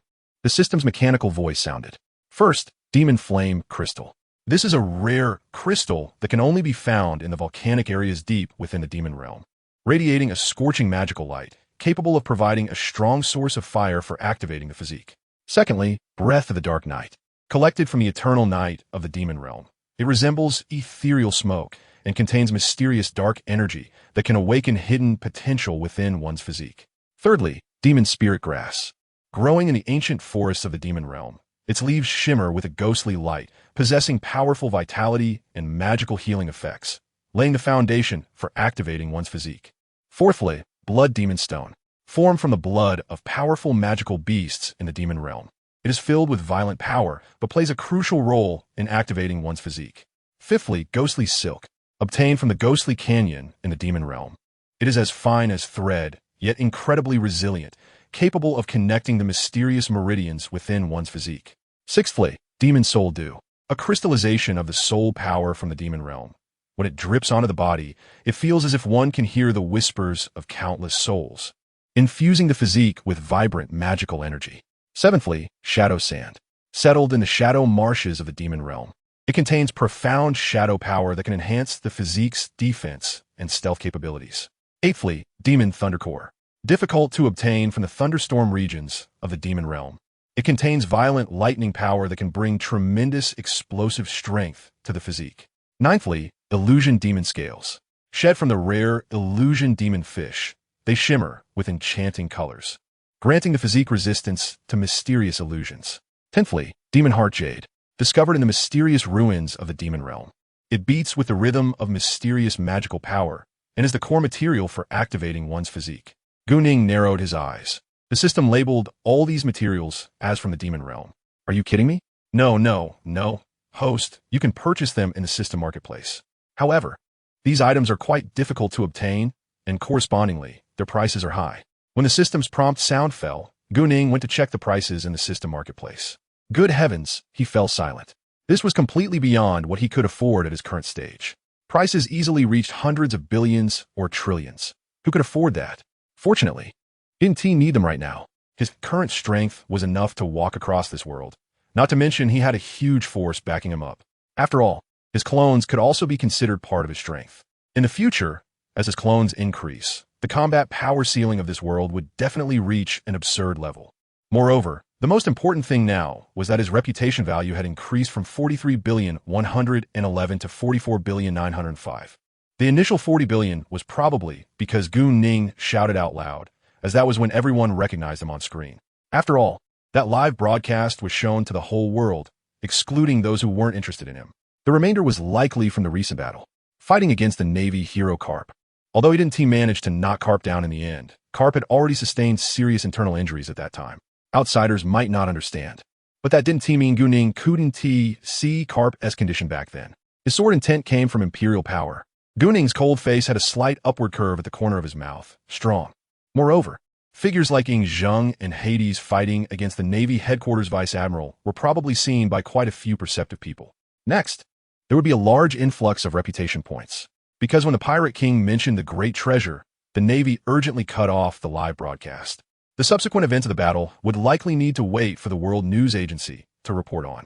Morgans. GuNing murmured this name softly, a hint of contemplation flashing in his eyes. As the president of the World Economic Journal, Morgan's media power plays a huge role in manipulating public opinion. Thinking of this, GuNing secretly decided, when the time comes, see if there are suitable people. The importance of public opinion cannot be denied. After all, who would be recognized as the Pirate King without newspapers to promote them? I say he is the real Pirate King, and he is. I say he is fake, and then he truly is not.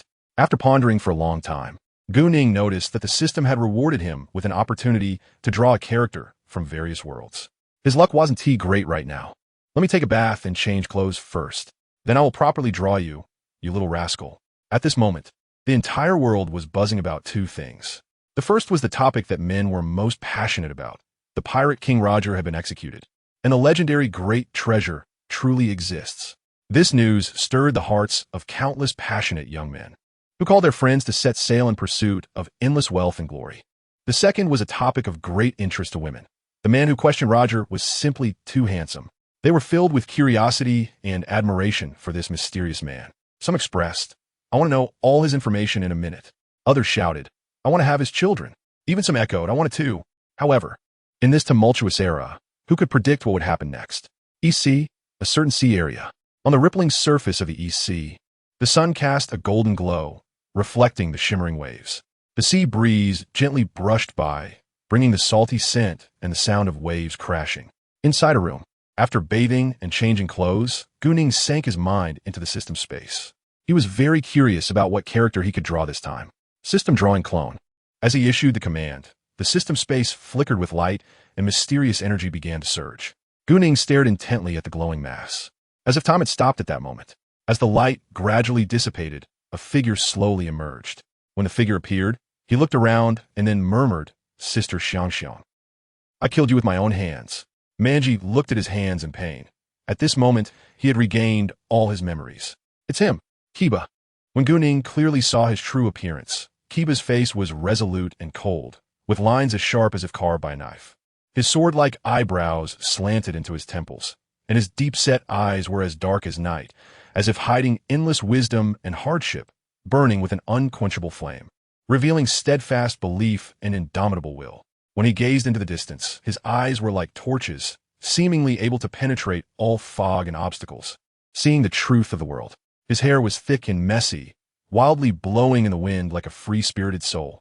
Each strand seemed to contain immense power, as if it could burst forth with astonishing energy at any moment. Around him, an invisible aura seemed to envelop him, filled with power and a sense of oppression that made others reluctant to approach. GuNing was slightly taken aback. It's grown Manji. Ding, ding, ding. The system suddenly issued an urgent sound. "Host, please wait a moment. His aura has been detected." Just as GuNing was puzzled, the body of Kiba in front of him shrank directly and then transformed into the appearance of young Manji. "System? What's going on?" "Host, this clone has been marked as a loophole by other worlds.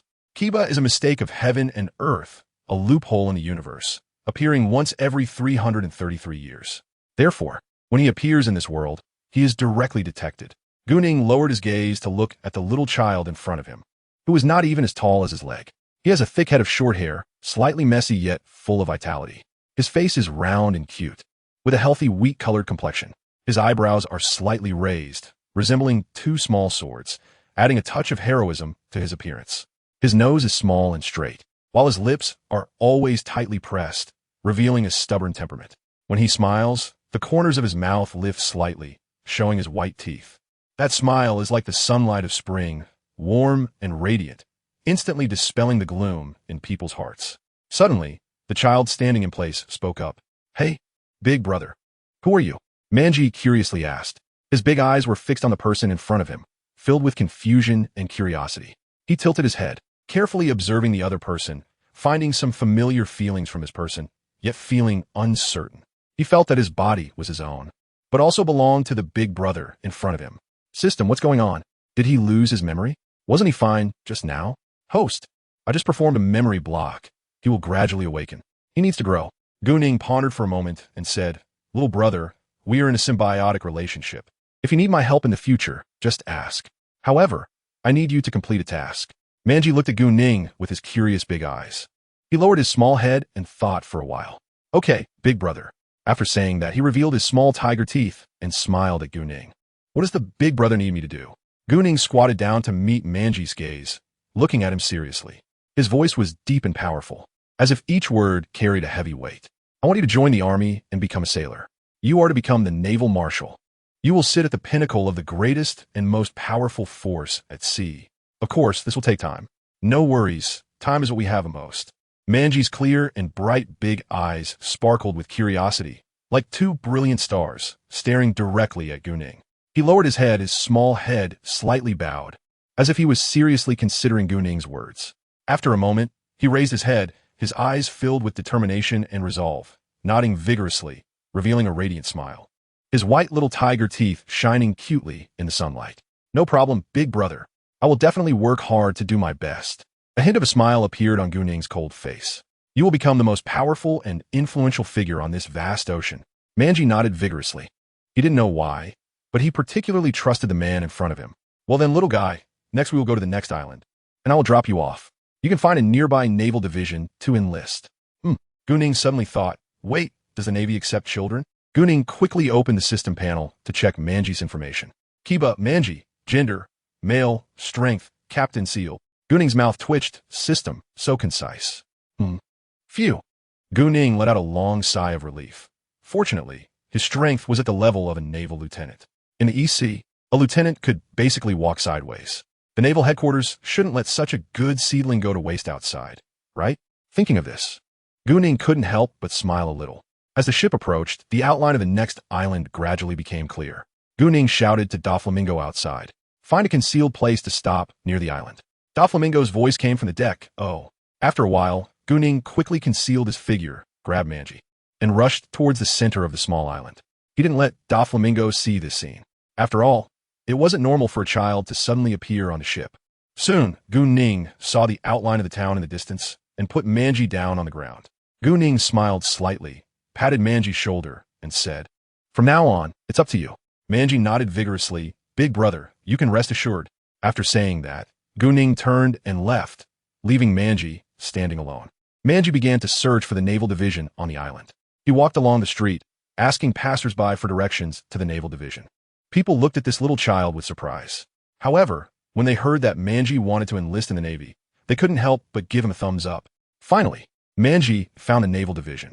He stood in front of the door, took a deep breath, and then walked in confidently. Inside the naval division, soldiers were busy coming and going, and when they saw the little child enter, they all showed puzzled expressions. A naval soldier paused for a moment. "Little friend, what do you need?" a naval soldier asked. Manji straightened his chest and said loudly, "I want to enlist in the Navy." "Ha ha."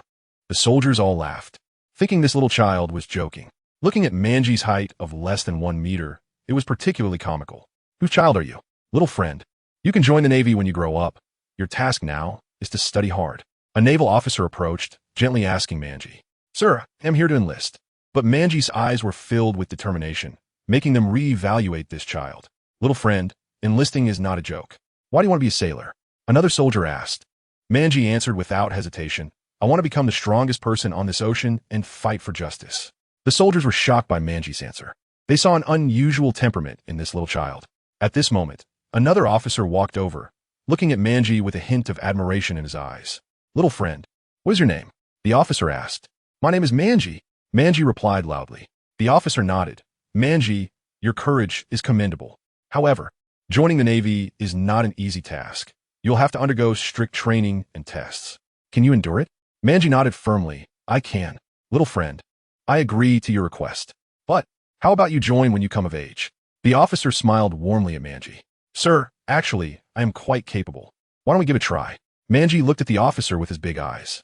The officer was slightly taken aback, and after a while, he smiled slightly. "All right? Then I will give you a chance. In the training ground, as long as you can last a minute, I will help you submit your application." Manji's eyes instantly lit up at the mention of this. 15 minutes later, Manji excitedly stood on the training ground, clenching his fists, with a determined gaze fixed on the officer opposite him. The training ground gradually filled with people, all curious about the little boy. Trying to last a minute under Captain Simon's command was no easy feat. He wanted to see just how much potential this little guy had. "Manji, are you ready?" the officer asked. Manji nodded vigorously and replied loudly, "I'm ready." With the command, the challenge officially began. Simon did not show any mercy just because Manji was a child. He moved like lightning towards Manji. Although Manji was prepared, he was still startled by Simon's speed. He quickly sidestepped to dodge, narrowly avoiding Simon's attack. Simon was slightly surprised. The child's reaction speed was quite fast. He was very confident in his own strength. In the East Sea region, he was among the top few in terms of power. He launched another attack, this time more ferociously. Manji gritted his teeth, continuously dodging Simon's strikes. He was still a bit unfamiliar with the power within his body and was struggling to control it. Seizing an opportunity, Manji threw a punch at Simon, but his strength was too weak to inflict any significant damage on the officer. Simon steadied himself and looked at Manji with a smile. "Not bad. Manji, you're very brave, but it's still not enough." With that, Simon launched another attack. Manji gritted his teeth and pulled back, feeling a significant energy within him that he couldn't yet express. As time passed, Manji was already panting with exhaustion, but he still did not give up, his eyes filled with determination. Simon noticed Manji's persistence and couldn't help but admire him a bit more. Manji realized he couldn't keep passively taking hits. He had to find a way to counterattack. He dodged Simon's attacks while observing his movements, trying to tap into the hidden energy within him. Finally, he discovered a weakness in Simon. Manji decided to take a risk. He deliberately exposed a flaw to lure Simon into attacking. Simon fell for it and charged towards Manji's weakness. Just as Simon was about to strike, Manji suddenly turned, evading Simon's attack and landing a punch on Simon's weak spot. Simon was pushed back a few steps by Manji's punch. He looked at Manji in surprise, not expecting this child to be so clever. "Manji, you're impressive, but it's still not enough to pass the challenge," Simon said. At this moment, even Simon didn't realize that he had started treating Manji as a real challenger, transitioning from just playing around to seriously battling him. Manji felt a surge of fighting spirit, seeing Simon stagger back from his punch. He knew this challenge was just beginning. Simon adjusted his stance, his expression becoming more serious. "Manji, it seems I underestimated you. From now on, I won't show any mercy." Manji fixed his gaze on Simon and boldly said, "Bring it on. I'm ready." Simon moved again, charging at Manji. This time, his speed was faster and his strength even greater. Manji felt an overwhelming pressure bearing down on him, but he did not retreat. Instead, he met it head-on. The two collided with a loud crash. Manji was knocked back by Simon's power, but quickly steadied himself. "What? He actually blocked it?" "Manji, if you can take 3 more of my strikes, I'll acknowledge that you've passed the challenge," Simon said. Manji nodded. "Okay, I will take your 3 strikes." Simon took a deep breath and launched his first strike. His speed and power were immense. Manji felt an intense pressure, but did not back down. He charged forward. With all his strength, Manji managed to block Simon's first strike, but he was still pushed back a few steps. Simon looked at Manji with a hint of appreciation. "Not bad, Manji. Being able to take my first strike is already impressive, but the next 2 will be even stronger." With that, Simon unleashed his second strike. This one was even more ferocious and faster. Manji felt as if a mountain was pressing down on him, making it hard to breathe. Nevertheless, he did not give up. He gritted his teeth and used all his strength to block Simon's second strike once more. However, he was knocked back and coughed up blood. Simon looked at Manji, filled with shock. He didn't expect this child to have such strong willpower. "Manji, you're really impressive. But can you take the last strike?" Manji wiped the blood from the corner of his mouth and looked at Simon, saying, "I can." After that, Manji adjusted himself, preparing to face Simon's final strike. Gradually, the soldiers around began to sense something was off. A minute had already passed. More importantly, they realized that Simon was using all his strength. It was unbelievable that he was using all his power against the child. Meanwhile, on the training ground, both of them were sweating profusely. Simon took a deep breath and unleashed his final strike, reaching the peak of both power and speed. Manji felt an unprecedented pressure coming at him. He knew it would be hard to block this one. The opponent's speed was fast, but it was still within his visible limits. Manji did not give up. He used all his strength and charged at Simon, deciding to use his body to block this final attack. Just as Manji was about to make contact with Simon, he suddenly felt a powerful force surge from within him. This force instantly multiplied his speed and strength several times. Boom! In an instant, the two made a thunderous clash. Drawing on this force, Manji successfully blocked Simon's final strike, but was also sent flying by the tremendous force. Fortunately, Manji managed to control his body and landed steadily on the training ground. On the other side, Simon spat out blood, looking at the little boy in astonishment. It was only now that he realized he had taken this seriously. What began as a playful agreement had turned into a fierce battle to the end. At this moment, Manji was lying on the ground, gasping for breath. With a grin, he asked Simon, "Did I pass the test?" Simon immediately replied with a serious expression, "From now on, you are a member of the Navy. However, you must start with the most basic training and cannot complain." Manji jumped up excitedly. "Thank you, officer. I will not let you down." Everyone watching this battle from a distance was stunned. What a little monster. He actually managed to hold his own against Captain Simon. Some people looked at the little boy in the training ground with faces full of terror. Thus, Manji began his naval career. He, along with other recruits, underwent rigorous training. The next morning, when the first rays of sunlight shone on the playground, Manji had already started his running practice.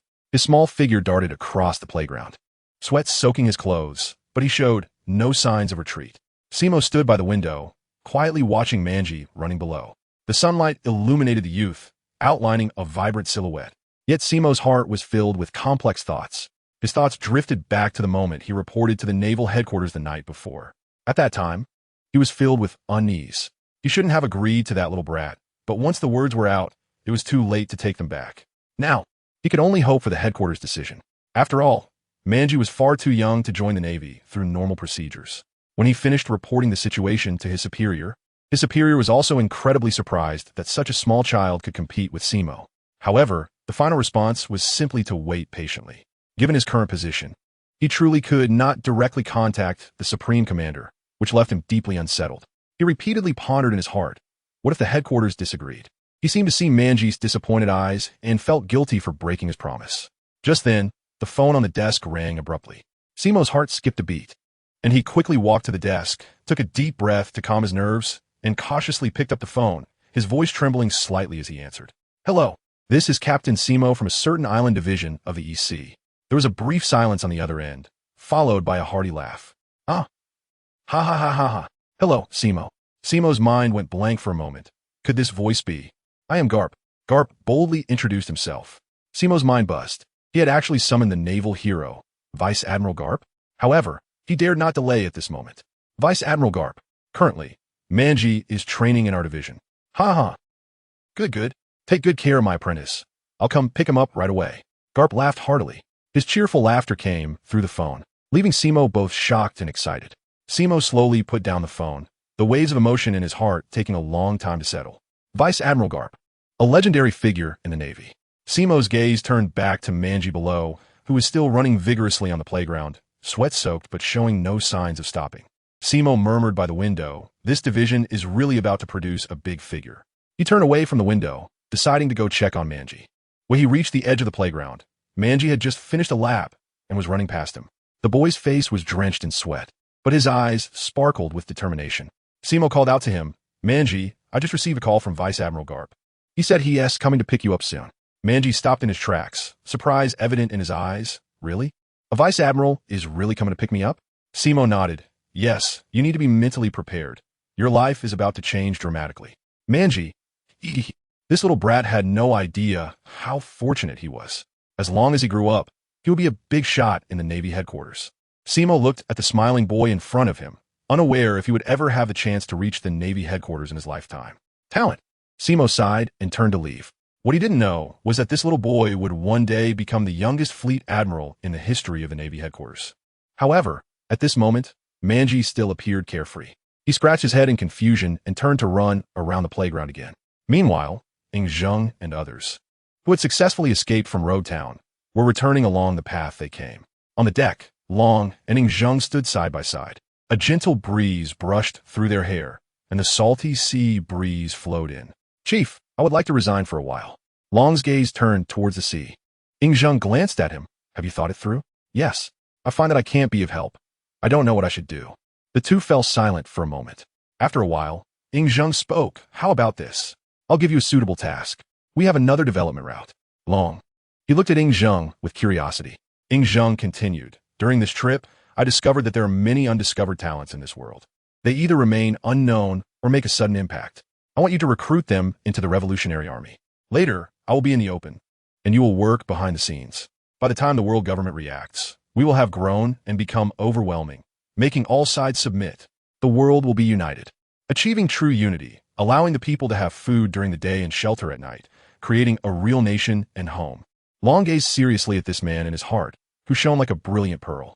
Zheng's eyes were deep and sharp, like an eagle's gaze, revealing authority and wisdom.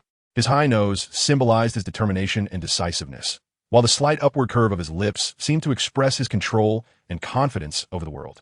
His long black hair was casually tied up, adding to his regal aura. The sins of the present, the merits of the ages. Long's muscles tensed and trembled slightly. I understand. The man he followed was too domineering, too strong. He had never felt such oppressive pressure before. He couldn't describe it, but he knew this would be his guiding light in the future. Do you trust the people I recruit? Long tilted his head to look at Zheng. I do. The voice was firm. Long's lips curved slightly. From now on, consider yourself the deputy leader. You will be my deputy leader from now on. Zheng smiled and patted his shoulder. It's windy on the deck. Let us head back. He turned and left the deck. Long stood dazed for a moment, shaking his head slightly. Why does this feel so strange? He had originally thought he couldn't be of help and planned to go out for a stroll. Now, it seemed he had to get busy. Instantaneously transformed into the HR of the Revolutionary Army, Wang Quanbei sat on the ship, tapping his fingers on the sword blade, his thoughts drifting far away. Hey, Ice Cube face.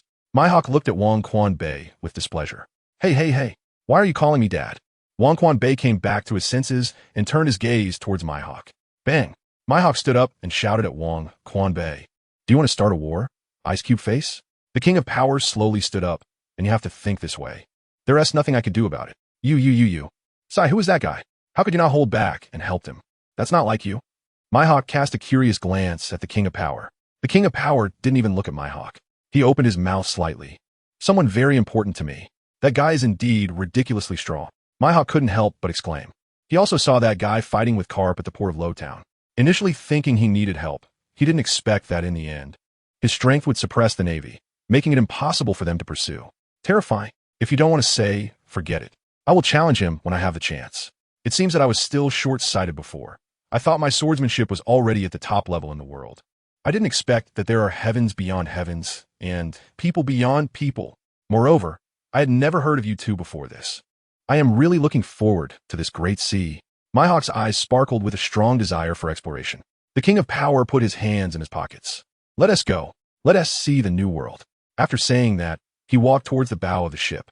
For a moment, the small boat swayed creakily. Mihawk yelled in terror. His voice was filled with tension and anxiety. The King of Power heard Mihawk shout and turned to look at him curiously. He saw Mihawk standing at the stern of the boat, showing a hint of forced calmness, hurriedly adjusting his pants. Oof, what are you looking at? Haven't you seen someone urinate?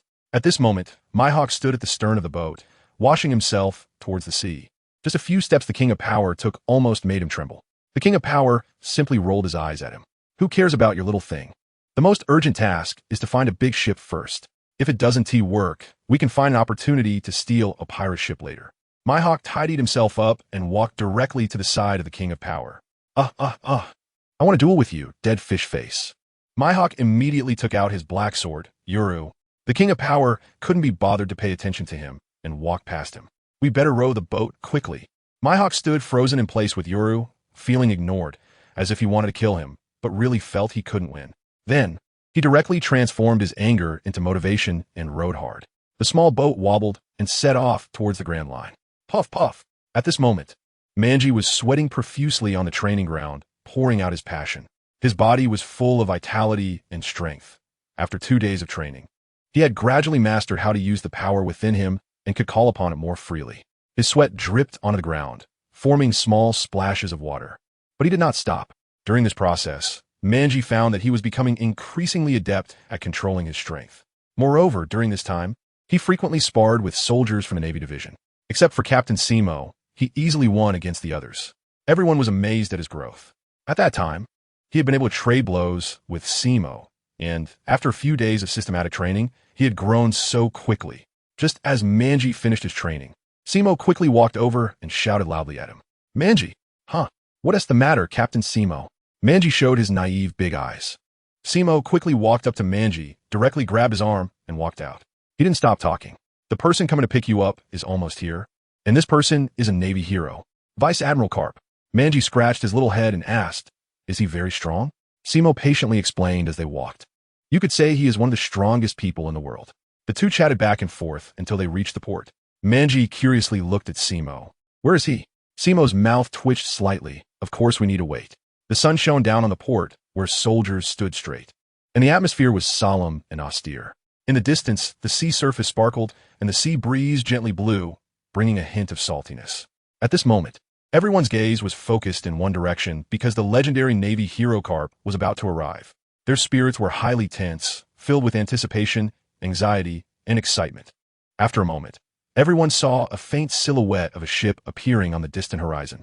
In the sky, a huge warship slowly approached, its flag fluttering in the wind. As the warship drew closer, a powerful aura gradually enveloped the entire base. On the deck stood a tall and robust figure, accompanied by a slim, tall man. Carp's signature black short hair shone in the sunlight, dark and glossy. At this moment, his face was like rock sculpted by the years, with sharp lines revealing a sense of ruggedness. However, those eagle-like sharp eyes revealed a steadfast belief and endless authority. He wore a deep blue Navy uniform, and the golden epaulets shone brightly in the sunlight, showcasing his high status. The man beside him was none other than his aide, Bogart. Under the watchful eyes of the people in the port, the warship docked. Carp stepped off the deck with steady and powerful strides, each step seeming to make the ground tremble, his aura strong enough to inspire awe. The soldiers straightened their spines and paid their highest respects to this legendary hero. When Karp's gaze fell on Manji, a hint of surprise and appreciation flashed in his eyes. Manji stood there, his small figure radiating an indomitable fighting spirit. And within that small body, there was also hidden strength. Karp's mouth curved slightly, revealing a rare smile. Karp walked up to Manji and stopped, scanning him. "You're Manji?" Karp's voice was deep and powerful, like thunder rumbling in everyone's ears. Manji looked up, thinking about the glorious history of the Navy hero that Simo had just explained. "Yes, Grandpa, I wonder if you can beat me." As soon as Manji finished this sentence, all the soldiers present shot terrified glances at him. Hiss! Hearing Manji's challenging words, everyone gasped. In their hearts, Karp was the Navy hero, a mythic existence. Yet this little child dared to challenge Karp, which was truly shocking. Although after a few days of interaction, they really liked this little guy. But at this moment, standing in front of them was the Navy hero. Simo's heart was racing. What the hell? Karp was momentarily taken aback, then burst into hearty laughter. His laughter echoed like a bell throughout the entire Navy base. "You call me Grandpa with my full head of shiny black hair. Why do you call me that, little brat? I can't say it, but I'm going to let you taste my iron fist of love." After saying this, a powerful aura suddenly erupted from Karp. This aura spread out like surging waves, creating a strong pressure that hit everyone, making it hard for them to breathe. Then, he looked benevolently at the less than 1 meter tall Manji. In everyone's eyes, Karp seemed a bit angry, but Manji looked at Karp. Manji couldn't help but laugh. The admiration in Karp's eyes deepened. What a brave heart that does not fear the strong. Karp smiled at Manji's laughter, unable to suppress a grin himself. He retracted his powerful aura, and the pressure around them immediately dissipated. Everyone breathed a sigh of relief, secretly admiring Manji's courage. "Little brat, tell me, why do you call me Grandpa?" Karp squatted down to Manji's eye level, his tone tinged with curiosity. Manji blinked and said earnestly, "Because you have a hint of dusk on your face. Your hair isn't white, but you have a lot of wrinkles." Karp touched his face and smiled helplessly. "Little brat, that's called the marks of time. But you, little one, are quite observant." Manji tilted his head, looking at Karp. "Grandpa, are you really strong? Everyone says you're a Navy hero."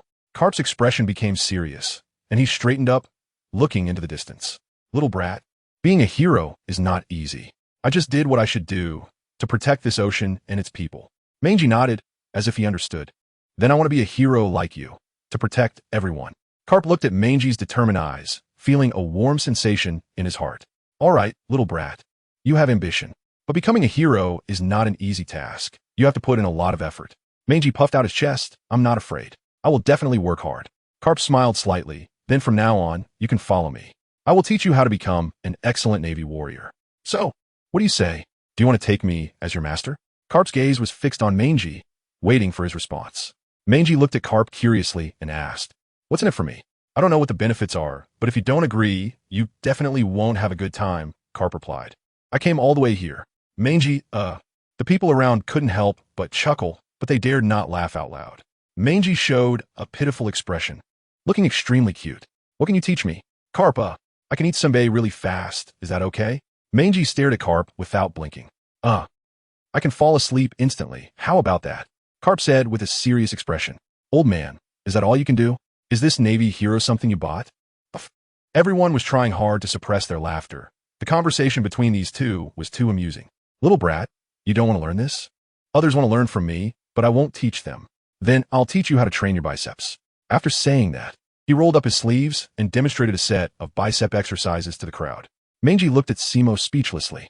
Simo didn't dare to look at him, looking up at a 45-degree angle, forcing back his laughter. Manji still looked at Karp speechlessly. "Are you just going to let me train my strength? What am I supposed to do?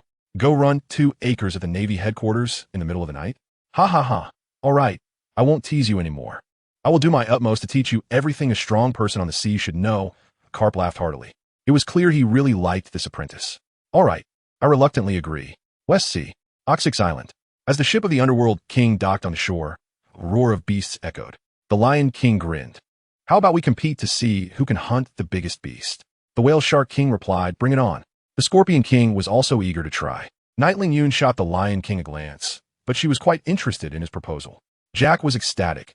During his time on the ship, he had been trained every day. Now, finally, he had a chance to showcase his recent training accomplishments, smiling widely. The Underworld King looked at the others with interest. He had no particular thoughts since his abilities were quite absurd. No subtle sound could escape his ears. Anything he wanted to know, he could find out. Then I'll be the referee. Upon hearing this, everyone nodded in agreement.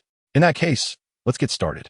The Lion King boldly waved his hand and rushed towards the direction of the beast's roar.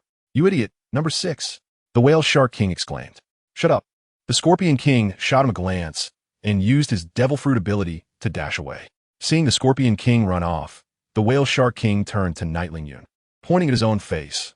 Are you talking about me? Night Ling Yun slightly raised her chin, saying indifferently, Is there any doubt? At this moment, Jack excitedly jumped a few times in place and then dashed out after them.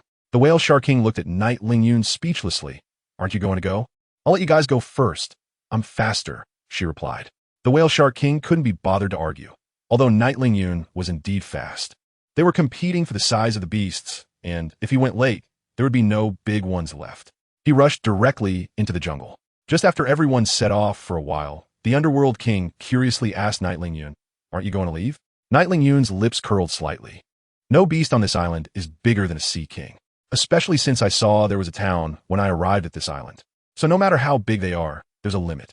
I'll just pick a sea king to kill later and easily win the competition. Upon hearing this, the Underworld King cast an appreciative glance at Night Ling Yun. Meanwhile, the Lion King was racing through the jungle, quickly arriving at a dense area. The trees here were tall and sturdy, with lush foliage, and sunlight could only filter through the gaps in the leaves, casting scattered patches of light. In this jungle, the Lion King keenly detected a heavy footstep sound, as if the earth was trembling. As the footsteps grew closer, a gigantic mammoth appeared in the Lion King's line of sight. This mammoth stood several meters tall, covered in thick gray fur, with massive tusks resembling 2 sharp, long swords. Upon seeing the Lion King, the mammoth let out a deafening roar and charged towards him with its enormous feet. Hee, then it's you. After saying this, he rushed forward to engage the mammoth in battle. The Whale Shark King, while running, came to an open grassland. In the center of the grassland, a huge rhinoceros was lowering its head, digging at the ground with its sharp horn. The Whale Shark King's appearance caught the rhinoceros's attention, and it immediately raised its head, letting out an angry roar. The Whale Shark King glanced at the rhinoceros in front of him, standing over 3 meters tall, but with a long body. Then I'll rely on you for my match. The Whale Shark King also began to battle with the rhinoceros. The Scorpion King utilized her devil fruit ability to quickly move around the island. She arrived at a valley shrouded in a thin mist. In the mist, the Scorpion King sensed a strong, fishy odor. As is well known, the worse the smell at the entrance of a lair, the more powerful the creature inside. Of course, the Scorpion King thought the same. She cautiously moved forward and soon discovered a massive spider. This spider was several times larger than the Scorpion King. Its 8 long legs like sharp spears, and the hairs on its body shimmered with a strange light. Upon seeing the Scorpion King, the spider immediately opened its huge mouth and spat out a ball of white silk. The Scorpion King quickly dodged. The silk grazed her body and landed on the ground, instantly corroding a large pit. Wow, such strong corrosiveness. I wonder if you can eat it. Forget it, it's you then. Before long, the spider lay dead on the ground. The Scorpion King transformed into her white dragon form, grabbed the spider with her dragon claws, and rushed back in the direction she came from. At that moment, Yi Ling Yun suddenly felt a powerful aura coming from the sea. His heart stirred, and he immediately flew toward the sea. When he arrived, he saw a gigantic sea king swimming on the surface. All right, with you, victory is assured. Half an hour later, Yi Ling Yun was dragging the sea king toward the ship. When he returned to the ship, no one else had come back yet. Just as he was about to take a sip of water, the Scorpion King returned. Oh, Yi Ling Yun, are you ready to set off? The Scorpion King hovered in the air, dropping a giant spider onto the land by the ship. Immediately after, the Scorpion King transformed back and landed on the deck. She stretched out her small hand. Give it to me. Wait until you finish catching the beast before drinking. Yi Ling Yun glanced at him helplessly and poured himself another cup of water. At that moment, Jack returned carrying a wolf king. The size was considerable, at least 2 meters long. There were no visible injuries on it, indicating progress. After all, defeating a wolf king while under the protection of a pack is an accomplishment. Now only the Whale Shark King and the Lion King had not returned. After a while, both of them returned to the ship one after another. They tossed their prey onto the shore and looked at the spoils of the remaining few. Huh, why is there one missing? The Lion King looked at the Underworld King in confusion. The Underworld King smiled slightly. I declare, this time, the winner of the first B-size competition is Everyone turned their eyes towards the underworld king.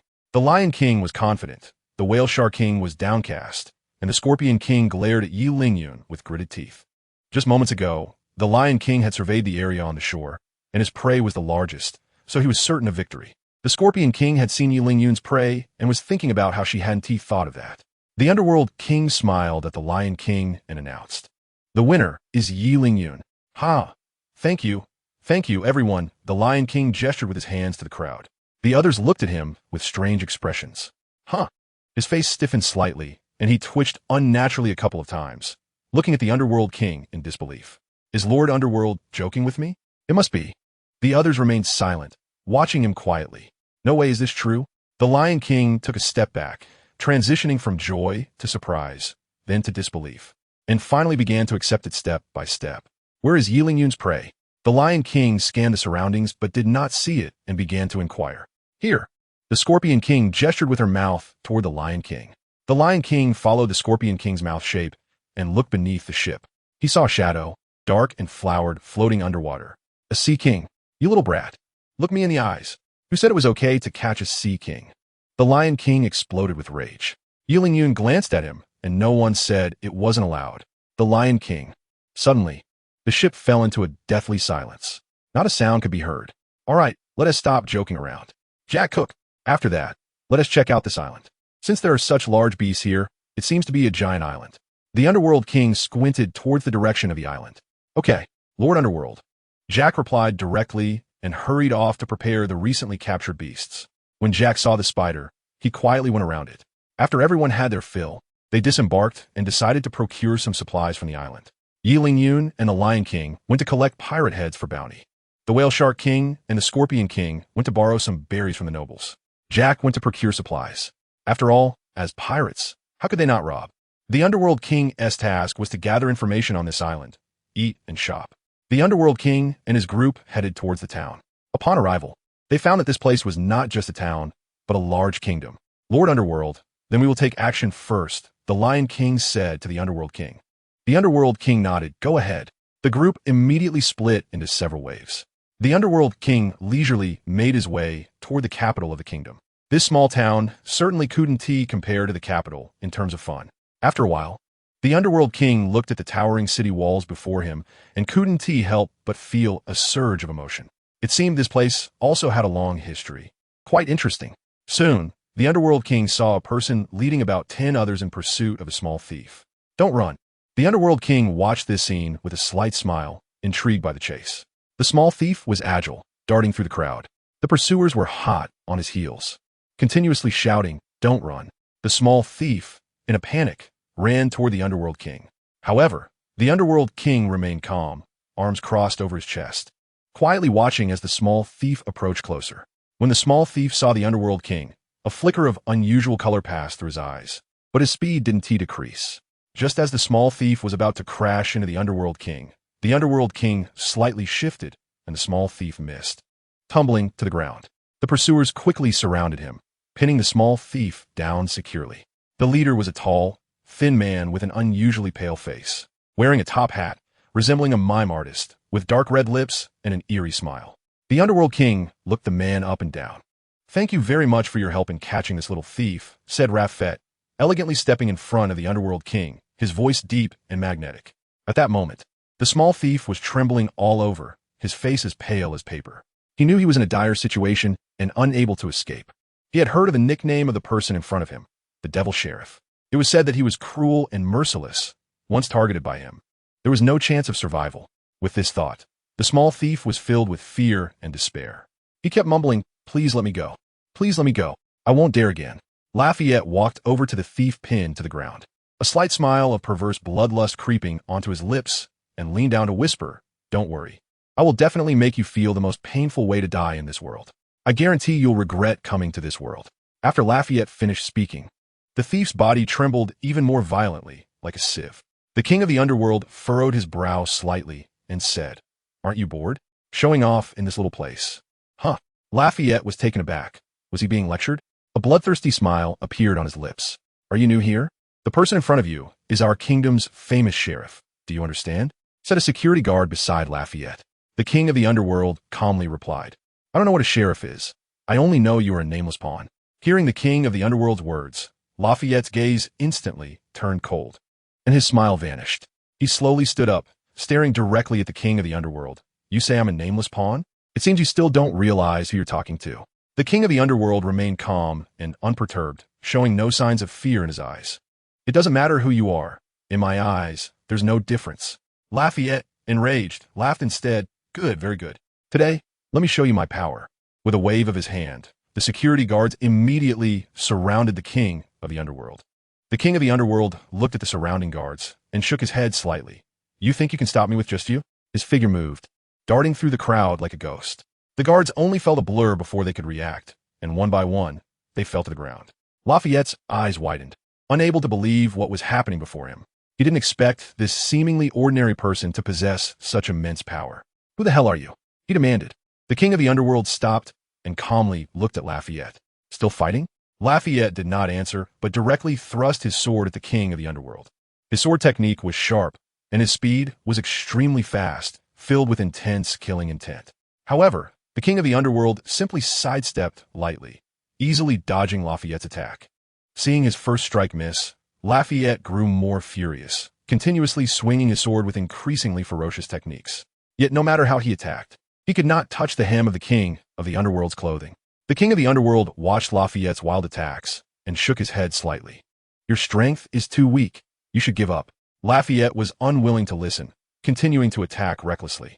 Suddenly, the king of the underworld flashed and appeared behind Lafayette. He reached out a hand, lightly pressing on Lafayette's shoulder. Lafayette instantly felt a powerful force enveloping him, rendering him unable to move. You, who are you? Lafayette asked in terror. I am the king of the underworld. Lafayette muttered to himself. The king of the underworld? I've never heard of such a person. He never imagined that in this kingdom, someone could so easily suppress him. Suddenly, a look of determination flashed in Lafayette's eyes. He let out a roar, a powerful aura erupting from him. Immediately, a dazzling light burst forth from within him. When the light dissipated, a pair of pure white wings sprouted from his back, and his body underwent a tremendous transformation. Demon fruit, mythical Zoan, angel form. Lafayette's voice was filled with majesty and confidence. He flapped his wings, slowly rising into the air, looking down at the king of the underworld. Now, you will witness my true power.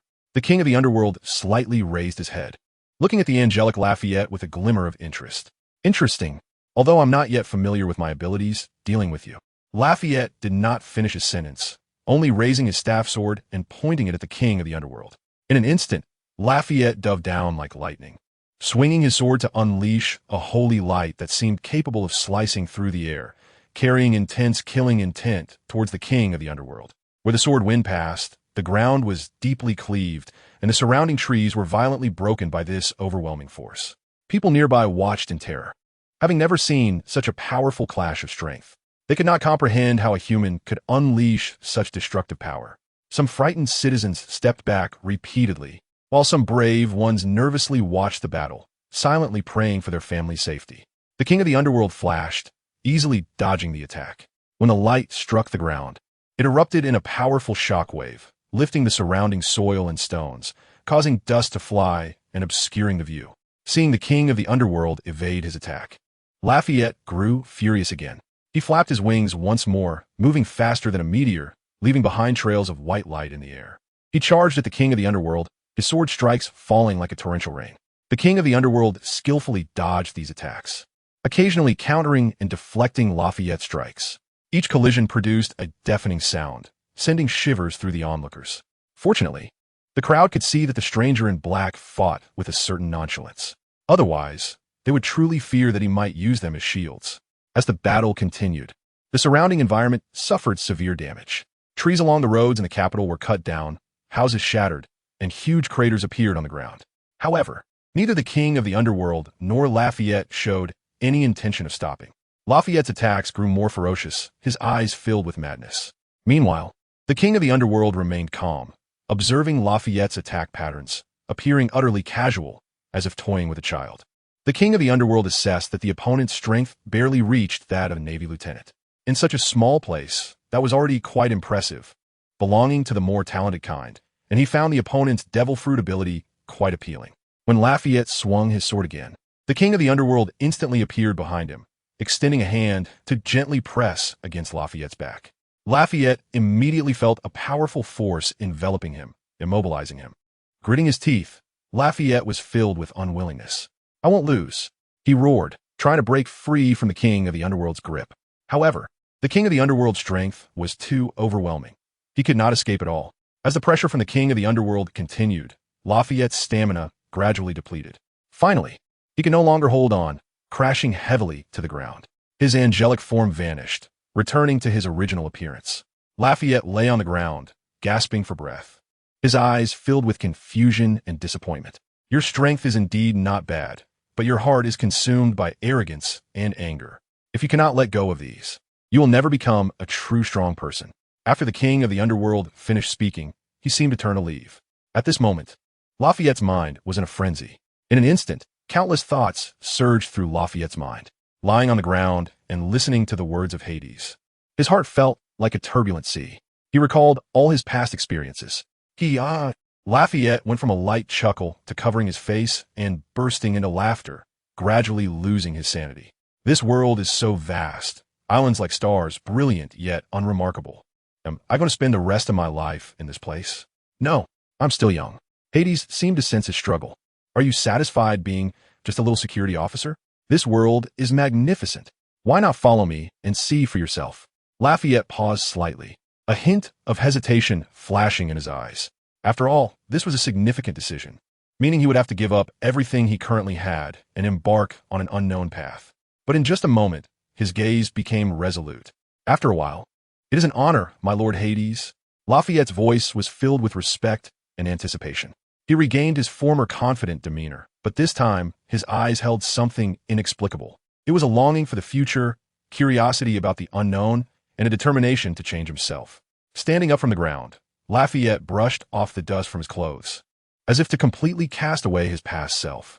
He closely followed behind Hades, filled with expectation. Lafayette quietly trailed behind Hades.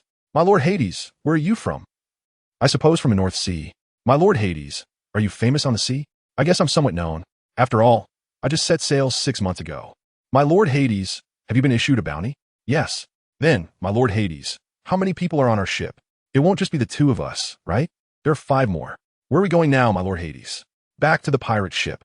"My lord Hades, should we be quiet for a bit?" "All right." After the 2 left, a group of people in security uniforms exchanged glances. "What about us?" The officer ran away with someone. Did our officer really talk that much before? I don't think so. Following Hades was a former security officer who had no intention of lingering around. He headed straight for Hades' ship. After a while, the 2 arrived at Hades' ship. "Wow," Lafayette exclaimed. Cough, cough. Lafayette regained his composure. Then he looked around the ship, examining everything.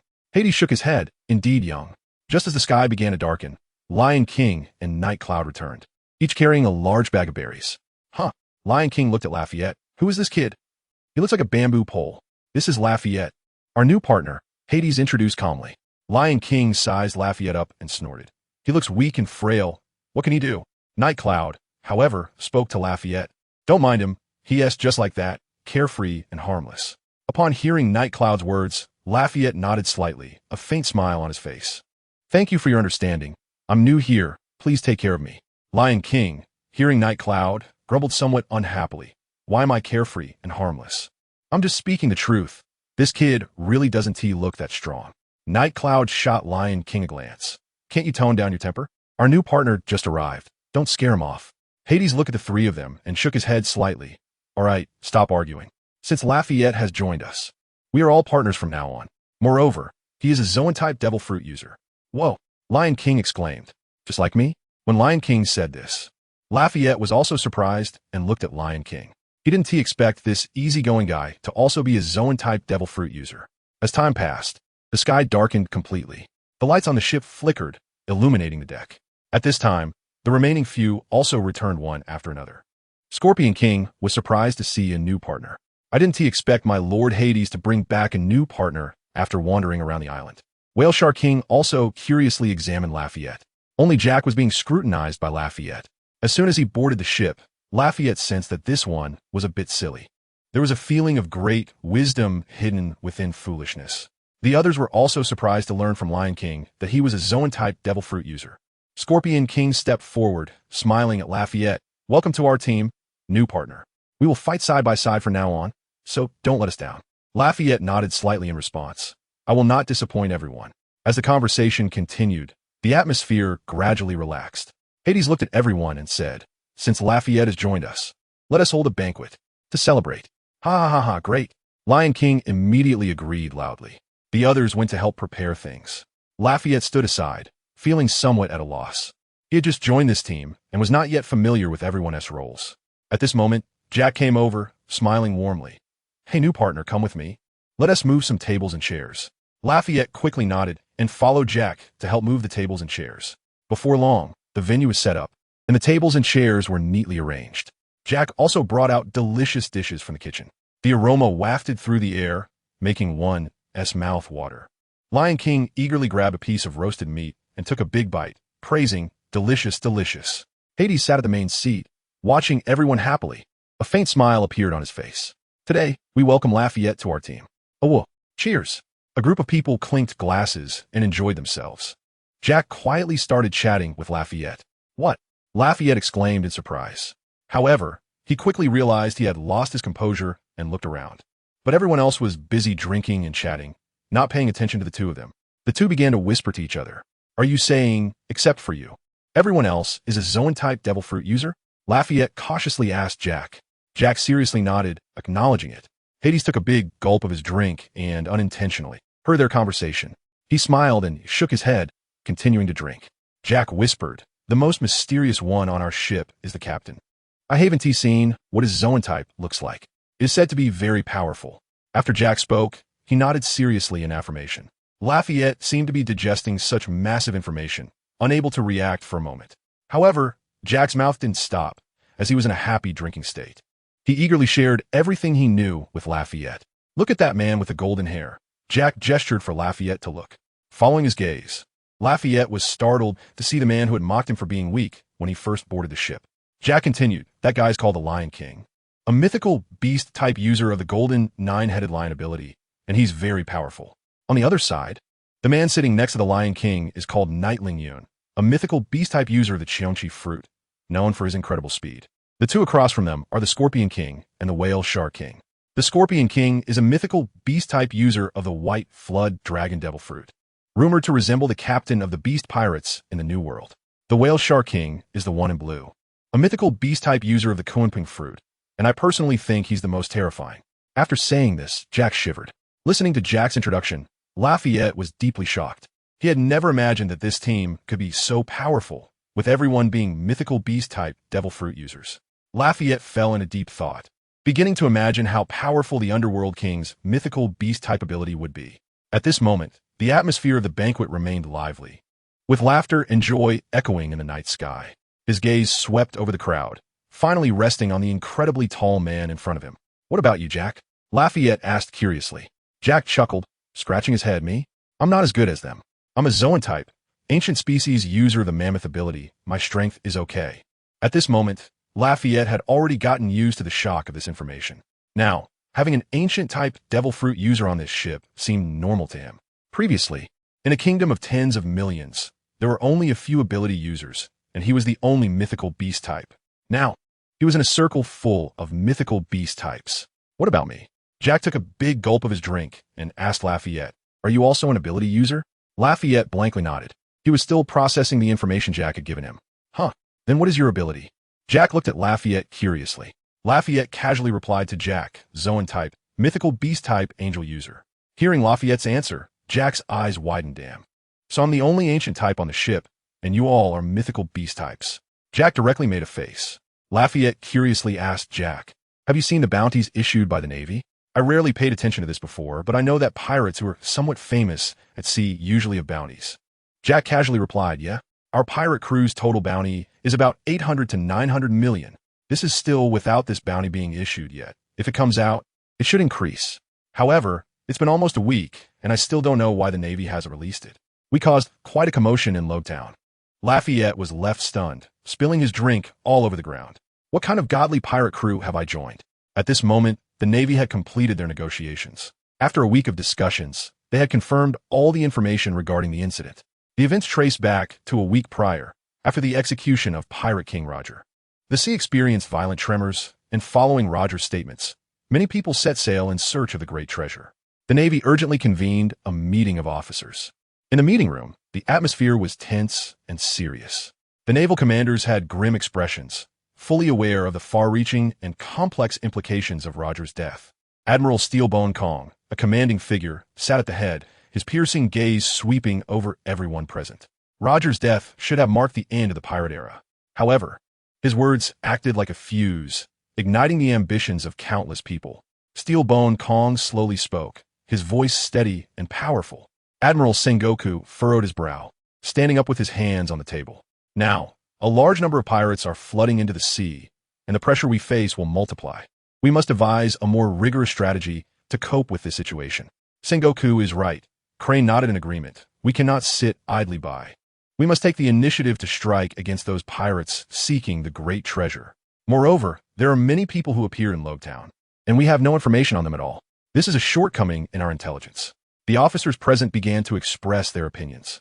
Some suggested strengthening patrols in various sea areas, while others believed they should focus their efforts on striking influential pirate crews. The discussion intensified, and the entire meeting room was filled with a tense atmosphere. We need to bring in fresh blood into the Navy and open recruitment across the seas. Start. World conscription. WukongClone spoke up. World conscription needs to be reported to the world government. I can give it a try. The meeting room briefly fell silent, as everyone understood that world conscription was a significant measure with far-reaching implications. WukongClone's words were like a boulder thrown into a calm lake, creating ripples. Admiral Kong, world conscription is indeed a bold decision, but it may also bring some unknown variables, Sengoku said, his tone carrying a hint of concern. The newly recruited personnel may vary in quality, and it will take a lot of time and effort to screen and train them. WukongClone nodded slightly, his gaze deep and resolute. I understand your concerns, Sengoku, but the current situation is urgent. We cannot rely solely on our existing forces. Pirates are surging like a tide, and we must quickly expand the Navy's strength to cope with this crisis. Crane thoughtfully remarked, world conscription might bring us some unexpected talents. Those skilled individuals hidden among the populace might join the Navy out of a pursuit for justice. Exactly. WukongClone clasped his hands behind his back. We must believe that many people in this world long to fight for justice. World conscription is giving them an opportunity to step forward and join us in protecting this sea. This incident has also provided us with a lesson. Do not underestimate anyone in the world. There are still many capable individuals hidden out there. The discussion resumed, with officers engaging in a heated debate over the pros and cons of world conscription. Some proposed specific recruitment plans, while others expressed concerns about the integration of new members. However, everyone knew that at this critical moment, decisive decisions had to be made. Moreover, we also need to discuss the bounties regarding this incident. Sengoku said in a deep voice, I think it's necessary to focus on a few individuals who appeared this time. Crane spoke up first. The person who asked questions during Roger's execution. He actually has the ability to engage in a stalemate with Carp. Second, those who fought against our 5 vice-admirals. There are 3 of them that we have never heard of. And then, how come those in the Phantom Pirate crew did not receive an invitation from the Warlords of the Sea? Where did Borisolino go? The abilities displayed by the Phantom Pirate crew this time are too terrifying. The expressions of everyone grew increasingly serious, and the atmosphere in the conference room seemed to freeze. A colonel frowned and said, the rise of the Phantom Pirate crew is so rapid, their strength and ambition cannot be underestimated. We must formulate a countermeasure as soon as possible, or the consequences will be unimaginable. Everyone nodded in agreement. At this moment, Zephyr, who had been silent in his seat, spoke up, suggesting to see if there was an opportunity to invite those few people to join the Navy. Since that person asked whether the great treasure exists, he must love wealth. Offer him conditions he can't refuse. More friends, fewer enemies. Everyone fell silent for a moment, seemingly contemplating the feasibility of this matter. Sengoku looked at the intelligence department personnel and asked, is there any news about that great swordsman who is with Mihawk? A hawk-nosed officer at the general level spoke up, saying that he was said to be from the East Sea and came over with Mihawk. Our people have seen the 2 of them resupplying on an island in the East Sea. You intelligence department should pay more attention to this. I will report this situation to the Gorosei. WukongClone thought for a moment and said, after intense discussions, the Navy ultimately confirmed a series of countermeasures. First, Increase the station military strength on various islands, enhancing the monitoring and crackdown on pirates. Second, organize elite troops to encircle and eliminate some active pirate crews. At the same time, strengthen intelligence gathering to promptly understand the movements of the pirates. Also, the most important is world conscription, and issuing bounties on those causing trouble in Lowtown. Once everything was negotiated, WukongClone quickly reported to the GodBody. During this time, he had been criticized by the GodBody, urging him to quickly come up with solutions. WukongClone stood in the office with a transponder snail in hand, quietly waiting for the call. After a while, a voice came from the other end, Moshi. Moshi, it was the voice of GodBody, Saturn. WukongClone, have you finalized the negotiations? Saturn's cold voice came through the phone. WukongClone quickly straightened his back and respectfully said to the transponder snail, Lord Saturn, the negotiations have been completed. The Navy has formulated a series of countermeasures. First, increase the station military strength on various islands and enhance the monitoring and crackdown on pirates. Second, organize elite troops to encircle and eliminate active pirate crews. At the same time, strengthen intelligence gathering to promptly understand the movements of pirates. In addition, we will also conduct world conscription and issue bounties on those causing trouble in Lowtown. There was a moment of silence on the other end, and Saturn's voice came again. World conscription? In Mariewa, the 5 celestial dragons exchanged glances and ultimately looked at the transponder snail in Saturn's hand, waiting for further instructions. WukongClone quickly explained, Your Excellencies, after our negotiations, the Navy urgently needs fresh blood. After this incident, we discovered that there are still many hidden strong individuals on the sea, just like the 2 great swordsmen who appeared this time. Saturn frowned slightly, his voice carrying a hint of arrogance. Great swordsmen? The Navy can't even control such information. It truly disappoints me. WukongClone's heart tightened, but he maintained his respect on the surface. Your Excellency is right. But this also shows that our Navy needs more power to maintain world order. This incident made us deeply realize that the situation on the sea is becoming increasingly complex, and those hidden strong individuals may pose a threat to the world government at any time. We must prepare in advance and recruit more capable individuals to join the Navy. The GodBody exchanged glances, and they were somewhat tempted by WukongClone's proposal. However, what they feared most was the Navy becoming uncontrollable. Saturn hung up the call with WukongClone and began to discuss whether this incident could proceed. Otherwise, in the future, let WukongClone come to Mariewa. In his position, let him reasonably step up. There is only that one position available. Commander of the 3 armies. Would it be difficult to convince people to accept him? After all, the previous commander of the 3 armies has always been held by the descendants of our 20 royal families. Isan Baron? Nejiru said with some concern. Let's do it this way. For the sake of stability, we should also make some concessions in due time. After an hour of discussions among the GodBody, all the plans were finally confirmed. A bounty would be issued for those causing trouble in Lowtown. If they could be recruited into the Navy, there would be no obstruction, and the Navy would be allowed to conduct world conscription.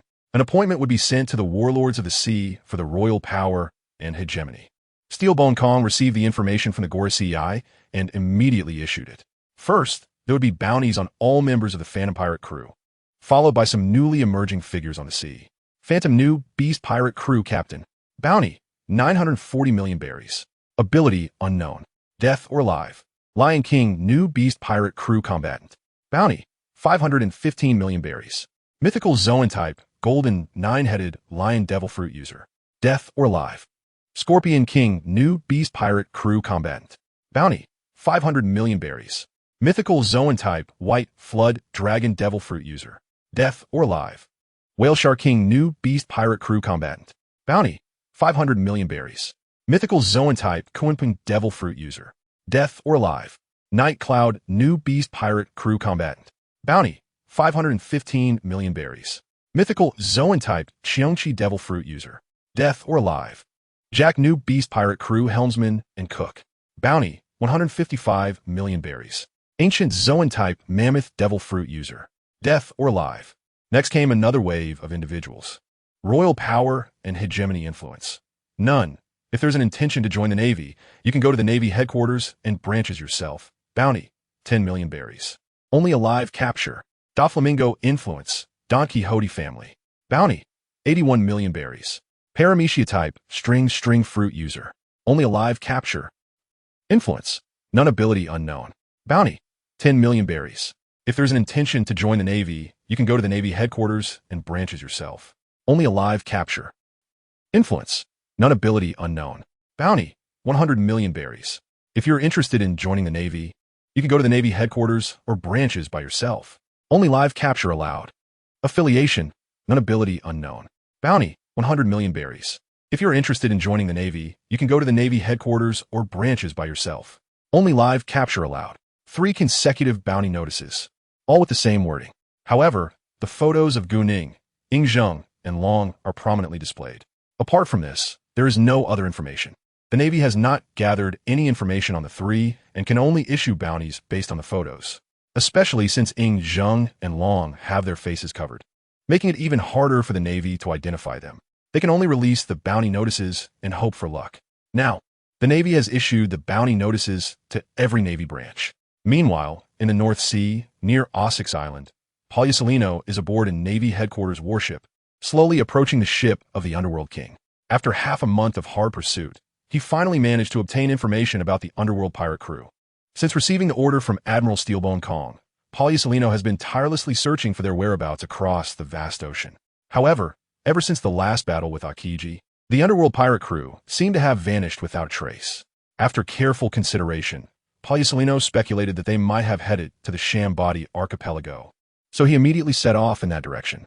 However, he never expected that the Underworld guys would cause trouble in Log Town, which really gave Paulusolino a headache. As a result, he was directly scolded by Admiral Kong. Paulusolino stood on the deck of the warship, gazing at the distant, flickering ship of the Underworld pirate crew, lost in thought. On the other side, the Underworld had also noticed the approaching Navy warship. The Lion King squinted his eyes slightly, golden light flickering in his gaze. The Underworld King stood at the bow of the ship, his expression cold as he watched the Navy warship draw closer. Humph, the Navy really is tenacious. His voice was low and authoritative. As the warship continued to approach, a tense atmosphere began to spread in the air. The Lion King, Scorpion King, Whale, Shark King, Yiling Yun, and Jack, along with the newly boarded Lafitte, were all on high alert, exuding a powerful aura, ready to face the impending battle. Paulusolino looked at the Underworld pirate crew, who were on high alert, with a slight smile on his lips. This is really troublesome. His body moved slightly, and golden light instantly enveloped him.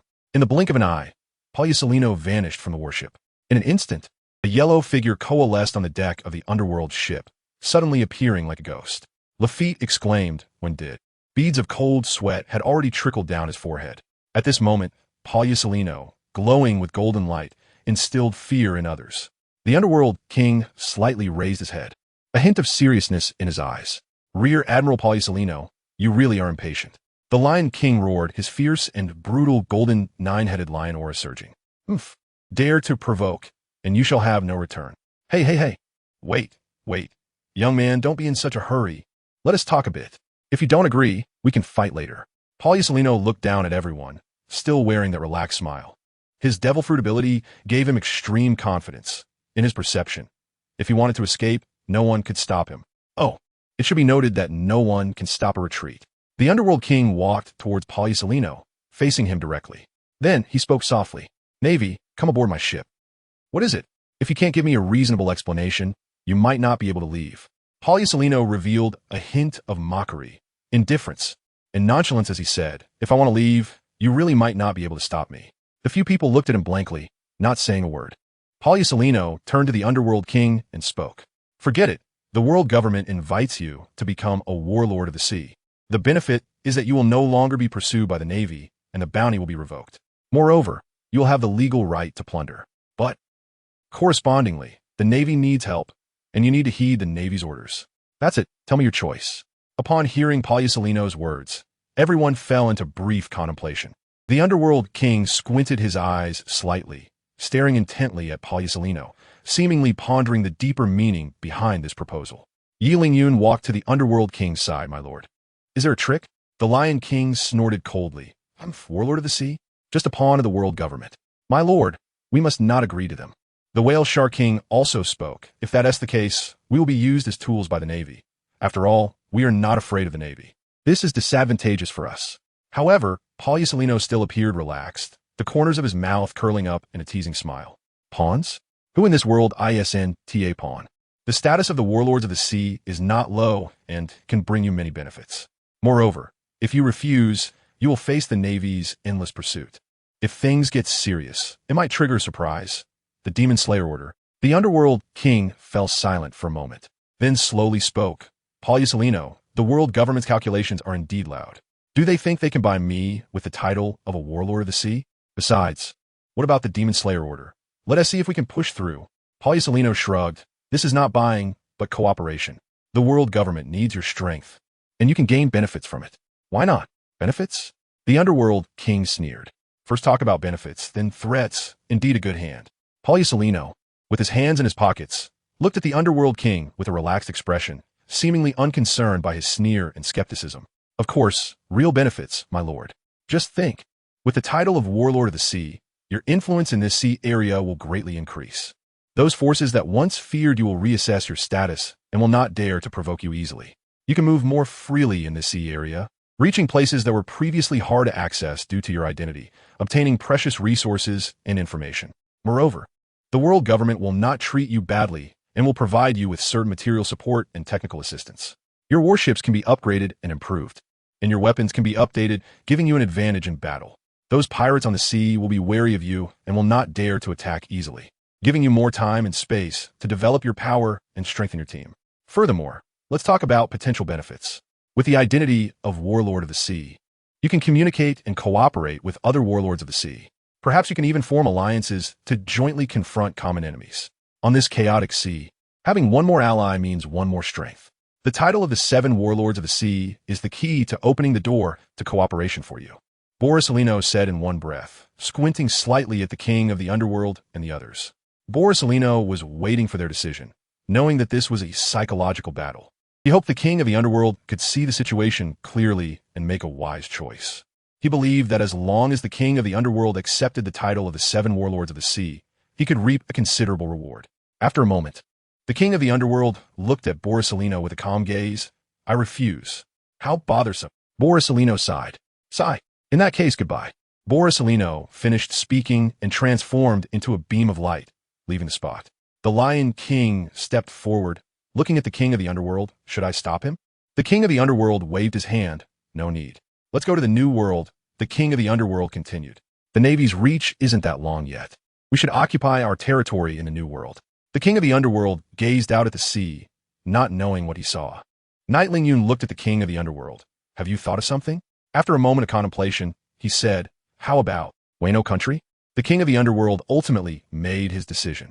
Raffit noticed Borsalino leaving, and he was already soaked without realizing it. Phew, who is he? Why does he give such strong pressure? I just felt like a lonely boat in the sea being swept up by a tornado. The Scorpion King cleared his throat and adjusted his state, producing a bubble sound. He patted Raffit's shoulder with a grin. Young man, you still need to practice. With a serious expression, he saw Raffit's teeth itch. But suddenly, a wave of goosebumps surged through him, making him shiver. Meanwhile, Borsalino reported the situation truthfully to Sengoku. Sengoku frowned after hearing it, clearly finding the king of the underworld's refusal a bit tricky. They began to reconsider their countermeasures, considering whether to really use the Demon Slayer order to force the king of the underworld to yield. After all, deploying a Demon Slayer order would be a heavy burden for the Navy, especially now that pirate numbers were increasing on the sea. Come back, Kizaru. The king of the underworld can't handle alone. I will report now to see whether to use the Demon Slayer order. Understood, Admiral Sengoku. Kizaru agreed immediately. He had been drifting on the sea for almost a year and had long wanted to return to the office to take a good break. The king of the underworld ship also set sail smoothly. The few of them returned to their usual state, eating, sleeping, training, and fighting Jack. Although Jack's strength was already comparable to Raffit's, Raffit exhibited an astonishing learning ability.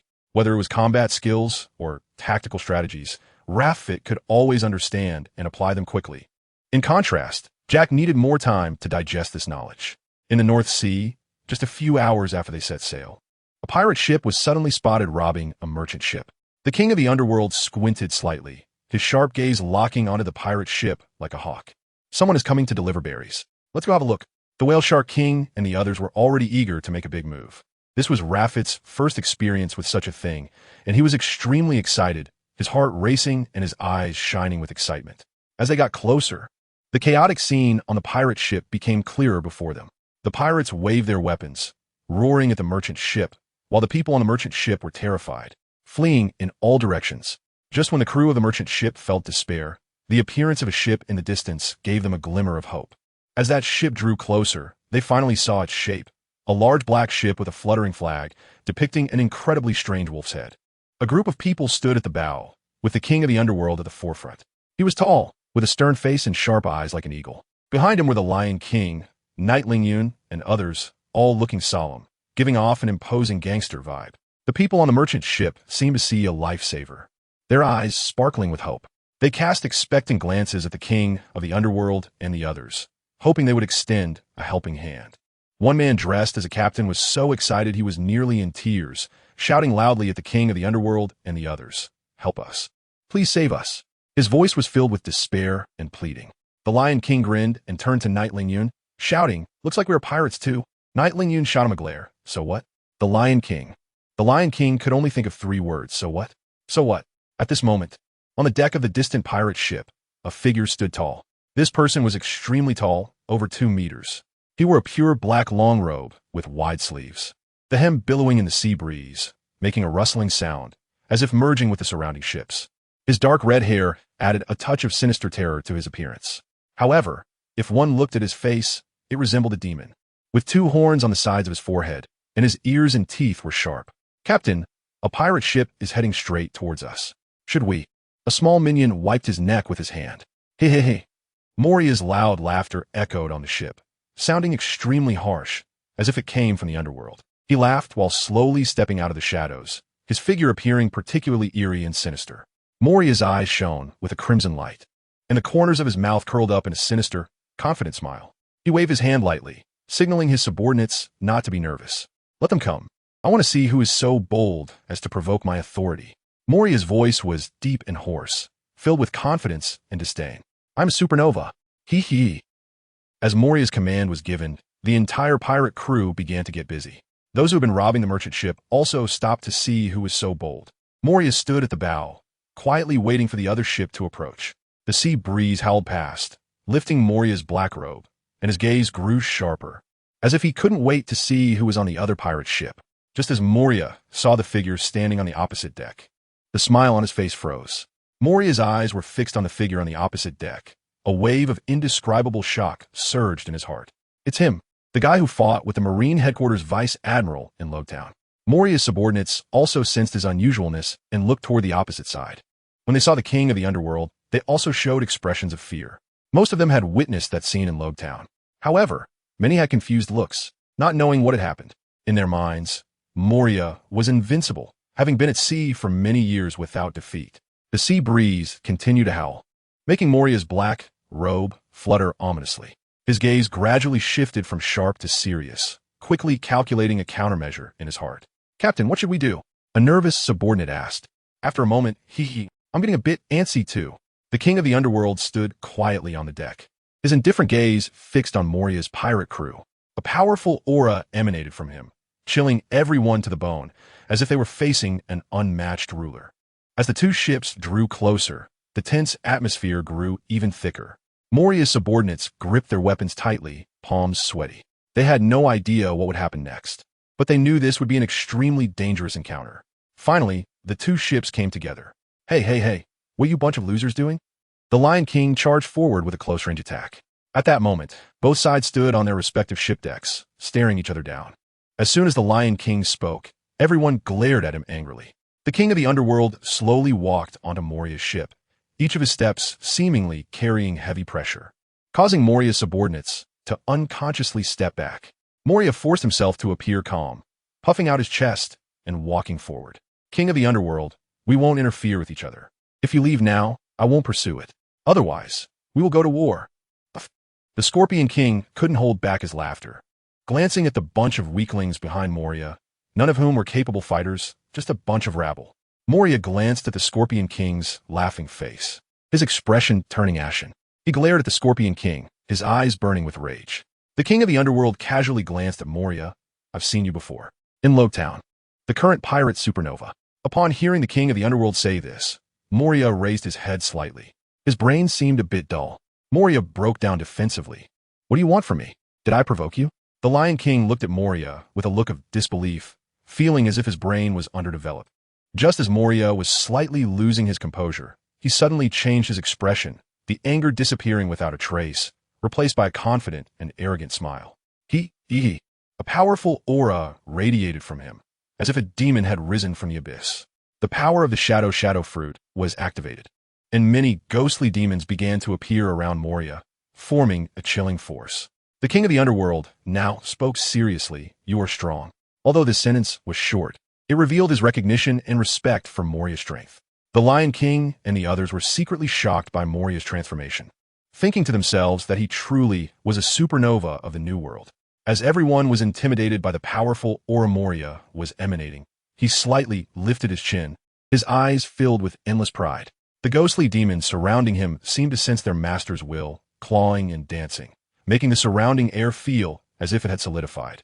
The king of the underworld narrowed his eyes slightly. Moria's confident smile grew wider as he slowly said, "King of the underworld, your strength is not weak. But today, if you wish to stop me, it won't be an easy task." His voice echoed in the air, carrying an undeniable dominance. Wow, the captain is so domineering. So cool. The pirates surrounding Moria cheered wildly, crazily praising him. "This merchant ship is mine. We will retreat." The king of the underworld's calm gaze fell on Moria. Are you kidding me? Do you think Lord Moria would back down? Moria's voice was sharp, but at that moment, it sounded incredibly domineering. "Oh, if I stop you, do you think your remaining crew can defeat mine?" After saying that, he turned his gaze towards Moria. Moria was momentarily speechless. He knew his crew's strength well, but he was not the kind of person to abandon his crew. The king of the underworld quietly observed Moria's expression.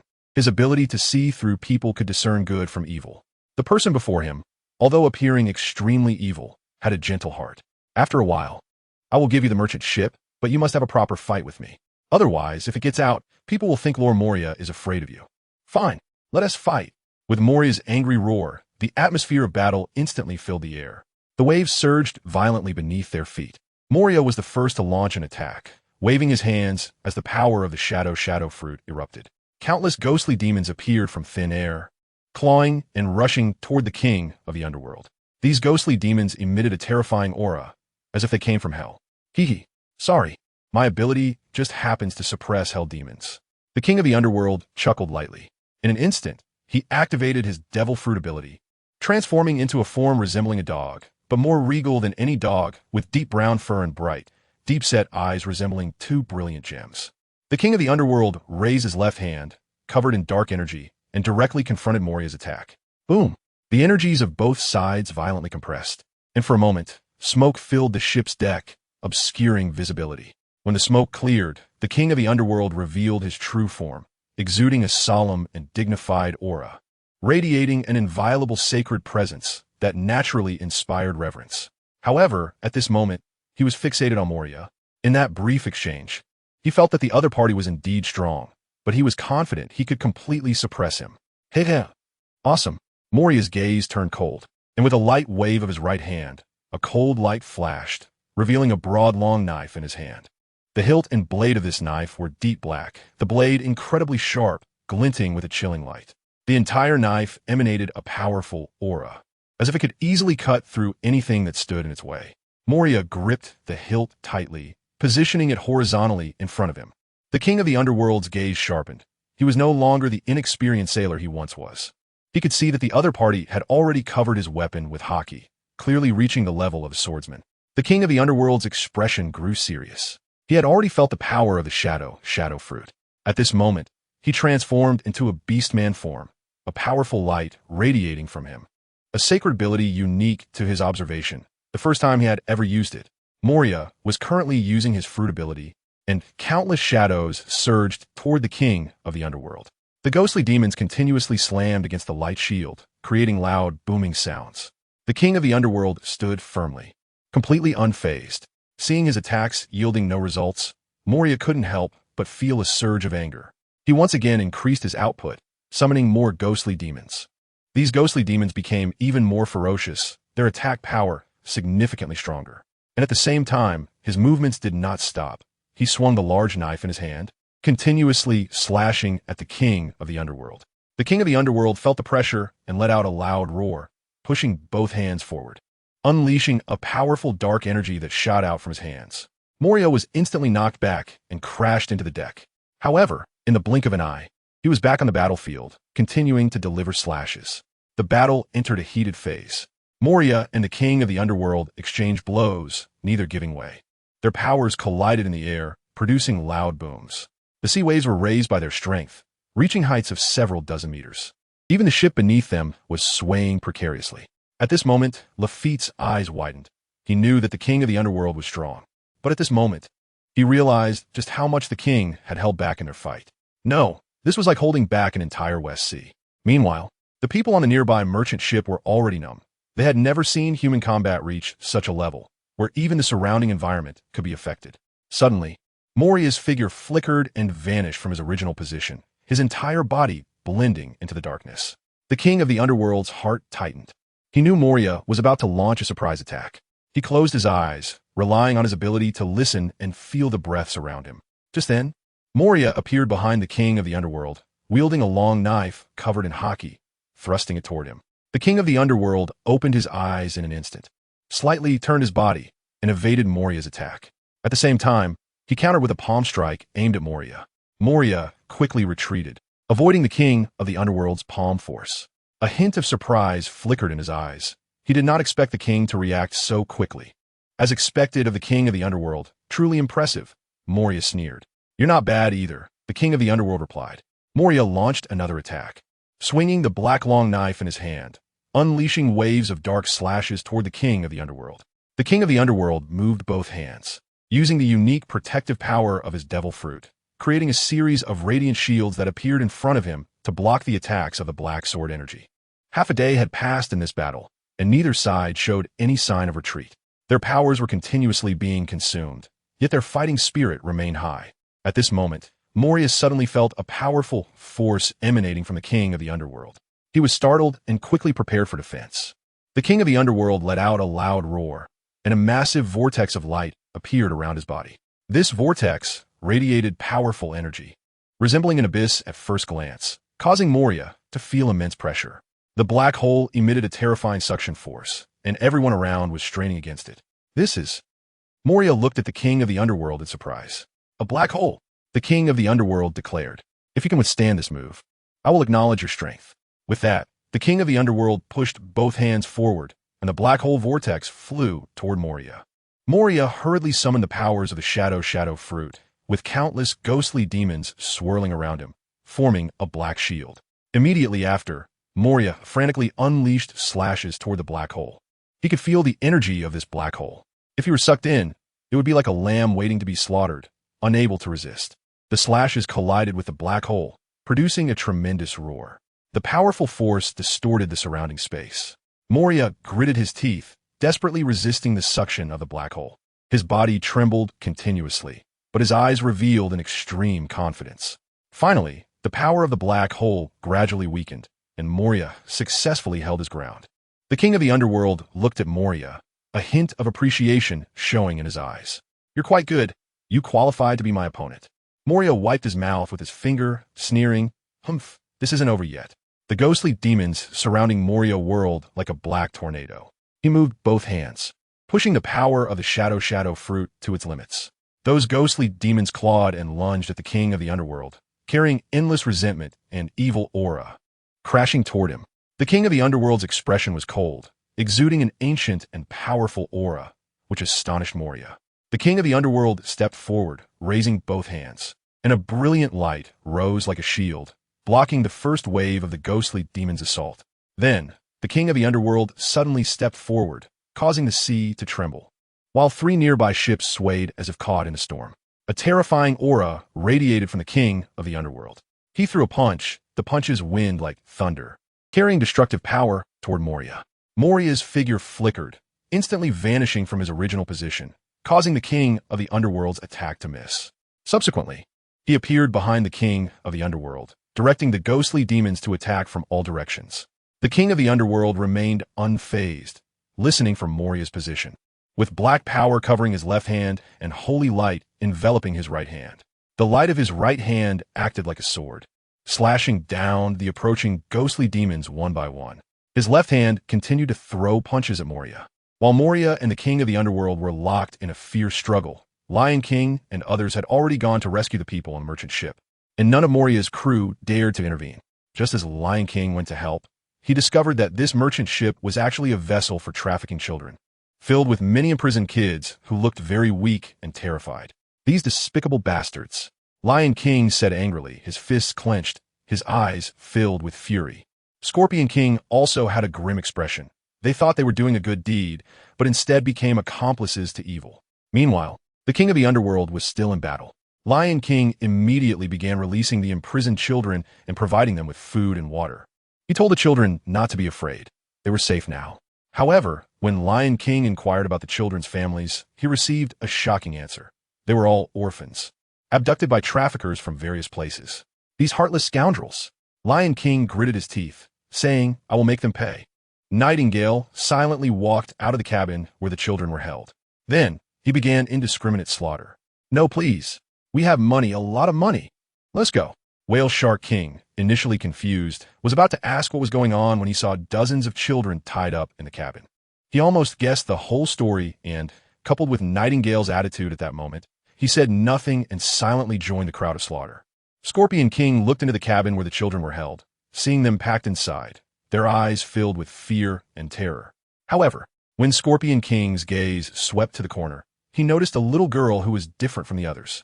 She sat quietly there, her eyes devoid of any light, as if she were a 100-year-old person, her gaze only reflecting deathly stillness and calm. "Very similar," Scorpion King murmured. Her eyes resembled someone. "King of the underworld." This girl looked very frail, wearing tattered clothes, her hair a mess. Her face was as pale as paper, and her lips trembled slightly, but she made no sound. Scorpion King couldn't help but feel a surge of pity. He saw his younger self in her. Scorpion King approached the corner, trying to get the girl's attention. But no matter how hard he tried, the girl remained silent, as if immersed in her own world and unable to extricate herself. The Scorpion King sighed and thought to himself, "What has this poor child experienced?" Just as he was about to leave, the girl suddenly lifted her head, her eyes hollow and lifeless, like dead ashes. The Scorpion King was startled. He realized that this girl might have suffered immense psychological trauma. So, he crouched down gently and spoke softly, "Be good, don't be afraid. We're here to save you. Our captain is very powerful, and we'll help you get back home. Okay? Of course, Big Sister is also very capable, and from now on, no one can hurt you." At that moment, there seemed to be something inexplicable in the girl's gaze, though she didn't know what it was. However, years later, when she recalled this scene, she often felt it was the luckiest moment of her life. "My parents are dead. They were killed by them," the girl calmly stated, as if she were merely stating a fact. Her voice was as flat as if discussing the weather, without a hint of emotion. Yet beneath that calmness lay deep sorrow and despair. Her gaze was vacant and soulless, as if she had lost her spirit. Her face showed no expression, and not even a tear fell, as if all her emotions had been buried deep within her heart. The girl quietly squatted in the corner, like a statue. Her figure appeared lonely and helpless, evoking a sense of pity. The surrounding environment seemed to sense her sadness, growing unusually quiet, with only the faint sounds of nearby children sobbing, afraid that their voices would attract attention. "How about we get on the ship with Big Sister? I'll go tell our captain, and from now on, you'll be one of us." After a while, the voice was barely audible, but she heard it, the girl agreed.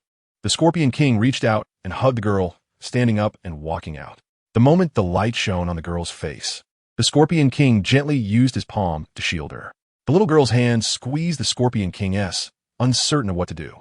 Sensing the girl's discomfort, the Scorpion King held her tightly and gently reassured her, "It's okay, it's okay." This merchant ship was not small. It could carry over 1,000 people when fully loaded, making it a large vessel. However, outside, the merchant ship was a wreck. The Lion King, Night Lingyun, and the Whale Shark King were covered in blood, having no idea how many they had killed. The air was filled with cries of agony and painful groans, making one's skin crawl. Even the surface of the sea was dotted with bodies. In the distance, the crew of the Moria pirate ship witnessed all of this, their eyes filled with terror and confusion. They did not understand why the crew of the underworld ship suddenly launched such a fierce attack on these merchant ships, nor did they know what lay behind this massacre. However, they could only watch helplessly as this bloody scene unfolded, silently praying not to become the next victims. Their captain was still fighting the underworld, and their strength was no match for the opposing crew. After a while, this bloody slaughter finally came to an end. The Lion King and the others approached silently, glancing at the little girl in the Scorpion King's arms before turning their attention to the cabin. At this moment, the Scorpion King's hand was still covering the girl's eyes. However, the girl could still see the scene outside through the gaps. She felt no fear, only gratitude. The Scorpion King felt a warmth around the girl's eyes, thinking she was just overwhelmed with joy at being rescued, and he didn't speak, gently patting her back with his other hand. "Let's bring them on our ship." Knight Ling Yun suddenly spoke. The others remained silent, tacitly agreeing. They no longer hesitated and set off to the cabin to bring the children, while Lafayette and Jack helped transport the kids to the underworld ship. After a long while, they finally transferred over 80 children to the underworld ship. The Scorpion King gently asked, "Little girl, what is your name?" "My name is Perona." The Scorpion King smiled, his eyes brightening. "What a beautiful name, Perona. For now on, you are one of us." Perona nodded vigorously. Everyone also turned their attention to the two who had been fighting for a day and a night in the distance. The battle was becoming even more intense. "Kill!"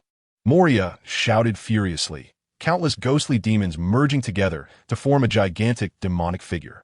This demonic figure stood several dozen feet tall, exuding a terrifying pressure. It swung its massive fist down towards the underworld. As that giant fist fell like a meteor, the underworld suddenly leapt up, its form cutting through the air like a flash of lightning, narrowly avoiding the blow. The demonic fist crashed down onto the deck, instantly shattering it, wood and stones splintering, revealing a massive pit on the deck. Our ship."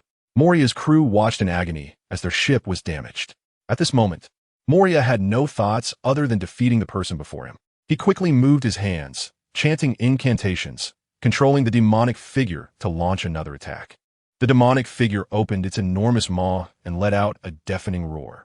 Then it charged forward again. The underworld's eyes flashed with a glint, and he suddenly accelerated towards the demonic figure. The moment he got close, the underworld transformed into a listening creature and opened his mouth, releasing a beam of golden light. This light pierced through the demonic figure's chest like a sharp sword. The demonic figure quickly raised its arm to block, but the power of the golden light was too strong, instantly penetrating its arm. Following that, its entire body dissipated. Moria did not expect the demon he summoned would be defeated so quickly by the underworld. However, after fighting to this point, he could not easily admit defeat. Moria struggled fiercely against him. They exchanged blows on the ship, each collision causing intense energy fluctuations. The ship was now battered and broken from their fight, and many members of the Moria pirate crew had already left the ship, taking small boats to distance themselves from the center of the battle. On the third day, both sides were exhausted, yet their fighting spirit showed no signs of diminishing. A resolute look flashed in Moria's eyes. He knew that this battle had depleted all his stored shadows. He activated the power of the shadow fruit again, merging himself with the ghostly demons. His body became ethereal, like a ghost, moving through the battlefield. The underworld was equally unyielding, his body radiating light as if a deity had descended. He relied on his powerful physique to engage in the final showdown with Moria. Moria's eyes were bloodshot, yet his expression remained stubborn. At this moment, the ship was swaying dangerously on the verge of sinking. The surrounding waters were churned up by the aftermath of their battle, creating tumultuous waves. Members of the Moria pirate crew nervously watched the fight from their small boats in the distance, filled with fear. Their figures intertwined among the wreckage of the ship, light and darkness clashing continuously. Each attack seemed to tear apart space, causing the entire world to tremble. At this moment, Moria felt that his body was on the verge of collapse. He knew that the battle was already lost for him, but he was unwilling to concede defeat so easily. He gritted his teeth and desperately mobilized all the remaining strength within him, preparing to make one last stand against Hades. It seemed that Hades sensed Moria's intention, and a strong fighting spirit surged within him as well. After all, after 3 days and nights of intense battle, he felt quite exhausted himself. At this moment, he decided to go all out. With a low roar from Hades, he unleashed the sacred and powerful force of suppression known as listening. In an instant, the surrounding environment was affected by this momentum, and the wind and clouds surged. This terrifying power swept toward Moria like a raging torrent. Seeing this, Moria's eyes flashed with a determined look. Unafraid, he stepped forward, gathering all his strength into his fist, and then swung it out fiercely. This punch contained his endless anger and unwillingness, as if he wanted to tear apart the very fabric of space. The attacks of the two collided in midair with a thunderous sound, producing an earth-shattering explosion. Powerful energy surged outward in all directions, causing the surrounding ocean to churn violently. Moria let out a desperate roar as his body was struck by a golden light, and the aura of the shadow fruit instantly dissipated. He crashed heavily to the ground, spitting out a large amount of blood. Finally, at the moment when all his strength was exhausted, Moria fell to the ground, and this 3-day and 3-night battle finally came to an end. Captain, in the distance, the members of the Moria pirates screamed in terror as they witnessed their captain's defeat, their eyes wide in disbelief at the scene before them, filled with sorrow and despair. They understood what Moria meant to them. He was not only their captain, but also their spiritual pillar. In their hearts, Moria was invincible, having led them out to sea without a single defeat. Whenever there was a battle, Moria was the first to charge forward to shield them from the storm. Now that this pillar had fallen, they felt immense pain and confusion. The Lion King and others exchanged knowing smiles, firmly believing that Hades would triumph over Moria. Hades approached Moria, grasped his collar, and with a few leaps, returned to the Hades ship. Thud! Moria was thrown onto the deck by Hades.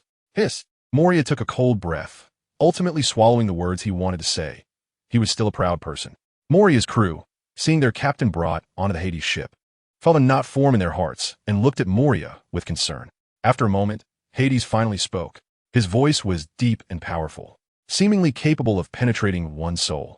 Moria, you are an ambitious person, but your strength is still far from enough. Moria gritted his teeth, a surge of unwillingness rising within him. He knew he had lost badly this time, but he did not want to easily submit. Seeing this, Hades directly asked, "What do you want?" Hades slightly raised his chin, his gaze sweeping over Moria's crew. "I can spare your crew, but you must become my subordinate pirate crew." Moria was taken aback. He did not expect Hades to make such a request. Becoming a subordinate pirate crew meant he would lose some of his freedom and dignity. "Impossible!" Moria exclaimed. Hades calmly replied, "I actually have a certain appreciation for you. I am good at seeing through people's hearts. I know what kind of person you are. What you lack is a strong background and crew. Your strength is quite good, but your crew's abilities can no longer keep up with your progress. I believe you have realized that following me will be your best choice at the moment." Moria's eyes widened, thoughts swirling in his mind like waves in a storm. He clenched his teeth as Hades' words echoed in his head. "What you lack is a strong background and crew. Following me will be your best choice at the moment." Moria slowly shifted his gaze away from Hades, sweeping over the magnificent deck of the Hades ship and the formidable subordinates of Hades around him. He had to admit that there was some truth in Hades' words. Over the years, he had navigated the seas alone, and although he had made a name for himself through his devil fruit abilities, it was indeed as Hades said. His crew had gradually fallen behind his pace. He recalled past battles, struggling at the edge of life and death, while his crew often felt powerless and unable to provide him with sufficient support. Moria's fists unconsciously tightened, filled with inner turmoil. "Enough!" Moria sighed deeply. "Hades, I can become your subordinate pirate crew, but I have my conditions." Hades looked at Moria with interest. "Let's hear them." "First, my crew must be properly taken care of and not subjected to any unfair treatment. Second, I want a certain degree of autonomy when necessary. Third, I hope to receive more resources to enhance my crew's strength, such as your guidance." Moria stated his conditions in one breath. Hades nodded slightly. "Okay, I agree to your conditions. But you must remember, once you become my subordinate, you must be loyal to me. I do not like double-dealing individuals." Moria gritted his teeth and nodded. "I'm Moria, keep my word." "All right, go. Bring your crew over." Hades waved his hand at Moria. "Bring what?" Moria replied. "I have a pirate ship." "Oh, you don't have one now." The Lion King interjected coldly from the side. "How is that possible?" Moria muttered in disbelief. When he stood up from the deck and looked at his ship, he was instantly frozen in place. Before him lay a scene of utter destruction. His ship had been completely obliterated. "You!" Moria let out a sharp cry of despair. "My huge ship is gone at?" The others paid no attention to Moria and continued to busy themselves with their own matters. When Hades walked toward the cabin, he saw a group of half-grown children. "What happened?" The Scorpion King quickly responded upon hearing Hades' inquiry. That merchant ship was trafficking children. Hades was momentarily speechless. Cough, cough. "Do these children need to be returned?" The Scorpion King glanced at the children, noting that they were all orphans. Some had lost their parents to traffickers, while others were orphans from war-torn countries, sold away. "Let's take them in." The Scorpion King then cast an expectant look at Hades. This was the first time the Scorpion King had shown Hades a hopeful gaze. Hades nodded in agreement. The Scorpion King smiled. "Thank you, Lord Hades." Hades looked down to see a little girl with twin ponytails gazing at him with her big, watery eyes. The Scorpion King said, "This child is Perona." Hades reached out and gently ruffled Perona's hair. "Please take care of me from now on, Perona." Perona felt a bit shy from the gentle actions of the King of Scorpions, her face turning red as she lowered her head, clutching tightly at the hem of his clothes. The King of Scorpions looked at Perona's appearance with a doting smile on his face. The King of Hell withdrew his hand, a hint of unnoticeable tenderness flashing in his eyes. After a while, the people on Moria's side had made all the arrangements. The King of Hell scanned the area and waved his hand. "Let's go. Wano Country, North Sea, Wudong Villa." Ding. Congratulations to the host for successfully breaking through the 10 billion reputation threshold. Would you like to spend 10 billion reputation points to upgrade the system? The prompt sound of the system suddenly rang in GuNing's mind. During this time, the bounty notices had stirred up quite a commotion in the world. The King of Hell and Sun Wukong were referred to by many as pirate supernovas. However, everyone had already seen that Sun Wukong accepted the Navy's invitation and became one of the new warlords of the sea. GuNing was slightly taken aback. System upgrade? Yes. Host, after the system upgrade, you will have more functions and unlock more abilities for your avatars. Breaking through 10 billion actually requires a system upgrade. I thought it would unlock a new avatar. GuNing pondered for a moment. How long does the system upgrade take? Ding. It will take 1 year, host. GuNing? Are you kidding me? Host, aside from basic resource purchases in the system mall, all other functions will be closed during this time. What about the reputation points earned during this period? GuNing asked in his mind. Ding. Reputation points can be recorded, so host can rest assured. All right, fine. Upgrade then. GuNing was too lazy to argue and agreed directly. Beep, beep, beep. The blue light of the system in GuNing's mind dimmed.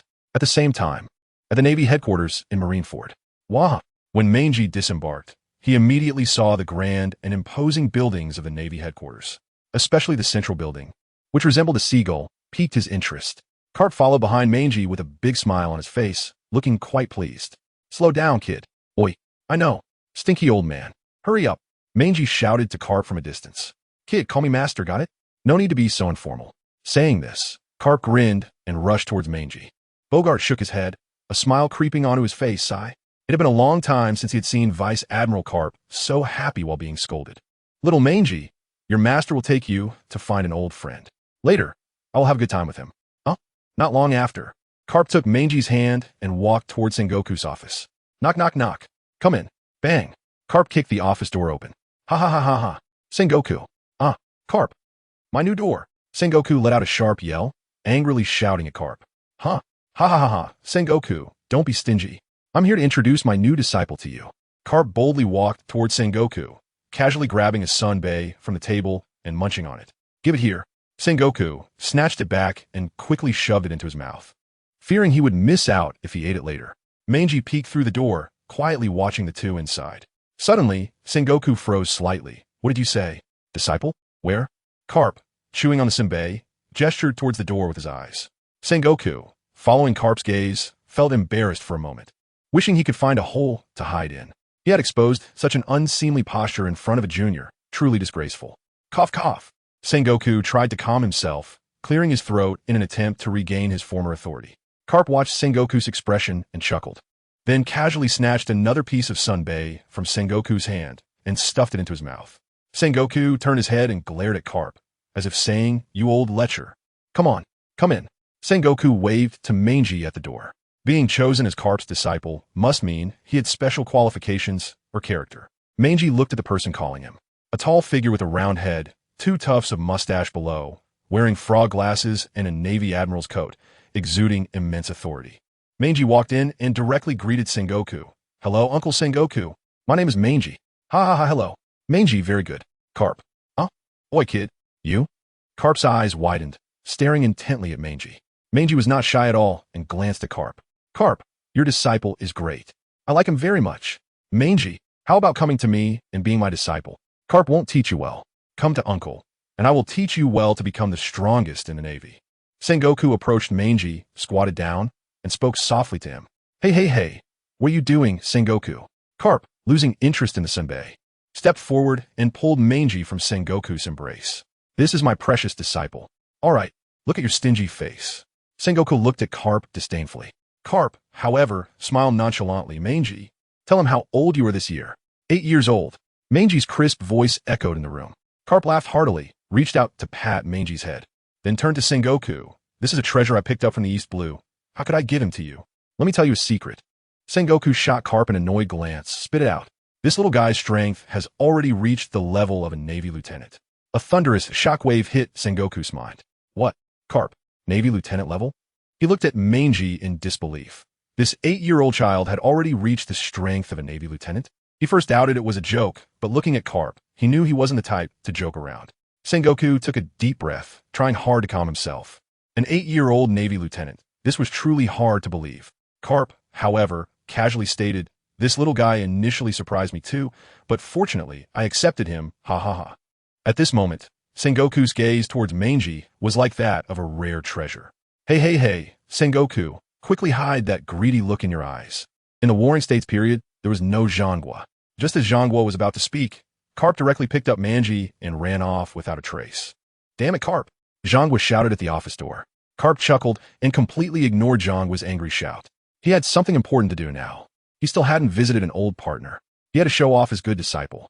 After a while, Carp and Mangy finally arrived at their destination, the training ground of the Navy headquarters. It was a vast and spectacular area, surrounded by tall buildings and solemn flags. Carp introduced to Mangy, "This is the training ground of the Navy headquarters, where the new generation of naval talents is cultivated." Mangy excitedly nodded, his gaze directed towards a group of figures in the distance. He saw a tall, serious-looking man leading a group of young naval soldiers in training. The man had short purple hair and wore a Navy admiral's coat, exuding authority. Mangy curiously asked, "Who is that man? He looks very impressive." Carp replied with a smile. "That's Zephyr, the former admiral of the Navy headquarters, now the chief instructor at the Navy headquarters, known as Black Arm Zephyr. He is a legendary figure who has fought with great pirates like Whitebeard and Roger countless times. Now he is responsible for teaching these young naval soldiers and cultivating them into the future pillars of the Navy." Admiration flashed in Mangy's eyes as he watched Zephyr commanding with confidence, feeling a surge of aspiration within him. He longed to become a powerful person like Zephyr. In front of him was a group of soldiers who looked to be in their 20s or 30s. At this moment, Zephyr was standing at the front, vividly explaining the principles of the moonwalk. By quickly stepping on the air, one can move freely in the air. After finishing, he personally demonstrated continuously stepping on the air, and then his body slowly floated up. Next, he explained the techniques and precautions of the moonwalk, including how to control breathing and adjust steps, etc. Finally, he encouraged everyone to practice more, stating that many before them learned this skill in a day, and the slowest learner would have to clean the toilets. Upon hearing the chief instructor Zephyr say this, everyone immediately got busy trying. Mangy was eager to try as well. He carefully recalled the principles and techniques of the moonwalk that Zephyr had explained. He took a deep breath and then forcefully stepped on the air. However, his body only swayed slightly and did not float up like Zephyr. Mangy did not feel discouraged. He tried again, adjusting his breathing and steps. The other students nearby were also making efforts to try. Some managed to float briefly, but soon fell back down. Others couldn't find a feeling at all and were sweating profusely. Zephyr observed everyone's practice from the side, occasionally giving guidance and encouragement. The encouragement was, "Is this all you've got? This batch is too weak. Can you do it? You are the worst batch I've ever had. What are you staring at? I'm talking about you." A few students, Carp and Mangy, watched with great interest. After some time, Zephyr noticed Carp and Mangy standing in the distance and strode over. "Hey, Carp, when did you come back?" Zephyr greeted Carp directly.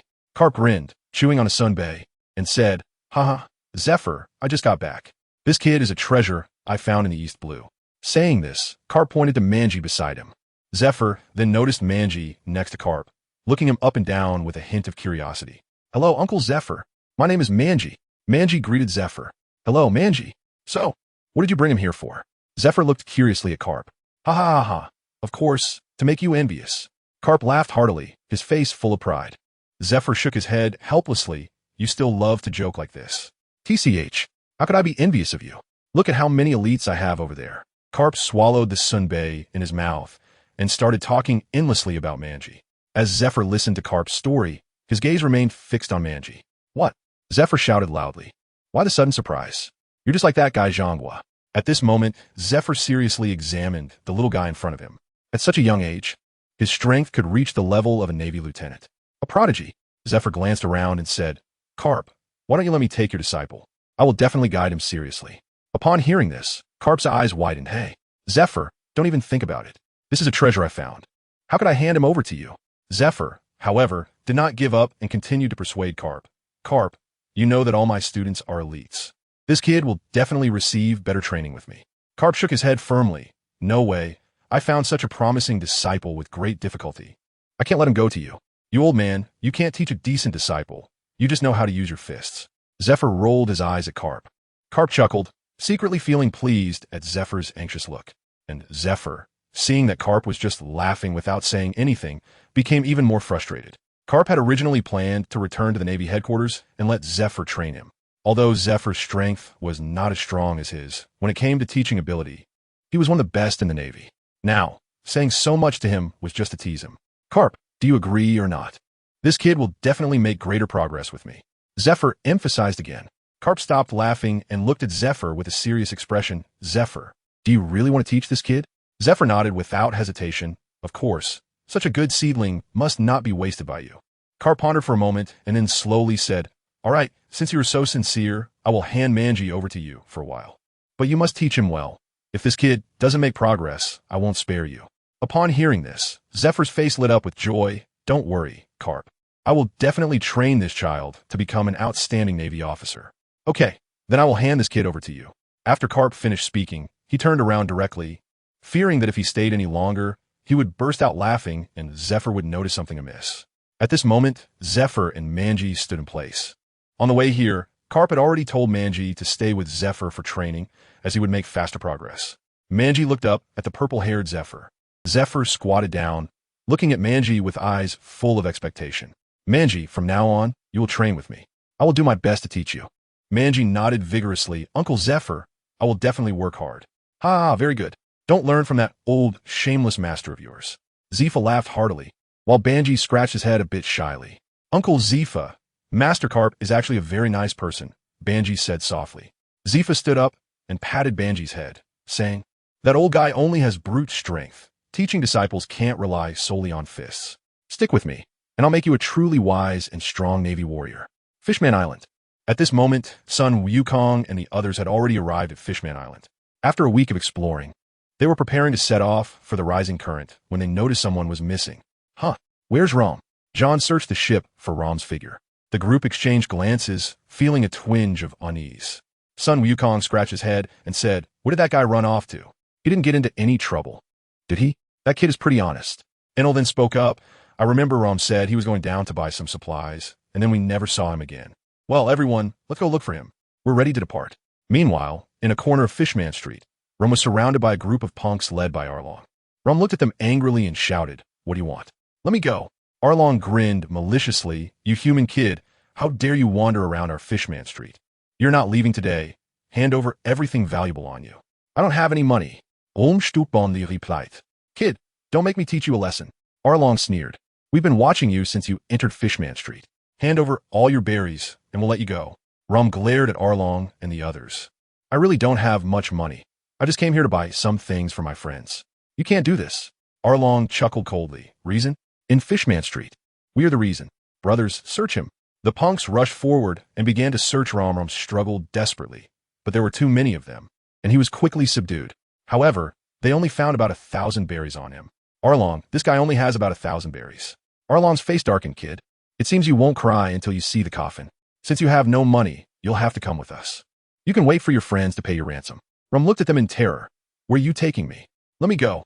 Arlong ignored Rom's cries and waved his hand, signaling his men to take Rom away. Rom was escorted deeper into Fishman Street, filled with fear and anxiety. Unsure of what awaited him, they arrived at a dark, damp basement filled with a pungent smell. Arlong sat on a rickety chair, looking at Rom, who was thrown on the ground. Kid, you better pray your friends come to rescue you soon. Otherwise, you won't be so lucky, Arlong said menacingly. Rom gritted his teeth and replied, My friends will definitely come to rescue me. I advise you to let me go soon. Otherwise, when my captain arrives, you won't be able to handle it. Arlong laughed heartily. Then let us wait and see. On the other side, they were searching everywhere for Rom, but had not found any clues. Son Wukong scratched his head. Where could Rom have gone? He wouldn't have really gotten into trouble, would he? John frowned and said, We can't keep searching blindly. We need to come up with a plan.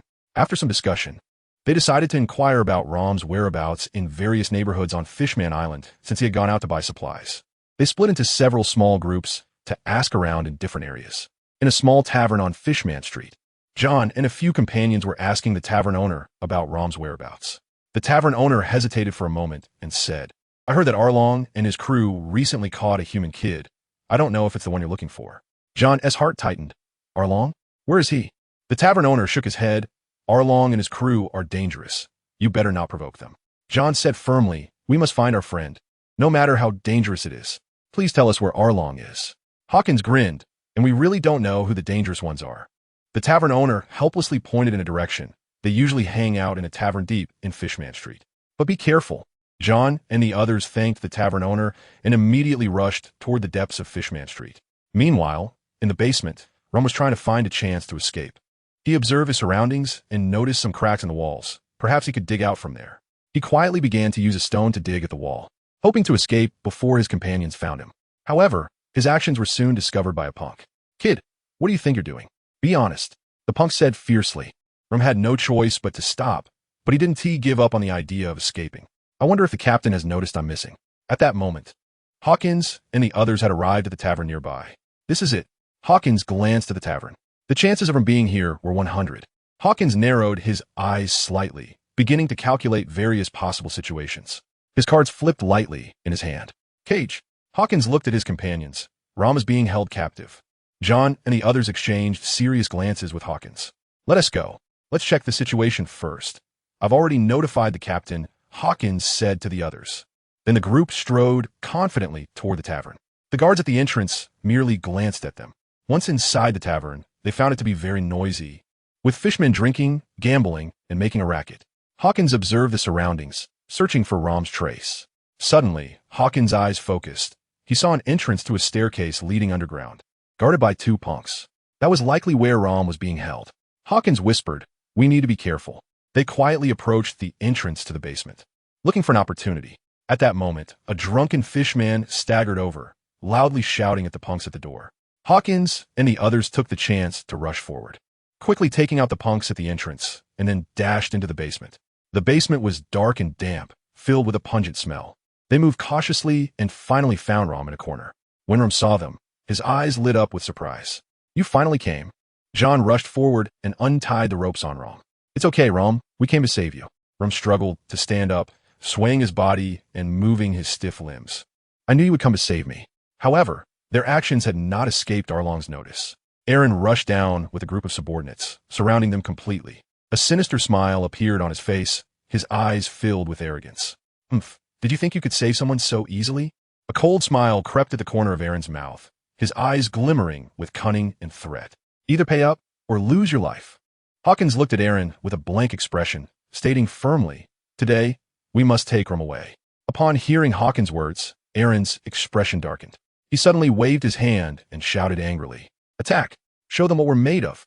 The fishmen surged forward like a tide, wielding various weapons with ferocious expressions. Hawkins stood calmly in front of everyone, his gaze sharp and composed. At this moment, Hawkins was no longer the one who had just encountered Sun Wukong. After training, his strength could easily handle these small fry. Yixiao said nothing, directly taking out his staff sword and charging forward. Yixiao swung his staff sword, darting into the fishmen like a bolt of lightning. Wherever the staff sword passed, the fishmen fell with cries of agony.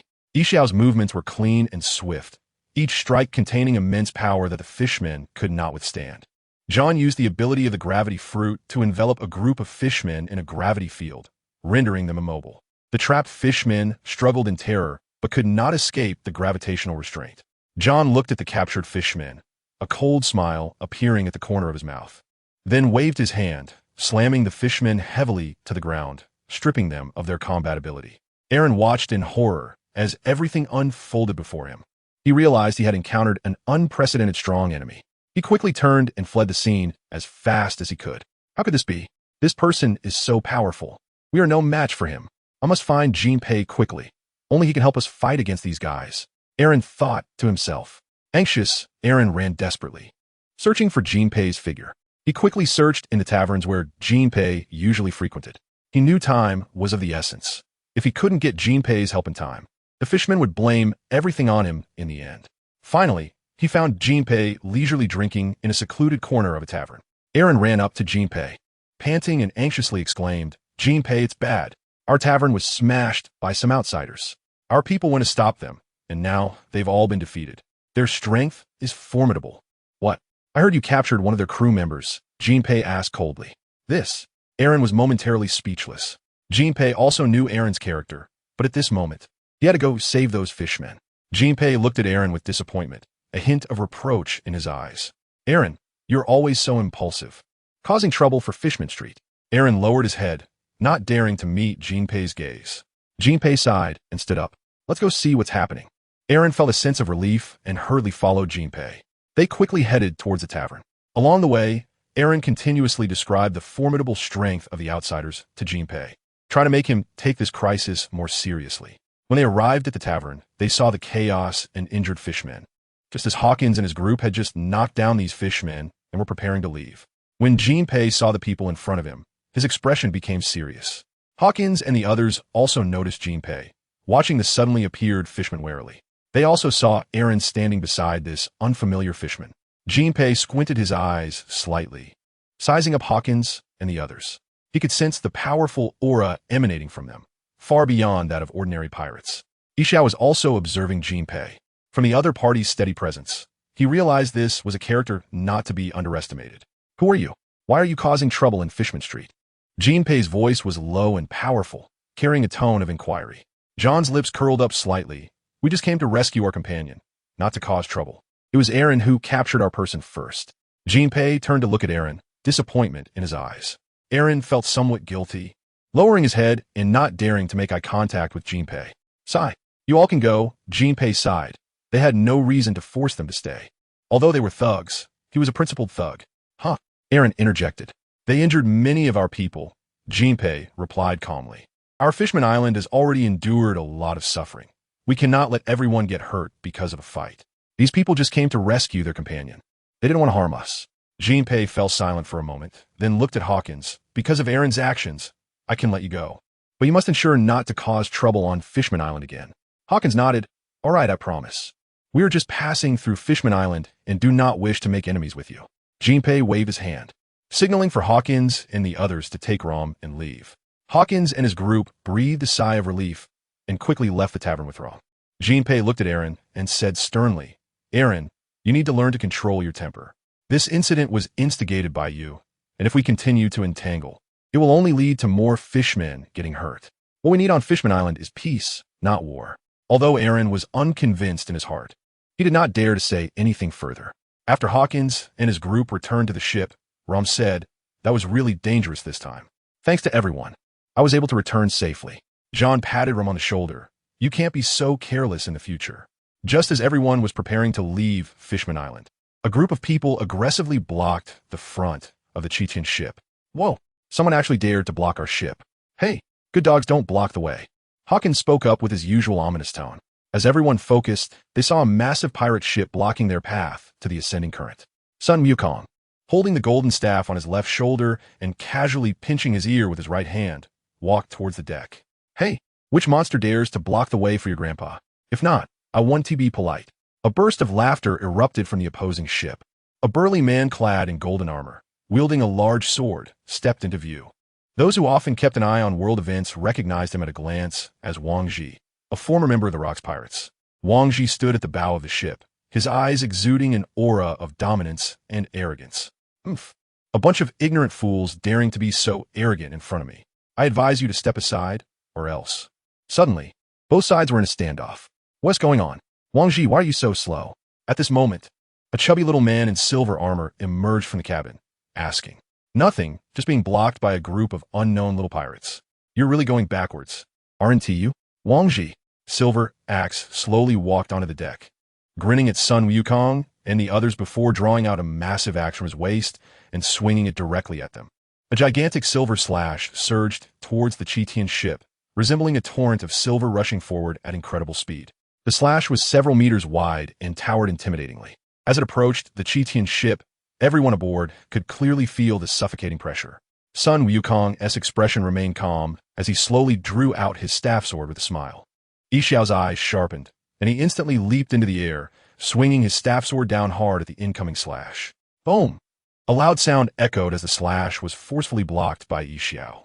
However, the powerful impact still caused him to take a few steps back.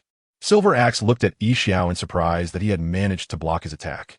Not bad, but this level of skill isn't enough. Sun Wukong coldly stared at Silver Axe. You dare to sneak attack us? Let me show you how I deal with you. After saying that, he swung the golden staff towards Wang Zhi's ship. The golden staff expanded in everyone's sight, becoming like a towering pillar, crashing down towards Wang Zhi's ship with unmatched momentum. The air was stirred up by the golden staff, creating a series of roars, as if the entire space was trembling. Wang Zhi and Silver Axe's expressions changed drastically upon seeing this. The golden staff fell at an incredible speed, about to smash into Wang Zhi's ship. In this critical moment, Silver Axe unleashed a powerful force, raising his axe to meet the golden staff. The axe collided with the golden staff, producing a deafening sound, and the tremendous impact instantly stirred up huge waves in the surrounding sea. Silver Axe's arm went numb from the force of the golden staff, and he couldn't help but retreat. Seeing this, Sun Wukong increased his strength, pressing the golden staff down again, and Silver Axe's expression grew even worse. Wang Zhi, witnessing the situation, immediately swung a slash at Sun Wukong's golden staff to help Silver Axe break free. The slash shot forth like a silver lightning bolt, swiftly rushing towards the golden staff. When the slash and the golden staff collided, a huge sound erupted, and the powerful shockwave distorted the surrounding air. In an instant, both sides withdrew their weapons, coldly staring at each other. State your names. With your strength, you shouldn't be a nameless nobody, Wang Zhi said, looking at Sun Wukong. Sun Wukong, holding the golden staff, smiled confidently. I am the great sage, equal to heaven, Sun Wukong. You've blocked my path, so if you're sensible, step aside quickly, or don't blame me for being rude. Wang Zhi and Silver Axe exchanged a glance, surprise flashing in their eyes. Celestial Dragon? Silver Axe looked at Sun Wukong in confusion. In that case, you can't be left alive. Wang Zhi shot a look at Silver Axe, as if you were an idiot. I saw you in the newspaper before. I didn't expect to meet you here at Fishman Island. Such a coincidence. Sun Wukong frowned. What nonsense are you talking about? I'm not a celestial dragon. Silver Axe sneered. No matter if you are or not, you want to leave easily today. Submit or die. Sun Wukong smirked. Since we can't reach an agreement, then let us go all out. Sun Wukong and the others jumped off their ships, standing on the land of Fishman Island, quietly watching Wang Zhi. It can't be helped. Let us go. Silver Axe, play with them. After Wang Zhi finished speaking, he directly stepped off the ship. Sun Wukong glanced at Yi Xiao. I'll fight Wang Zhi. You take care of Silver Axe, and leave the rest to Hawkins and the others. Got it, Captain. Everyone responded in unison. Sun Wukong flashed and instantly appeared in front of Wang Zhi, swinging his golden staff and stirring up a whirlwind. Come on, let me see how capable you are. Wang Zhi's eyes turned cold as he swung his large sword fiercely, unleashing a sharp sword energy. Sun Wukong showed no fear and welcomed it with his golden staff. The two clashed, producing a massive sound, and the strong impact made the ground tremble slightly. Silver Axe was about to step forward to help Wang Zhi. Meanwhile, Yi Xiao, wielding his staff sword, faced off against Silver Axe. I want to let you disturb my captain. Silver Axe looked at Yi Xiao, sneering. You think you can be my opponent? Yi Xiao replied expressionlessly. We'll see. With that, Yi Xiao shot forward like lightning, charging at Silver Axe. Silver Axe raised his axe and slashed down hard, and the two instantly engaged in battle. Hawkins and the others also engaged in fierce combat with Wang Zhi and Silver Axe's subordinates. In an instant, everyone was caught up in the flames of war. In the distance, Jinbei, who was monitoring Sun Wukong and the others, was dumbfounded. Didn't they say they would leave after rescuing people? Why are they fighting now? Ram, as a recently joined crew member, couldn't keep up with the main force in various aspects and could only assist Enel with his flintlock. At this moment, Enel seemed like a thunder god descending to the mortal world, moving like a silver arc across the battlefield, each flicker accompanied by powerful electric shocks, causing enemies to fall one after another. Many people suddenly regained clarity in their eyes. The battle between Sun Wukong and Wang Zhi grew increasingly intense, their powers colliding, distorting the air around them. Sun Wukong, relying on his agile movements and immense strength, continuously attacked Wang Zhi. You really have some skills. Wang Zhi snorted coldly, suddenly unleashing a powerful force. His aura became even more fierce, and he swung his large sword, generating powerful sword energies. Sun Wukong narrowed his eyes, sensing Wang Ji's change. Interesting, but I'm not afraid of you. Sun Wukong also increased his strength, swinging the golden staff more fiercely, constantly clashing with Wang Ji's sword energy. The battle between Sun Wukong and Wang Ji was thrilling and breathtaking, making it impossible for those with lower strength to see their movements clearly. Sun Wukong stepped on the void, and with a sudden swing of the golden staff, a golden light shot towards Wang Ji like lightning. The air was instantly ripped apart by this powerful force, emitting a sharp whistling sound. Wang Ji's eyes narrowed, and he fearlessly raised his greatsword. The sword glimmered with light as he swung it forcefully, meeting Sun Wukong's attack with a fierce slash. The clash of the slash and the light created a momentary vacuum at the center of the attack, followed by a deafening roar, and a powerful shockwave spread outward, raising huge waves in the surrounding sea. Sun Wukong's figure flashed, appearing right in front of Wang Ji. He swung the golden staff down like a torrential storm towards Wang Ji. Each strike of the golden staff came with immense force, as if it could smash a large pit in the ground. Wang Ji responded calmly, skillfully wielding his great sword to continuously block Sun Wukong's attacks. Each collision produced a crisp metallic sound, with sparks flying. Damn! Wang Ji suddenly shouted, and a powerful aura erupted from him. He unleashed a powerful sword technique, and the great sword shone brightly as slashes shot towards Sun Wukong like sharp blades. These slashes were extremely fast, making them hard to evade. However, Sun Wukong remained unflustered, quickly waving the golden staff to form a golden barrier in front of him, blocking the sword energy one by one. Not bad. Sun Wukong grinned, his eyes igniting with even stronger fighting spirit. He raised the golden staff high, quickly gathering energy, and struck directly at Wang Ji's face. Wang Ji's expression changed slightly as he sensed the immense power of this blow. He hurriedly plunged the great sword into the ground, gripping the hilt with both hands, and his aura continued to rise. The entire great sword was covered in his armed color hockey, the jet-black great sword revealing unparalleled sharpness and hardness, as if it could easily cut through any object. Just as the golden staff was about to smash down on him, he exerted force, and a dazzling light erupted from the great sword, violently colliding with the golden staff. Another deafening sound followed, shaking the earth. The powerful impact caused buildings 1,000 meters away to collapse, and huge cracks appeared on the ground. The residents of Fishman Island, 1,000 meters away, had only one thought in their minds.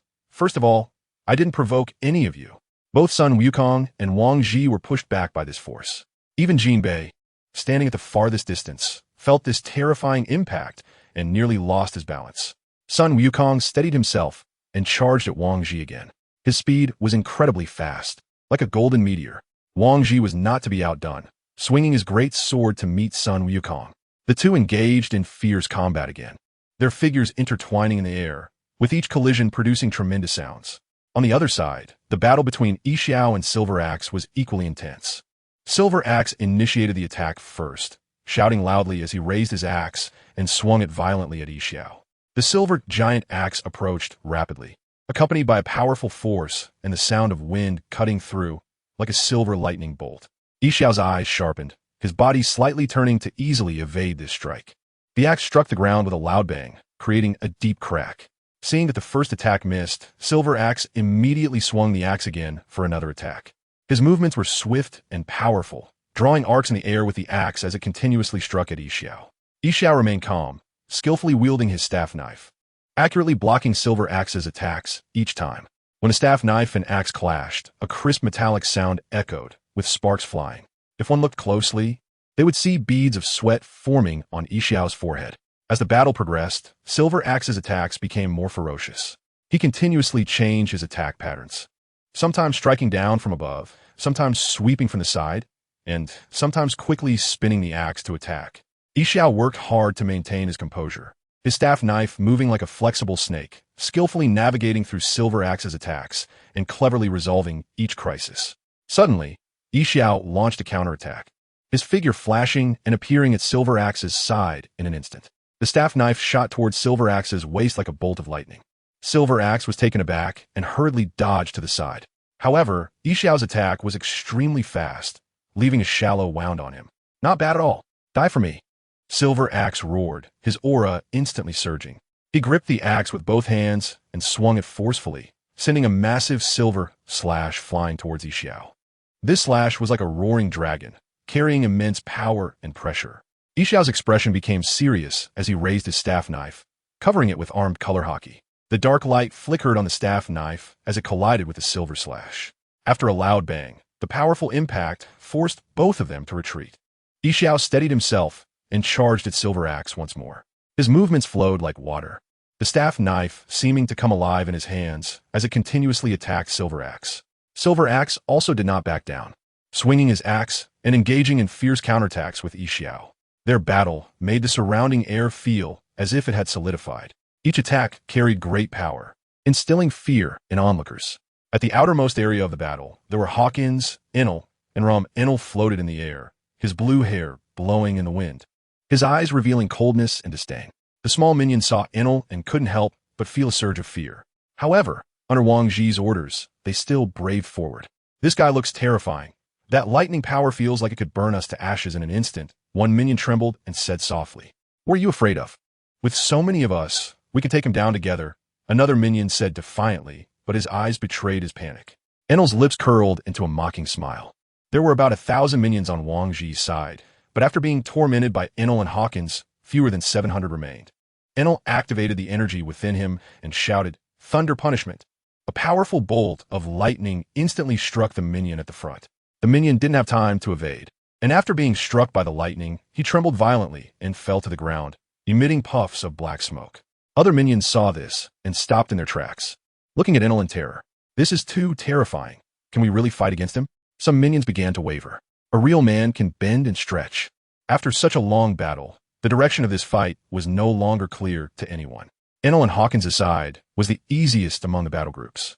Sun Wukong and Wang Ji were exchanging blows back and forth, while Yixiao was mostly being pressured by Silver Axe. At this moment, the outcome of the battle depended entirely on Sun Wukong. Just as the battle between Sun Wukong and Wang Ji was in full swing, a figure walked over to Jinbei's side. This person was tall and mighty, with well-defined muscles, red-tinged skin, long hair, and a determined, sharp gaze emanating a powerful aura. He was wearing a black bodysuit that highlighted his muscular physique, with a white belt tied around his waist and black boots on his feet, giving him a very capable appearance. "Hey, Jinbei, what is going on?"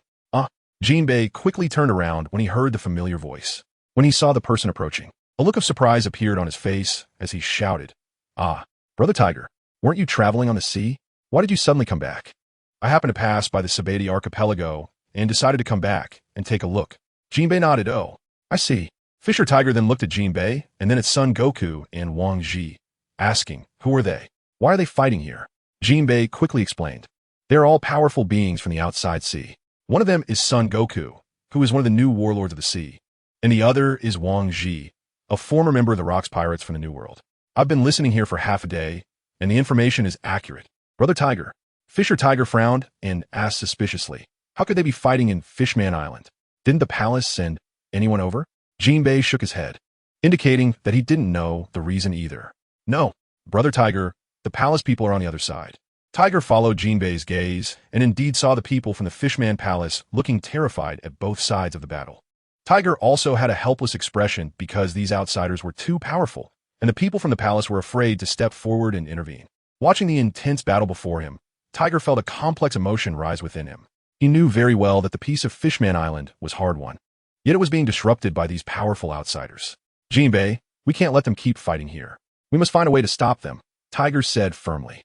Jinbei nodded. "Brother Tiger, I also want to stop them, but their strength is very formidable, and it might be difficult for us to do so." Tiger pondered for a moment and then said, "We can first try to communicate with them and see if we can get them to stop fighting. If that doesn't work, we can think of other ways." Jinbei felt that Tiger's suggestion made sense, so they walked towards Son Goku and Wang Ji together.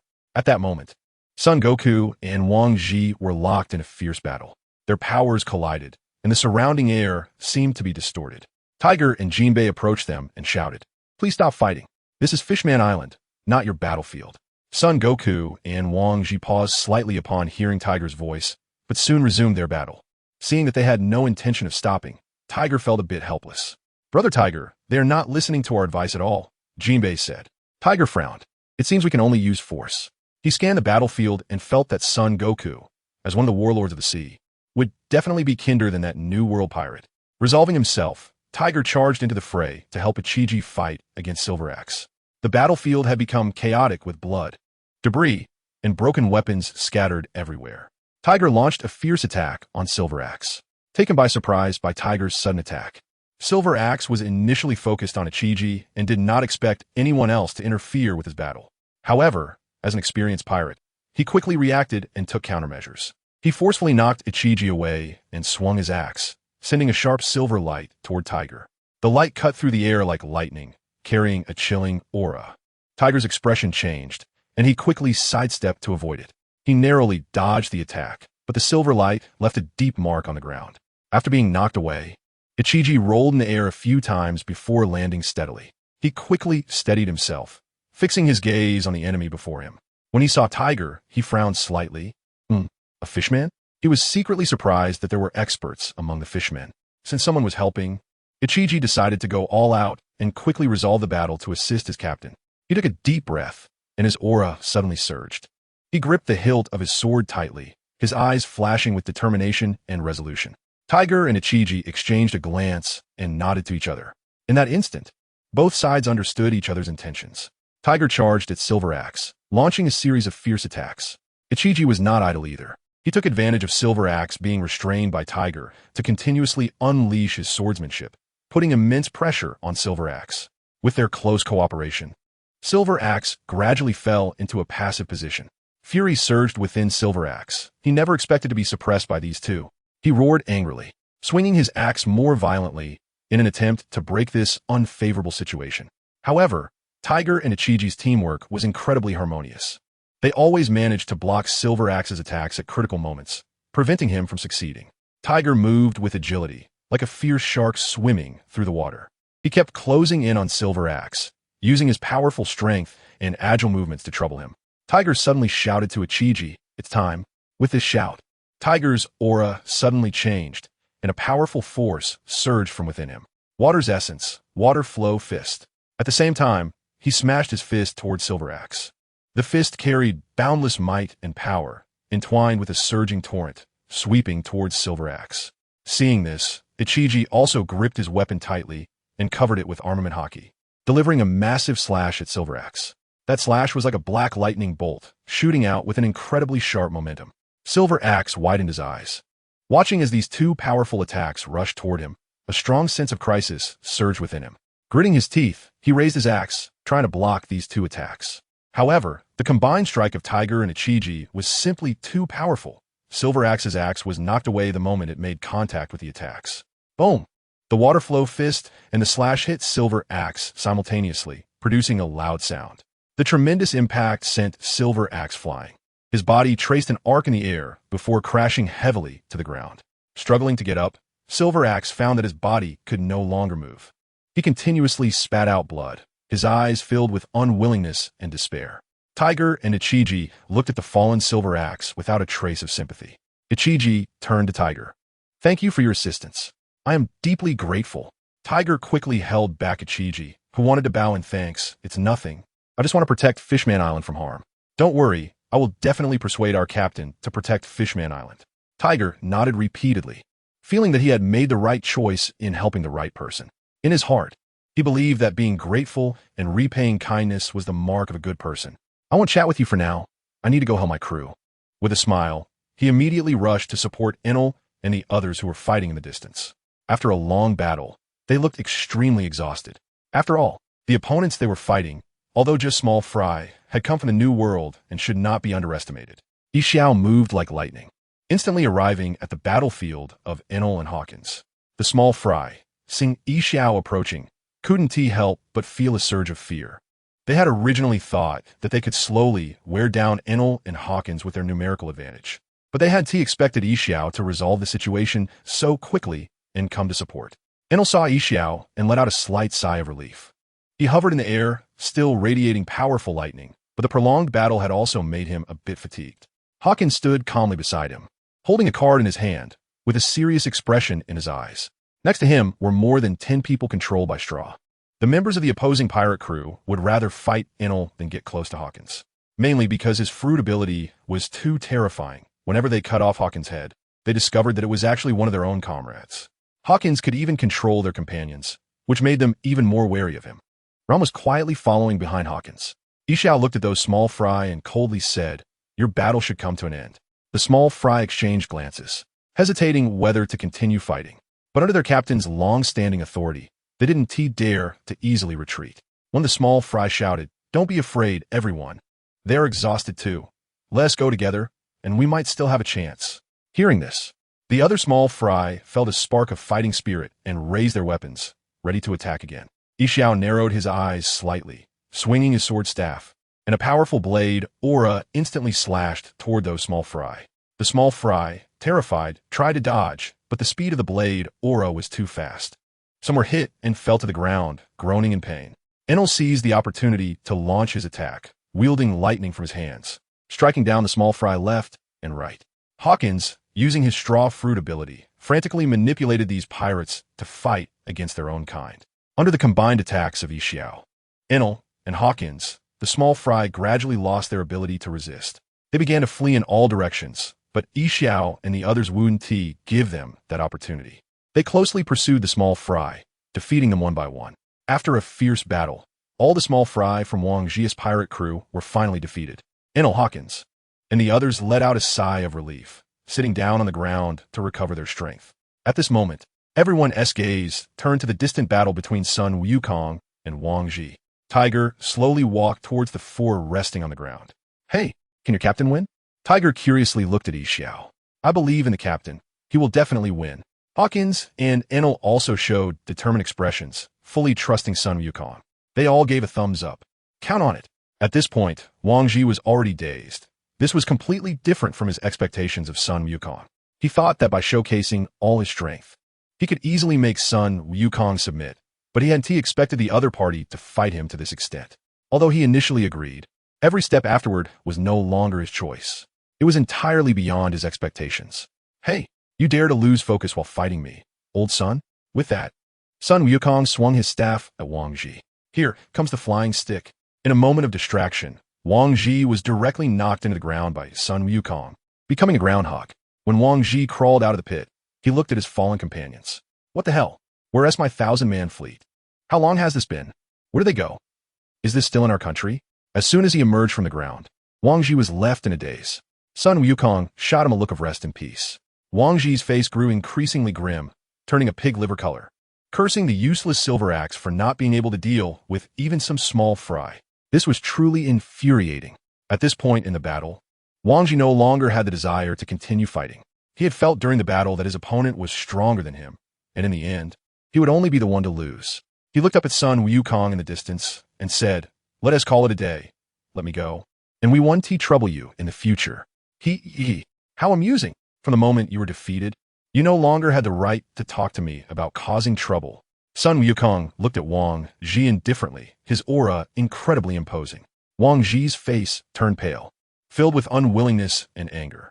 As a former member of the Rocks Pirates, being defeated by a small pirate crew that had just set sail not long ago filled him with immense humiliation. However, he couldn't just abandon all of his loyal followers here and leave alone. After a moment of silence, Wang Ji gritted his teeth, suppressing the anger in his heart, and slowly said, "Let us negotiate a condition. As long as you can let us go, I can agree to any condition." His voice was low and hoarse, revealing a hint of helplessness and despair. Sun Wukong narrowed his eyes slightly, a disdainful smile curling at the corners of his mouth. He knew Wang Ji's predicament well, but he didn't intend to let this opportunity slip by easily. He wanted to make the other party pay a price to warn others who might attempt to provoke them. Since that's the case, then hand over all the treasures on your ship. Also, from now on, stay far away whenever you see my pirate crew. Otherwise, you won't be so lucky next time." Sun Wukong said coldly, his tone firm and unquestionable. Wang Ji's eyes widened, his eyelids twitching wildly, and his heart twitched. These treasures were all their accumulated wealth over many years, but faced with the current situation, he had no choice. In the end, he nodded, indicating that he agreed to Sun Wukong's request. After all, he was clear about the distinction between life and treasure. Silver Axe, knowing the outcome was already decided, remained silent and watched everything unfold. Seeing this, Sun Wukong signaled to Enel and the others. They immediately understood and shouted to the small fry of the opposing pirate crew, "Come over to help." The opposing crew nodded repeatedly, not daring to show any resistance. Then, they quickly boarded the opposing pirate ship and began selecting various treasures and supplies. Wang Ji's ship was large enough to accommodate thousands of people. At this moment, Hawkins took out his cards, calculated carefully, and walked straight toward Wang Ji's room. Hawkins entered Wang Ji's room, where a musty atmosphere filled the dim light. The room was filled with all sorts of peculiar items, and the walls were covered with maps and portraits. His attention was drawn to a nautical chart on the table. It was drawn very finely, marking many unknown sea areas and islands. Hawkins cautiously picked up the sea chart and examined it closely. He found that some of the sea areas and islands marked on this chart were different from any he had seen before. This chart was marked in greater detail, noting the weather, various forces, and the activity range of some notorious pirates. Among them was the coordinate of an island, Beehive Island. Hawkins pondered for a long time in his mind, but could not recall any information about this island. With no other choice, he tucked the mysterious sea chart into his chest. He then turned his gaze to other parts of the room, trying to find more clues and treasures. However, after a careful search, he found no other valuable items or information. Just then, he suddenly remembered the result from his earlier card reading. There was something hidden in the southeast corner of this room, and it was important. Without hesitation, he quickly walked in that direction, extending his hand to carefully feel the wall and floor. Knock, knock, knock. Suddenly, a faint knocking sound came, and a slight smile appeared on Hawkins' lips. "It's here." His two slender fingers moved like agile snakes, gently tapping on the wooden board. With a slight noise, a hidden compartment about half a meter in length, width, and height appeared before his eyes. Hawkins crouched down, his gaze fixed tightly on the small pit. It was actually a devil fruit. Hawkins was astonished. He did not expect that the other party had hidden a devil fruit here, and there were 3 of them. He cautiously reached out his hand to take out the 3 fruits one by one. The first one that caught his attention was a square-shaped devil fruit. Hawkins looked at the fruit in surprise. If he guessed correctly, this fruit was the Dor fruit, a rare spatial-type devil fruit, although it belonged to the Paramecia type. Its ability was too outrageous. At that moment, if he hadn't already eaten a devil fruit, he would have wanted to eat another one. The Dor fruit was about the size of a regular apple, with a rounded overall shape. The skin of the fruit displayed a deep blue color, with a small protrusion on top resembling a doorknob. This protrusion was slightly lighter in color than the skin of the fruit, presenting a light blue hue. Next, he turned his gaze to the other 2 devil fruits. Could it be that they were 2 animal-type devil fruits? What a pity. If he wasn't mistaken, they should be some ordinary abilities. Hawkins lamented inwardly. If they were all better abilities, then their pirate crew's strength would be elevated to a very high position. He stood up, carefully stored the 3 fruits, and prepared to bring them back to the pirate ship to discuss with his companions how to deal with them. Just as Hawkins walked out of Wang Ji's room, he was surprised to find that Enel and a few others had already begun directing the members of Wang Ji's pirate crew to busy themselves, systematically transferring the enormous wealth accumulated by Wang Ji's pirate crew over the years. Countless berries, sparkling gold, and silver jewelry, and various precious items were being moved in boxes to the ship, the Sky King. Seeing this, Hawkins was inwardly startled. However, he maintained a calm demeanor on the surface. He discreetly tucked the devil fruits further into his clothes to ensure they would not be easily noticed by others. He then quickly returned to the Sky King, stored the devil fruits safely, and went out to help everyone transfer the supplies. Wang Ji was watching from below the pirate ship, gritting his teeth. Filled with anger and helplessness, he stared wide-eyed at the people on the pirate ship, wishing he could rush up and fight them to the death. But reality prevented him from moving. He knew that if he acted rashly, it would not only put himself in danger, but could also endanger the entire pirate crew. Meanwhile, Sun Wukong stood not far away, coldly observing everything. His indifferent, nonchalant attitude only further infuriated Wang Ji. Sun Wukong seemed completely unconcerned about what was happening around him, only chatting happily with the recently appeared tiger. The 2 were enjoying their conversation. Really? Sun Wukong's eyes sparkled with curiosity as he excitedly looked at Tiger. Then I must go take a look. 35,000 meters in Zhou. I'm really curious. Upon hearing Sun Wukong's words, Tiger smiled and nodded. Of course it's true. I've heard that the mink tribe lives up there. I thought you looked like one of the mink tribe. Sun Wukong showed a hint of confusion. Huh? The mink tribe? Yeah. The mink tribe consists of different races, but has animal traits like rabbits, lions, tigers, etc. You look a bit like a monkey-type mink. Tiger looked at Sun Wukong with curiosity, hoping to find an answer on his face. Sun Wukong scratched his head and shook his head. I'm not. I'm Sun Wukong, born from a rock. Upon hearing this, Tiger thought Sun Wukong was joking, believing he might have had a bad childhood that led him to think he was born from a rock. A hint of sympathy appeared in his eyes. Sun Wukong was puzzled. He felt that Tiger knew a lot about the new world. After a while, Sun Wukong asked Tiger, "Do you have a pirate crew?" Huh. Tiger was slightly taken aback. "No, I don't." Sun Wukong looked at Tiger with a serious expression. "What do you think of my pirate crew?" Tiger was caught off guard by Sun Wukong's sudden question. Staring at his serious eyes, a wave of emotion surged in his heart. After thinking for a moment, Tiger wanted to refuse. "I prefer to sail alone on the sea. I don't like that whole burning, killing, and looting thing." Sun Wukong frowned slightly after hearing Tiger's words, then laughed heartily. "Haha, you misunderstood. Our pirate crew is not made up of those kinds of ruthless villains. We venture on the sea to pursue freedom. Who knows? I might be the strongest in the world someday." Tiger fell silent, repeatedly pondering Sun Wukong's words in his heart. He recalled his various experiences on the sea, the images of being bullied by evil pirates constantly flashing in his mind. However, images of being robbed while sailing alone would occasionally pop up as well. As these scenes flashed through his mind, Tiger was unsure how to choose. After a moment of silence, Tiger slowly spoke. "Your pirate crew is very powerful. It definitely makes me tempted. But I have one condition. If you can agree to it, then I'll join your ship." A hint of curiosity flashed in Sun Wukong's eyes, and he raised the corners of his mouth. "Oh, what condition? Tell me." Having the opportunity means the other party is already tempted. So at this moment, Sun Wukong was very curious about what condition Tiger had.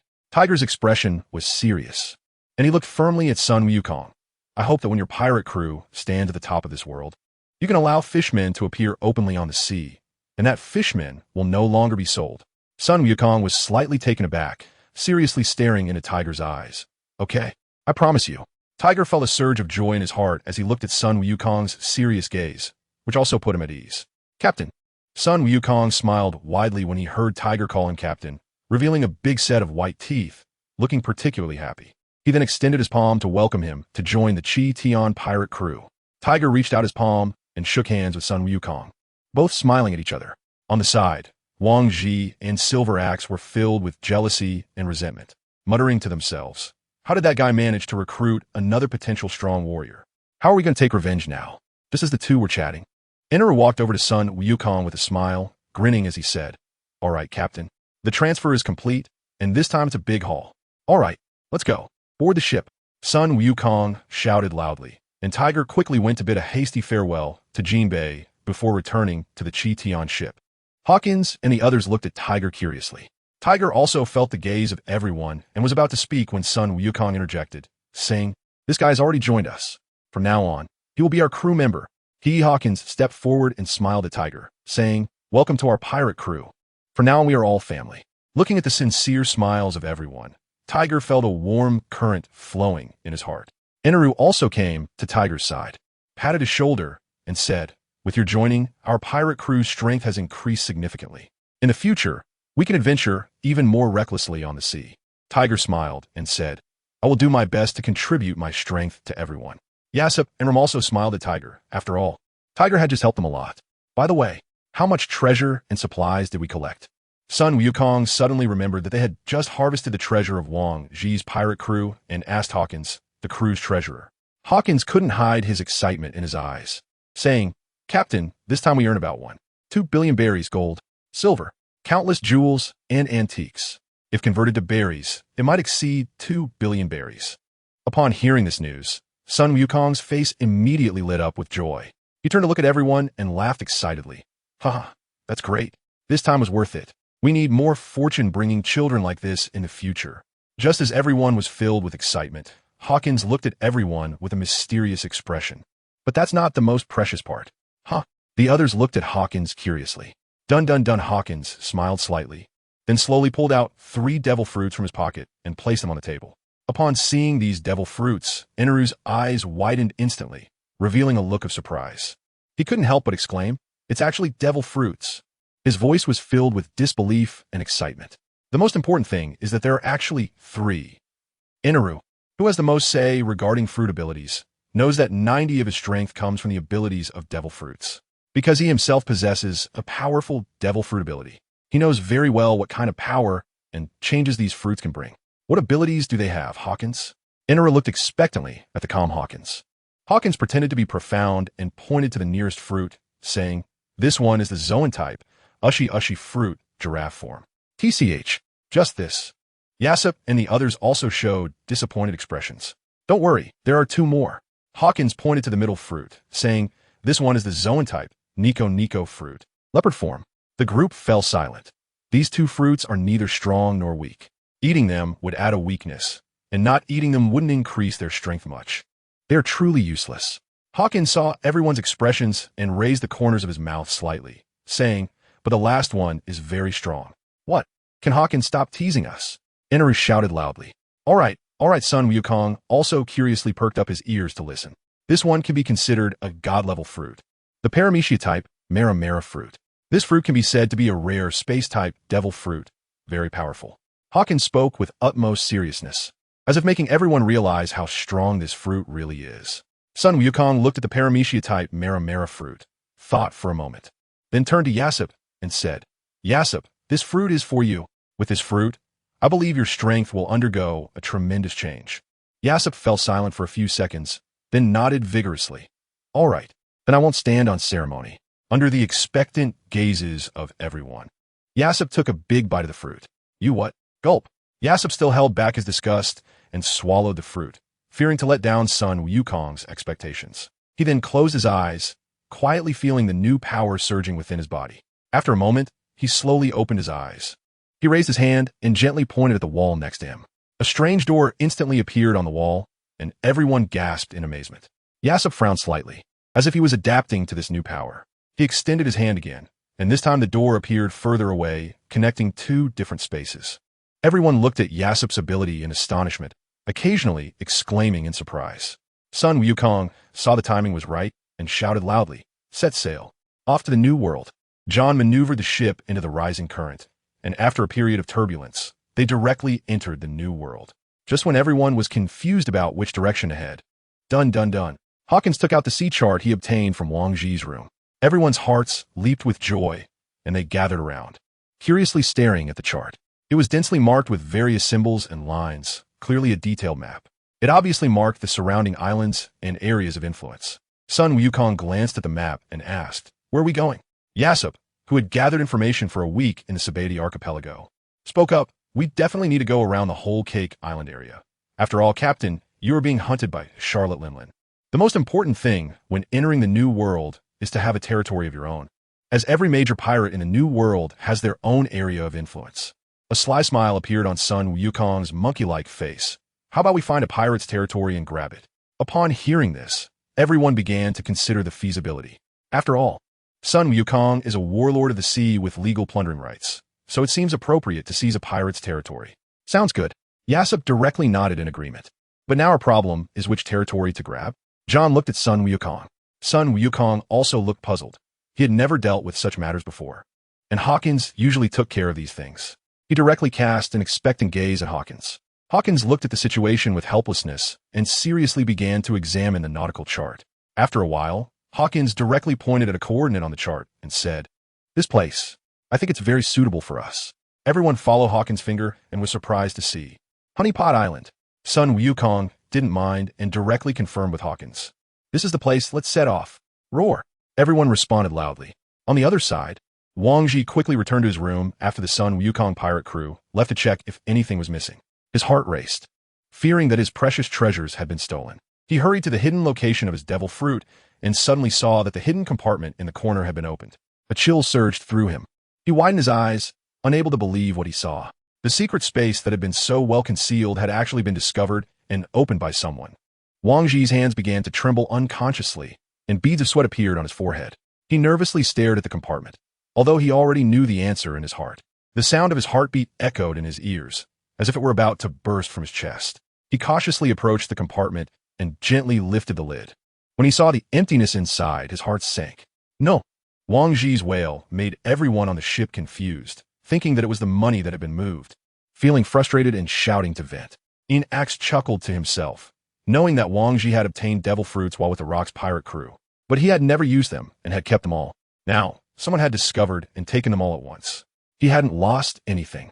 He was just temporarily residing on Wang Ji's pirate ship. Meanwhile, in the former Lubulu Kingdom, now the Great Qin Kingdom, Ing Zheng descended from the Qin King's ship. Li Xian and others welcomed him, bowing, "Your Majesty, we have been waiting for a long time." Ing Zheng nodded slightly and gestured, "Please rise." Following that, a retinue of over 100 people marched grandly towards the newly built royal palace. The royal palace had started construction before Ing Zheng left and had been completed in about a month. This was still due to the generally strong physical constitution of the residents in this world. At this moment, the newly built Great Qin Palace stood in the center of Xianyang City, like a majestic and wild dragon coiling, emanating an awe-inspiring atmosphere. The palace walls were tall and thick, constructed from solid giant stones. Watchtowers were set up at intervals along the walls, with soldiers vigilantly watching the surroundings, guarding the palace's safety.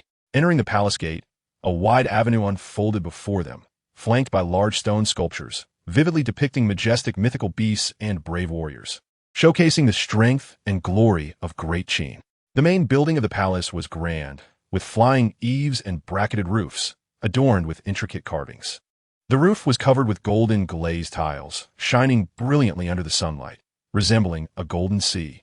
The pillars in the main hall were thick and tall, carved with exquisite patterns, depicting dragons and phoenixes, as well as mountains and rivers, reflecting luxury and solemnity. Inside the hall, it was spacious and bright, resplendent with gold and jade. The floor was paved with smooth marble, reflecting the light from the ceiling. The throne was at the end of the hall, elevated, crafted from precious wood and inlaid with countless gems, radiating dazzling brilliance. This newly constructed Great Qin Palace was not only Ing Zheng's residence, but also a symbol of the power and majesty of the Great Qin Kingdom. In the hall, Ing Zheng sat on the black five-clawed golden dragon throne, looking down at everyone in the hall. "Your Majesty, long live. Long live. Long live." A group of ministers immediately bowed to Ing Zheng. Ing Zheng's gaze slowly swept across the hall, his lips parted slightly, and a deep, resonant voice echoed in everyone's ears. "You all may rise." Seated on the black five-clawed golden dragon throne, he emanated an aura of authority. His eyes, deep as the abyss, seemed to perceive everything in the world. Below, the ministers respectfully stood on either side, each lowering their heads, not daring to look directly at Ing Zheng's dragon face. Suddenly, Ing Zheng spoke, "Gentlemen, I have important matters to discuss with you today." Everyone cast curious glances at Ing Zheng as he spoke in a tone of consultation. To establish free schools. As soon as Ing Zheng's voice fell, everyone in the hall was taken aback, whispering to each other. They were either former nobles or dogs raised by nobles, and now under Ing Zheng's rule, anyone with talent could be selected. Just as they had begun to enjoy the benefits of knowledge, they were being asked to relinquish their interests. Bai Qi and others silently observed, watching to see who would want to refute. They scanned the hall, silently noting those who loudly disagreed. These people not only disagreed, but also incited others to join them in opposition. Ing Zheng was also keen to assess the people below, to see how many short-sighted individuals there were, only concerned with immediate small gains. After a while, silence. Ing Zheng's voice rang out, and everyone stopped their discussions. Minister A was the first to step forward, looking worried, and said, "Your Majesty, I believe establishing free schools is not a good strategy. The common people are each performing their duties and are content with their current situation. Hastily establishing schools may disrupt social order. Moreover, managing schools requires a large amount of manpower and resources, and I fear it will place a heavy burden on the court." On the surface, he appeared concerned, but in reality, he was worried that free schools would disrupt the existing class structure and impact the interests of the noble class. After Minister A spoke, Minister B also stepped forward, echoing, "Your Majesty, I concur. The national finances currently need to be allocated to military defense, infrastructure construction, and other critical areas. Establishing free schools may strain our finances. Furthermore, the common people may not have the desire to study. If enforced, it may provoke public resentment." After speaking, he considered that if resources were invested in schools, the benefits his family could gain would decrease. At this moment, an old noble scholar also stepped forward with a sarcastic tone, saying, "Your Majesty, I believe that education has always been a privilege of the nobility. Now to establish free schools, allowing commoners and noble children to study together, would disrupt the order of respect and inferiority. This may shake the foundation of the state." He was intent on maintaining the special status of the nobility, not wanting commoners to have the opportunity to elevate their status through education, threatening noble rule. After the three spoke, many civil officials stood up to echo, urging the emperor to think twice. Ing Zheng's expression darkened slightly, and he signaled to Bai Qi. Bai Qi instantly understood. Now was the time to give them some face in the hall, but those who only cared about their own interests deserved to be punished. Bai Qi stepped forward and clasped his fists, saying, "Your Majesty, I believe establishing schools is indeed necessary. If more knowledgeable individuals can join our great Qin army, our combat effectiveness will surely improve. Furthermore, the talents cultivated can also be used to govern various aspects of the country, benefiting the state greatly. However, during implementation, we must strengthen supervision to ensure that all measures are effectively implemented and to prevent anyone from obstructing the process." Ing Zheng nodded. What General Bai Qi said is very true. I will assign someone to be responsible for this matter, ensuring that the schools are successfully established and operate well. Minister A and Minister B still wanted to persuade. Ing Zheng slowly spoke, "I have made up my mind." Minister A felt dissatisfied but did not dare to openly contradict him. So he said tactfully, "Your Majesty is wise and cares about the long-term development of Qin, which we deeply admire. However, the establishment of schools is no small matter and requires careful planning. For instance, regarding funding, if we heavily draw from the national treasury, other important matters may be affected." Ing Zheng sneered, "Do you think I don't know? I will allocate resources reasonably, streamline unnecessary expenses, and fully support the establishment of schools. Furthermore, we can widely accept donations from the public and encourage wealthy merchants to contribute to the school construction. All right, let's end the discussion here." At this moment, Ing Zheng coldly glanced at the ministers, secretly thinking, ignorant and uninformed, without talent, how can I conquer the North Sea and the world? It is easy to seize a kingdom, but difficult to maintain it. Ing Zheng deeply agreed with this sentiment. He then asked the crowd below, "Have you found out how many people are on this island?" At this time, a census minister among the civil officials stepped forward to report, "Your Majesty, there are a total of 7.43 million households, with a population of 14,693. Ing Zheng nodded slightly. He initially chose this island because it had a large population, which would be crucial for his future development. The population is the foundation of his unification. Next, they discussed issues regarding the development of the kingdom, as many matters were still not in place with the kingdom just being established. In particular, the military system had yet to be fully determined. Previously, his world relied on killing to gain contributions from military achievements. But personal combat power in this world was indeed terrifying. They ultimately decided to emulate the naval system, as the Navy was already a mature system. Once confirmed, Ing Zheng announced the court was dismissed. Just then, GuNing had transmitted several items into his mind, claiming they were of vital importance to him. Back in his room, Ing Zheng focused his mind and began to check. Deep in his consciousness, 3 light points floated quietly. Ing Zheng sensed the information from one of the light sources, potato. He frowned slightly, pondering what this strange item could be used for. At that moment, the light point seemed to flicker, and a piece of information surged into his mind. It turned out that potatoes had an extremely high yield, and if properly cultivated, they could provide ample food for the people of Qin. Ing Zheng looked down and was directly shocked. What? It could yield 2,000 to 1,500 pounds per acre. A hint of surprise flashed in Ing Zheng's eyes. Food was the foundation of a nation, and this was incredibly unbelievable to him. A divine gift. Next, Ing Zheng immersed himself in the middle light source. This time, the information presented was rice. Ing Zheng's heart trembled. He knew very well the importance of rice in food production. As a king of a nation, he understood that the people needed enough food to sustain their livelihoods. Without sufficient food, society would be unstable. As an important food crop, rice could provide a large amount of food. Therefore, its development and promotion were crucial for the stability and prosperity of the country. The term rice was not unfamiliar to Ing Zheng. The rice produced by this plant was one of the staples in their daily lives. During his rule, the people enjoyed peace, and the yield of rice could reach about 200 pounds per acre at its highest. Though it may not seem high now, it was considered quite good back then.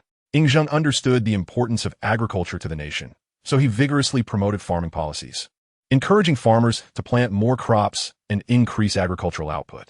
Ing Zheng looked toward the information about rice, and the next scene made his eyes widen. Hybrid rice technology could increase the yield of rice to 800 to 1,300 pounds per acre. What? It could increase by so much? Ing Zheng was astonished. He immediately realized that this technology would bring about a tremendous transformation for the country. Not only could it solve the food shortage problem, but it could also promote economic development and social stability. If such an increase in yield could truly be achieved, how exhilarating that would be. Ing Zheng stabilized his mind slightly and delved into his thoughts. He was very curious about what the last item was. corn, yielding 400 to 1,000 pounds per acre. At this moment, Ing Zheng's eyes widened, his face displaying a look of astonishment, his mouth slightly agape. As time went on, Ing Zheng gradually recovered from his shock, but his emotions became increasingly excited. He tried hard to suppress the excitement within, taking a deep breath to calm himself down. However, this feeling of excitement surged like a torrential flood, constantly battering against his rational defenses, making it difficult for him to remain calm. Ing Zheng extracted these items from his mind, ready to execute them starting tomorrow. The Great Route. At this moment, King Quan and Maihawk arrived at a place called Osaka Island. On this island, there is a legend. Thousands of years ago, the islanders were extremely afraid of the appearance of a red full moon. To dispel their panic, the gods bestowed upon the king of the island a shield and the seven-star sword. However, there were 3 princes in the Osaka kingdom who all fell in love with a beautiful sorceress. To express their love, the princes took out the seven-star sword, a symbol of royalty, to fight. The mutual slaughter between brothers led to rivers of blood on this land, and the hatred of countless people was absorbed by the seven-star sword, which ultimately turned into a cursed demon sword, destroying the Osaka kingdom. King Quan and Maihawk quietly sat in a tavern, listening to the local storyteller animatedly recounting the tale. Hey, hey, hey. Suddenly, a commotion arose in the tavern. Old man, you can fool these outsiders, but how come it's the same story every day? Someone complained unhappily. Others echoed, yeah. Clearly, this story had been repeated multiple times, making some regulars feel bored. However, King Quan and Maihawk seemed to find the story quite interesting and continued to listen quietly. Hey, Ice Cube Face, what do you think? Should we go look for it? Maihawk nudged King Quan. King Quan shot him a glance. Isn't this just a legend? You want to turn the whole island upside down? Maihawk replied, forget it, let's go. There's a great swordsman practicing alone on this island. I want to hone my swordsmanship. King Quan nodded slightly. Compared to the elusive seven-star sword, he was more interested in battling others. The two walked out of the tavern, one in front and the other behind. This place belonged to a village, and it was evident that outsiders rarely visited. After King Quan and Maihawk exited the tavern, they slowly walked along the village's narrow path. The sunlight bathed the ancient stone road, casting a warm glow. Surrounding the village were lush green woods, with the occasional crisp calls of birds adding a touch of vitality to this tranquil place. As they walked, they observed their surroundings. Most of the houses in the village were wooden structures with thick thatched roofs. Though not luxurious, they had a rustic beauty. Villagers worked in the fields, and children laughed and played on the paths, painting a peaceful rural picture before their eyes. This place is quite peaceful, King Quan said softly. Maihawk nodded slightly. In this world, as long as one possesses great strength, they can protect a piece of pure land. However, this place was so peaceful and beautiful because there was nothing worth plundering for pirates. But where would that great swordsman be? They continued walking forward and encountered an old man chopping wood. Wang Quanbei politely approached and asked, Elder, do you know where there is a great swordsman who practices alone? The old man set down his axe, sized them up, and then slowly said, I don't know where the great swordsman is, but there is someone who often plays with swords on the mountain. It's a futile endeavor. Are you looking to become his disciple? Wang Quanbei respectfully replied, we have heard of his superb swordsmanship and have come to seek his guidance to sharpen our own skills. The old man squinted slightly. The great swordsman had a reclusive personality and did not like to be disturbed. But seeing your sincerity, I will tell you. He is on the mountain east of the village in a small wooden house. That is his place of practice. After thanking the old man, Wang Quanbei and Maihawk headed in the direction indicated. Along the way, they passed through dense woods and climbed rugged mountain paths.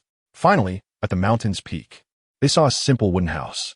In front of the house was a clearing with some wooden stakes and stones, clearly tools for training. Maihawk stepped forward and knocked on the door. Senior, I am Maihawk, here to seek guidance on swordsmanship. Knock, knock, knock. After a long while, there was no response. Is he out? Maihawk looked at Wang Quanbei with confusion. Wang Quanbei calmly sat to the side, quietly meditating. After an unknown amount of time, the sky had darkened. Why hasn't he come back? Maihawk paced back and forth. Wang Quanbei slowly opened his eyes, glanced at Maihawk, and said seriously, your heart is unsettled. Maihawk's body slightly stiffened. He couldn't help but fall in a deep thought. Yes, why had he become so impatient? Ever since he was defeated by Wang Quanbei, he felt that his personality had undergone subtle changes. In the past, he was indifferent and taciturn, unconcerned with worldly matters, solely focused on reaching the pinnacle of swordsmanship. But now he would bicker with Wang Quanbei, and his emotions were no longer as calm as before. What was the reason for all this? Perhaps that defeat led him to begin reflecting on himself, or maybe his interactions with WukongClone had changed his mindset. Just as Mihawk was lost in thought, a faint sound of footsteps came from a distance. WukongClone immediately stood up, his eyes filled with a fighting spirit. The footsteps grew closer, and a figure gradually appeared in their view. The old man's gaze revealed a deep tranquility. He looked at Mihawk and WukongClone and nodded slightly. "It's you two young men again." Mihawk exclaimed in surprise. "It's you." The old man was indeed the one they had met at the foot of the mountain that morning. The old man smiled slightly at their surprised expressions and said, "Surprised, aren't you, young man?" WukongClone slightly cupped his hands and said, "Senior, I didn't expect to meet you again so soon." The old man stroked his beard. "I am old now. Sparring is no longer feasible, but I can share a few insights on swordsmanship with you." Mihawk's eyes lit up with excitement. "Senior, do you have any pointers for us?" The old man slowly began to speak. "Pointers, I dare not say. We can learn from each other."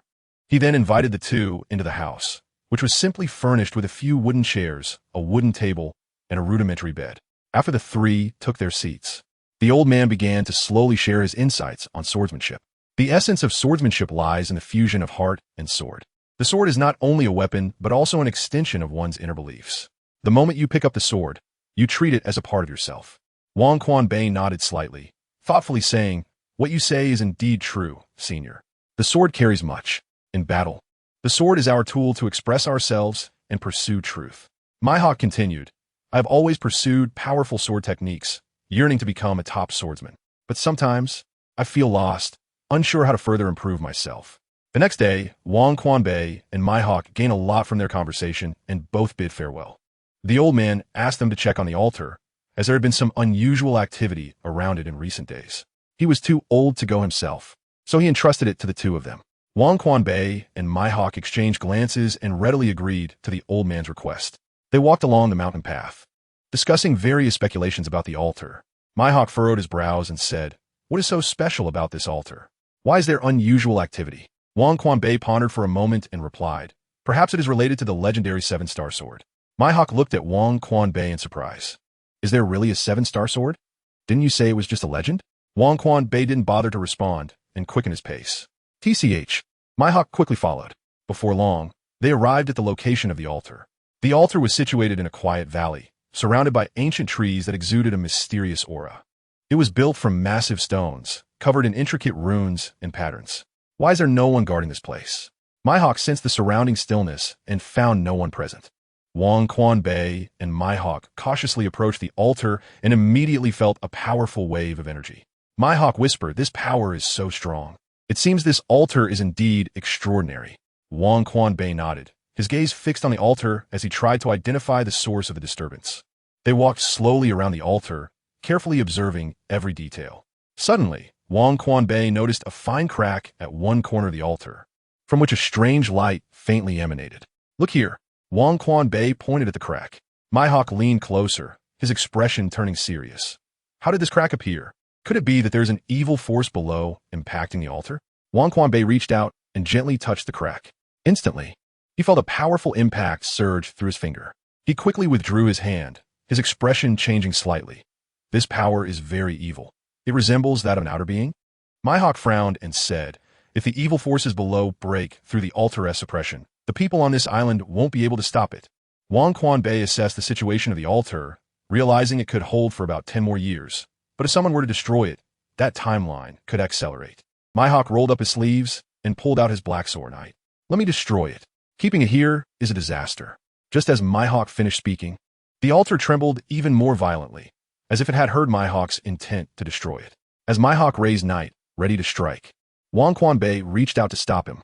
"Wait, don't be hasty," WukongClone said with a serious expression. Mihawk looked at him in confusion. "Why? Keeping this thing will surely become a big problem. We might as well resolve it today." WukongClone shook his head. "Look at how violently the altar is shaking. If we destroy it rashly, what if a more powerful evil force is released from within? We may not be able to control the situation. Moreover, we are still unclear about what exactly this altar suppresses and its relation to this island. Perhaps destroying it will trigger unforeseen disasters." Mihawk listened, pondered for a moment, and then put down the knife in his hand. "What do you suggest we do?" Just as they were at a loss, a gust of wind suddenly swept through the valley, causing the surrounding trees to rustle. Following that, a black mist slowly seeped out from the cracks, enveloping the altar. "Be careful," WukongClone warned cautiously, drawing his sword from its sheath and placing it in front of him. Mihawk's eyes sharpened, gripping the black blade Yoru tightly. His gaze fixed on the mist. As time passed, the mist thickened and eventually condensed into a vague human silhouette. "What is this?" Mihawk whispered, filled with confusion and vigilance. At that moment, a hoarse voice entered Mihawk's mind. "Do you want to become the world's greatest swordsman?" Mihawk frowned slightly, but did not respond. However, the voice did not stop, continuing. "Do you want to be suppressed by others forever?" Mihawk's frown deepened, a hint of dissatisfaction flashing in his eyes. Then, the voice spoke again. "Do you want to win?"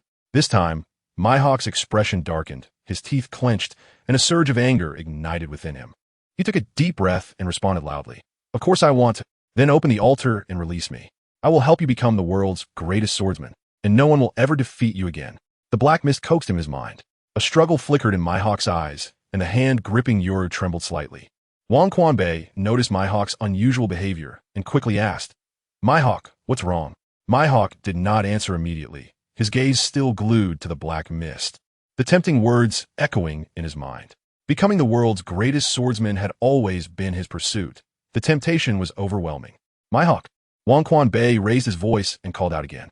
At this moment, WukongClone sensed that something was amiss. The black mist seemed to have the ability to lure the deepest desires of one's heart. After a while, Mihawk struggled fiercely. "I can also become the world's greatest swordsman." After saying that, Mihawk's eyes focused, and with a sudden swing of his right hand, the black blade Yoru traced an arc, unleashing a fierce sword aura. The sword aura shot towards the strange mist like lightning. In the blink of an eye, the sword aura collided with the black mist. With a muffled boom, the black mist was easily severed by Yoru, as if it were tofu cut by a sharp blade. As the sword aura penetrated, the black mist quickly dissipated, as if it had never appeared. Just when WukongClone thought the matter was resolved, the surrounding altar began to crack inch by inch. "Caw, caw, caw, caw. Ha ha. Finally, you've fallen for it." A long sword emitting a green light floated into the air, and a vague figure slowly grasped the hilt. Mihawk showed a hint of surprise and said, "Is this the legendary 7-star sword?" WukongClone rolled his eyes at him, a teasing tone in his voice. "You were just seduced by this guy." "Caw, caw, caw, caw." An eerie laughter echoed. "You dare to ignore me." The phantom figure roared angrily, raising the 7 stars sword high and striking down at the two. WukongClone quickly drew the sword he had newly forged, and the clash with the 7-star sword began. The two swords, carrying sharp sword energy, collided instantly, producing a crisp metallic sound, with sparks flying around. "Interesting." WukongClone's eyes lit up. He was very interested in this sword, especially the sword spirit attached to the 7-star sword. It wasn't the sword that was strong, but the sword spirit that was powerful. WukongClone and the sword spirit-controlled 7-stars sword engaged in a fierce battle, with sword energy overflowing and the surrounding trees being blown around by the fierce airflow. Just that much. WukongClone's sword became increasingly fierce, continuously putting pressure on the sword spirit. The sword spirit seemed to be provoked, and the brilliance of the 7-star sword intensified, a powerful evil aura rushing towards them. "Be careful," Mihawk shouted loudly. However, WukongClone was not afraid at all. He swiftly dodged the sword spirit's attack. He concentrated all his strength onto the WukongClone sword in his hand. The blade quickly covered by a thick layer of armed color hockey, the originally golden sword turning into a deep dark color. This dark aura coiled around the blade like a maggot, exuding a chilling pressure. As WukongClone swung the sword, the space around the blade began to twist and deform, creating ripples of black waves that seemed capable of tearing the entire world apart.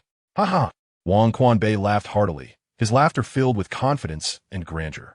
At that moment, he felt like the strongest being in this world, unbeatable. His voice carried unparalleled confidence and authority.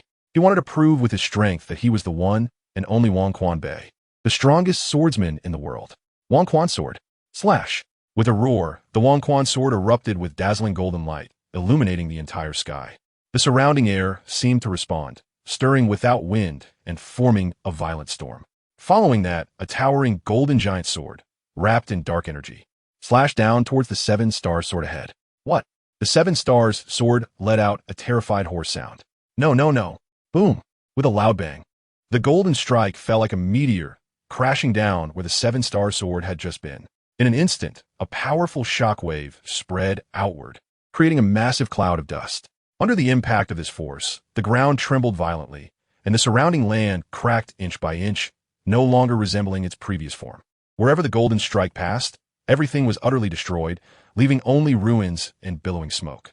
At this moment, the surrounding smoke enveloped the area, obscuring visibility and making it difficult to see what was happening. Mihawk's eyes widened, his face filled with shock and disbelief. He stared intently at the confident and spirited young man before him. This young man exuded an unparalleled aura, the confidence and pride making one unable to resist being captivated. As the smoke slowly dissipated, the 7 stars' swords' gems began to shatter, and then the blade itself started to crumble. Just as the two were still processing what had happened, the sword spirit residing in the 7 stars' sword burst out, directly possessing WukongClone Bei's sword. WukongClone Bei felt his sword tremble violently, a strange and powerful force instantly flowing through the blade. Mihawk was also astonished. What is happening? WukongClone Bei frowned slightly, shouting at the sword in his hand, "Come out." However, the sword spirit did not respond to him, as if it did not exist at all. If it weren't for the unfamiliar energy coming from the sword in WukongClone Bei's hand, he would have believed it. But it still had an enticing power, and at that moment, WukongClone Bei looked at the WukongClone sword in his hand, which was radiating a shimmering green light. "This is a good sword." Mihawk rolled his eyes at him, saying, "Your original sword had a maximum quality of 21. But now with it possessed, after nurturing it for a while, it will completely become a brand new supreme blade. What good luck." WukongClone Bei twirled the sword in his hand, looking at the new WukongClone sword. "All right, then let you live a little longer." Just as the two were about to get up and leave, several residents came running toward them. "It's the altar they destroyed. Capture them. Don't let them escape. The high priest is already on the way. Hurry and stop them." Mihawk looked at the hundreds of people running toward them in the distance, his expression serious, then said to WukongClone Bei, "Run. After all, we destroyed their 7-star sword. Hey, what do you think?" Mihawk turned around in confusion to look at WukongClone Bei, only to see him already running over 100 meters away. "Damn, what about you?" Mihawk, without any hesitation, quickly chased after WukongClone Bei, his mouth babbling sweet nothings while his body never paused. "Ha ha ha ha ha, so fast." WukongClone Bei's figure moved like a ghost, quickly jumping and weaving through the valley, accompanied by his hearty laughter echoing throughout the valley. His speed was so fast that it was hard to catch a glimpse of him, but one could feel the powerful aura emanating from him. In the New World, near the waters of the 100 Nations, the Chi-Tion ship had just burst out into the storm, and, after a violent shaking, the ship finally regained stability. At this moment, Enel and Jean were lying on the wet deck, gasping for breath as if they had just survived a life-and-death ordeal. Their faces were filled with exhaustion and fear, their eyes revealing a sense of relief after surviving a disaster. The weather in the New World was unpredictable, making it hard to grasp. One moment it was calm with blue skies and white clouds, shimmering waves on the sea. The next moment, a storm would suddenly pour down without warning, with strong winds howling and waves surging violently. Just as everyone was relieved, Hawkins frowned at the sea chart in his hand. "It seems we have deviated from our course." Tiger and Yixiao walked over to Hawkins, curiously looking at the sea chart in his hand. "Huh? It seems we have entered the waters near the 100 Nations." Yixiao looked confusedly at the sea chart. Tiger teased Yixiao, "What's wrong? Are you scared now?" "It's fine. I've been here before. This place is just close to the 100 Nations waters, and we are still some distance away from their territory." After hearing Tiger's words, Yixiao and the others felt a bit more at ease. After all, the notorious pirate Charlotte Linlin had placed a bounty on their captain, so they couldn't help but worry. Hawkins looked at the group with concern and said, "We should leave this place quickly. Head towards Hive Island as soon as possible." Everyone on the ship nodded in agreement, except for Sun Wukong, who had a disgruntled expression, as if he was afraid of that old witch. Just as everyone tidied up the supplies scattered everywhere by the storm, they heard shouts coming from a distance. "Pirate crew ahead, please leave the waters of the 100 Nations immediately. This area now belongs to my Charlotte pirate crew." A large pirate ship, 1,000 meters away from the Sun Wukong pirate crew, was flying the Charlotte pirate flag. Upon hearing the warning, the crew of the Sun Wukong pirate crew showed signs of vigilance. Sun Wukong stood at the bow of the ship, his golden hair shining in the sunlight. His sharp gaze directed towards the Charlotte pirate crew, with a slight smile on his lips. "Speak of the devil, and he shall appear." Hawkins stepped forward. "Captain, why don't we withdraw directly? Fighting them now would not be beneficial for us." In the distance, on the ship of the Charlotte pirate crew, Perospero stood at the bow, squinting his eyes towards the distant pirate crew. He frowned slightly, feeling a strange sensation in his heart. That pirate flag seemed somewhat familiar, but he couldn't remember where he had seen it. The new world was so vast that perhaps he had encountered this pirate crew somewhere before. However, at this moment, he didn't have much time to think about it. This sea area had just been seized by their pirate crew, and they were currently busy driving off other pirate crews and announcing the ownership of this sea area. This was an important task that concerned the reputation and interests of their pirate crew. Captain Sun Wukong. It seems that the opposing ship is an affiliated ship of the Charlotte pirate crew. Tiger reported to Sun Wukong while looking at the distant pirate ship. Judging by the style of the ship, with its combination of pink roses and skull patterns, adorned with many candy decorations, it reminded him of someone, Perospero, the eldest son of Charlotte Linlin, who was said to be a Paramecia-type lick-lick fruit user. Sun Wukong looked with interest at Perospero across the way. Paramecia-type, huh? This could be interesting. Forget it, let's go. Upon hearing Sun Wukong's order, John quickly took the helm and turned the ship left, heading away into the distance. Perospero watched the other pirate crew retreating with a mocking smile. La la la la la. Suddenly, Perospero's body slightly stiffened. As he tried to recall the man who had just stood at the bow of the ship, it seems like Perospero quickly rushed into his room to search. After a while, he found Sun Wukong's bounty notice among a pile of wanted posters. It's him. A look of shock flashed in Perospero's eyes. He carefully looked at the image of Sun Wukong on the bounty notice, with his golden hair and sharp gaze. Exactly like the man who had just stood at the bow of the ship. A strong sense of unease surged within Perospero. If Charlotte Linlin found out that he let the man she wanted escape, he would definitely be doomed. Without hesitation, Perospero rushed to the deck and shouted to everyone, "Give me full chase after that pirate ship." The sea breeze blew against the sails as the Charlotte pirate crew's ship sped through the waves. Perospero knew that with his own strength, he probably couldn't stop Sun Wukong, so he quickly took out a Din Din Mushi and dialed Katakuri's number. In a moment, the Din Din Mushi was answered. "What is it, Perospero?" Katakuri's voice came through the Din Din Mushi. "Katakuri, I've discovered the whereabouts of the Sun Wukong pirate crew, and I'm currently chasing after them. I need you to intercept them." Perospero quickly reported the current situation to Katakuri. He knew that Katakuri's strength was greater than his, so he had no shame in asking for help. He would only be glad that his brother was stronger. There was a moment of silence on the other end of the Din Din Mushi. "Got it. What's the location?" "In the sea area we just occupied. Certain coordinates." Beep, beep, beep. Perospero looked at the already disconnected transponder snail in his hand and let out a long sigh. He knew that as long as Katakuri took action, the Monkey King pirates would find it hard to escape easily. Perospero continued to command his ship, tracking the Monkey King's ship. "Captain, it seems that the Charlotte ship is following us." John shouted to the Monkey King, who was exercising on the deck. The Monkey King stopped his movements and looked back at the closely following Charlotte pirate's ship, chuckling. "I'm not looking for trouble with them. They're the ones looking for trouble with me." The Monkey King stretched his muscles and bones, thinking that since they wanted to cause trouble, he would entertain them. John hesitated. Should we stop and wait for them? The Monkey King raised the corner of his mouth with a confident smile. Since they are so eager, let's stop and have a good chat with them." They were all confident in the Monkey King and got ready for battle. The ship slowly came to a halt, and everyone stood ready, staring at the approaching Charlotte pirate's ship. "Lord Perospero, the other side has stopped. Should we chase them?" A small underling reported to Perospero. He was momentarily speechless. He couldn't fight, and now he didn't dare to chase. "Let's stop for now." Perospero then picked up a loudspeaker and shouted towards the distant Monkey King pirates. "Monkey King, I am Perospero of the Charlotte Pirates, and we sincerely invite you to have a friendly exchange with our captain."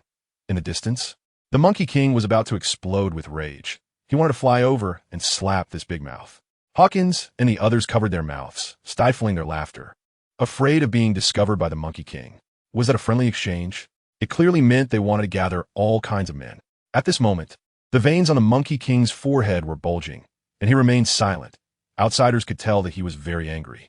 Just as Perospero was waiting for the Monkey King's response, a tremendous burst of Conqueror's haki surged towards him. In an instant, it felt as if the entire world had fallen into a dead silence. The air seemed to solidify, and a heavy pressure descended like Mount Tai. Perospero felt that his breathing became difficult, and his heart felt like it was gripped tightly by an invisible giant hand.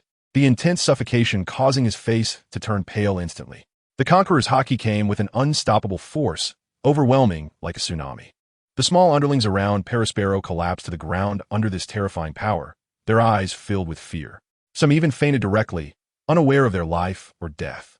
Because some people couldn't withstand the impact of the Conqueror's haki, Their brains couldn't cope, and they died instantly. On the sea, the previously gently rippling waves seemed to be instantly suppressed by this haki, becoming as calm as a mirror. The seawater also seemed to sense this powerful force, creating strange ripples, as if submitting to this terrifying power. Perospero looked in horror at the Monkey King across from him. What a powerful conqueror's haki. This man. He felt the terrifying pressure of Big Mom from this man, the same kind of conqueror's haki that sent shivers down his spine. At this moment, the members of the Monkey King pirates looked at their captain's imposing demeanor with shining eyes. They only felt a pressure around them, but judging by the opponent's condition, their captain could completely control the conqueror's haki at will. Perospero struggled to calm himself down. He knew he couldn't show the slightest hint of cowardice at this moment. He stared intently at the Monkey King, trying to find a flaw in his expression. However, the Monkey King's rugged face only showed endless majesty and dominance. Monkey King, what? What do you want? Perospero asked, forcing himself to appear calm. The Monkey King slightly squinted his eyes, his golden fur shining in the sunlight, his coat billowing in the wind, looking exceedingly carefree. His voice was deep and powerful as he looked at the immovable Charlotte pirate ship on the sea. Perospero, I'm not someone to be trifled with. If your Charlotte pirates dare to entangle us again, don't blame me for being rude. Perospero's heart tightened. He knew the Monkey King wasn't joking, but he couldn't easily back down. After all, he represented the dignity of the Charlotte pirates. Moreover, he had to buy time. Katakuri was already on his way. Perospero forced himself to appear calm, with a stiff smile on his face, and said, Monkey King, don't be too arrogant. Our Charlotte pirates also have a reputation in this sea. How could we fear a small pirate crew like yours?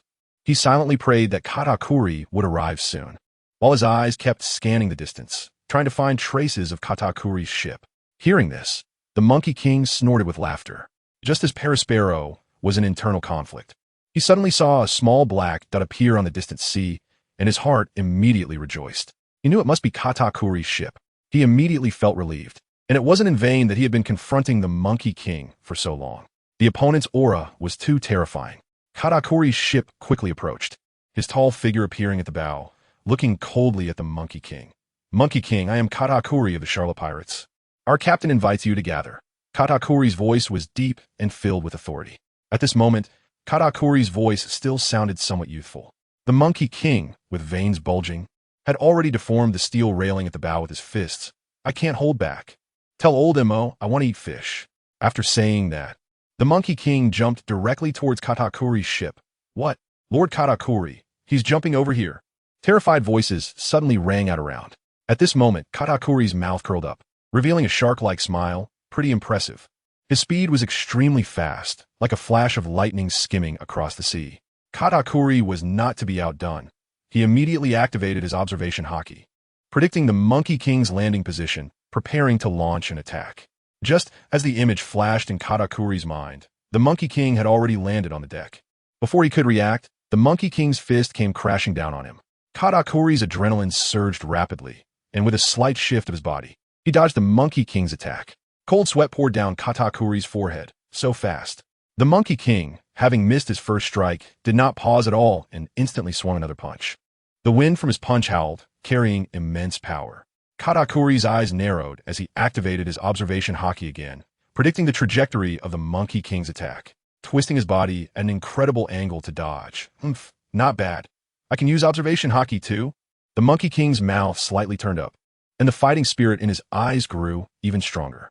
The members of the Charlotte Pirates watched in shock and fear. They had never seen anyone push Katakuri to such an extent. Sun Wukong's immense strength and ferocious attacks filled them with terror.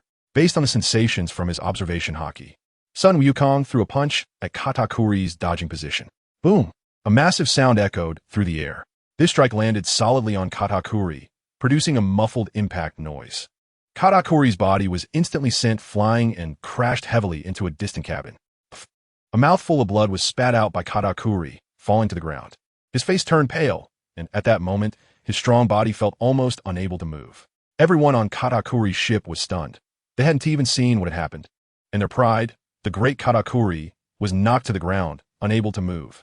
Sun Wukong tapped his ear with his pinky, saying, I haven't even tried hard yet, Sai. Boring. Katakuri looked at Sun Wukong in terror, realizing that he hadn't even used his devil fruit powers before being rendered unable to resist. Meanwhile, in the distance, the Heavenly King's ship piloted by John, approached, and now 3 ships were side by side. Perospero, who had been watching from afar, also came over. He initially thought the two would be evenly matched, but the gap was so large that Katakuri hadn't even lasted 3 rounds. Perospero gritted his teeth. He was now forced into a corner. If he didn't take action, his mother would blame him. Taking a deep breath, Perospero suppressed his fear. He knew he was facing an extremely powerful enemy, but he had no way out. He slowly raised his hands, activating his devil fruit ability, and began to create various candy weapons. The candy weapons quickly formed in his hands: a huge candy hammer, a sharp candy sword, and pointed candy arrows. Perospero's gaze sharpened as he aimed these weapons at Sun Wukong. Sun Wukong, don't get too arrogant. Today, I'll show you my power, Perospero declared loudly.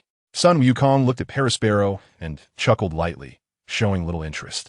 Yishao, standing nearby, noticed Sun Wukong's attitude and understood that he didn't want to waste time entangling with Perospero. Without hesitation, Yishao leaped onto Katakuri's ship, walking steadily towards Perospero with a serious expression. You're not worthy of my captain to make a move.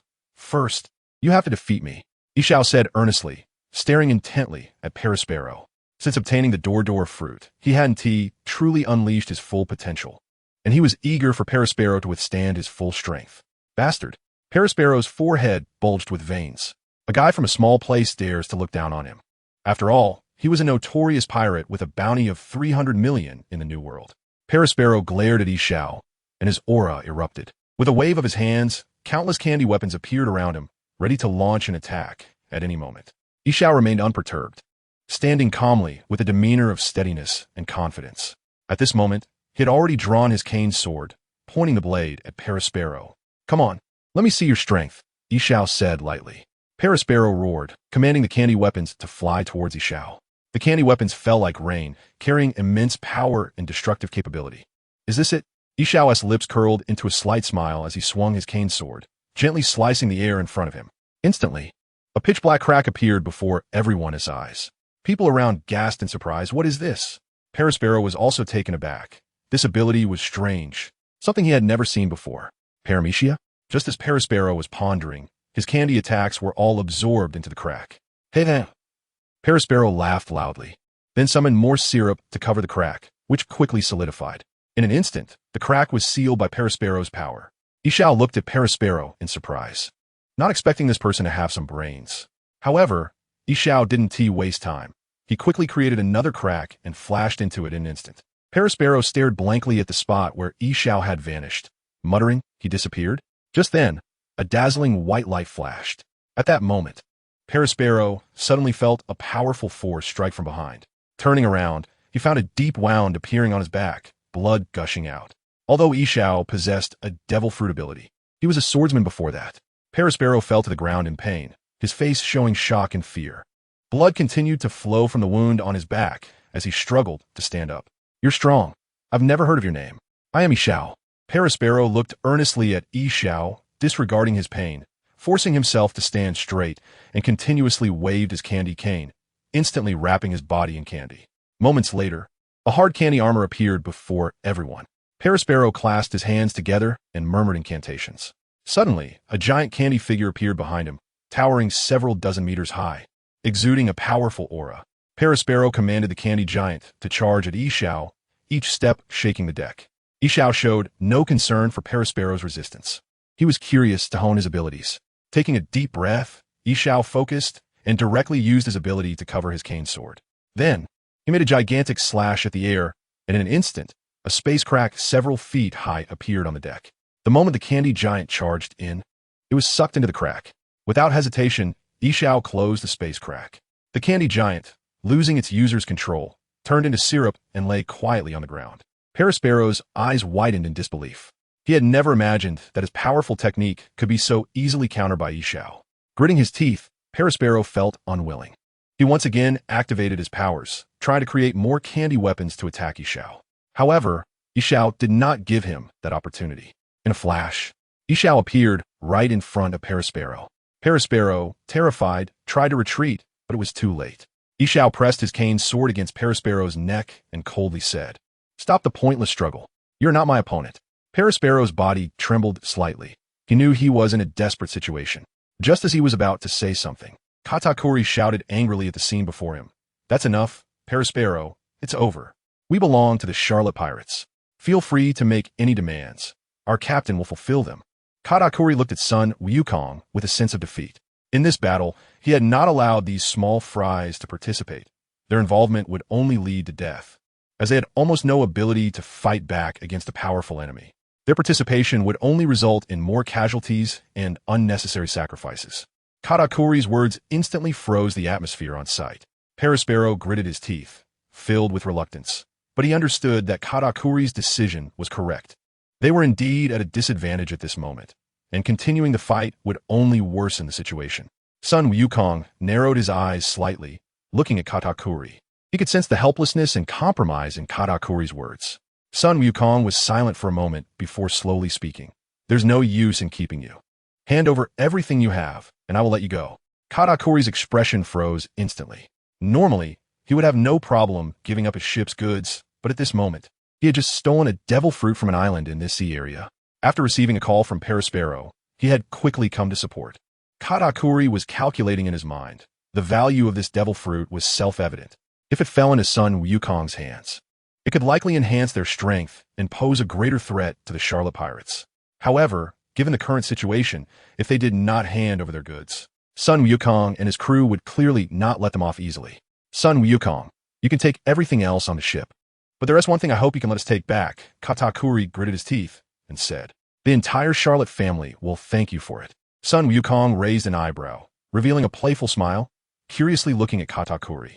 Oh, what is it?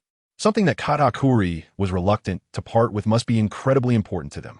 Katakuri gritted his teeth, knowing that if he didn't say it, the other party would not let it go easily. A devil fruit. This devil fruit is crucial for our Charlotte Pirates. I cannot give it to you. You can take other treasures and supplies, but absolutely not the devil fruit. Son Wukong narrowed his eyes slightly, his aura gradually emanating. Oomph. It seems you still haven't recognized the situation. I'm not negotiating with you. In an instant, the atmosphere became tense again. Perispero, standing by, was anxious. He knew that if the two sides fell into conflict again, their situation would become even more perilous. Katakuri, why not just give him the devil fruit? Better to keep the green hills than to worry about not having firewood, Perispero whispered.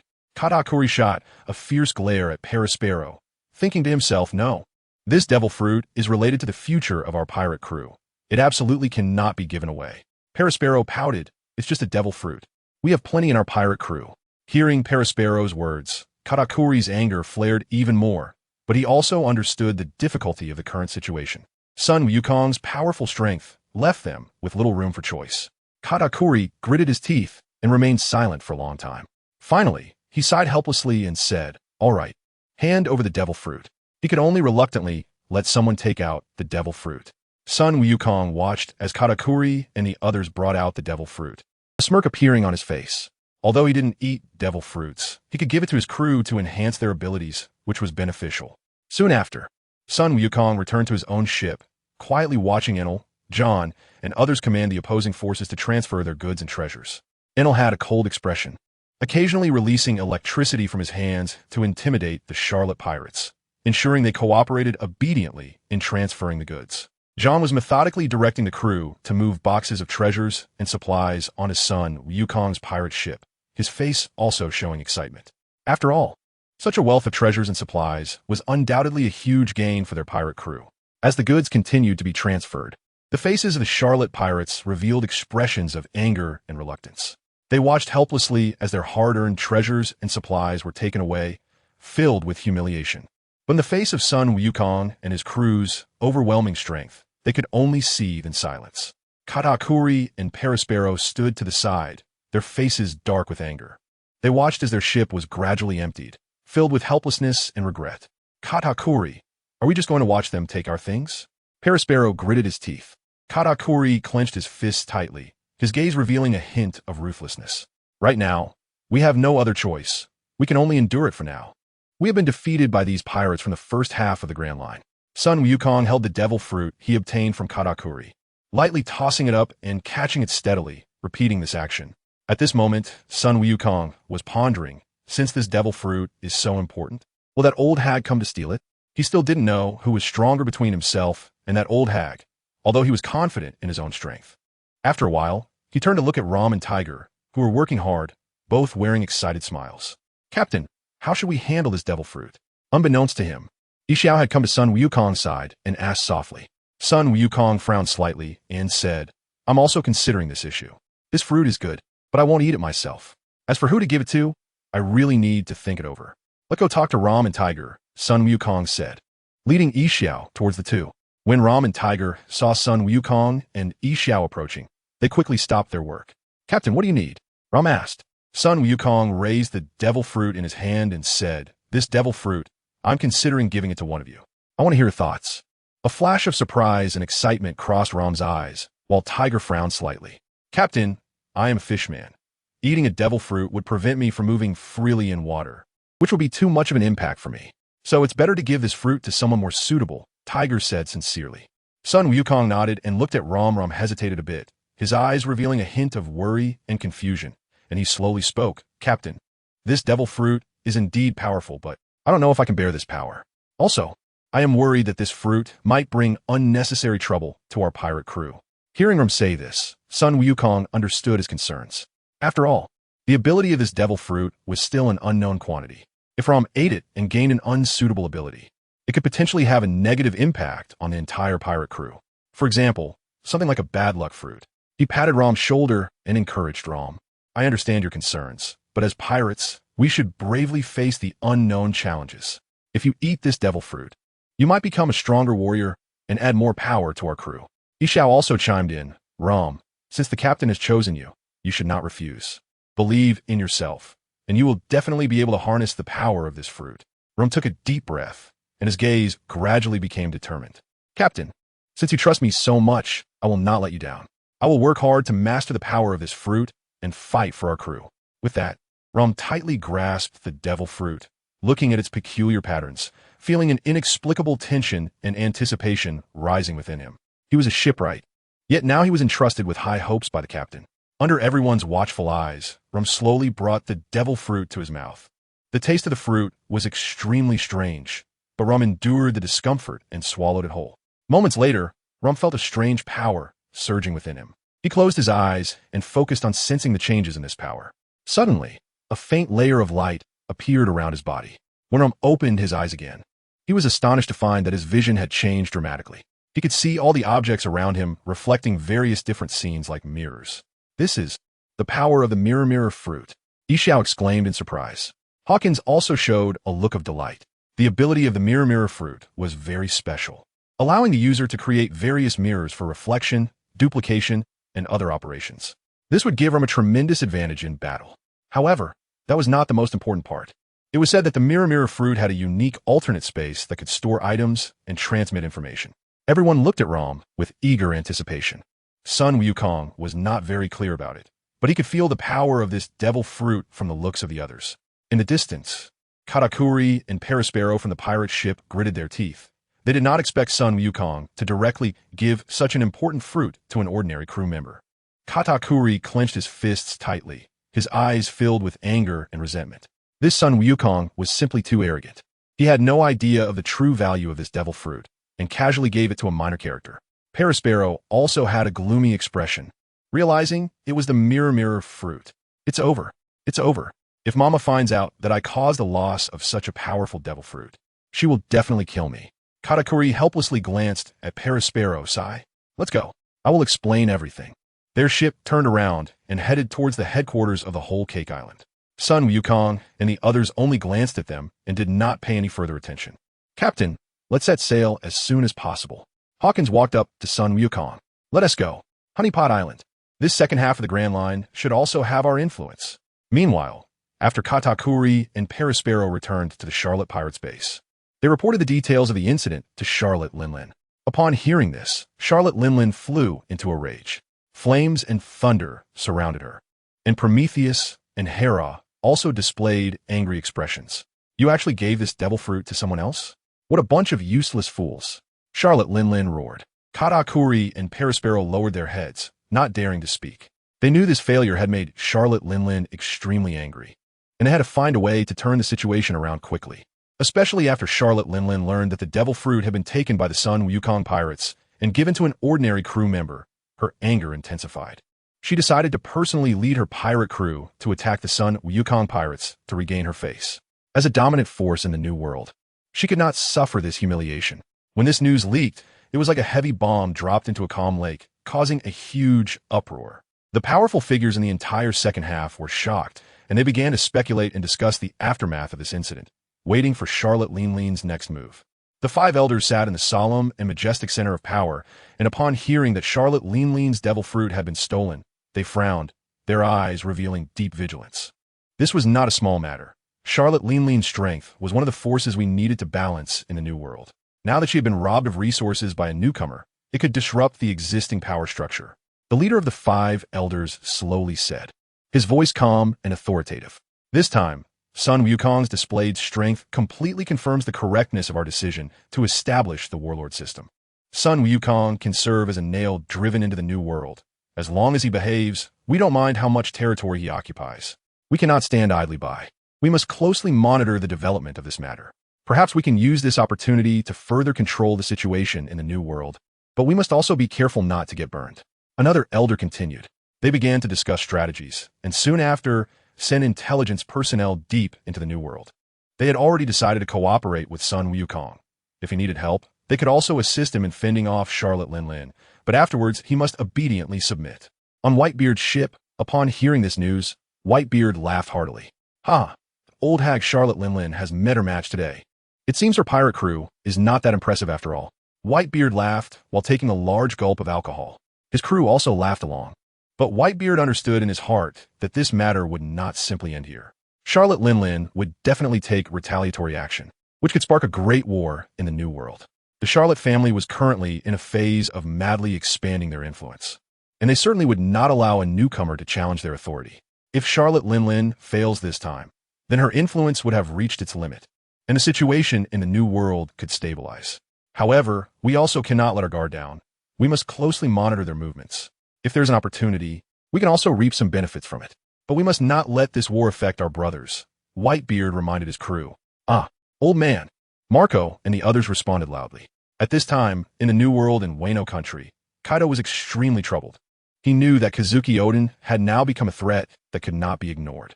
This former daimyo of Kuri had now become immensely powerful after traveling the world with Roger. The main issue was his brave and skilled samurai, which made Kaido feel a headache. In contrast, his own subordinates seemed so weak and powerless, unable to withstand the fierce attacks from Kazuki Oden and his followers. His side was like a small cat with just a few kittens. Although he had the Orochi faction to help him fend off Kazuki Oden, he was unsure whether they would suddenly go crazy. If Kazuki Oden leaked this information and let Whitebeard know, then his plot to steal Wano would be exposed. This would not only put him in a difficult position, but could also trigger a series of serious consequences. As the captain of the pirate crew, Whitebeard values his family above all. If he learns that Oden is not helping because the country was plundered by pirates, his reputation would suffer greatly, and other members might lose trust in him. Therefore, Kaido is in a dilemma right now. He can only wait for a breakthrough in his own strength. Otherwise, when the Whitebeard pirates come for revenge in the future, he will be powerless to resist. When he received news from Charlotte Linlin, he scoffed and paid no attention to the entertainment news. He still has great faith in that old woman's strength. After all, she was his former guide. The situation has been fermenting over the past few days, with people discussing and speculating wildly. Meanwhile, on the vast sea, a ship named the Chi-Tion is drifting on the tumultuous waves. The Chi-Tion stands out, its massive hull swaying in the waves, seemingly merging with the surrounding ocean. The pirate flag on the ship flutters in the wind, and the crew busily moves about the deck, skillfully operating various equipment to ensure the ship can safely navigate this vast ocean. Captain, we need about another week of sailing to reach Hive Island, Tiger said, glancing at the nautical chart and reporting to Sun Wukong, the man he referred to as captain. Sun Wukong squinted slightly, gazing into the distance, his fur resembling that of a beast shining under the sunlight. Clad in a golden cloak, he stood at the bow of the ship, exuding an imposing presence. The sea breeze gently swept over his cloak, creating a rustling sound. Sun Wukong nodded, indicating he understood. He thought to himself that although the journey has been calm, they cannot let their guard down, as revenge from Charlotte Linlin could come at any time. He turned to look at the crew behind him. Let's keep moving, Sun Wukong said calmly. Tiger responded and turned back to the cabin, directing the crew to adjust their course toward Hive Island. New World. near the waters of Hive Island. The sky turned fish-belly white, and a gossamer mist slowly rose from the sea, creating a dreamlike scene. The morning glow reflected off the water, blending the sky and sea, with golden light sparkling on the surface. Sun Wukong and the others watched as the Charlotte pirate ship rapidly approached from behind, frowning slightly. Given the situation, they would definitely need to find a small island to fight on. After all, if a battle broke out on the ship, it would definitely not withstand such a powerful impact. If the ship were to be destroyed, it would be truly dangerous. Therefore, finding a small island as a battlefield is the wisest choice. Quickly find a suitable small island, and let's clash with them. Sun Wukong's voice reached everyone's ears. Yi Xiao and the others nodded in agreement. If they fought the Charlotte pirates on the ship, both ships would struggle to endure the tremendous force, likely leading to destruction and casualties. Thus, choosing a small island as the battlefield was the most prudent decision. However, finding a suitable island for battle in a vast sea is no easy task. The ocean is so expansive, and islands are scattered everywhere. It takes considerable time and effort to locate a suitable spot. Hawkins stood at the bow, closely studying the nautical chart in his hands. His gaze scanned the various markings and lines, trying to find an ideal combat location. Suddenly, his eyes landed on a spot marked as an uninhabited island. "Captain, there's an uninhabited island at this location," Hawkins exclaimed excitedly, pointing to a spot on the map. Hearing Hawkins' words, everyone gathered around, curious to look at the chart. Following the direction of Hawkins' finger, they indeed found an uninhabited island not far from them. Sun Wukong nodded slightly to acknowledge Hawkins' discovery. The island appeared to be neither too large nor too small, making it just right for their battle with the enemy. It was far from other regions, avoiding unnecessary trouble. Moreover, the terrain on the island might offer them some advantages. Time ticked by, and the Charlotte pirates' ship drew closer, making the situation increasingly urgent. Finally, a small island faintly appeared on the distant sea. Inaru excitedly pointed in that direction. "Look, there's a small island." Everyone turned to look in the direction he pointed, excitement surging in their hearts. As long as they could set foot on that island, they would have a chance to confront the Charlotte pirates. After drifting on the sea for so long and undergoing extensive training, they wanted to see how much their strength had improved. As they got closer, the details of the island gradually became clearer. The terrain was flat, and the vegetation was dense, seemingly unremarkable. But for them at that moment, it was already sufficient.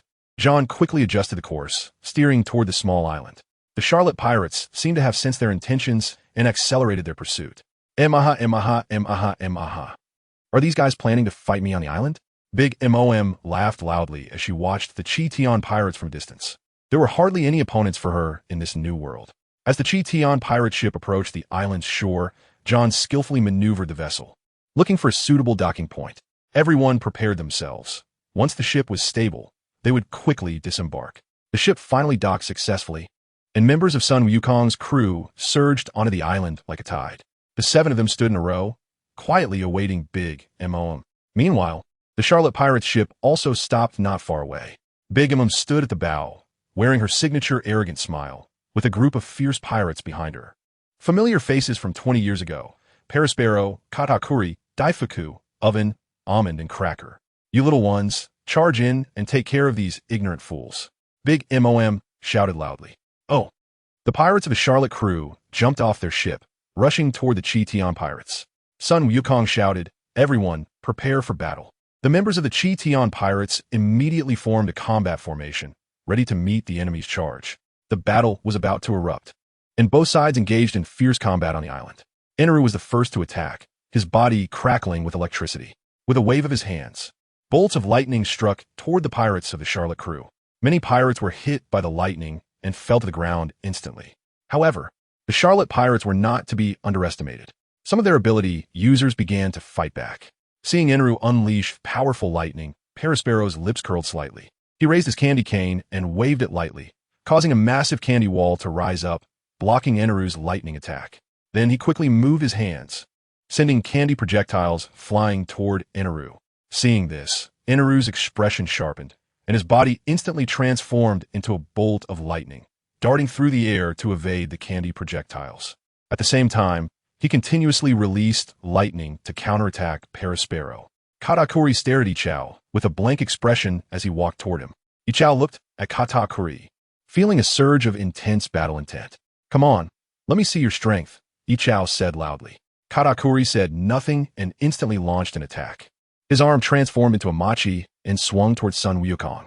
Ichao quickly used his ability to dodge, and the machi arm struck the ground, leaving a deep mark.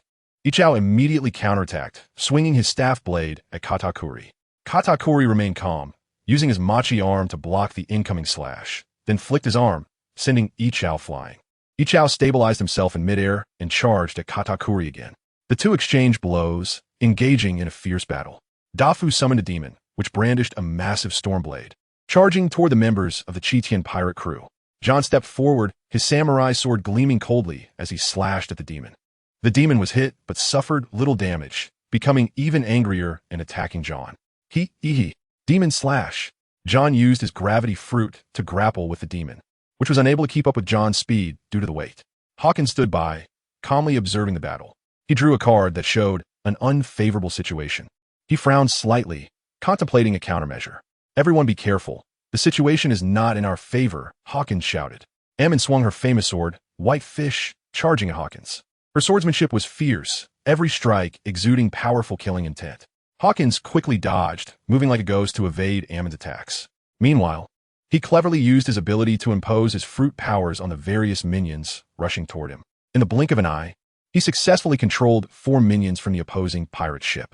Under Hawkins' control, these minions lost their self-awareness, becoming tools in his hands. Hawkins then used these puppets to block Ammon's attacks. Ram's battle entered the mirror space directly. His strength was not strong enough and could only be used to disturb the opponent. At this moment, he was using the power of the mirror fruit to send Kuri into the mirror space. Kuri suddenly found himself in the mirror space, a surge of anger rising within him. He looked around and saw that this space was filled with strange mirrors, with light refracting continuously between them, dazzling the eyes. A mere parlor trick, Kuri shouted angrily, immediately summoning countless cookie soldiers. The cookie soldiers searched for an exit in the mirror space while remaining vigilant against possible attacks. Ram observed Kuri's every move from within the walls of the mirror space. He knew he couldn't match Kuri in a direct fight and could only rely on the mirror fruit's special ability to restrain him. Ram began to swiftly move between different mirrors, creating various illusions to confuse Kuri. The cookie soldiers continuously attacked the illusions but could never find Ram's true body. Damn it! Come out! Kuri roared as his cookie soldiers began to attack the surrounding mirrors more frantically. However, these mirrors seemed to possess special magic, as the cookie soldiers' attacks barely caused any damage to them. Seeing this, Ram directly appeared outside to lure more enemies into the mirror space, relieving the pressure on everyone.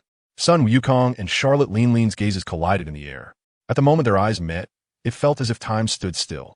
The air instantly became tense, and an invisible pressure filled the entire sea. Neither side made a move. It was as if tense electricity permeated the air, and everything around seemed to come to a standstill. After a moment, Charlotte Linlin broke the silence first. Little monkey, do you think you can stop my steps? Her voice thundered, carrying immense pressure. Sun Wukong's lips curled slightly into a confident smile. Then let's see. His words were concise and powerful, filled with provocation. Charlotte Linlin snorted in anger, and her aura erupted instantly. Powerful conqueror's haki surrounded her body, resembling an unshakable mountain. Sun Wukong was equally unyielding, channeling the power within him, releasing a strong aura. The two's auras clashed in the air, producing a series of roars. The pink conqueror's haki and dark golden conqueror's haki collided fiercely in the air, like surging tides crashing against each other, creating a series of deep booming sounds. On the sea, the waves began to roll violently, with spray shooting up high due to the tremendous force. Surrounding ships shook violently under this power, and some of the weaker members of the Charlotte Pirates were even knocked unconscious. On the island, the ground shattered into ashes inch by inch. In the sky, dark clouds seemed to be drawn by this power, swirling and gathering. Lightning flickered within the clouds, as if cheering for this kingly duel. In the center of the clash of conquerors' haki, the air seemed to distort. It was a suffocating sense of oppression, as if the entire world trembled before this power. Charlotte Linlin narrowed her eyes slightly, a sharp light glimmering in her gaze. Sun Wukong gripped his golden staff tightly, exuding overwhelming dominance. Neither of them backed down, each showcasing their majesty and strength as top-tier powerhouses of the new world in their own way. The waves continued to crash against the shore, producing a series of deafening roars. Well, you've got some strength. Then let's battle. Linlin directly stepped on Zeus. leaping toward Sun Wukong with Napoleon's sword in hand. Sun Wukong's gaze sharpened, gripping his golden staff as his aura instantly surged to its peak. He slightly bent his legs, like a coiled spring, ready to meet Lin Lin's attack at any moment. In an instant, Lin Lin charged in front of Sun Wukong, her Napoleon sword slashing down with violent force. Sun Wukong stood unafraid, raising his golden staff to meet the blow.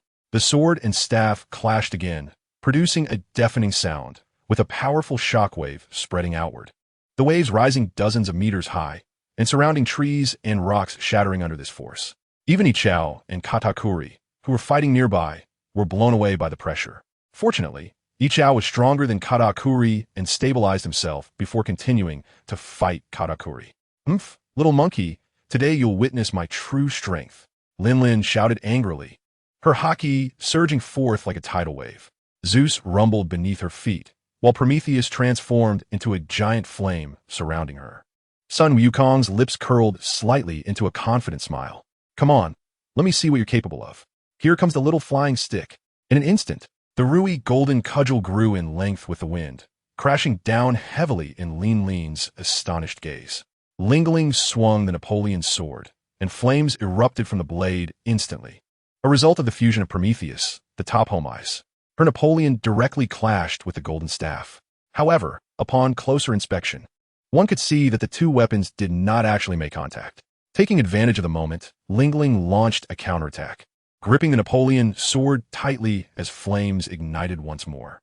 With incredible speed, she swung the sword at Sun Wukong, unleashing a massive wave of sword energy wrapped in scorching flames towards him.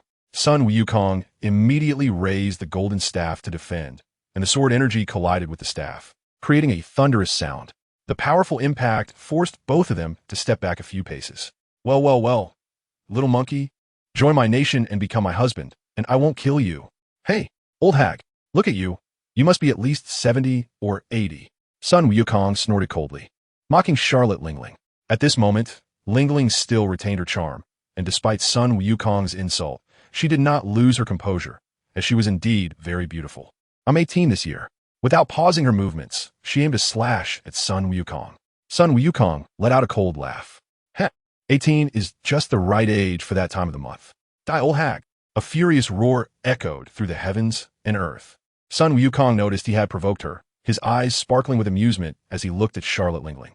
She radiated a powerful aura, with lightning flames flickering in her hands, rushing towards him at an astonishing speed.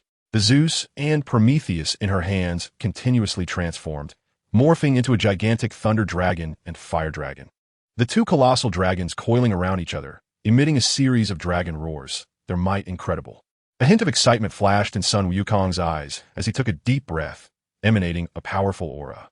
The lightning flames in Charlotte Ling Ling's hands intensified, and with a sudden swing, the thunder dragon and fire dragon roared towards Sun Wukong. Sun Wukong's figure flickered, dodging the attacks of the thunder and fire dragons. However, the two dragons did not stop their assault. They circled in the air, looking for another opportunity to attack. Seeing this, Sun Wukong wielded the golden staff, unleashing dazzling golden light as he engaged in a fierce confrontation with the thunder and fire dragons. The dragons breathed out blazing flames and lightning, while Sun Wukong employed various marvelous techniques with the golden staff, blocking the flames and lightning one after another. For a moment, the sky was filled with dazzling lights and continuous explosions, the entire scene extraordinarily spectacular. Immediately after, Charlotte Ling Ling, wielding the Napoleon sword, reached Sun Wukong and slashed down. Sun Wukong moved at a speed incomprehensible to ordinary people, and in an instant, the golden staff collided with the Napoleon sword, producing an earth-shattering sound. The tremendous impact shook the surrounding air, causing the clouds in the sky to be drawn in by the force. "Oof, that's still far from enough." Charlotte Ling Ling huffed angrily, her formidable aura erupting once more. She swung the Napoleon sword, her body resembling a moving mountain. Her movements, though seemingly clumsy, were filled with destructive power. The Napoleon sword in her hand shimmered with a cold light, carving sharp arcs in the air. Each swing was accompanied by a piercing sound, as if it could tear through the air. This sword, in Charlotte Ling Ling's hands, possessed astonishing attacking power, each strike holding the terrifying strength to destroy a small mountain. Under Charlotte Ling Ling's massive frame, the Napoleon sword appeared exceptionally small. However, It was precisely because of the size difference that this sword became one of Charlotte Lingling's deadliest weapons. As Charlotte Lingling continuously swung the sword, the surrounding ground began to crumble. Well, well, well, Charlotte Lingling shouted loudly. She suddenly changed her attack style, infusing her aura into the Napoleon sword, then swung it forcefully. A massive aura slash flew towards Sun Wukong at incredible speed, making it impossible to evade. Sun Wukong's expression turned serious upon seeing this. He quickly summoned his inner strength, concentrating it in the golden staff. Then, he swung the staff with all his might to meet Charlotte Lingling's aura slash. The two powerful forces collided once more, producing an even more intense roar. The surrounding space seemed to twist under the force, and at this moment, the island had already sunk by 1/5 due to the aftermath of their battle. Some crew members watched the fight in terror, filled with shock. At this point, the battle had progressed from day to night. Both Sun Wukong and Charlotte Lingling were pushed back a few steps by the powerful shockwave. They steadied themselves and looked at each other again, their eyes filled with fighting spirit. Just then, Charlotte Lingling summoned Prometheus and Zeus. Prometheus transformed into a massive fireball, hovering above Charlotte Lingling's head, radiating intense heat. Zeus turned into a gigantic thundercloud, constantly flashing with lightning. "Little monkey, let me show you my true power," Charlotte Lingling declared. She swung the Napoleon, and Prometheus and Zeus launched their attacks simultaneously. Flames and lightning surged towards Sun Wukong at incredible speed and immense power. Seeing this, Sun Wukong quickly swung the golden staff to defend against the flames and lightning. The staff collided with the flames and lightning, producing a series of crackling sounds. "Your power is indeed strong enough for me to take you seriously," Sun Wukong exclaimed loudly. "Heavenly magic, law of heaven and earth. What is this?" Charlotte Lingling asked in surprise. Suddenly, his body rapidly expanded, becoming incredibly gigantic, standing like a towering mountain between heaven and earth. His muscles bulged, veins protruding, each inch of his skin exuding an unparalleled aura of power. Charlotte Lingling watched in shock as everything unfolded before her. Wasn't he a fur tribe member? A fruit power? However, Sun Wukong did not give her time to think, charging forward to engage Charlotte Lingling in close combat again. In the distance, due to the terrifying atmosphere of the battle between Sun Wukong and Charlotte Lingling, the others, including Smiley, had also ended their battles early. Fortunately, with Rom's Mirror fruit, even if they couldn't win, they could be rescued by Rom. Smiley easily defeated Katakuri, and Tiger performed well, easily taking down Odin. John also managed to win against Daifuku by luck. However, Hawkins and Enel were somewhat weaker. Previously, protected by Sun Wukong, they had few opportunities to act. But in the end, they were saved by Rom. Now everyone was waiting for the captains of both sides to battle. They were the ones who would determine the course of the war. The duel had lasted from day to night, with Sun Wukong and Charlotte Lingling fighting for 3 days and nights. Since the beginning of their battle, a thick layer of clouds had covered the sky above the entire island, blocking out the sunlight. At this moment, Sun Wukong stood tall like a pine tree, his golden fur slightly disheveled from the battle, while Charlotte Lingling's towering frame exuded a chilling dominance. However, at this moment, Charlotte Lingling seemed particularly lonely and desolate, as if all the brilliance she once had faded away. Her once awe-inspiring figure now appeared so small and helpless on this land. Her eyes were filled with confusion and bewilderment, as if everything in front of her felt strange and overwhelming. The island beneath their feet had become a battlefield over the past 3 days and nights. Every inch of the small island was torn apart by the two of them. Mountains were leveled by their power, rivers were cut off, and forests turned to ashes. Now, the two of them barely stood on the floating fragments of the broken island. Charlotte Lingling slowly raised her head, her gaze once again meeting Sun Wukong's. The once dominating look in her eyes now carried a hint of weariness. "Monkey, I see rocks in you." Her voice was somewhat hoarse, lacking the authority it once had. If one listened closely to how Charlotte Lingling addressed him, they would notice that before the battle she called him Little Monkey, but now she simply referred to him as Monkey, which indicated that she had acknowledged her defeat. Sun Wukong was silent for a moment. Oh, he didn't know rocks, and if it weren't for the fact that she seemed somewhat shattered in spirit, he wouldn't even bother to respond to her. The two fell into silence once more. The wind howled past them, carrying a hint of chill. "I lost," said Charlotte Lingling. "The battle of today ends here for now. But in the future, we will meet again on the sea. Next time, I won T lose. All right, but from the moment you lost, you can only see my back until it disappears." Sun Wukong looked seriously at Charlotte Lingling. "By the way, starting today, this sea area will be my territory. If your people cross the line, then it will be an all-out war. Charlotte Linlin hesitated for a moment, then silently turned and slowly walked toward her crew. Katakuri and the others looked at their captain's somewhat lonely figure, filled with complex emotions. She was first their captain, and only then their mother. Everything around them was destroyed in their battle, with countless whirlpools appearing on the sea, and the fight between the two affected the surrounding waters. The Charlotte pirate ship slowly sailed away from the battle-wrecked area. Charlotte Linlin stood at the bow, gazing deeply into the distance. "Mom, what should we do next?" Katakuri approached Charlotte Linlin and asked softly. After a moment of silence, Charlotte Linlin slowly said, "We should consolidate our power and start stabilizing our development. Next, many bold individuals will come to provoke us, looking for opportunities in our territory." Katakuri nodded slightly. This defeat would cause them to lose some prestige in the New World, leading some ambitious individuals to come and provoke them. Meanwhile, Sun Wukong stood on his ship, watching the direction the Charlotte pirates were leaving. "Captain, shall we set sail?" Enel asked. Sun Wukong narrowed his eyes slightly, looking at the distant horizon. "Let's go." High Violent. At this moment, the sun rose in the east, casting rays of light. The fish-belly white sky gradually turned golden, and a red sun leaped over the horizon.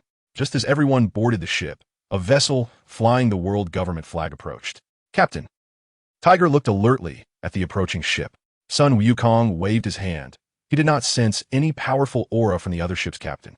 Although he had just gone through a fierce battle, he didn't need to take action against these small fry. The world government ship slowly approached, and the people on board looked serious, creating a tense atmosphere. After a while, the ship stopped not far away, and a small boat was lowered from it. Several men in black suits boarded the small boat and headed towards the Cheetian pirate ship. John frowned, wondering what the world government wanted. Certainly, they had no good intentions. Yixiao stood quietly to the side, tightly gripping his cane sword, ready to respond to any potential danger. The small boat quickly approached the ship of the Cheetian pirates, and the leader, a tall man with a stern expression, slightly raised his head and said to the people on board, "We are members of the world government CP9. We have important matters to discuss with you. Please allow us to come aboard." Hearing this, the others turned their gaze to Sun Wukong. Sun Wukong nodded slightly, curious about what they wanted to discuss. After a while, the men climbed the ropes onto the deck. Enel smirked disdainfully. "World government? What do you want? Speak quickly." The man cleared his throat and said, "Mr. Sun Wukong, we know you are